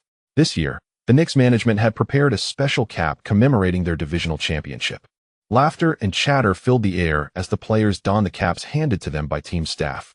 Allen Houston exuberantly bounced in place, eagerly awaiting the presentation of the divisional trophy by the league officials. Cheers erupted, drowning out the boos, as NBC's Bob Costas stepped in as a makeshift host, promptly handing the trophy to the applauding Jeff Van Gundy. The bald-headed coach, overwhelmed with emotion, shouted in delight, while the Knicks rallied in continued celebration behind him. "Jeff, share your feelings at this moment. This marks your second divisional championship while coaching the Knicks." The season had been arduous, filled with numerous challenges that led to this achievement. Van Gundy took the microphone, reminiscing passionately about their struggles. The Knicks were now preparing to raise their cups in unison, with Ewing beaming while cradling the trophy. As Li Yao adjusted his cap, he seized the moment to activate his talent panel, consuming the divisional championship award, which promptly yielded a reward: Anthony Hardaway's exceptional explosiveness. Reacquiring the talent of the illustrious Hook brother, Li Yao smiled as he lifted the trophy, noticing Van Gundy still lost in reflection, and passed the trophy to Allen Houston, exclaiming, "Soon, we shall claim an even grander trophy." Upon hearing Li Yao's words, the atmosphere group erupted in cheers. Allen Houston had just taken possession of the golden trophy, and beside him, Sprewell excitedly shouted, "Champions! We are destined for another championship." Gratitude is extended to the readers for their subscription support. This chapter concludes here. On June 12, 1999, the Knicks returned to New York, proudly bearing the trophy for their division championship. Many fans who had come to greet them were swept up in a fervent celebration. Holding up small whiteboards emblazoned with "Fight for Ewing," numerous longtime supporters had grown up watching the great gorilla play, yearning for Ewing to receive a worthy conclusion to his career. Before boarding the bus, Ewing posed with the trophy for photos with fans, the atmosphere electric, akin to a farewell gathering for the gorilla. The exuberance of the New York fans was, in truth, an attempt to support the great player. With a torn Achilles tendon, although surgery was unnecessary, his athletic ability would inevitably decline. Given that most of the current starting lineup was under the age of 30, everyone wished to contribute. Hoping Ewing could retire in New York, General Manager Glenn Grunwald was also aboard the bus. Typically, he refrained from mingling with the players, showing little interest in stepping into the limelight like the Bulls Krause. It was essential for the general manager and the management team to maintain an air of distinction, and Grunwald effectively upheld this principle, leaving Jeff Van Gundy at a loss for words in his presence. Go for it, Pat. You will achieve 2 championships, just like Elijah. Pat, we will all support you. Grunwald, seated at the front of the bus, observed this scene with a silent shake of his head. A significant injury, a hefty contract, and an aging center whose shape had altered and offensive prowess diminished. Trading him would not be difficult, yet the return would be limited. In the back of the bus, Li Yao perused a sports magazine featuring Tim Duncan on its cover. In front of him, Oakley bobbed his head to the music through his headphones, humming along in a carefree manner. The old-timer had nearly become a defensive specialist in this year's playoffs, yet he seemed unperturbed by this transformation. Li Yao adeptly distributed the scoring opportunities. As long as his shooting touch was on point, he could still manage 8 or 9 chances per game. Noticing the magazine in Li Yao's hands, the swaying Oakley removed his headphones and exclaimed, "Don't mind the Spurs. David Robinson is merely a softie. And Tim Duncan is just a rookie. Hey, we are on our way to a championship, Lee. Come over to my place tonight. Let's throw another party." The Atmosphere group responded enthusiastically upon hearing there would be overtime, and Li Yao closed the magazine, exuberantly declaring, "It's time to relax. Tonight, I'll treat everyone." Upon returning to the training center in Tarrytown, the players took their leave to rest at home, while Jeff Van Gundy and the coaching staff remained hard at work. The San Antonio Spurs have been dominating, with the Western Conference's front lines succumbing beneath the weight of their twin towers. However, after reviewing the game tape, Jeff Van Gundy exhibited little reaction, remarking, "Nothing extraordinary." In most matches, the Spurs' offensive strategy consists of the guards advancing the ball past the half-court, with Tim Duncan receiving the ball in the post, subsequently executing a play. Another common maneuver involves David Robinson catching the ball in the elbow area, either taking a jump shot or forcefully attacking the paint. While there is some synergy between the two towers, interior passing remains limited. Assistant coach Tom Thibodeau, a keen observer of game footage, noted the Spurs' defensive prowess. Within the paint, the two highly mobile giants can sweep the area, executing switches and covering ground with remarkable speed. Assistant coach Don Chaney, glancing at the statistical analysis, remarked casually after the tape concluded, "In the playoffs, they average around 70 shots per game, which is slower than the Hawks. I doubt this will impact our offense. Houston would find it considerably easier, as he would no longer need to chase his opposing player incessantly. Sprewell should be able to impart a lesson to the rookie Daniels on the opposing bench." As the coaching staff began to converse quietly among themselves, Jeff Van Gundy seemed lost in thought. Thibodeau nudged the balding head coach, prompting Van Gundy to finally speak. "Let us remind Kurt and Ben to manage their fouls. We don't need to make substantial adjustments. We can prepare for the game methodically." Upon hearing Van Gundy's words, his colleagues understood that it was time to disengage, realizing there was little to prepare. The 34-year-old Avery Johnson, 35-year-old Mario Elie, and 31-year-old Sean Elliott formed the Spurs perimeter. After reviewing the footage, the coaching staff did not mention the Spurs' outside shooting. As an unspoken consensus emerged, these players would pose no challenge to Ewing. Regarding interior defense, the Pacers' Rick Smits and Dale Davis performed admirably, overpowering Kurt and Ben. Yet the Knicks still emerged victorious. It was clear that containing the Spurs' interior was unattainable. Diligent defense would suffice. NBC continued to handle the finals broadcast this year. Over the past few days, the Knicks, in addition to their regular training, had to participate in interviews, serving as promotional material for the finals. On the morning of the 13th, Ewing, dressed in a sharp black suit, conducted an interview in the media room at the Tarrytown Training Center. "Pat, congratulations on reaching the finals for the 3rd time in your career. Unfortunately, due to injury, you will miss this series, which is also a disappointment for the fans, many of whom were eager to witness your duel with David Robinson." Upon hearing this, Ewing chuckled, shaking his head, and earnestly replied, "The young ones no longer admire us old-timers. David is a great guy, but regrettably, we will still claim the championship this year." Seated across from him, renowned journalist Jim Gray smiled at Ewing's confident response and inquired again, "We all know that this year, Lee has secured the MVP. What kind of performance do you anticipate from him in the finals?" Upon hearing the term MVP, a pang of emotion surged within the gorilla, yet he continued to exude confidence, proclaiming, "Lee will dismantle every defender on the opposing team, mark my words." Perhaps many have yet to grasp the magnitude of our experiences last year. Ron Harper, Scottie Pippen, Michael Jordan, facing the league's finest perimeter defense. Lee still managed to average 29 points per game. Some may question his efficiency. A shooting percentage of 44 is indeed modest, But imagine any other guard in the league. What performance could they deliver? I shall forever remember last year's Eastern Conference Finals, recalling every single possession. The Knicks once boasted the league's best interior defense. Now, we possess the most formidable backcourt duo. Every player had the opportunity for interviews. And the atmosphere was charged with the exuberance of Davis, who never failed to hype things up. Rashard Lewis, having carried the burden for the Knicks for months, reminisced about the team's internal dynamics. The rookie Lewis indeed possesses talent. Oakley did not challenge him much, as the veteran recognized the potential of this seemingly soft-spoken sharpshooter to secure a contract in the league. Kurt Thomas and Ben Wallace are no mere shadows either. Even if their offensive contributions are limited, their defensive presence is undeniably robust. I am indifferent to statistics and the opinions of others. My sole desire is victory. I have witnessed high-stakes moments, and no opponent shall score easily against me.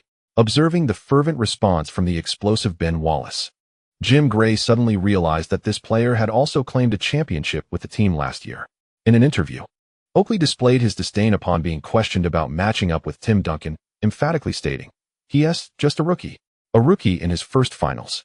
Allen Houston remained cordial towards opponents, exhibiting utmost humility, while Larry Johnson and Sprewell conveyed a singular message: "We will obliterate the Spurs."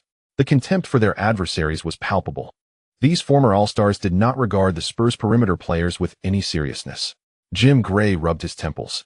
He knew that these interview clips would be released one by one before the finals, and he could already anticipate the reactions from both fan bases. When Li Yao arrived in the media room clad in training attire, Jim Gray breathed a sigh of relief, standing to offer a handshake, and smilingly inquired, "Li, congratulations on winning the MVP. Reaching the finals in your rookie season for 2 consecutive years is truly an extraordinary achievement. What are your expectations for this year's finals?" Upon hearing such a question, Li Yao confidently replied, "The Spurs are an excellent team. I find it exhilarating to encounter such an opponent in the finals. I want to express my gratitude to the New York fans for their support and to the Knicks organization. This has indeed been a challenging season for us. The hectic schedule, along with Pat's injuries, has affected our performance, but ultimately, we overcame the difficulties." Initially, Jim Gray wore a smile, but as he listened, a sense of déjà vu washed over him, leading to an internal realization: was he delivering an acceptance speech in advance? Due to the San Antonio Spurs' sweeping victory over their opponents, they have enjoyed an extended period of rest, and the NBC interview has long concluded. In recent days, fans have been able to witness the humble remarks of the Spurs players on television. David Robinson, indeed a commendable individual, extended his blessings to Ewing, reminiscing about past struggles while continually lauding Tim Duncan. In his second year, Li secured the Finals MVP. Now Tim has the opportunity to achieve such a feat. In my estimation, Tim is the true MVP of this season for the Spurs. He is far more exceptional than one might envision. I am unconcerned with statistics. My singular desire is to help the Spurs capture their inaugural championship. TNT is also gearing up for the finals, with McHale and Kenny Smith representing Duncan and Lee, respectively. In recent broadcasts, both have presented opposing views. I have great respect for Avery Johnson, but we have all witnessed what Mookie Blaylock was capable of against Lee. I do not believe the Spurs' perimeter defense will be significantly superior to that of the Hawks. Kenny Smith has been particularly outspoken in recent days, asserting that the Knicks trio of guards will overwhelm their opponents. McHale shook his head, steadfast in his position. The two teams are incomparable. Mutombo cannot shoulder too much of the offensive burden, while Tim can carry the team's scoring. Defensively, the Spurs' two big men exhibit remarkable agility, and the Knicks guards struggle to score efficiently in the paint. The closer one approaches the basket, the higher the shooting percentage. This is the truth of basketball. No one on the Knicks can contain Tim Duncan. Lee has not paid attention to the media reports, as he has been preoccupied with entertaining Ray Allen and several college teammates. Given the proximity to New York, many students from Connecticut have joined in the festivities. Coach Calhoun led the team to victory, and the University of Connecticut has claimed its second championship title in history. Unfortunately, due to the numerous Knicks games in March and April, Lee has had no time to attend any matches in person.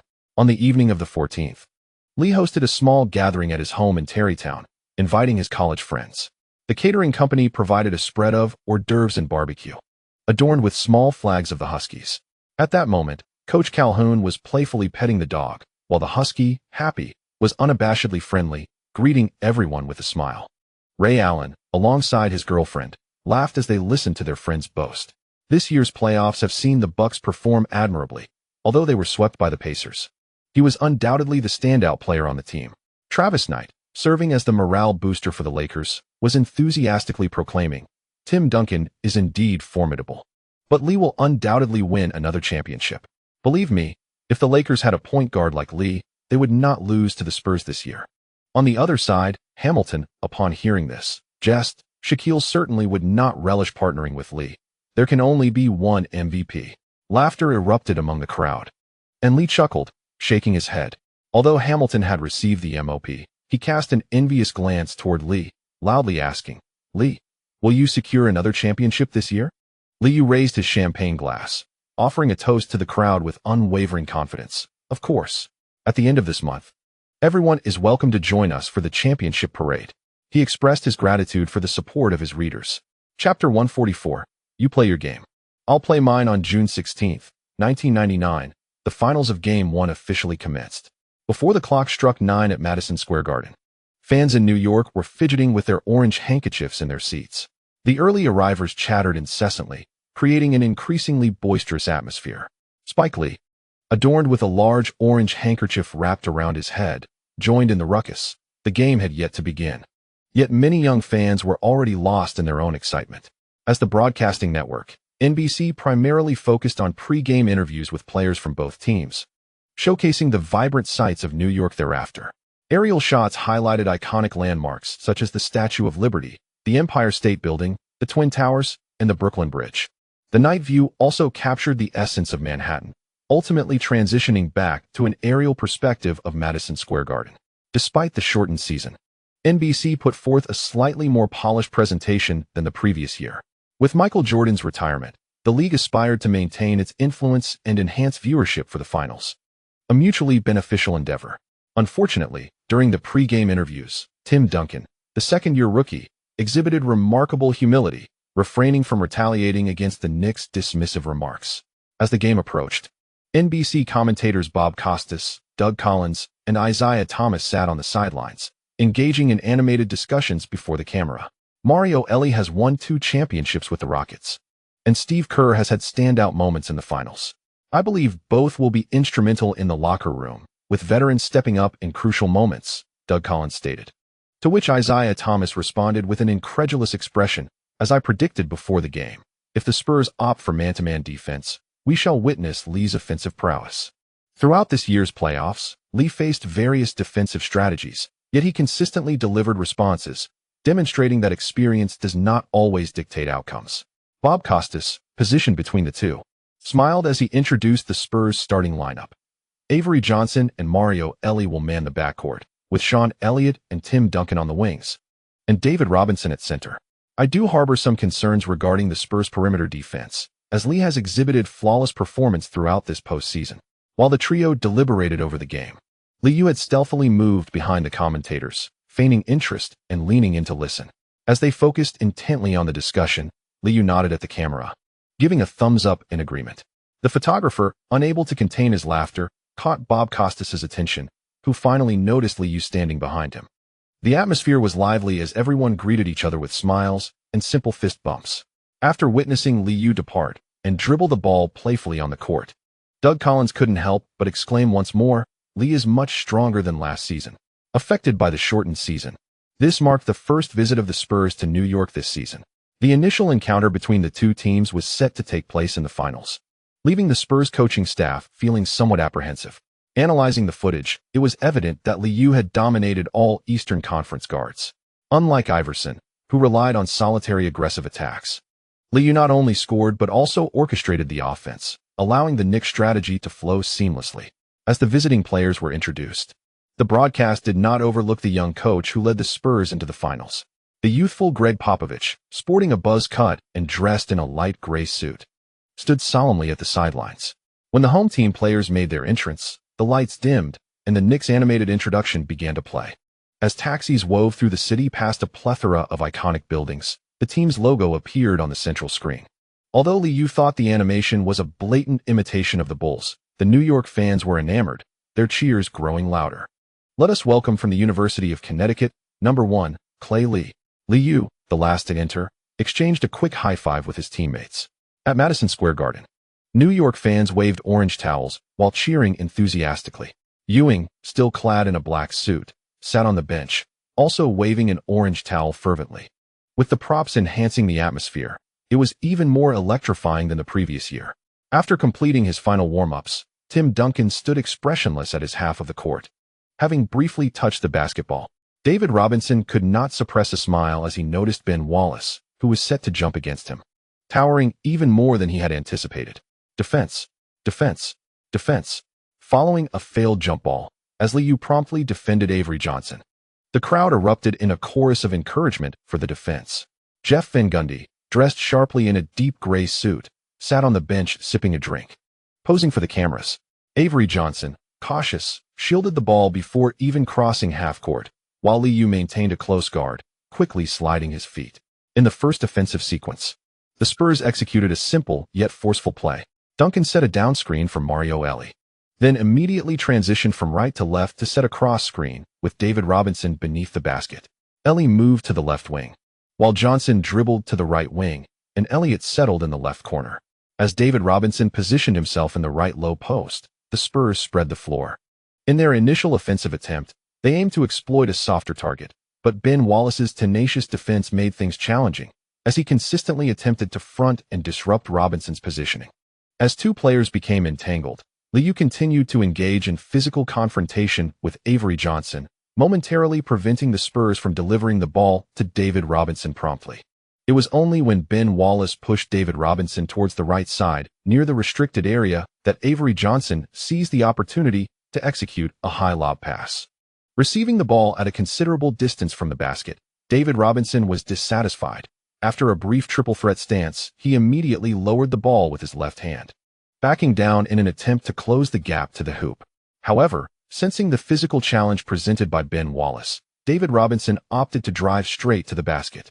With a swift pivot, he powered through to the paint, leveraging his height advantage to complete a quick shot. Bang!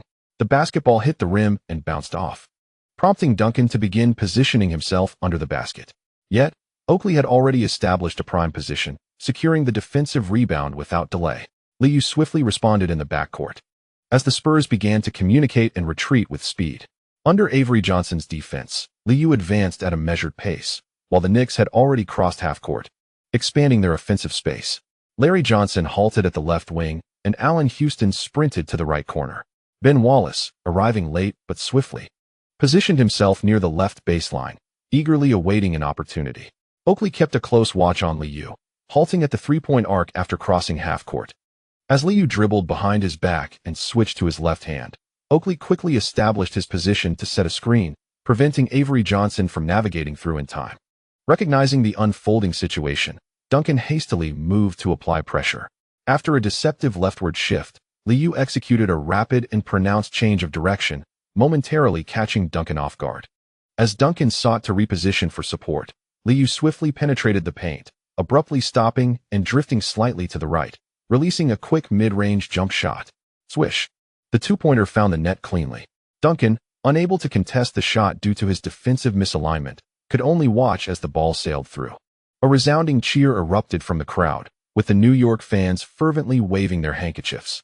A high pick-and-roll beyond the three-point line created space for acceleration, testing the agility of the big men involved. In the initial exchange, Duncan, much like his Eastern counterparts, struggled to keep pace with Li Yao. On the sidelines, Popovich promptly signaled tactical adjustments as Avery Johnson received the ball in the backcourt, once again confronted by Li Yao. Progressing slowly, Avery Johnson shielded the ball as he moved to the left wing, while the Spurs simply altered their direction to execute the same strategy, continuing to target the weak link. David Robinson positioned himself deeper this time. However, Avery Johnson's lob pass was delayed by Li Yao's interference, causing David Robinson to receive the ball further away from the paint. Fortunately, after releasing the ball with his right hand, David Robinson successfully maneuvered into the paint directly in front of the basket, overcoming Ben Wallace's defense to make the shot. The jeers from the crowd did little to dampen Popovich's spirits. The pregame strategy had proven sound, revealing the Knicks' interior defense as vulnerable. The retreating David Robinson couldn't help but smile, clearly in high spirits. As the Knicks swiftly executed a baseline throw-in, Li Yao accelerated along the left sideline, crossing half court and arriving at the left wing, where he abruptly decelerated and came to a sharp halt. With the ball in his left hand, Li Yao suddenly unleashed a powerful shot from his stationary position. Avery Johnson quickly adjusted his defensive stance, noticing Li Yao's rapid retreat, and leapt to contest the shot.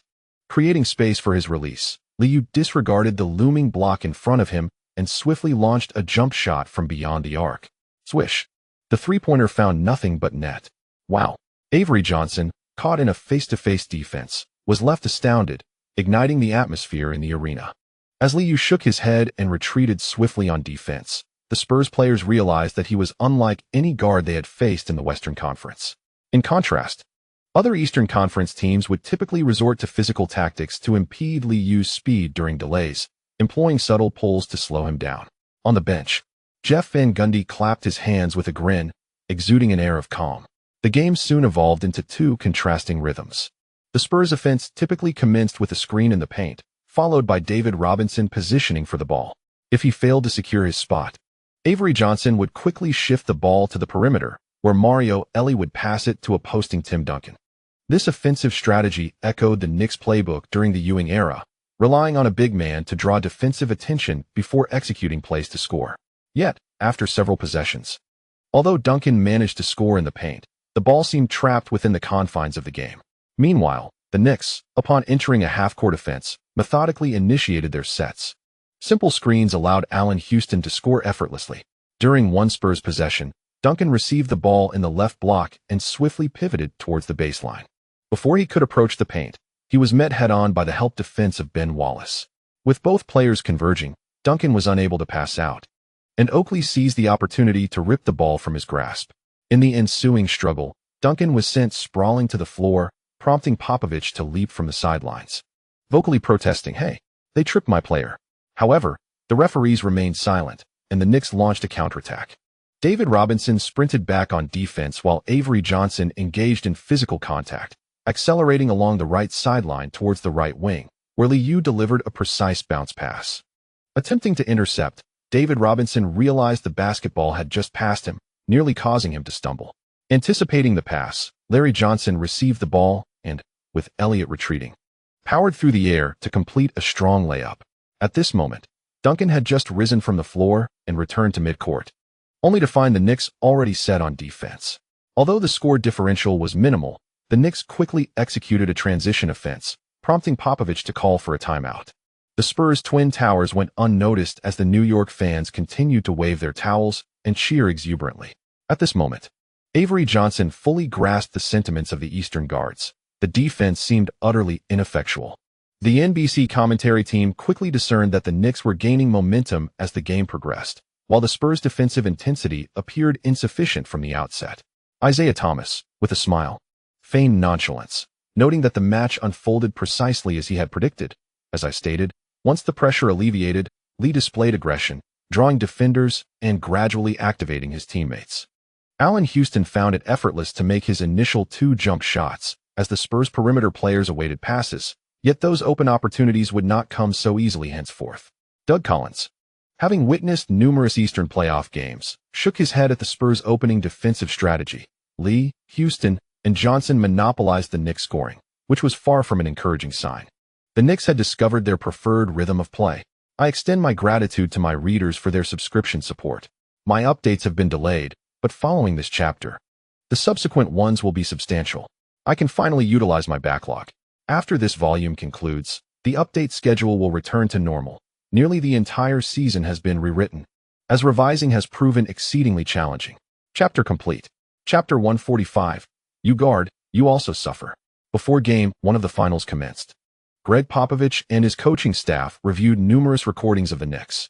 Steve Kerr shared insights on matching up against Li Yao, although the regular season bore little relevance. During the first two rounds of the playoffs, the Knicks had showcased a nearly egalitarian approach. Having observed the Eastern Conference Finals, some patterns began to emerge. Yet upon entering the game, it became evident that the Knicks had undergone substantial transformation. Recognizing the Knicks' increased offensive pace, higher number of possessions, and the difficulty of countering their fast breaks, Popovich adjusted his strategies post-timeout.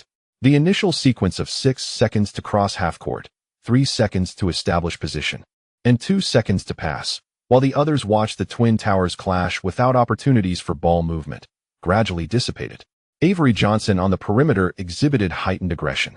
Approaching the 20-second mark, he received the ball on the right wing beyond the three-point line, utilizing a screen from Duncan to evade Li Yao, executing a successful jumper from the foul line. However, when he attempted the same maneuver in the opposite direction, penetrating deeper toward the basket, his shot in the paint was met with a spectacular volleyball-style block from the help defense of Ben Wallace. The ball soared into the half-court, and the magnificent rejection elicited gasps from the New York fans in attendance. Oh, as Duncan, having set the screen, sought to position himself closer to the basket, Li Yao, with remarkable quickness, seized control of the ball at the three-point line and surged forward. Despite Mario Li's advancing age, he sprinted back in a flash, catching up to Li Yao's side. Before he could attempt to swipe the ball, Li Yao, having crossed the three-point line, executed a behind-the-back bounce pass with finesse. On the opposite side, Allen Houston, unguarded, effortlessly received the ball and executed a one-handed slam dunk. In the commentary booth, Bob Costas, witnessing the swift 2-on-1 fast break, exclaimed repeatedly, "My goodness! The Knicks' counterattack is astonishingly rapid. The Spurs have been entirely reactive during these few minutes." Beside him, Doug Collins observed the pounding chest of Ben Wallace beneath the basket, thoughtfully remarking, "Perhaps Wallace cannot contain the Spurs' towering players, but his defensive awareness is commendable, and his leaping ability is remarkable." The Spurs, too, began to accelerate their offensive tempo. Duncan abandoned his back-to-basket stance and unexpectedly moved to the right block to receive the ball facing the basket. Confronted by Oakley's defense, Duncan executed a swift right-foot jab step before rising for a shot. Bang! As the basketball ricocheted off the rim, Ben Wallace, who was engaged in a battle for position with David Robinson, leaped high, securing the rebound with one hand, and immediately passed the ball to the awaiting Li Yao. On the sidelines, Jeff Van Gundy stood up and applauded. Indeed, leaping ability is a gift, and at least in terms of rebounding, the Knicks were holding their ground. Elliott's tight defense proved ineffective, as Li Yao instinctively swatted away the small guard's hand interference. Quickly advancing to the right wing, upon seeing the tactical signal from Li Yao, Larry Johnson promptly glided from left to right along the baseline, positioning himself in the low post on the right side to receive the ball. Elliott struggled to maintain his defensive stance, yet the physical disparity between the two was evident. As Larry Johnson extended his arms to receive the pass, Li Yao delivered a high lob. The moment he caught the ball, Larry Johnson swiftly began his motion, pivoting and muscling past his defender, executing a fadeaway jump shot within the paint. Swish! The two-pointer found nothing but net. David Robinson, who had been providing help defense, was a beat too slow, and upon seeing Elliott raise his hand to signify the lapse, he could only frown as the ball was quickly inbound. With 4 minutes and 13 seconds remaining in the first quarter, the Spurs had not scored in quite a while. Defense, defense, defense. As Li Yao continued to guard Avery Johnson, the roar of support for the defense grew louder. Within the Knicks' defensive scheme, Li Yao typically focused on applying pressure to the ball, hindering the opponent's advance. Given that the Spurs' offense was inherently slow, Avery Johnson cautiously dribbled, often taking nearly the full 8 seconds to cross half-court. With a side dribble and a series of spins, Avery Johnson finally crossed the mid-court line, but still could not shake off Li Yao's reach. As Popovich shouted from the sidelines, David Robinson quickly moved to the free-throw line to set a screen for Avery Johnson. Li Yao, opting to step out of bounds, maneuvered past Robinson, and as he again pursued Avery Johnson, they reached the right elbow area where, taking advantage of a brief opening, the latter swiftly delivered a bounce pass.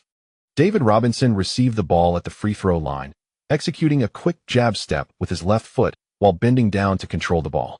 However, just as the basketball reached his waist, Ben Wallace surged forward, deftly knocking the ball away. David Robinson hurriedly turned to reclaim possession, but Wallace lunged for the ball, and both players tumbled to the ground. The smaller Ben quickly managed to toss the ball to the front court. Despite Avery Johnson's attempts to impede him with a tug, Li Yao dashed forward, successfully retrieving the ball amidst the cheers of the fans. As Li Yao accelerated past half-court, Avery Johnson desperately chased him from the side. The two players entered the paint area, yet Li Yao did not reduce his speed. He evaded his opponent's defense with a swift and expansive motion, stepping forward to the left and completely sidestepping the defense. Arriving at the lower left side of the basket, Li Yao grasped the ball with his left hand and, facing the turning block attempt of Avery Johnson, effortlessly executed a layup. The whistle echoed as the ball swished through the net. Johnson's attempt to interfere resulting in a foul instead. As the point difference approached 10, the excited New York fans began to wave their orange towels vigorously, while the Knicks atmosphere group raised their hands in jubilant cheer. Li Yao moved his left arm, smiling as he celebrated with the exuberant Ben Wallace with a high five, then proceeded to the free throw line. Oakley, positioned beside the paint, gestured to Duncan, "All-star player?" I knew those media reports were unreliable. Duncan merely glanced at the old-timer without any reaction, awaiting Li Yao's free throws. Seizing the moment, the Spurs substituted in Antonio Daniels for the veteran Mario Elie. Li Yao confidently sank his free throw, bringing the score to 10-20, a double-digit lead that sent Jeff Van Gundy back to the bench. The Spurs, struggling to score, resorted to a star player strategy, repeatedly feeding the ball to Duncan in the left low post. After a few attempts, as Duncan pivoted towards the baseline, Wallace collapsed defensively beneath the basket. After 2 unsuccessful attempts, Duncan refrained from forcing the play and quickly passed the ball back to David Robinson at the free throw line. Ultimately, leveraging his height advantage, Robinson aggressively drove to the basket, drawing a foul from Wallace. As the Spurs began their free throws, the arena erupted in boos. The New York fans stood up, vociferously jeering and waving their towels in disruption. Robinson, undeterred, calmly made both free throws, rapidly transitioning back on defense.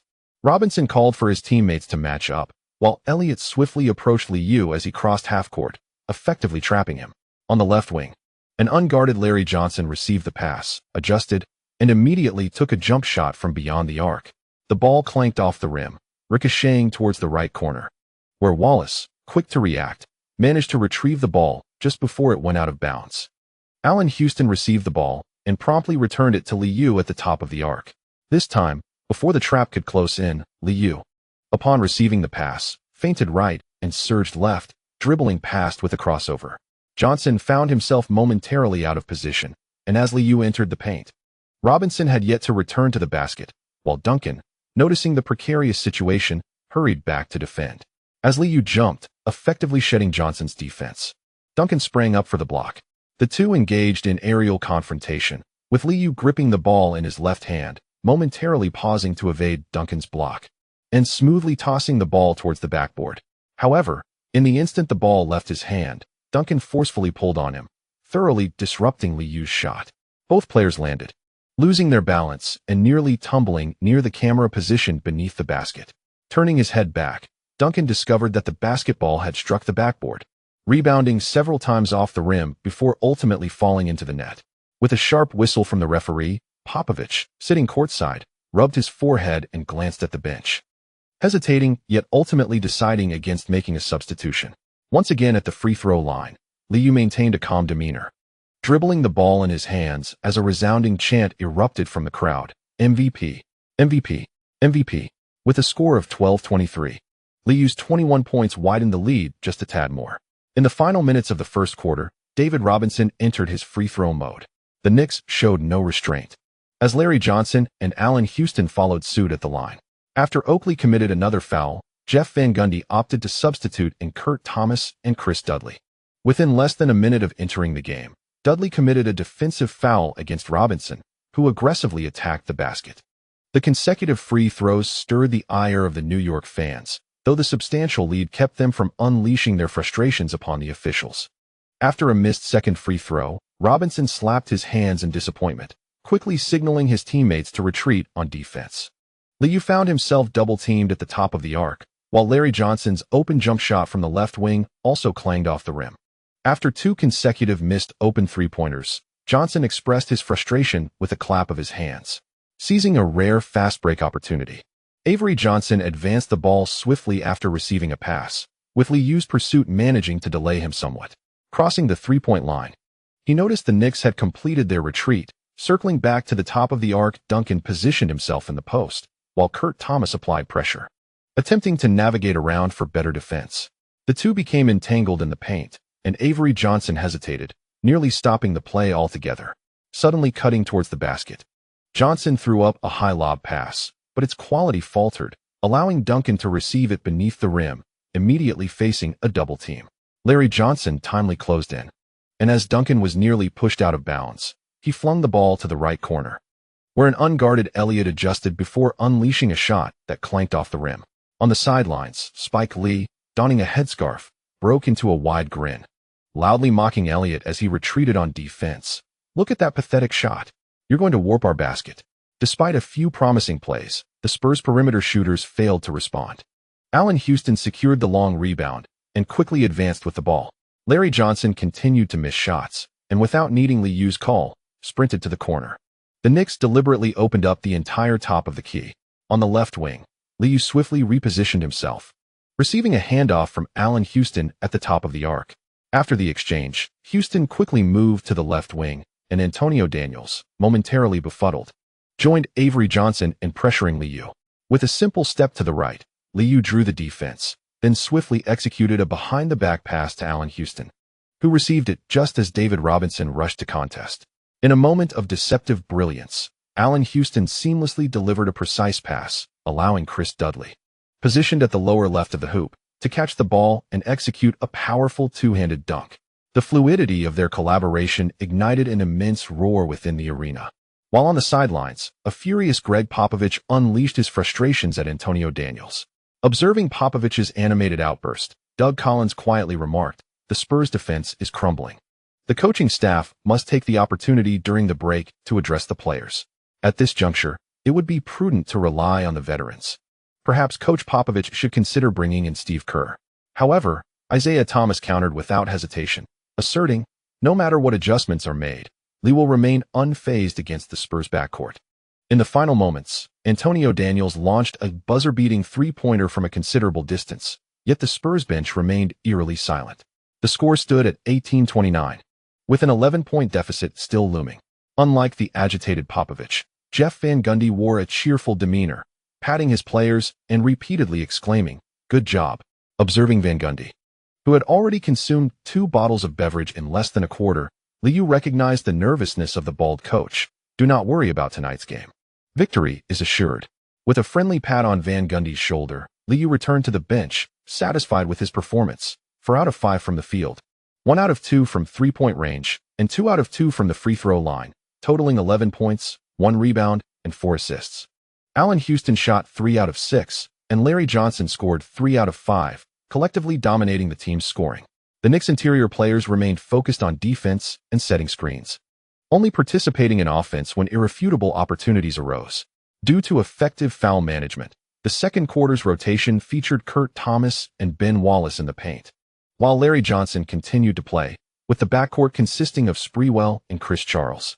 The Knicks executed a significant rotation, while for the Spurs, Tim Duncan, who had played the entire first quarter, remained on the court.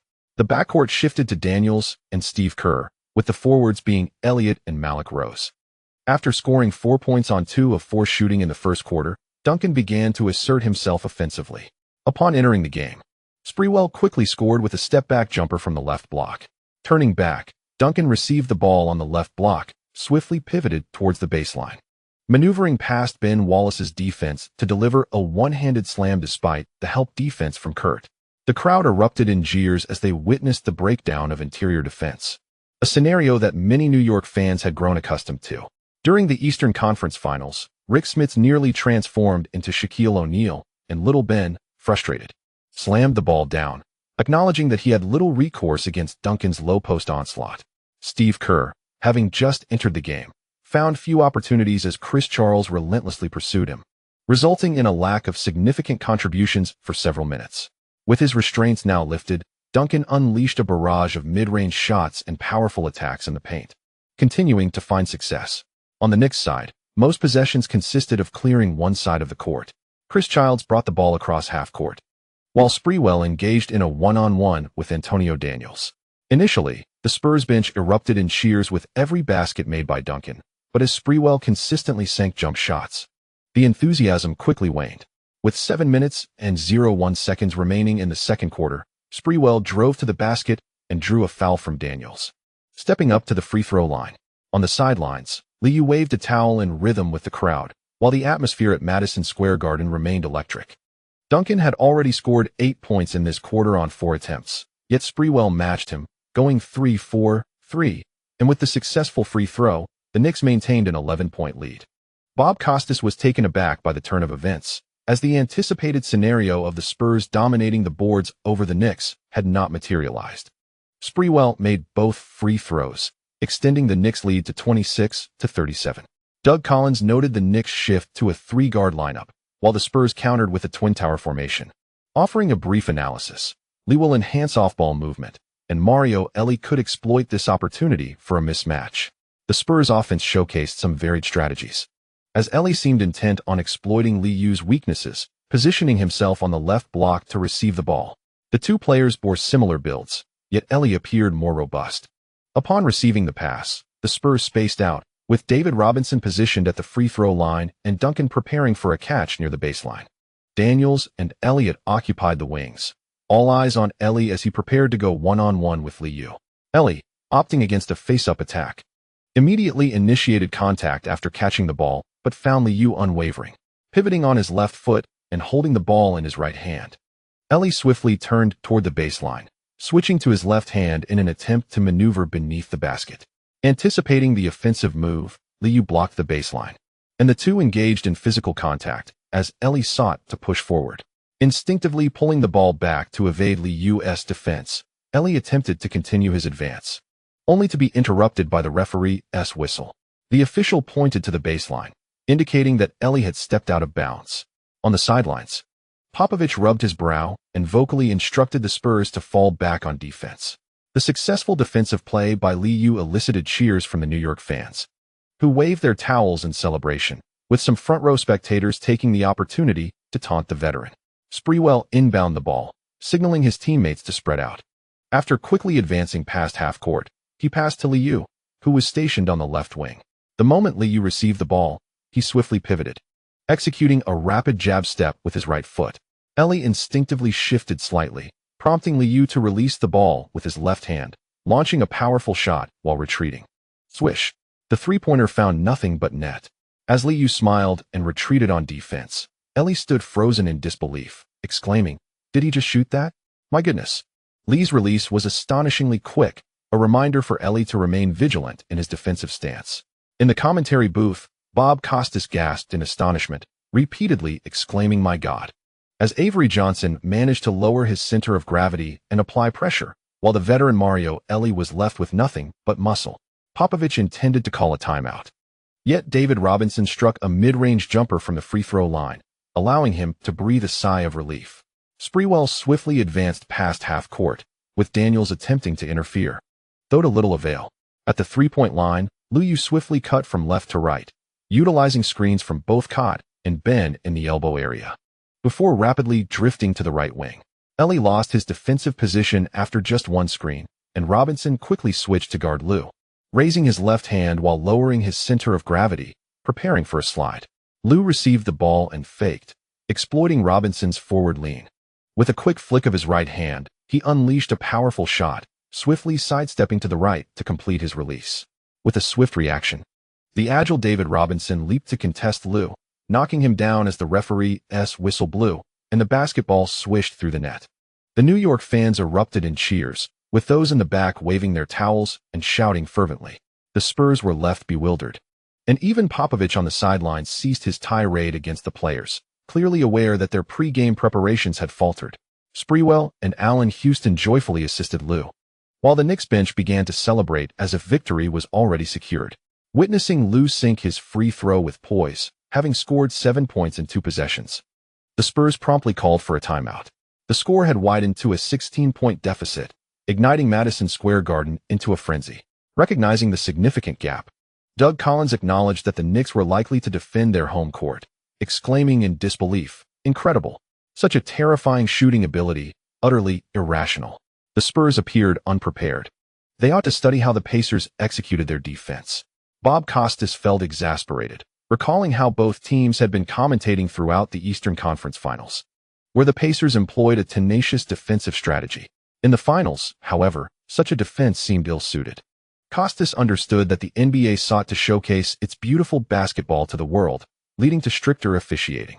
Isaiah Thomas, recognizing the changing times, added with a smile, The Spurs might consider using Elliott to guard Liu, though I doubt it would be effective. They still need to respond offensively.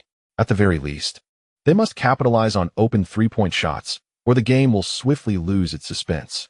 Once they reinstated their starting lineup, the Spurs quickly responded on the offensive end, with David Robinson scoring powerfully under the basket. Meanwhile, Liu, in fine form, continued his three-point shooting, unleashing a series of step-back jumpers. Avery Johnson, struggling to adapt to Liu's offensive rhythm, failed to deploy his defensive tactics effectively, with Robinson scoring both from the field and the free-throw line. The Spurs began to pick up the pace. With just 2 minutes and 42 seconds remaining in the half, the Knicks found themselves on the verge of a 24-second shot clock violation. Positioned at the right corner, Li Yao received the ball, executed a triple threat stance, and, after a swift step back, unleashed a rapid jump shot. Swish. After hitting 2 consecutive misses, he found his rhythm again, raising 3 fingers in celebration as he bounced joyously back on defense. Coach Popovich could no longer contain his frustration and called for a timeout. Upon returning to the bench, the Spurs appeared bewildered, realizing they were being overwhelmed in this quarter. Sprewell, striding toward the bench, exuberantly shouted. It was clear to everyone that with such a substantial lead, the outcome of the game seemed all but certain. In the final 2 minutes of the half, the Spurs attempted to respond from beyond the arc. However, after several missed shots, the Knicks seized the opportunity for long rebounds, allowing Sprewell to step up to the free throw line. After Oakley briefly warmed up on the court, the half swiftly came to a close. The score read 42-59, with the Knicks heading into the second half with a 17-point advantage. Li Yao scored 13 points in the second quarter, hitting 4 out of 7 three-point attempts. Avery Johnson appeared dazed as he walked toward the player tunnel, his gaze vacant, colliding with a teammate without realizing it. Bob Costas, having watched countless Knicks games, understood all too well the implications of a 17-point lead. Popovich and his coaching staff should now be preparing for the next game. While Spurs fans might not appreciate such commentary, given the shooting performance on display tonight, narrowing that gap seemed a formidable challenge. Doug Collins nodded in agreement. Both had witnessed every playoff game of the Knicks this year and added, as I previously mentioned, that if they slow the pace, enhance defensive quality, and focus on more set plays, the Spurs could still dominate the game, provided they could contain Li's performance. Considering this was their first meeting of the season, I believe the Spurs could make timely adjustments. Once the second half commenced, the game lost its luster. The commentary team began to stray off topic, even discussing how the Spurs might emerge from the Western Conference. The significant deficit did not deter the Spurs from competing. However, as the Knicks continued to score from multiple sources, Popovich could only sit grimly back on the bench. Larry Johnson executed a low-post isolation, while Kurt and Ben collected offensive rebounds, and Li Yao distributed the ball effectively, leading to Allen Houston's catch-and-shoot jumper. Although the foul count escalated quickly, Ben Wallace remained untroubled by fouls due to the solid performance in the first half.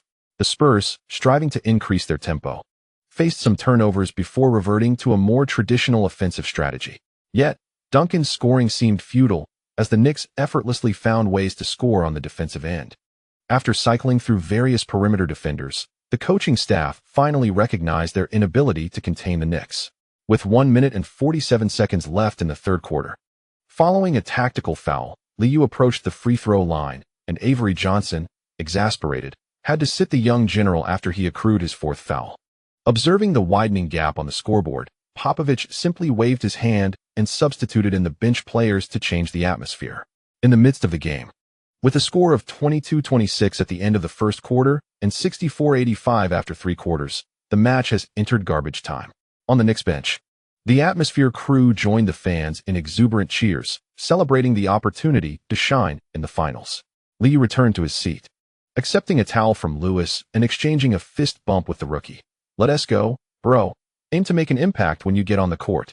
The enthusiastic Lewis patted his chest, his excitement evident as he bounced around, never expecting to play in the finals. With 31 minutes on the court, Li Yao recorded an impressive performance. 10 out of 16 from the field, 5 out of 9 from three-point range, and a perfect 4 for 4 from the free throw line, totaling 29 points, 3 rebounds, and 7 assists without a single turnover. Jeff Van Gundy glanced at the statistics, nodding to himself at Li Yao's performance while maintaining a facade of calmness. Meanwhile, the live broadcast frequently focused on the bald-headed coach and Ewing, one sipping a drink with composure, the other grinning widely, continuously exchanging fist bumps with the bench. As the atmosphere crew took to the scene, Doug Collins in the commentary booth noticed the serious demeanor of Popovich and remarked, "Van Gundy truly deserves recognition as a champion coach. Perhaps Popovich will need to reassess the series after the game." The chapter concludes with gratitude extended to the readers for their support. Chapter 146, Free Throws and Missed Shots. June 17, 1999, was a day filled with astonishment in the sports media following the conclusion of Game 1 of the finals. The era of Clay Lee is on the horizon. Jeff Van Gundy is poised to win the Coach of the Year award once more. Popovich appears to be the final weakness of the team, and Phil Jackson is reportedly interested in taking over the Spurs. A flurry of news emerged early in the morning, causing a stir in New York's print media, with many believing the finals were already decided. Post-game columns varied widely in their narratives. Due to the generally unremarkable interviews with the Spurs, many sports columnists unleashed their creativity, fabricating intriguing stories. It seems Phil Jackson is keen on returning to the league, yet the Spurs may not meet his expectations for salary and privileges. On Thursday, June 17th, TNT's program invited Mike Fratello, a former assistant coach of the Knicks, as an analyst. Ben Wallace, a shorter center without self-creation ability, nonetheless serves as a crucial asset for the Knicks' rebounding. Pay attention to this play in the third quarter. Wallace first provided defensive support to disrupt Mario Eli's drive to the basket, then participated in the fast break. His screen at the top of the arc was effective, as David Robinson quickly closed in on Lee. Watch this pass. The director began to slow down the footage, highlighting Li Yao's passing angle and the timing of Wallace's catch for the dunk. It would be challenging for a typical big man to bend down and receive the ball, yet Wallace executed it effortlessly, leading to a powerful dunk. While Duncan's defensive rotation was sluggish. Throughout Mike Fratello's coaching career in the NBA, he may not be deemed exceptionally successful. However, his prowess in video analysis is undeniable. After viewing the game, my most profound realization is that Lee may not necessarily require a superstar center as a partner. A player like Ben Wallace, possessing remarkable athleticism, could effectively fulfill a starting position. Upon uttering this thought, a glimmer of yearning appeared on Fratello's face, as he mused that had he encountered such talent in his earlier years, he might have ascended to the status of a championship coach. Every coach who achieves championship glory encounters their own superstar. While strategy holds significant importance, players are ultimately paramount. Fratello found himself momentarily lost in thought, only to be brought back to reality by Earl Johnson's voice in the studio. The Knicks have indeed transformed our previous perceptions of perimeter offense. Lee's performance has been extraordinary. It's hard to believe this is only his third season in the league. Kenny Smith, however, exhibited no surprise, instead adopting an expression that conveyed foresight. Avery Johnson is at a considerable physical disadvantage, and Mario Eli lacks lateral quickness. I would elect to match Elliott against Lee, which would, of course, afford Allen Houston and Larry Johnson better offensive opportunities. To be pragmatic, this represents a superior defensive choice, with timely adjustments in the next match. The Spurs could seize victory. In Game 1, the Knicks triumphed over the Spurs with a resounding 20-point margin. Reflecting on the significant disparity, Fratello conservatively remarked, "If Tim Duncan and David Robinson maintain such high efficiency, the Spurs indeed possess a genuine opportunity to claim the championship." In 31 minutes on the court, Duncan recorded 23 points, 9 rebounds, 1 assist, 2 blocks, and 2 turnovers, presenting an impeccable stat line despite the team's loss. Similarly, in 29 minutes, Robinson contributed 22 points, 8 rebounds, 2 assists, 1 block, and 3 turnovers, demonstrating formidable offensive prowess. Together, they amassed 45 points, accounting for half of the team's total score. The Spurs' offense also performed at a commendable level. Their defeat primarily stemmed from issues in perimeter defense. As the NBA Finals Game 2 looms tomorrow evening, time for adjustments is limited. At this moment, Earl Johnson posed a straightforward question to his companions. What simple yet effective adjustments should the Spurs consider to secure a victory? Kenny Smith shook his head, bluntly stating that one day is insufficient for meaningful alterations. After a moment of contemplation, Fratello responded, "Perhaps the Spurs coaching staff could advise Avery Johnson to enhance the quality of passes to the big man. This may provide the most significant assistance to the team at present." Precision in delivering passes has always been a technical endeavor, and after being closely guarded by Lee, Johnson's passing quality diminished considerably. Kenny Smith continued to shake his head, offering the most pragmatic suggestion. The Spurs should perhaps begin to contemplate their home games. As they have 3 consecutive at home, they must seize this opportunity. Although Jeff Van Gundy exuded confidence at the press conference, during video sessions, the bald-headed young coach exhibited considerable caution. As a traditional coach, Jeff Van Gundy places his unwavering trust in the big men, firmly believing in the basketball adage. The closer one is to the basket, the higher the shooting percentage. The bald-headed young coach fears fluctuations in outside shooting. The rhythm of a player's shot is a matter beyond prediction, a mere supplication to the divine. It is imperative to contain the opposing giants while managing fouls effectively. I recognize the difficulty of this task, yet we must strive to achieve it, ensuring our defensive rotations are swift and in harmony with one another. Ben Wallace nodded repeatedly, acknowledging the challenge of guarding Tim Duncan one-on-one. Yet he willingly accepted the head coach's demands. Similarly, Kurt Thomas found himself in a surreal position, having reached the finals with ample playing time. Thus, he resolved to give his utmost in the game. Oakley remained silent. Realizing his limited options, he aimed to make Duncan's reception uncomfortable, leaving the success of the opponent's offense to the whims of that night's performance. Defense remains the cornerstone of the Knicks' victories, especially with Ewing sidelined, placing significant pressure on the remaining interior players.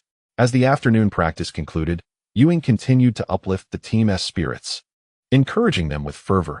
If we win 3 more games, the championship is ours. Hold on, maintain this momentum. The gorilla offered motivational words while cautioning the interior players, determined to prevent David Robinson from dominating on their home court. Li Yao discerned Jeff Van Gundy's lack of confidence, yet a single word of comfort sufficed. In the locker room, Larry Johnson playfully mimicked a boxing gesture, remarking, "The Spurs shot 4 for 13 from beyond the arc, in my recollection. Most of those were in the fourth quarter. The game is proving to be much more favorable than I anticipated." Li Yao, now clad in formal attire for an evening engagement, playfully gestured alongside the Big Mama, jesting, "If we can ignite our 3-point shooting in the next game, I assure you victory will be within our grasp." Beside him, Allen Houston quipped, "According to the patterns of the Eastern Conference Finals, we might have to wait until Game 4 for Larry to unleash his 3-point prowess." Knicks legend Bill Bradley prepared to participate in the primaries for the year 2000. Having transitioned into politics post-retirement, he faced a fair share of skepticism but had cultivated a wide network. At this dinner, Li Yao encountered numerous former officials. With a major in history, Li Yao found common ground with Bradley, yet he silently shook his head at the senator's fervent discourse on healthcare and financial reform. After years in this milieu, the American elite's primary process often resembled an organized gathering. While the Knicks' legendary figure may have played well and served as a senator adequately, advancing further on this temporary platform seemed unlikely. Li Yao, following the current discourse, casually dispensed pleasantries, while beside him, Ivana, donned in an elegant white gown, appeared contemplative. Approaching high school graduation, the blonde beauty had resumed her modeling career over the past 6 months, though Li Yao could distinctly sense that she had gained weight. As the banquet approached its conclusion, Li Yao hurriedly consumed some food to alleviate his empty stomach. Eating this at night, one must be wary of gaining weight tomorrow, he mused. Ivana cast a discreet glare at Li Yao, delicately nibbling on her dessert, and softly remarked, "A bit of exercise will easily burn off these calories." Reflecting on how her companion was growing increasingly slender for her modeling career, she couldn't help but admire the advantages of wealth as she glanced at the blonde, buxom figure, who seemed to be heading towards a tank-like physique. It appeared that Ivana had entered a rebellious phase, indulging in gluttony as her usual routine. Soon, the two were whispering again, and Li Yao understood that he would have to fervently press F once more. On the evening of June 18th, the finals officially commenced with G2. Despite the overwhelming predictions from the media favoring the Knicks to protect their home court once more, the Spurs delivered an unexpected performance in the first half. Coach Popovich made adjustments, maintaining his relentless strategy with Duncan while enhancing the aggression of the 3 perimeter players on offense. In contrast to Game 1, the Spurs accelerated their pace, concluding the first half with a score of 48-46, trailing behind the Knicks. The atmosphere at Madison Square Garden was tense, with the New York fans visibly disheartened, and the venue growing increasingly raucous. During halftime, in the visitors' locker room, Popovich was visibly animated, Securing an away victory would grant them a chance to clinch the championship on their home turf. By increasing the offensive focus on the perimeter and no longer relying solely on the interior to drive their play, Popovich emphatically instructed, "Sean, excellent performance. We need a response from the perimeter. Mario, keep attacking from low post. Everyone, stay active." Duncan played a total of 22 minutes and 44 seconds in the first half, resting for just over a minute. Observing his somewhat fervent coach emphasizing the key points for the second half, Duncan merely nodded, showing little reaction. With 6 of 13 from the field, 2 for 2 from the free throw line, he recorded a rather unremarkable stat line of 14 points, 7 rebounds, and 1 block. Avery Johnson, however, did not have it as easy as the rookie Duncan. He only rested for 2 minutes in the first half, and, after a continuous defensive effort, returned to the locker room panting slightly. David Robinson, seeing that Popovich had nearly concluded his speech, clapped his hands and, with a serious demeanor, reminded, "Stay strong. Don't worry about missed shots. I will secure the rebounds, even if they shoot from the perimeter." Focused on offensive rebounds, Robinson had already claimed 4, accepting a reduced role on offense without complaint. Popovich was very pleased with the current atmosphere in the locker room, a smile breaking through. This is true camaraderie. As the second half was set to commence, the Knicks emerged from their locker room, with Larry Johnson appearing too dejected to speak. With a disheartening 2 for 8 shooting and only 4 points, the interior defense from the Spurs had rendered his post-up plays ineffective, and his three-point attempts had not found their mark. Before exiting the player tunnel, Li Yao patted Larry Johnson on the back, offering a brief reminder, "Don't worry, Larry. Just maintain your defensive focus." As Coach Gundy advised, they won't remain accurate forever. Elliott, unmarked beyond the three-point arc, managed to sink 2 out of 5 attempts, causing Larry Johnson's defensive resolve to falter, nearly allowing the opponent to flourish both inside and out. Nodding in frustration, Johnson acknowledged his shortcomings. Oakley, too, found little solace in mocking his adversaries, as the rookie across the court relentlessly pressed towards the basket, proving to be an insurmountable challenge for him. As both teams returned to the court, Bob Costas from the NBC commentary booth continued to cheerfully report, "Lee has scored 14 points in the first half, shooting 4 for 9 overall and 2 for 5 from beyond the arc." The core players of both teams exhibited remarkable efficiency, and attention was drawn towards Coach Gundy's adjustments during halftime. Doug Collins offered minimal commentary, noting that the veteran had struggled with his shooting in the first half and would undoubtedly command the ball more in the latter half, a scenario he had witnessed countless times before. Evan Johnson must tread carefully, he cautioned, as the Spurs' perimeter defense needs to maintain its intensity from the first half. Aside from the veteran's unsuccessful attempts, the Knicks' egalitarian approach continued to thrive. "Let's go Knicks! Let's go Knicks! Let's go Knicks!" The fervent New York fans echoed alongside the DJ, urging their team on. Ben Wallace swiftly passed the ball to Li Yao, while Evan Johnson positioned himself closely beside him. Tonight, the referees exhibited a notably lenient approach, allowing Johnson to interfere as Lee advanced with the ball. At this juncture, Oakley had stationed himself at the arc, his role to draw Duncan out, distancing the rookie from the basket. Taking a couple of steps forward, Oakley halted and set a high screen for Lee. Johnson failed to maneuver past, instead stumbling as he collided with the duo's coordinated effort. With the ball in his left hand, Lee noticed Duncan had already encroached upon the three-point line. He momentarily hesitated, then lowered his center of gravity, pivoting to accelerate his drive. Raising his right hand, Duncan quickly slid to the right to contest, but as Lee surged into his vicinity, he abruptly halted and executed a swift crossover. Creating space, Lee gathered the ball and feigned a shot. The pursuing Johnson rushed to close in, while Duncan adjusted his footing to leap for the block. Caught between two defenders, Lee deftly delivered a bounce pass to an unguarded Oakley, who had just begun his motion. In the paint, Oakley received the ball and surged towards the basket, finishing with a left-handed layup. Thus, in their first possession of the half, the Knicks effortlessly leveled the score.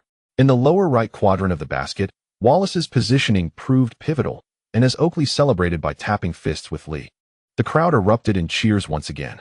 On the sidelines, Jeff Van Gundy clapped in affirmation, visibly agitated by his team's deficit.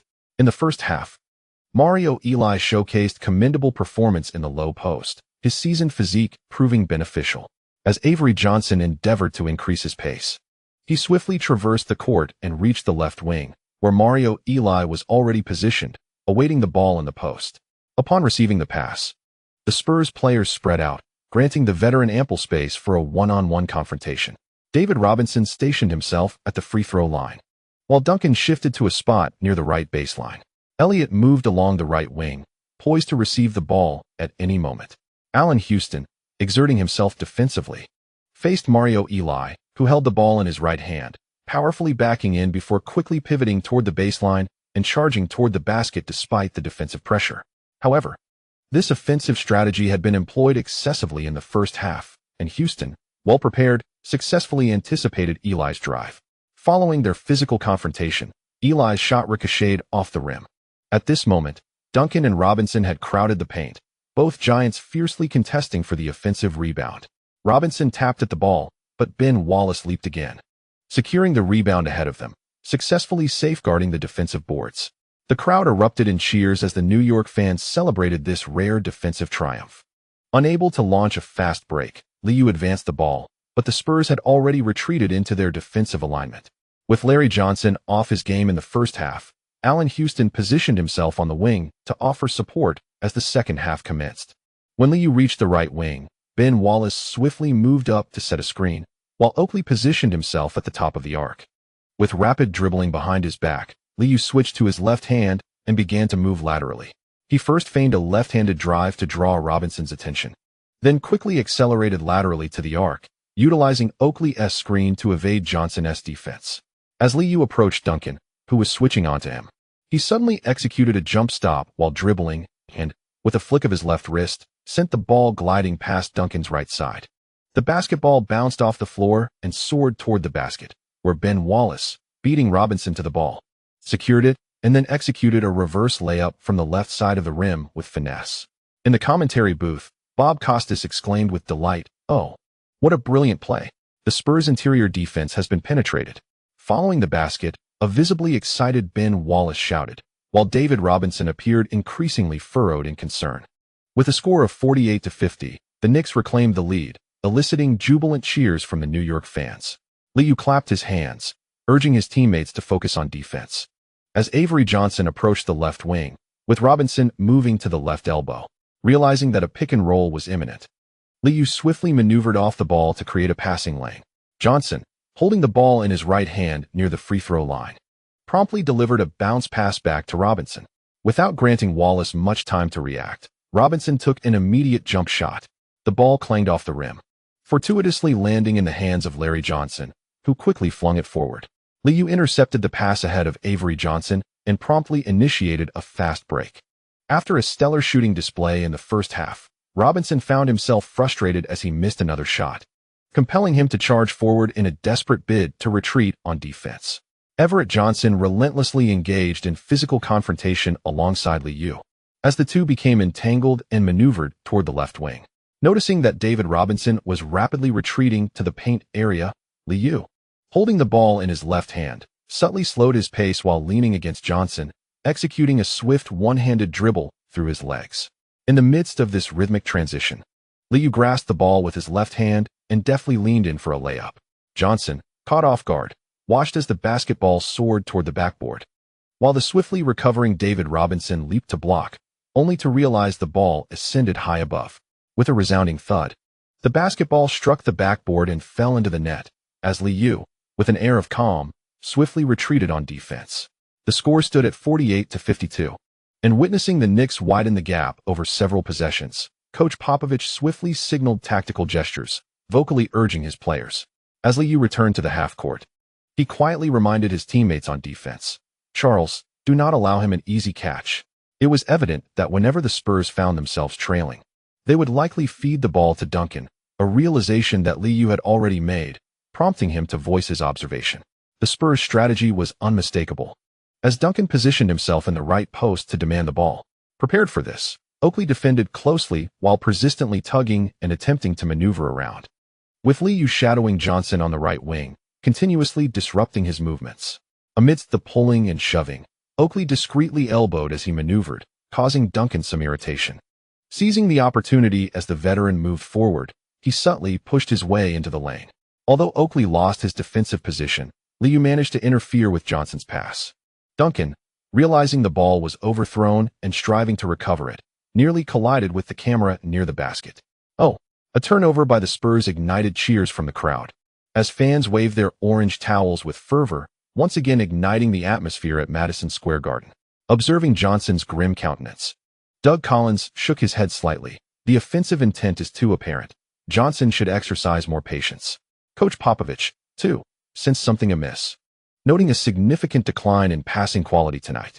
In the commentary booth, while Doug Collins expressed his astonishment, Bob Costas suddenly exclaimed, "Oh my God!" Lee breaks through the double team. Suddenly accelerating, Li Yao, after crossing half court, encountered Ben Wallace at the top of the arc for a high pick and roll. The screen was not particularly effective, yet Li Yao, dribbling behind his back, swiftly switched to his left hand and surged forward. David Robinson, still shifting laterally, was taken aback as the basketball flew to his left front. Instinctively, he reached out to intercept, but Li Yao suddenly squeezed between the two defenders, scooping the ball with his right hand and immediately accelerating in a straight line. Johnson nearly collided with his teammate, having completely lost his defensive position. In the blink of an eye, as Li Yao breached the paint, near the left baseline, Duncan, just about to shift his footing, witnessed Li Yao dramatically pulling the ball back with his right hand. Instinctively halting, Duncan realized something was amiss, yet could only watch as Li Yao effortlessly executed a layup. The arena erupted in thunderous applause as Bob Costas instinctively raised his voice. What a beautiful shot! The deceptive maneuver during the advance outwitted Duncan, as Lee toyed with the Spurs' defense. With a surge of 80 points, the Knicks seized a 6-point lead. In response, Popovich promptly called for a timeout, and the once jovial Spurs bench fell silent. Jeff Van Gundy celebrated enthusiastically, patting Lee on the back as the atmosphere revived. Ewing rose to uplift the spirits of his teammates, chuckling inwardly at David Robinson's missed shot. Just like that, don't allow them an easy catch. Let their mistakes fuel our counterattack. With arms raised, Ewing took on Van Gundy's role, continually offering encouragement. Compared to the Eastern Conference Finals, Ben Wallace's screens had improved significantly, leading to fewer instances where Lee faced double teams during pick and rolls. Well done. Keep an eye on the rebounds, he advised.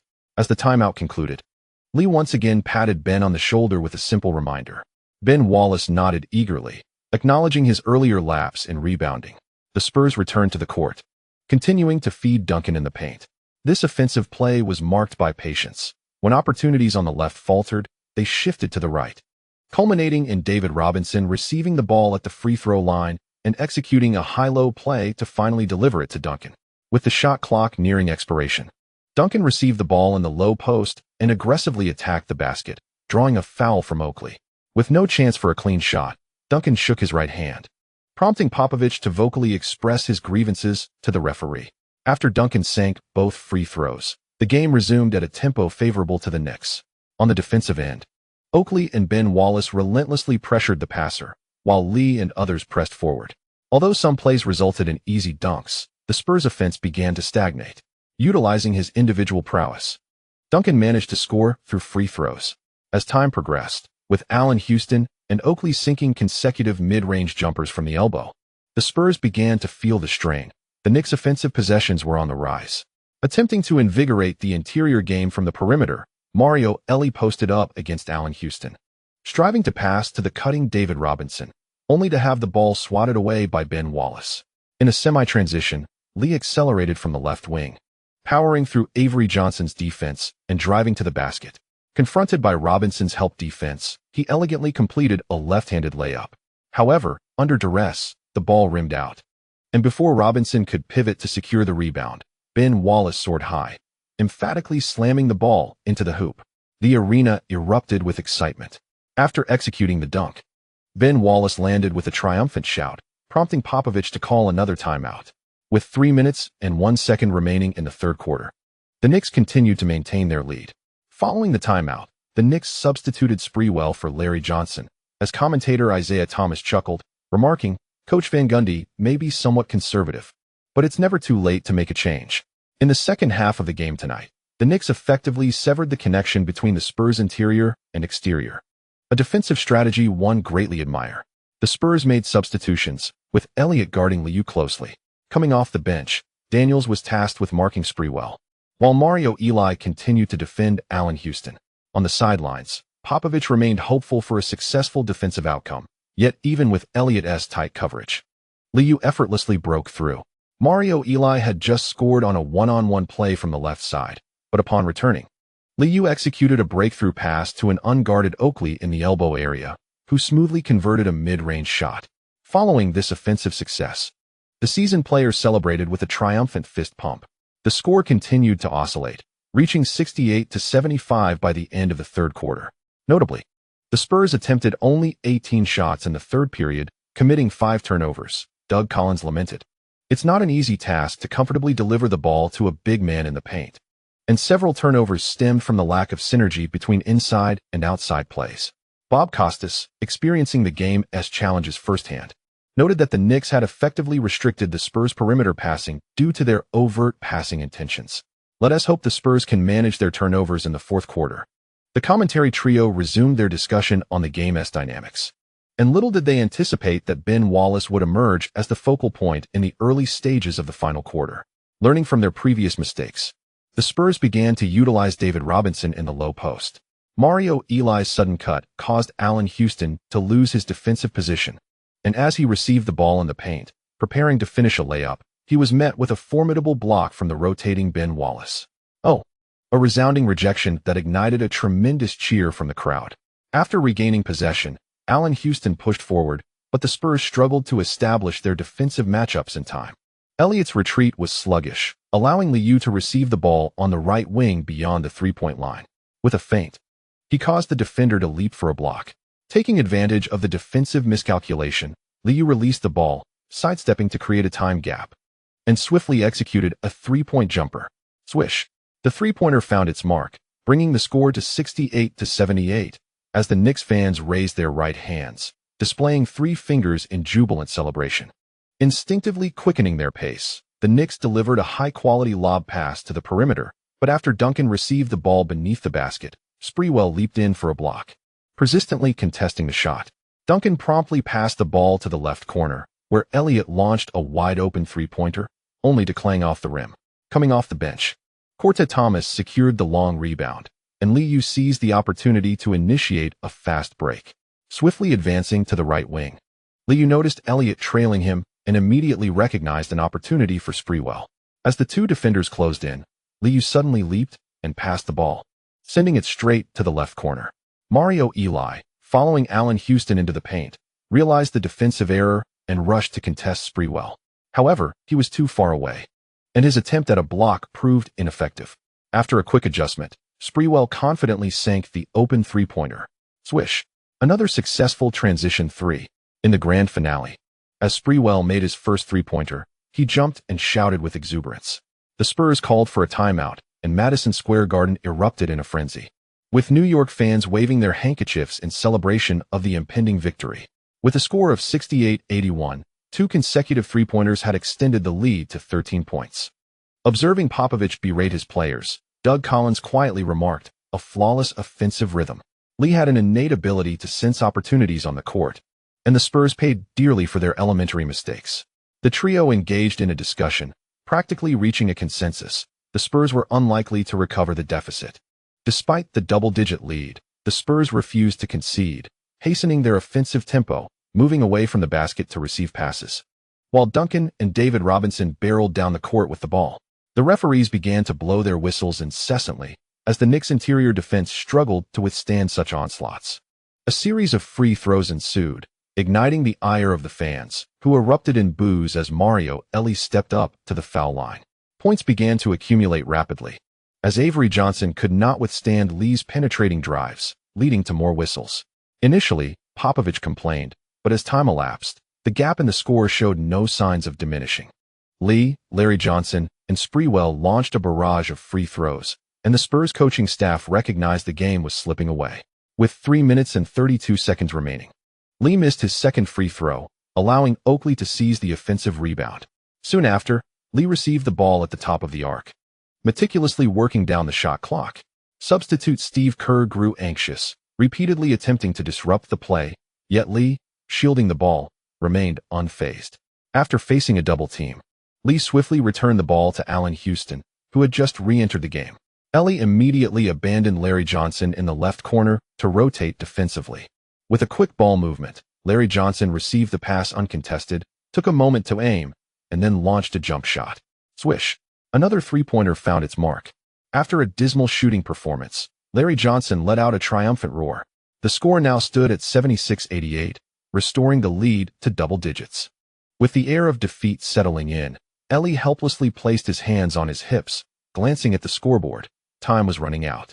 In the final 3 minutes, the Spurs managed to reach the free throw line and score in the paint, yet the gap remained stubbornly around 10 points. Kerr's desperate three-pointer clanged off the rim, and as Li retrieved the long rebound, he surged forward once more. Failing to execute a tactical foul in time, Kerr lost his defensive position. Watching helplessly as Li crossed half-court. In a 1-on-0 situation, Li drove into the paint, leaping off both feet, spinning the ball in the air, and executed a thunderous one-handed dunk. Wow! The crowd's cheers were deafening as another timeout was called. After berating Kerr, Popovich still refused to surrender. Following the break, Li began to dictate the pace, and the clock ticked away rapidly. Ultimately, the Spurs could not mount a comeback, and as the final buzzer sounded, the score settled at 88-99. Protecting both home courts, the score swelled to a remarkable 20, and Jeff Van Gundy beamed with joy, promptly shaking hands with the stern-faced Greg Popovich. Jim Gray swiftly approached Li Yao, grinning as he commenced the post-game interview. Li, congratulations on yet another victory. What are the team's plans for the upcoming 3 away games? Li Yao waved to his friends in the audience before responding in a relaxed tone. Everyone hopes to conclude the series as soon as possible. After all, the Spurs are a formidable team, and we certainly do not wish to prolong the series. Seemingly unimpressed by the question's lack of intrigue, Jim Gray cheerfully inquired again. In the fourth quarter, the Spurs were awarded 18 free throws. What are your thoughts on the officiating in this game? Unaware of the technical statistics, Li Yao was momentarily taken aback by the figure of 18, then quickly jested, "No issues here. We must have had our fair share of free throws as well. Relying solely on free throws won't defeat the Knicks." Having played for 42 minutes, with a record of 10 out of 21 from the field, 3 out of 8 from beyond the arc, and 9 out of 10 from the free throw line, he amassed 32 points, 4 rebounds, 10 assists, and 2 turnovers. Indeed, Li Yao had drawn quite a few fouls. Jim Gray, chuckling, patted his shoulder and refrained from probing further. As the team prepared to return home, Tim Duncan was also questioned about free throws during the post-game press conference. Tim, upon returning to San Antonio, do you anticipate receiving more free throw opportunities? A journalist from the New York Post was unabashed, as many in the media expressed dissatisfaction with the fourth quarter's officiating. With a stat line of 9 out of 19 and 10 out of 12 from the charity stripe, Duncan scored 28 points, collected 13 rebounds, and recorded 1 assist, 2 blocks, and 2 turnovers, indicating he, too, had been fouled frequently. Seemingly oblivious to the provocation, Duncan answered calmly, "I simply play the game. I don't concern myself with the referee's calls. We encountered some issues with the game's details tonight, but afterward, we will safeguard our home court." The persistent provocation seemed to have no effect on Tim Duncan, who instead incited frustration among the New York media. On the morning of June 19th, the Spurs, having lost 2 consecutive games, became the subject of whimsical speculation among sports columnists. Phil Jackson is set to descend upon San Antonio. However, this rumor was swiftly debunked in the afternoon when a reporter from the Los Angeles Times revealed that the Lakers were interested in Phil Jackson, suggesting that the championship coach would choose the City of Angels. During the afternoon practice, the Knicks engaged in gossip, with Ewing playing the role of the atmosphere booster. Dismissing the notion of the Lakers as champions, the Lakers won to show any improvement. The Spurs can defeat them, which speaks volumes about their strength. The intentions of the big gorilla were clear to all. Among the 4 great centers, only Elijah won, and he had 1 championships. Should O'Neal claim a title, this big mouth would undoubtedly have much to say. Jeff Van Gundy interrupted the gossip, clapping his hands loudly and declaring, "We must concentrate on the finals. Li, in the next game, you may need to engage in more off-ball movement. Larry, Houston, Sprewell, you all must be prepared. We need to make their double teams pay." Upon hearing the bald-headed coach's admonition amid the chatter, Li Yao promptly reassured him, "Rest assured, coach, we will secure the championship." Soon, the crowd joined in the uproar, and Jeff Van Gundy, rubbing his forehead, felt a twinge of concern. Assistant coach Tom Thibodeau, sensing Van Gundy's unease, quietly reassured him as the players resumed training. Without three-point shots, it will be challenging for the Spurs to widen the score gap in a short time, even when trailing. If we can mount a surge, we can reclaim the game. Meanwhile, assistant coach D'Antoni expressed a more relaxed attitude, comforting Van Gundy with a lighthearted tone. Jeff, have a bit more confidence in our shooting. We possess the strongest backcourt combination in the league. On June 21st, after a two-day respite, the third game of the finals commenced.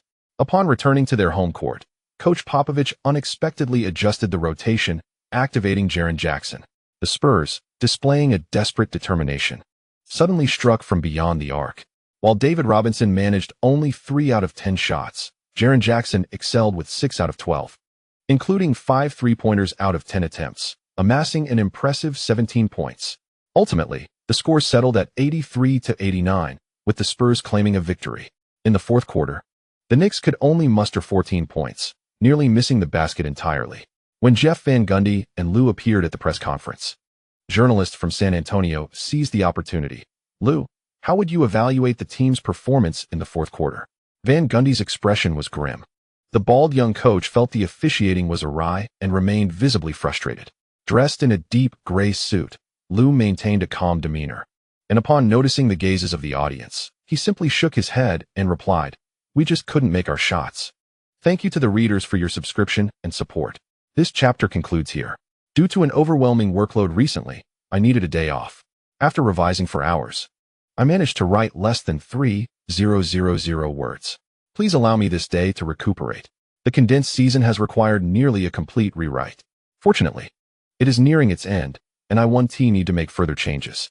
Regarding the previous lengthy chapter, some readers commented on its quality. I can only say that I have done my utmost to streamline the narrative. Progress has indeed been swift this season. The day off will allow me to rewrite the end of this volume and address some reader comments. As for why the protagonist remains so composed, and whether he might falter, in truth, his performance has fluctuated significantly. For instance, in the first season's early playoff rounds, he achieved an astonishing shooting percentage of 53.5. However, during the Eastern Conference Finals, that figure plummeted to 38.5. In the second season's initial playoff rounds, he recorded a shooting percentage of 52.2, only to see it drop to 44 in the Eastern Conference Finals. In Game 5 of the 1998 Finals, while I didn't detail it thoroughly, my records indicate he shot 7 out of 18. The disparities arise from varying opponents and defensive strategies. As series progress, players often become targets. Over the 2 seasons, the protagonist has indeed shown improvement, especially considering his efficiency in the Eastern Conference Finals, where he began to fulfill his potential. While the statistics may appear impressive, some performances are merely a reflection of ball distribution. However, I shall refrain from emphasizing these matters, as many readers are averse to the depiction of missed shots, losses, and negative critiques. Yet, with careful observation, one can discern the fluctuations in performance. For those who revel in explosive statistics, the protagonist of this tale ascends to celestial heights, transcending humanity in the latter stages. Why then do we often witness numerous descriptions of the Knicks scoring, while the opponents remain scoreless, yet the margin fails to change? Ahem, during the first playoff season, I still chronicled the missed shots, but feedback indicated that such accounts were lackluster, prompting me to focus on moments of overcoming the score deficit instead. If one observes a leading team calling a timeout, followed by a brief passage where the score remains static, it indicates a mutual struggle of missed shots or alternating scoring between both sides. Why does it seem that the protagonist vanishes in losing games? Naturally, a defeat suggests mediocre performance. Many readers might wish to see a flurry of explosive statistics leading to victory, or scenarios where the Knicks lose but the protagonist does not. However, given the current championship caliber configuration of the Knicks, such occurrences seem improbable. Statistics serve as currency. Even in the basketball milieu of the late 1990s, there were plenty of stat accumulators. In possession of the ball, distributing opportunities equitably is a fundamental prerequisite for locker room stability. The protagonist is not merely a statistic. To garner support, invoking camaraderie is rather tedious. Playing alongside me, possessing statistics, championships, and attention is the trajectory for the protagonist's growth. In the narrative, Sprewell harbors disdain for being a bench player, as the data for substitutes drastically diminishes, even if they partake in the scoring opportunities. The share pales in comparison to the past. I have previously introduced the Spurs' playoff possessions, which often tally around 70. When the Knicks are pressured by opponents, the number of possessions dwindles to approximately 76. With Ewing uninjured, he typically commands around 16 shots, sharing the scoring opportunities. Post-injury, the protagonist consumed 20, Allen Houston 17, and Sprewell 15, collectively monopolizing the majority of ball control. To find their scoring rhythm, a player must have access to shot opportunities. Should the protagonist wish to elevate their statistics, unless they achieve extraordinary efficiency, they will need to share shot opportunities with teammates. In the 1998 to 1999 playoffs, with Ewing sidelined, the protagonist's possession and usage rates skyrocketed in that environment. Comparisons with Iverson are unfounded, as the 76ers were a rebuilding team, compared to Shaquille O'Neal. The protagonist's shot attempts in critical games were fairly comparable. This narrative, in truth, should not delve too deeply into logic. Yet avoiding logic makes it challenging to write in the later stages. While penning the previous work, I seldom elevated statistical data, as it was unfeasible. By the mid to late stages, the protagonist had already exploded in performance. The protagonist boasts an extensive career, and most readers will undoubtedly find the scenarios they desire. With the evolution of the media landscape, both criticism and praise will arise. In different eras, team dynamics vary. I shall not write of a harmonious locker room where everyone is a bro, nor will I depict the seasoned veterans as universally benevolent. As for the notion of star players joining a team, bowing down to cede ball control and facilitate statistics, such scenarios are even less likely to materialize. After this volume concludes, the protagonist will sign a substantial contract and return to Albuquerque, serving as an introduction to their origins. I shall not amend the subsequent narrative, as it may displease some readers. However, I will mark the daily entries, allowing everyone the liberty to choose. I shall take a day off to refresh my mind. At the end of the month, there will be double votes, and additional chapters will be automatically added. I extend my heartfelt gratitude to my readers for their subscriptions. Chapter complete. Chapter 147.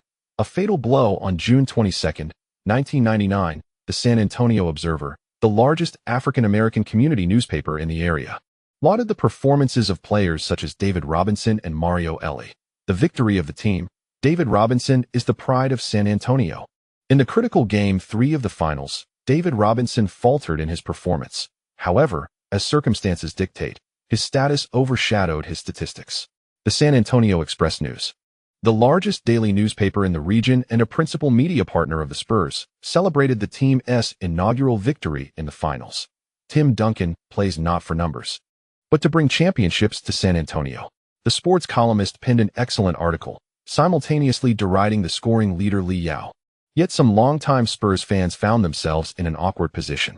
The esteemed player had once enjoyed a prolific scoring spree, and looking back, the legendary George Gervin had also made his mark. The future remains uncertain. No one can predict whether Tim Duncan will uphold the Spurs' illustrious tradition. Early in the morning, after breakfast at the hotel, Ewing glanced at the local newspaper and found his mood soured. Larry Johnson vociferously condemned the San Antonio journalists, exclaiming, "Damn it. 3 for 10. Relying on free throws for 13 points. What is there to praise? If not for others' stellar performances, we would have been celebrating with champagne." David Robinson shot 7 for 12 from the free throw line, lacking precision, and in this do-or-die game, he played like a rookie. Tim Duncan, on the other hand, achieved 13 out of 21 from the field, shooting 7 for 10 from the free throw line, securing the highest score of the match with 33 points, alongside 16 rebounds. His substantial double-double was pivotal for the Spurs' victory in Game 3. Oakley and Ben Wallace were overwhelmed by the rookies, leaving them disinclined to engage in casual banter. As their pride took a hit, Larry Johnson, animated in his outbursts, faced ridicule from the San Antonio journalists after his 3 for 12 performance in Game 3. Li Yao casually skimmed the newspaper, noting the content's excessive praise, and subsequently lost interest. Jeff Van Gundy and the coaching staff stayed up late reviewing game footage, diligently editing numerous sequences. After breakfast, everyone gathered in the hotel conference room for a video session. Jeff Van Gundy, appearing with dark circles under his eyes, recognized that Duncan had dominated the Knicks' interior defense, leaving the bald young coach feeling uncertain. "We must be vigilant regarding our offensive choices, pay attention to their help defense positioning, and not underestimate Tim Duncan. In several possessions, he was always in the right defensive position, swift, decisive, and penetrating towards the basket. We must refrain from complaining about the officiating. Tomorrow night, we can reclaim our rhythm in the game. Many of the edited sequences showcased Duncan's ability to disrupt plays in the paint. Some prodigious athletes possess an innate sense of positioning, and Duncan is undeniably one of them. As Li Yao observed Larry Johnson and Sprewell still wearing expressions of discontent, he offered them some encouragement. Have confidence in your offensive abilities. We are younger, faster, and in better shape. Be patient. Stretch their defense. They cannot maintain high-intensity defense for an entire game. At that moment, Ewing felt a twinge of regret over his lack of discipline. Perhaps if he hadn't let himself go, he wouldn't have sustained an injury. Reflecting on Tim Duncan's performance, the Gorilla continued to inspire. One game does not define us. Our defense has indeed made an impact. We must fight and teach that rookie a lesson. The film session was merely a means to identify shortcomings and offer motivation. Jeff Van Gundy and the coaching staff did not alter any strategy, while the balding young coach silently prayed for successful shots. On the night of the 23rd, the Alamodome once again welcomed over 39,000 spectators. NBC's broadcast captured aerial views and the nightscape of San Antonio. Compared to Madison Square Garden, the Alamodome's capacity was greater. The eruption of cheers from nearly 40,000 fans did not cease from the onset of the game, with many Spurs supporters waving enormous models of the O'Brien Trophy, fervently cheering for their team. The Knicks' offensive direction targeted the rim, while Spurs players brandished long white plastic sticks, attempting to create distractions. On the sidelines, Popovich was visibly tense, even after returning home. The pressure remained immense despite the prospect of winning a game. To avoid transmitting his own anxiety to the players, Popovich shouted from the sidelines, "Get back. Avery, delay your advance." The Spurs had been stuck at a 10-point lead for over a minute, and Avery Johnson's free throw line jumper clanged off the rim, allowing yet another counterattack from the Knicks. Catching the long rebound, Li Yao accelerated with the ball in his right hand. Upon reaching the right wing, the Spurs had already retreated on defense. Noticing Duncan lingering in the paint, Oakley quickly moved up. As he approached the elbow area on the right side of the free throw line, Oakley began to decelerate, preparing to establish position. At that moment, Li Yao feigned a left side drive. Seeing Duncan shift upwards, Li Yao suddenly pivoted sharply, snatching the ball with his right hand while simultaneously lowering his shoulder to break through, barreling past Avery Johnson directly to the basket. The Spurs fans in attendance watched in awe as the basketball seemed to adhere to Li Yao's hand. His flamboyant maneuvers became practical. His physical advantage rendered any unnecessary fakes obsolete. Upon reaching the right lower side of the basket near the paint, Li Yao executed a quick jump step, effectively overpowering the defense, and then smoothly completed a layup with his right hand. Duncan, known for his exceptional help defense, had already leaped high back towards the basket. The ball barely cleared his fingertips, and, upon landing, Duncan turned to witness the basketball plunge once more into the hoop. 1,410. The Spurs continued to struggle with their shots, while the Knicks capitalized on the opportunity, successfully widening the scoring gap. The resounding jeers of nearly 40,000 fans echoed throughout the arena as Avery Johnson was mercilessly targeted from the outset. Li Yao exchanged a brief smile with both Johnson and Duncan. While Duncan adapted to his offensive rhythm, Li Yao also adjusted to the defensive strategies employed by his opponents. Without waiting to approach the basket, he executed a series of jump shots, effortlessly scoring on all three of his initial attempts. Popovich sighed inwardly, hastily calling for a timeout. As Johnson made his way to the bench, he was visibly frustrated with his performance, exclaiming, "Damn it, it's my fault." Duncan patted the veteran's shoulder before turning his attention to David Robinson for further discussion. With 6 minutes and 46 seconds remaining in the first quarter, the Knicks bench erupted in jubilant cheers.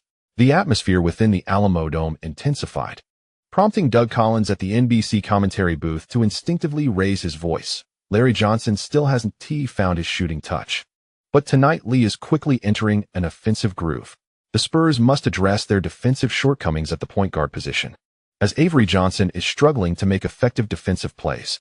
Bob Costas, wearing glasses this evening, expressed a hint of excitement. If the Knicks manage to secure a pivotal victory on the road, this series could conclude swiftly. Coach Popovich must make adjustments without delay. With the prospect of the franchise's first championship, both Popovich and his coaching staff were feeling immense pressure. During the timeout, clutching the tactical board, he repeatedly reminded his players, We executed our defensive strategy admirably, but it is insufficient.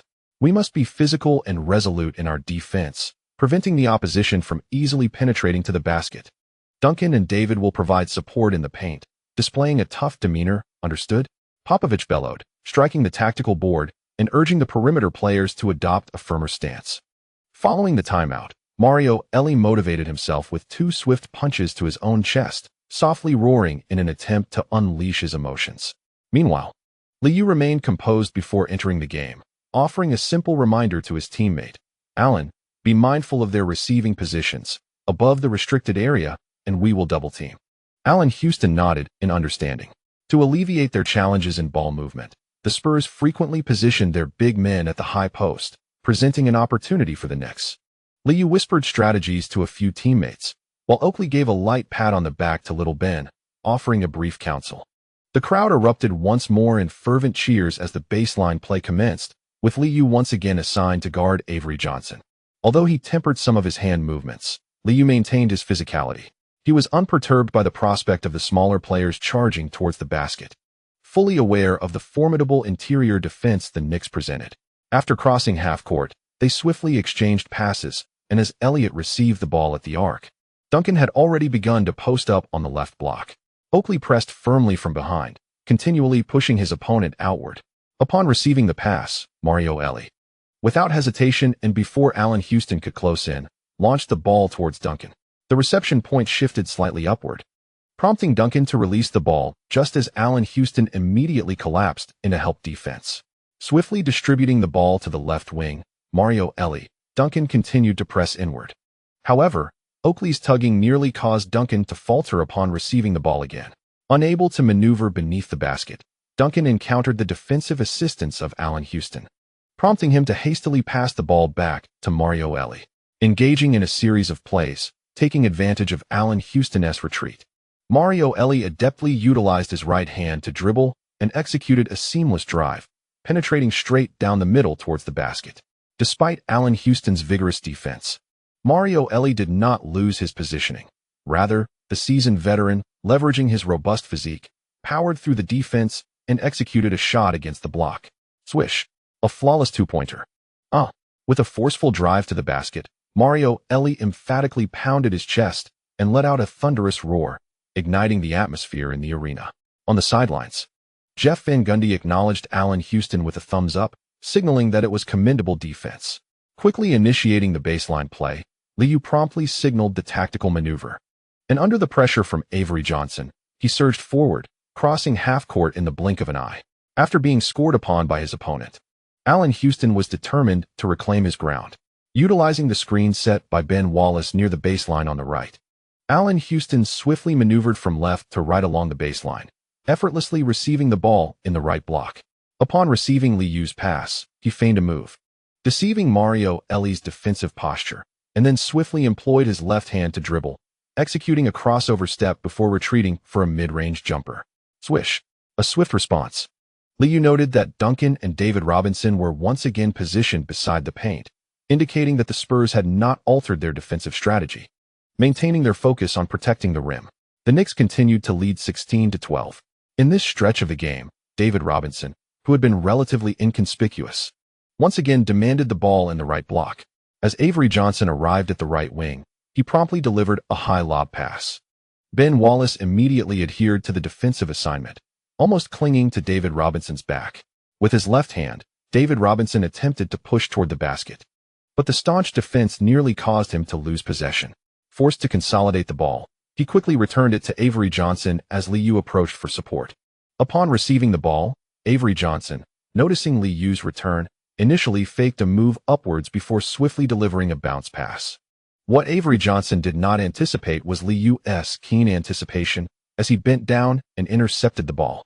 In the instant of the steal, Avery Johnson hurriedly attempted to reclaim the ball, while David Robinson sprinted back, swiftly returning to half-court.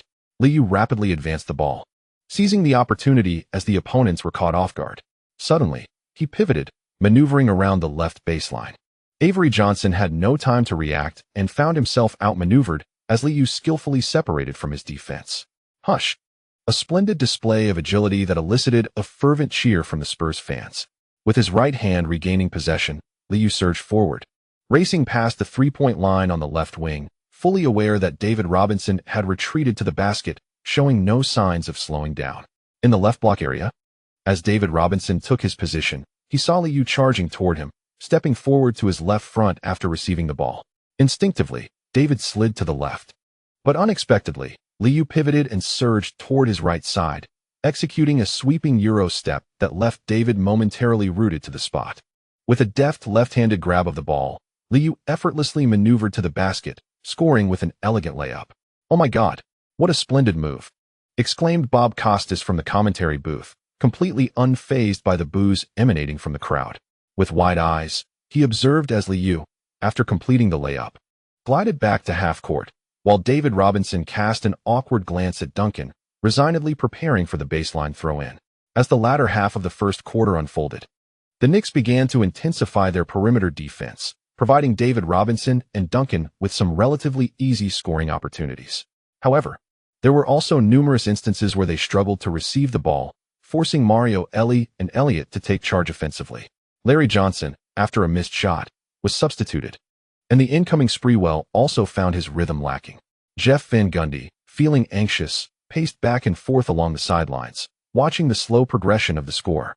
Having just completed a dunk in the previous possession, Duncan found himself disrupted by Oakley's aggressive defense in the low post during the next offensive play.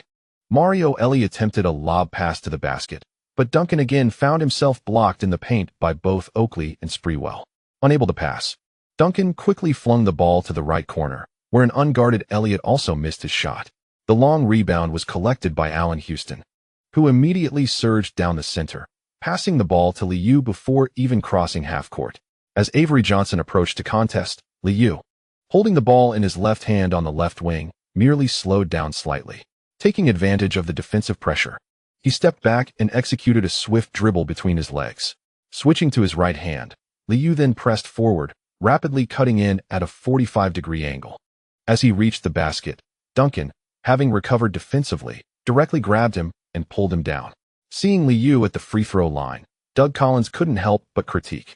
The Spurs should reduce their lobs to the basket. It isn't a sound offensive strategy. The newly substituted Sprewell, struggling to find his touch, squandered what could have been a prime opportunity to close the gap. As the first quarter drew to a close, Li Yao sank both of his free throws, and the Spurs bench fell silent once more. In the closing moments, David Robinson's aggressive attempt under the basket led to a foul on Ben Wallace, allowing him to step to the free throw line, where he made both shots. The first quarter concluded with the Knicks leading by 4 points, causing the Spurs fans to grow restless. Bob Costas glanced at the technical statistics and succinctly summarized the first quarter. Lee scored 10 points on 4 of 6 shooting. The Spurs might consider changing their defensive matchups, as Avery Johnson has not been particularly effective on that end. Observing Popovich as he gestured animatedly on the tactical board, Doug Collins responded, "There are no better matchups available. They also need to consider their offensive organization. The occurrence of 5 turnovers in a single quarter is an unacceptable situation for the coaching staff of the Spurs." Seizing the opportunity as they entered the rotation phase, Duncan continued to take the court, and the Spurs began to slow down, compressing the number of possessions. Meanwhile, sitting on the bench, Li Yao watched in dismay as Sprewell struggled with his shots, shaking his head in resignation. In Game 3, he had made only 5 out of 15 attempts. Tonight, while the madman did not deliver any blocks, his shooting touch remained lamentably poor. Jeff Van Gundy observed as Sprewell, upon crossing half-court, hastily attempted a shot after a screen, promptly urging him with a loud admonition, "Patience. Maintain your composure." Without any fast-break opportunities, the Spurs once again decelerated, engaging in repeated sequences of scoring and retreating. Ultimately, Duncan, from the right side of the restricted area, executed a bank shot over the defense of Courtney Thomas. In less than 2 minutes, the Spurs had tied the score, 24-24, yet Van Gundy did not call a timeout. The cheers in the Alamo Dome grew ever louder. The recently substituted Steve Kerr delivered a pass that was too low, allowing Courtney Thomas to seize the moment and complete a steal. In a rare fast-break opportunity, Sprewell surged forward after receiving the ball, yet collided with Jaren Jackson upon attacking the rim. Although he managed to put the ball through the hoop, the referee immediately signaled the basket as invalid, calling an offensive foul on Sprewell. "Oh, The cheers intensified. Sprewell vehemently protested to the referee, while Van Gundy joined in the outcry. Flop. My player evaded the defense. However, the head referee, Joe Crawford, paid no heed to the frustrated coach, and the game continued. The Knicks failed to convert on the counterattack, and once again, with the shot clock winding down, Duncan forcefully attacked from the left low post, swiftly pivoting towards the baseline and drawing a foul from Courtney Thomas. Watching Duncan sink both free throws, Van Gundy furrowed his brow and promptly called for a timeout. 24-26, with a surge of 6-0, the Spurs had taken the lead. The bench erupted in joy, rising to celebrate with Duncan as he approached the sideline. As players struggled to find their rhythm, Van Gundy had little recourse and summoned Li Yao to enter the game earlier. Be mindful of foul control, Li. Accelerate the pace. Li Yao nodded, warming up. Aware that the opponent was milking the shot clock, his task was to elevate the number of possessions. Ewing, dressed in a light gray suit, clapped and encouraged loudly. Give him some physicality. Be aggressive with the fouls. Their free throw shooting is subpar. The gorilla wished he could step onto the court himself to deliver a few jabs to Duncan, expressing discontent with Court's feeble fouls. Transitioning to a three-guard lineup early. The interior consisted of Courtney and Ben, while the ever-exhausted Oakley needed rest after a full first quarter. At this juncture, Popovich disregarded concerns about stamina and similarly brought back David Robinson and Elliott Early. With the Twin Towers on the court, the backcourt was reshuffled to include Daniels and Steve Kerr. Quickly executing an inbounds play, Li Yao faced Kerr's defense, advancing at a rapid pace. Arriving at the right wing, Kerr noticed Ben Wallace shifting behind him, instinctively attempting to impede Li Yao's left hand as he prepared to navigate through the screen. Sensing the defensive shift, Li Yao suddenly accelerated his dribbling speed, executing two rapid behind-the-back dribbles. In the moment when the body swayed to the left, Cole swiftly transitioned to his right hand and accelerated forward, desperately adjusting his center of gravity to slide leftward. At the three-point line, Li Yao suddenly executed a crossover. Coming to an abrupt halt, Cole stumbled and was unable to leap for defense, watching as Li Yao released a jump shot from the three-point line. Swish. The ball cleanly swished through the net. David Robinson, who had followed closely, could only approach Cole and pat him on the shoulder in a gesture of consolation. In less than 11 seconds, the Knicks completed their offensive play, bringing the score to 27-26, as Li Yao's basket once again reversed the lead. The boos from the audience did little to dampen Jeff Van Gundy's spirits. The balding young coach exuberantly raised his fists in celebration. The second quarter swiftly descended into two contrasting tempos. Li Yao, Allen Houston, and Sprewell sought opportunities as they crossed half-court, launching shots with fervor. In contrast, Tim Duncan and David Robinson executed low-post collaborations, striving for a full 24 seconds on each offensive possession. The Knicks often struggled with quick misses, allowing the Spurs to maintain a high success rate in their offense, leading to a fluctuating score. On the sidelines, Popovich grew increasingly animated, shouting incessantly. With 1 minute and 9 seconds remaining in the half, Duncan converted 2 free throws, elevating the score to 44-40. The Alamodome erupted with a resounding chant of defense. Defense. Defense. Cott led with 3 fouls within the first half, and the substitute Oakley protected the rebound as Sprewell swiftly navigated across half-court. After a significant rest, Avery Johnson returned to the game towards the end of the second quarter, but the young general appeared unusually sluggish during these few possessions. Li Yao darted from right to left along the baseline and immediately positioned himself in the left block, calling for the ball. Receiving a pass from Sprewell, the Knicks promptly cleared out one side. Upon receiving the ball, Li Yao executed a swift turn, employing a rapid, extensive probing step with his right foot towards the left front, generating power as he leaned back slightly to produce a mid-range jump shot. Swish. Another 2 points scored. Avery Johnson, watching in dismay as he retreated against Li Yao, could only bang the ball in frustration, seething with impotent rage. In the commentary booth, Doug Collins continued to critique the Spurs' defensive choices, noting that several attempts at blocks had proven ineffective, insisting that the Spurs required taller defenders. Cole, Avery Johnson, and Daniels, the trio of guards, found themselves overwhelmed by Li Yao's probing step and jump shot from the left block. The Spurs had cycled through their defensive players, yet the Knicks relentlessly targeted the shorter guards in one-on-one matchups. Houston and Sprewell, while not in peak shooting form tonight, could have already secured a significant lead for the Knicks had their offensive rhythm been quicker. Bob Costas shook his head, observing that the Spurs' tactical approach seemed to be faltering.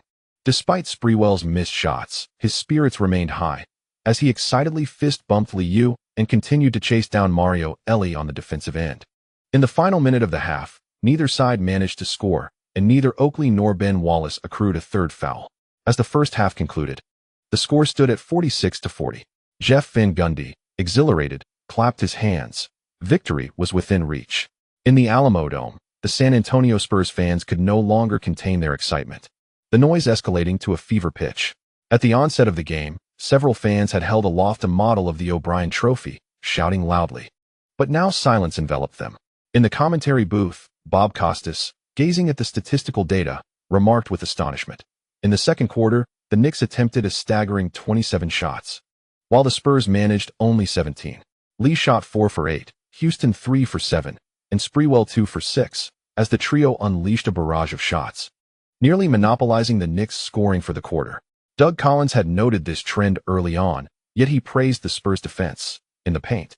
The Knicks find it challenging to score. Several drives to the basket have been thwarted by effective help defense. The Spurs may need to quicken their pace. Unable to resolve defensive issues, responding effectively on offense would be the prudent choice. As the two commentators engaged in lively discussion, the second half commenced. Yet Popovich did not accelerate the tempo. Rather, he chose to maintain a slower rhythm.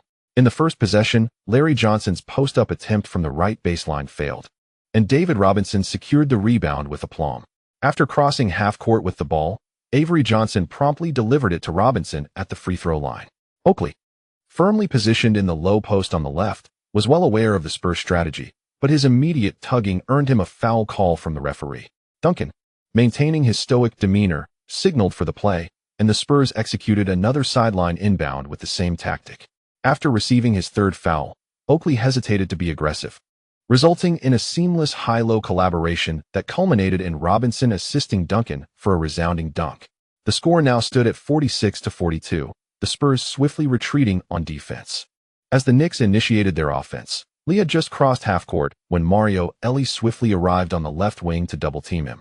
Simultaneously, Elliott promptly rotated defensively, leaving Larry Johnson open in the right corner and positioning himself in front of Allen Houston. Lee moved the ball swiftly, and Houston quickly passed it to the unguarded Johnson. However, upon receiving the ball, an uncertain Johnson opted to drive to the basket, only to be met with a resounding block from Duncan. Oh! The Spurs fans erupted in cheers, while Avery Johnson maintained the pace, orchestrating a structured offensive play. The ball moved fluidly, repeatedly stretching the defense, and nearing the 24-second mark. Johnson and Robinson executed a successful pick-and-roll in the right elbow area. At the free throw line, Robinson caught the ball and made a jumper. The deficit narrowed once more, and Tim Duncan displayed his excitement, pumping his fist and shouting.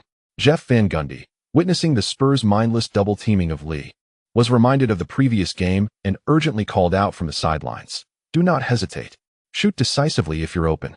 However, scarcely had he finished his admonition when Larry Johnson, again positioned in the left corner, missed another open shot.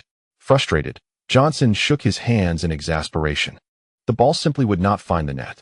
The game has thoroughly settled into the rhythm of the Spurs, characterized by relentless double-teaming, swift defensive rotations, and an open weak side, with rapid assistance whenever an opponent penetrates.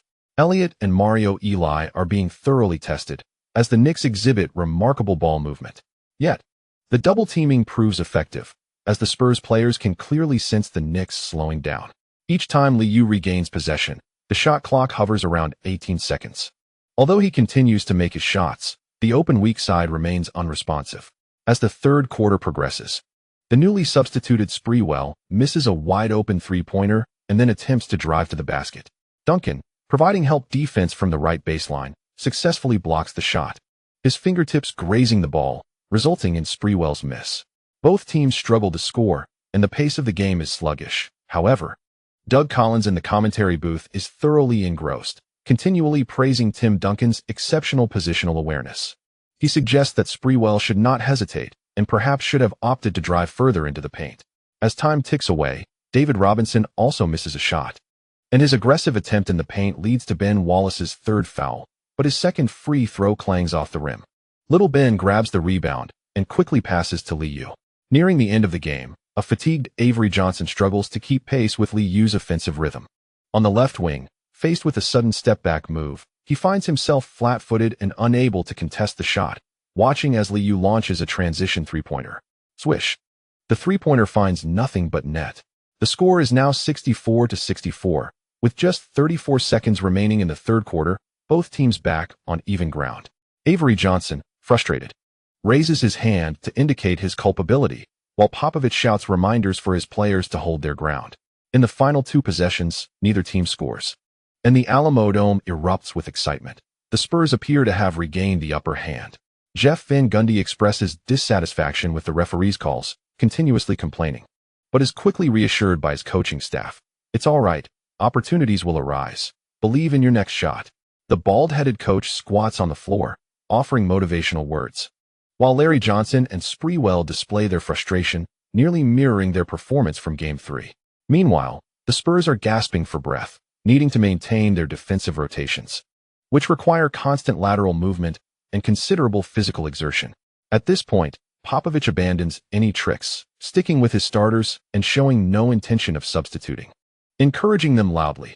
Only 12 minutes left. If we win this game, we'll gain the advantage at home. Hold on. As the fourth quarter begins, in the first possession, Duncan finds himself in the left block and sinks a mid-range jumper. The score is now 64-66, with the Spurs reclaiming the lead. Quick to inbound the ball, Sprewell advances past half court. Faced with the slightly off-balance Avery Johnson, he opts not to isolate, but instead passes to Li Yao on the right wing. The moment Li Yao receives the ball, Elliott immediately steps up, positioning himself to defend while conceding Li Yao's right hand. With the ball in his right hand, Li Yao does not hesitate and accelerates into his drive. Noticing Duncan's defensive approach in the paint area, Li Yao exerted force with his foot as he advanced towards Elliott from the right side of the restricted area. The two collided physically, before swiftly executing a lateral retreat and drifting towards the baseline, seamlessly completing a fadeaway jumper. Swish. The mid-range shot found its mark with precision. Duncan had already maneuvered to the edge of the paint, nearly executing a defensive assist, while Elliott raised his eyebrows in resignation. They altered their defensive strategy once more. But after the high-intensity defensive exchanges in the third quarter, their lateral speed had evidently diminished. Both teams engaged in a stalemate for several possessions, and soon the Spurs began to struggle with their shooting. Mario Eli quickly sensed the shift in momentum. After Allen Houston nailed a jumper from the right elbow, Eli charged forward with the ball. The referee immediately blew the whistle, calling a foul on Oakley for the defensive infraction. "Hey, I committed a foul in advance." Allen Houston hastily raised his hand, persistently explaining to the referee that it was his infraction, yet the official did not alter the call. Oakley, incensed, nearly lunged at Mario Eli with a couple of punches, but was swiftly restrained by others, as he faced the likelihood of being ejected, leaving the interior vulnerable to an onslaught. Mario Eli made both free throws, which seemed to signal a breakthrough for the Spurs as they surged towards the basket, everyone charging with the ball. The referee's whistles became incessant, and the cheers in the Alamodome grew louder. From the commentary booth, Doug Collins observed that within 6 minutes, both Oakley and Ben Wallace had each accrued their 5th personal fouls, leaving him momentarily speechless. Bob Costas struggled to comment on the current state of the game and instead praised Li Yao, noting that he appeared to have regained his shooting touch and was once again hitting jumpers. The Knicks' aggressive drives went unwhistled, which began to agitate several players on the court, and Jeff Van Gundy on the sidelines continued his complaints. With only 1 minute and 12 seconds remaining in the game, Mario Eli's second free throw clanged off the rim, bringing the score to 80-81. Defense, defense, defense. Sprewell swiftly crossed half court, while Elliott had already latched onto Li Yao. Li Yao made a baseline run to receive a screen, only to be tugged back, ultimately managing to catch a pass at the left wing, well beyond the three-point arc. After delivering the pass, Sprewell immediately shifted laterally to create space for the offense, while Avery Johnson charged directly at Li Yao. Everyone understood that with the shot clock nearing 24 seconds, Li Yao had no intention of passing the ball, prompting both defenders to commit fully to him. Upon receiving the ball, Li Yao swiftly placed it in his left hand, navigating past Elliott's defense and quickly advancing to the left wing three-point line. Suddenly, he stopped, faking a shot. Avery Johnson had closed in as Elliott bid on the fake, watching as Li Yao utilized the momentary lapse to leap and shoot. As the ball just left his fingertips, all three players tumbled to the ground on the left wing.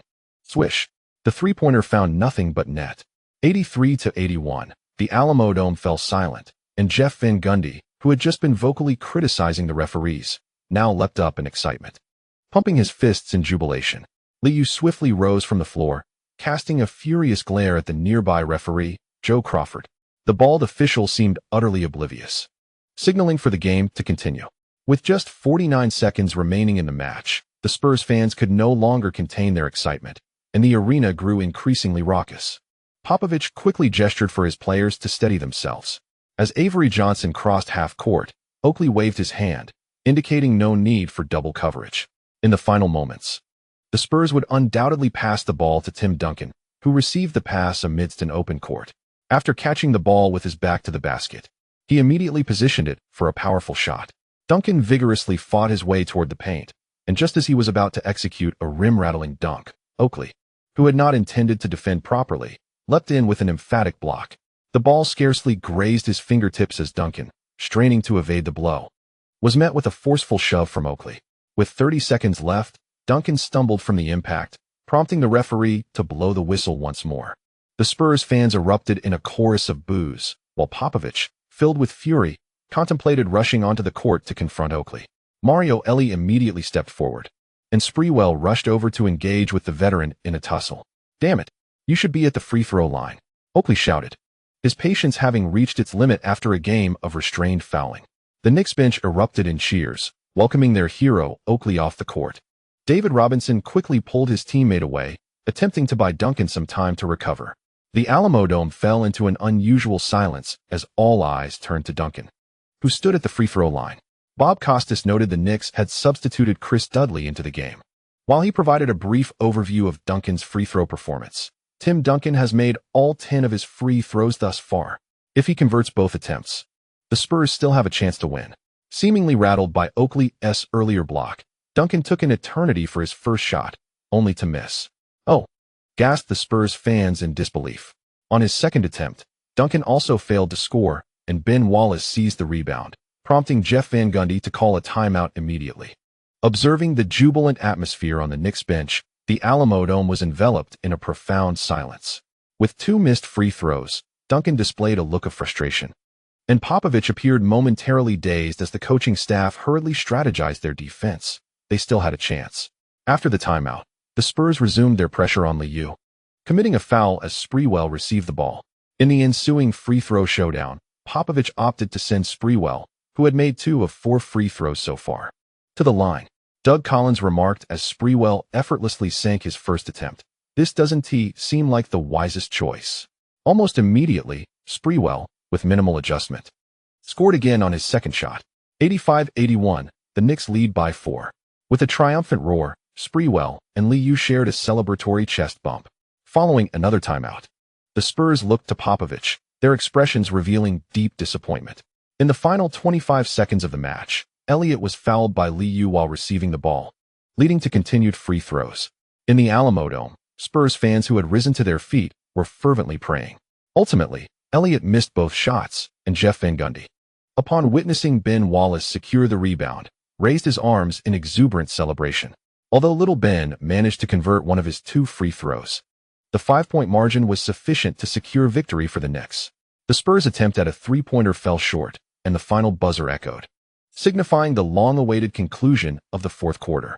The score was 86-81, and the Knicks had triumphantly clinched the series advantage on the road.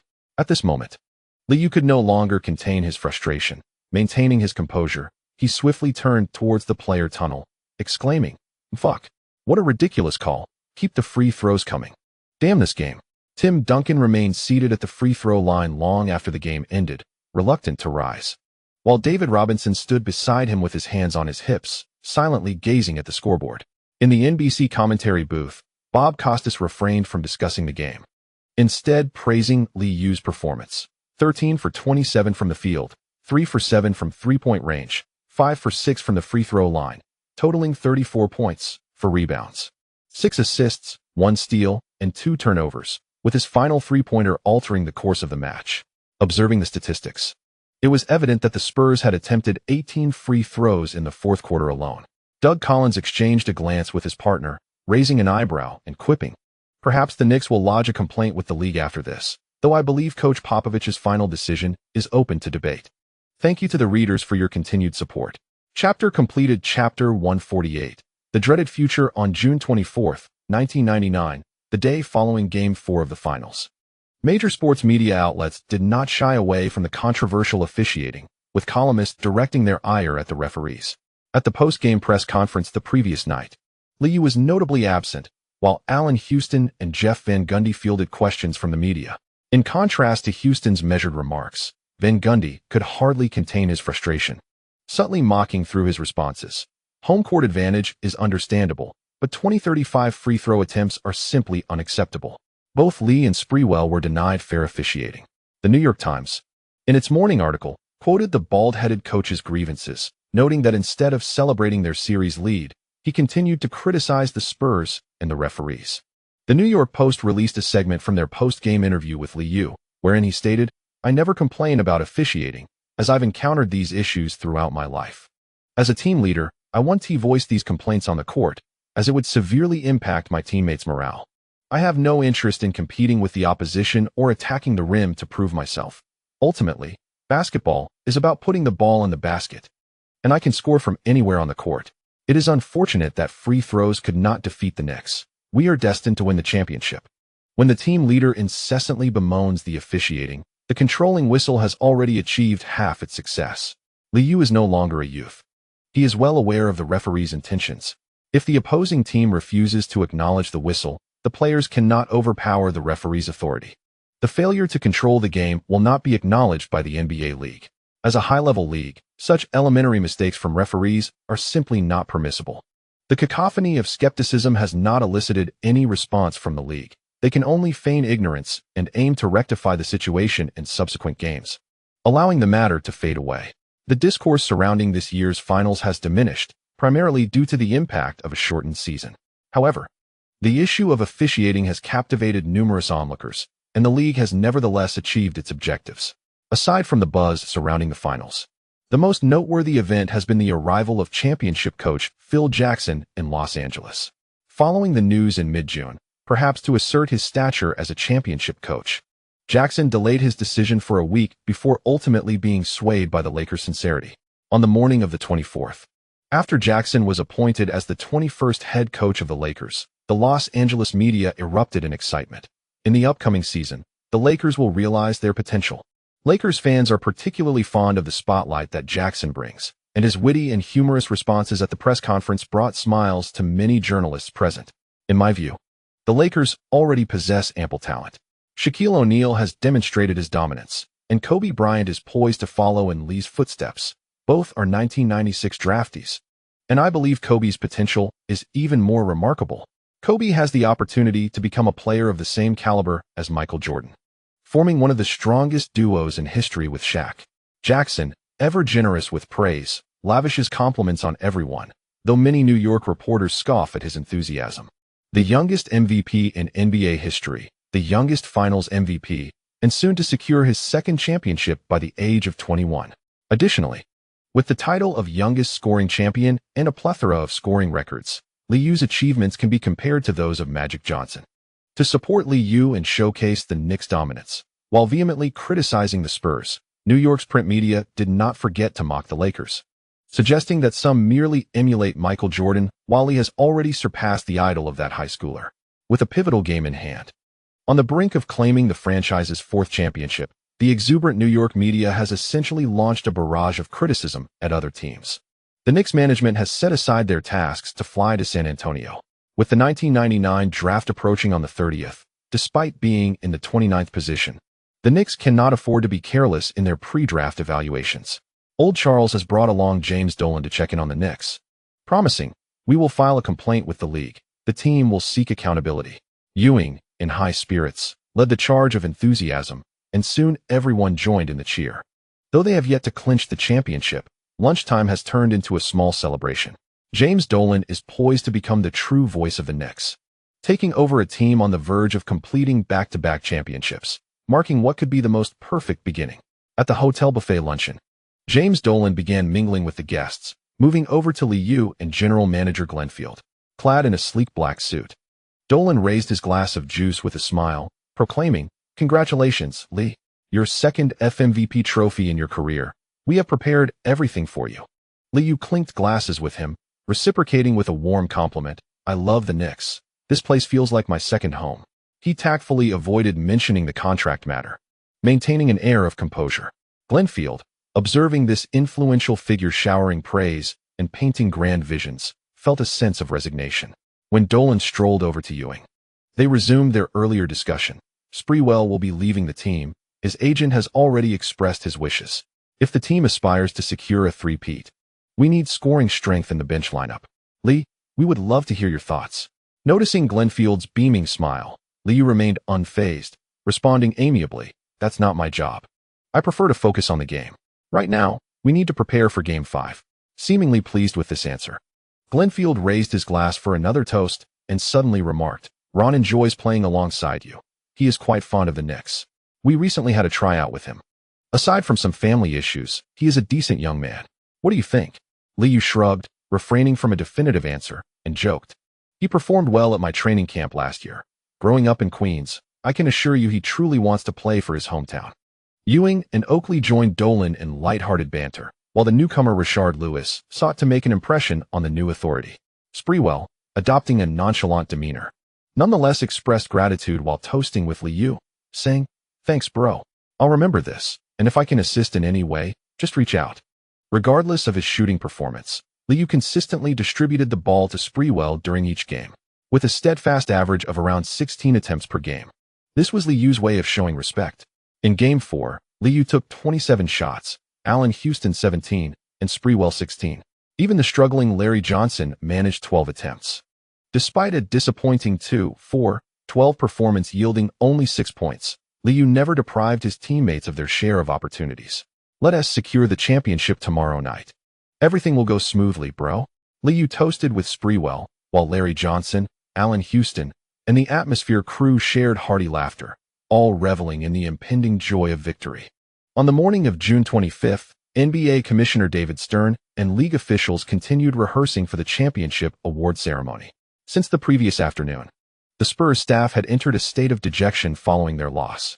As I gazed upon our rivals receiving accolades within the confines of the Alamo Dome, the scent of champagne wafting from the visiting team's locker room evoked a deep sense of frustration within a robust African-American staff member who muttered softly, "If only we had a different head coach, we might already be celebrating a championship."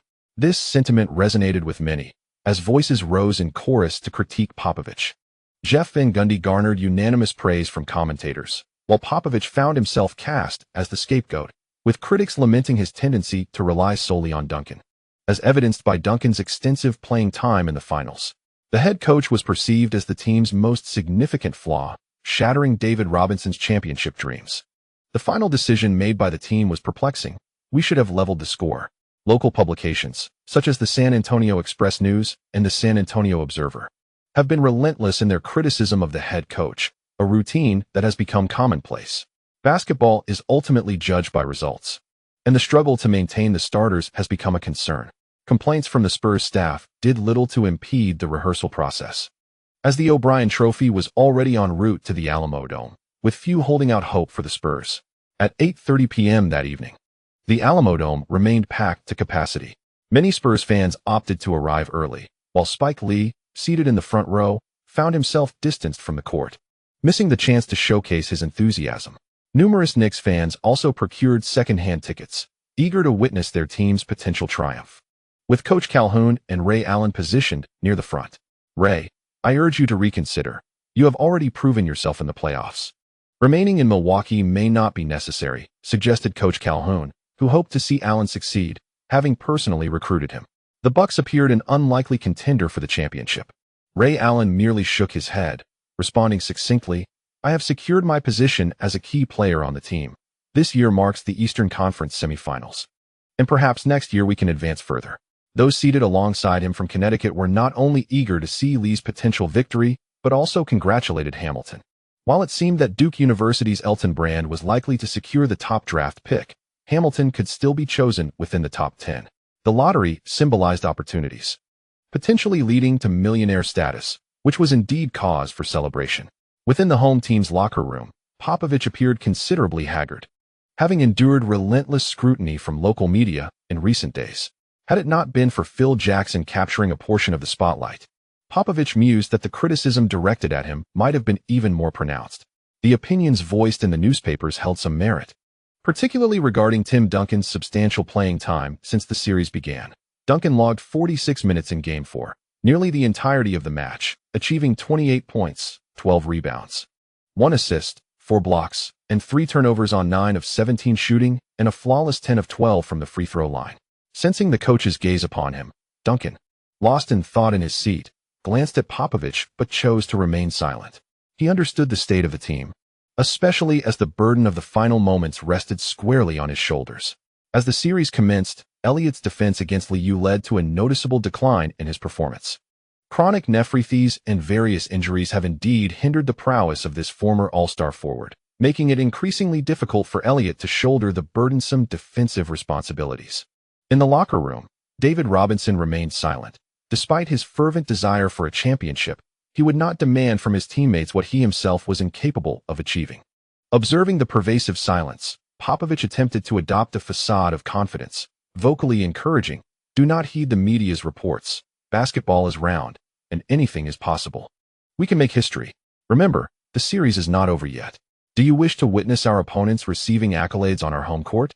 The Spurs remained unresponsive, and in Game 4, their three-point shooting was dismal at 1 for 12. When Elliott and Mario Elie became overly involved in defense, the offense faltered significantly. Players are acutely aware of the disparity in skill. Relying on a two-man effort would likely prove insufficient against their rivals. In an attempt to instill motivation, Popovich endeavored to uplift the spirits of the Spurs. At that moment, he began to understand Larry Brown's sentiments. As a leader, David Robinson indeed lacked an insatiable thirst for victory.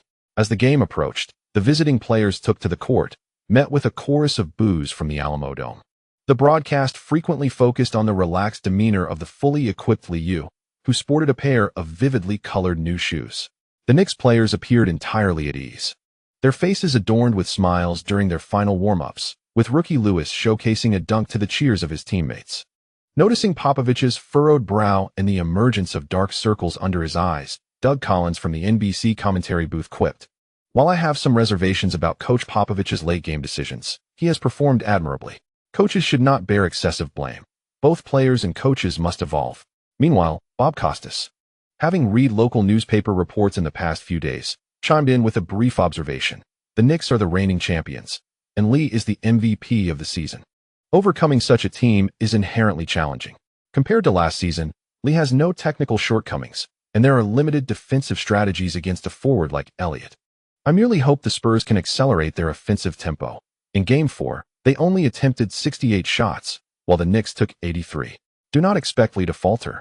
He will continue to attack, and the increased number of possessions is a key reason for the Knicks' success. In the first quarter, the Spurs typically sought to quicken their offensive pace, aiming to establish an early lead. However, right from the outset, Avery Johnson's pick-and-roll shot fell short, and David Robinson's turnover was seized by Ben Wallace. Only Duncan managed to land a mid-range jumper from the left elbow. In this offensive sequence, Mario Elie's aggressive drive to the basket was thwarted by Wallace's defensive assistance. After several possessions, the spirits of the Spurs fans in attendance had already begun to wane. The tactical foul committed by Avery Johnson halted Li Yao's counterattack, prompting the DJ to urgently shout, "Defense! Defense! Defense!" The cheers for defense diminished significantly as Elliott swiftly positioned himself in front of Li Yao. Following the opening of the game, the Spurs promptly altered their defensive matchups. On the right wing, Elliott lowered his center of gravity, observing Li Yao, who held the ball in his right hand, suddenly accelerate. He quickly slid to the left rear. While engaging in physical confrontation, Elliott's hands remained active. Sensing that Li Yao was about to maneuver past him, he instinctively attempted to quicken his pace. Li Yao unexpectedly executed a rapid crossover step, retreating back to the three-point line, and as he slid backward, Elliott found himself off balance, having been deceived by over a meter, ultimately relinquishing his defense. Amidst the gasps of the fans, on the right wing, Li Yao effortlessly caught the ball and swiftly released a jump shot beyond the arc. Swish! The three-pointer swished through the net. 92. Popovich's expression darkened, and he immediately called for a timeout. With 8 minutes and 31 seconds remaining in the first quarter, the Knicks bench erupted in enthusiasm, bouncing with each score. Even the best perimeter defenders proved ineffective, and the change in matchups allowed Allen Houston to relentlessly attack Avery Johnson from the outset. The suggestions from fans and commentators were in vain. Popovich's previous strategy to contain the Knicks' other players had been sound. The commentators observed Li Yao's poise against Elliott's defense. The tall forward showcased a lack of agility, allowing Li to maneuver past him with ease. Perhaps Coach Popovich was indeed correct, yet the Spurs' perimeter defense remained vulnerable. The raucous atmosphere prompted Bob Costas to raise his voice, while Doug Collins remarked, "Tim Duncan seems fatigued. His playing time has been extensive, and let us not forget the considerable defensive responsibilities he bears." Whenever the Spurs encountered difficulties, the solution often involved passing the ball to Tim Duncan. Following the timeout, the Knicks demonstrated remarkable synergy, beginning to pressure the Spurs' perimeter players, denying them easy passing opportunities. Duncan adjusted his positioning from right to left, finally finding an opportunity to receive the ball with his back to the basket in the left block. However, Avery Johnson's pass was slightly low due to Li Yao's interference, necessitating an adjustment from Duncan, who was then closely guarded by Oakley. Noticing the subtle movements behind him, Duncan swiftly turned to face the basket, employing a quick right-footed jab step, leveraging his height advantage for a pull-up jump shot that found its mark. Duncan consistently sank mid-range jumpers following the start, eliciting cheers from the Spurs fans in the Alamodome. As the Knicks prepared to inbound the ball, Li Yao smiled upon receiving it, realizing that no Spurs player was marking him, and he sensed a decline in their stamina. Not rushing the play, Li Yao first signaled a tactical gesture, moving to the top of the arc, where Elliott finally closed in on him. Oakley quickly repositioned himself, standing firm at the three-point line, as Li Yao, holding the ball in his left hand, executed a rapid in and out, faking to the right before driving left. Elliott, caught off guard, instinctively slid to the left, realizing the misstep too late, as Oakley delayed his pursuit. Lowering his center of gravity, Li Yao advanced on the left, shouldering past defenders. Faced with Duncan, who had switched to defend, Li swiftly maneuvered the ball, seizing the moment as the defenders shifted right. He deftly snatched the ball with his right hand, dashing between the two and heading straight for the basket. In previous matches, Duncan would have been able to continue his defense, but tonight, his feet felt heavy, and he lost his defensive position in an instant. By the time David Robinson reacted beneath the basket, he was unable to fully leap, as Li had already surged upwards in 3 swift strides. In midair, the two engaged in a fierce confrontation, with Li gripping the ball in his left hand, exerting a slight force, momentarily hovering before leveraging against Robinson to evade the block and effortlessly lay the ball into the hoop. Such a scene, rarely witnessed in the first 4 games, prompted Bob Costas to exclaim in astonishment, "My goodness! Unbelievable, Li has penetrated the Spurs' defense." With Robinson stationed under the basket and Duncan rapidly providing support, their usually reliable defensive strategy faltered from the very start of the night.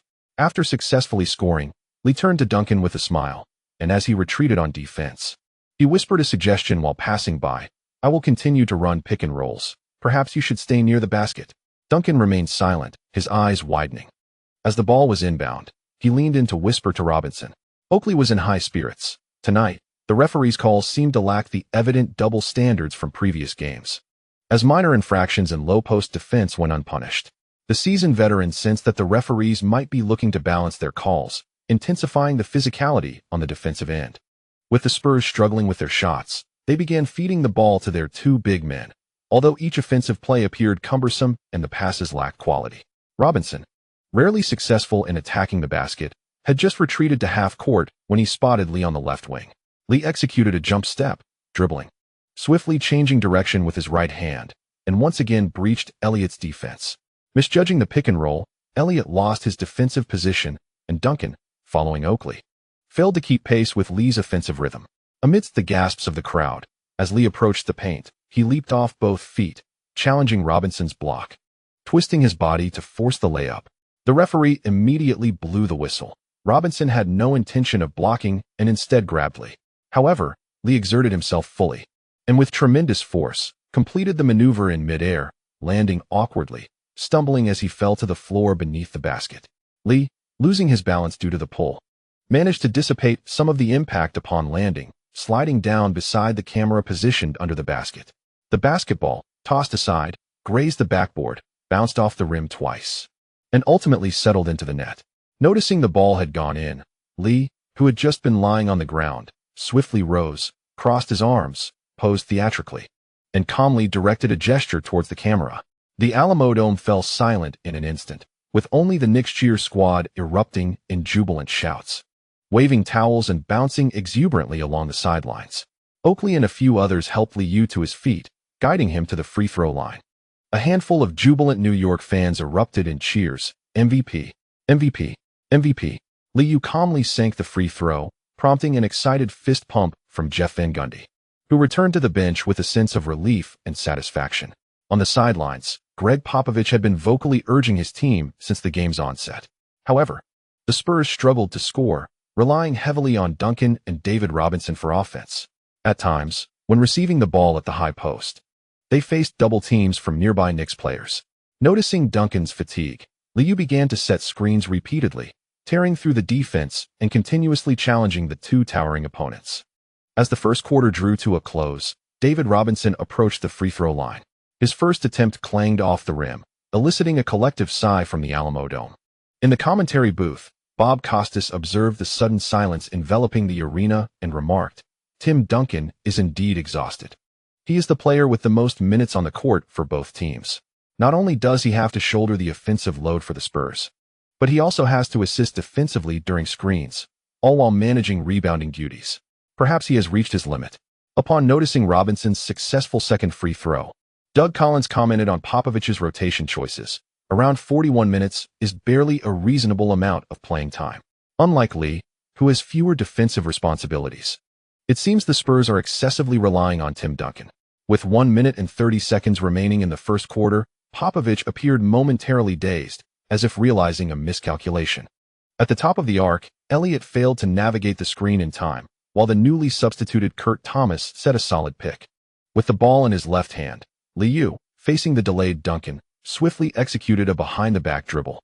The basketball threaded through the defense, and with a right-handed scoop, he once again breached Duncan's defense. A tremendous hush fell over the crowd, yet it did not deter Li Yao. As the Spurs' defense collapsed, he penetrated into the paint, discreetly tossing the ball behind him.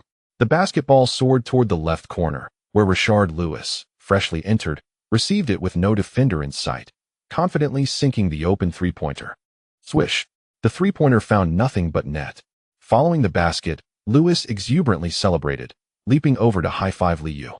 David Robinson was left utterly bewildered, his expression reflecting, "Who the hell is this?" The Spurs had certainly prepared player reports, but Lewis had averaged merely 21 minutes per game during the regular season, with inconsequential statistics. In Game 1 of the Finals, he had only contributed during garbage time and had missed all his attempts. His limited playing time had resulted in him immediately committing a foul upon entering. In the next possession, Duncan, positioned in the left low post, aggressively attacked Kurt Thomas. Forcing his way to the basket, Lewis immediately stepped in to commit a foul. On the sidelines, Jeff Van Gundy clapped in amusement, noting that Chris Dudley was experiencing some physical issues, which necessitated the use of a rookie, yielding commendable results. Duncan made both free throws, yet the Spurs fans remained silent. As the double-digit deficit became insurmountable, Eddie Johnson once again took on Li Yao, navigating through a pick at the arc with agility, collaborating with Duncan to execute a double team. However, just as they were about to encircle him, Li Yao deftly flicked his left wrist, delivering a bounce pass that sliced through the defense, allowing Kurt Thomas to slip down, receiving the ball at the free throw line with no one guarding him, and swiftly launching a mid-range jumper. Swish! The two-pointer found its mark with certainty. As both teams faltered in their last two possessions, the first quarter concluded with the score at 29-17. On the Knicks bench, everyone was beaming with joy, clapping in celebration. Meanwhile, several members of the Spurs returned to their seats, their eyes wide in disbelief, seemingly unable to fathom their 12-point deficit. Noting the Spurs' demeanor, Doug Collins began to comment on the series. "This is the prowess of an MVP. As the series progresses, Li will astutely exploit the opponent's weaknesses." Popovich was paying the price for his lineup choices. Tim Duncan could always resolve issues, and relying on star players is understandable. In the first quarter, Li Yao shot 5 for 6, including 1 for 1 from beyond the arc and 3 for 3 from the free throw line, amassing 14 points, 1 rebound, and 3 assists. Tim Duncan recorded 3 for 7 from the field and 2 for 2 from the line, totaling 8 points. Both players played the entire first quarter, and upon reviewing the statistics, Bob Costas could only exclaim, "The Knicks have a chance to conclude the series tonight." With a double-digit lead and considering the current state of the Spurs on both ends of the court, it will be difficult for them to equalize. The Knicks maintained their regular rotation, with Li Yao resting on the bench while the Spurs shuffled their backcourt, Popovich continuing to lean on Duncan. The first quarter ended with a lackluster finish under the basket, but as the second quarter commenced, Duncan regained his form, frequently attacking from the low post and consistently scoring in the paint. Entering the fray, Steve Kerr was also trying to quicken the pace, but Chris Childs clung tightly to Kerr, preventing him from finding any open opportunities for a three-pointer. Noticing Lewis performing admirably, Oakley on the bench quietly murmured to Li Yao, "I knew this softie could make it in the league." Sprewell was no longer overly aggressive with his blocks tonight. He drove to the basket, drawing the defense, and assisted Lewis in the right corner for a three-pointer. Although his role was straightforward, drawing fouls and hitting corner threes, the sight of the bald-headed coach giving a thumbs-up prompted Lewis to pound his chest and shout in triumph. The Alamodome erupted with boos as the two three-pointers restored the lead to 12 points. In the stands, New York fans cheered exuberantly, reveling in what seemed to be the Knicks' rhythm of the game. With 7 minutes and 1 second remaining in the half, Li Yao and others returned to the court. Larry Johnson took a breather, and with 3 guards alongside Oakley and Ben Wallace, the Knicks reverted to a one-on-one strategy. In the first possession after their return, Elliott tightly guarded Li Yao on the right side of the three-point line. The defense was aggressive, and as they pressed forward, Li Yao bent slightly to protect the ball, keeping it on his left side while maintaining a triple threat posture. With a quick jab step from his right foot, he noticed the defense was still absent, and with a swift left-hand release, he exploded into a decisive lateral step. Elliott instinctively leaped to contest the shot, yet he was a fraction too late. Li Yao's release came as he descended beside him, watching as the basketball traced an arc before gracefully descending into the net. A resounding boo echoed throughout the arena, with Spurs fans, unable to contain their frustrations, expressing their discontent vocally. The nearly unanswerable offensive strategy left Doug Collins in silent astonishment. Elliott had positioned himself effectively, but Li's shooting was too swift, demonstrating a marked increase in core strength compared to the previous 2 seasons. The point gap widened once more, prompting Bob Costas to delve into an off-court discussion. "I am curious as to why Li's draft report initially received such a lukewarm evaluation. Aside from his insufficient height, one must observe Li's physique now, which starkly contrasts with the report. In just 3 years, he has significantly bulked up." Meanwhile, the commentary team engaged in casual banter. While on the court, Tim Duncan appeared somewhat anxious. Attempting to rally his perimeter teammates, the Knicks maintained a staunch single coverage in the post, making it difficult to exit once the ball was inside. Aside from Jaren Jackson's successful three-pointer, most possessions yielded scant opportunities for long-range shots. In another instance, Duncan received the ball in the left low post, swiftly pivoted, and executed a powerful finish beneath the basket. Just moments ago, he was directing his teammates to establish their defensive positions, while on the Knicks side, Allen Houston received a pass from Li Yao on the right wing, using his left hand to dribble and executing a crossover drive. In an instant, he evaded Jaren Jackson's defense, halted at the right elbow of the free throw line, and sank a jumper. As the Spurs' defense settled into place, the Knicks hastily transitioned to defense. After Li Yao signaled for an accelerated offensive pace, their approach became increasingly freeform. Yet the results were remarkably effective, leaving the Spurs struggling to keep up. The arena seemed to resonate solely with Coach Popovich's shouts, persistently urging his team to continue fighting. On the bench, clad in a light gray suit, Ewing grinned broadly, relishing the sight of David Robinson misfiring. A mid-range jumper from the free throw line went awry, and Robinson, exasperated, shrugged as he watched the Knicks prepare to counterattack, hastily retreating with his teammates. In a fast break, Li Yao's three-point attempt from the left wing clanked off the rim, the long rebound bouncing fortuitously into Sprewell's grasp. Li feigned a cut without the ball, then quickly dashed back to the three-point line to receive another pass. With a fluid motion, he lifted the ball, causing Kerr to leap in an attempt to block. But Li swiftly sidestepped the contest and effortlessly released a jumper. Swish! Another three-pointer found its mark. Popovich immediately called for a timeout, leaving only the jubilant cheers of New York fans reverberating through the Alamo Dome.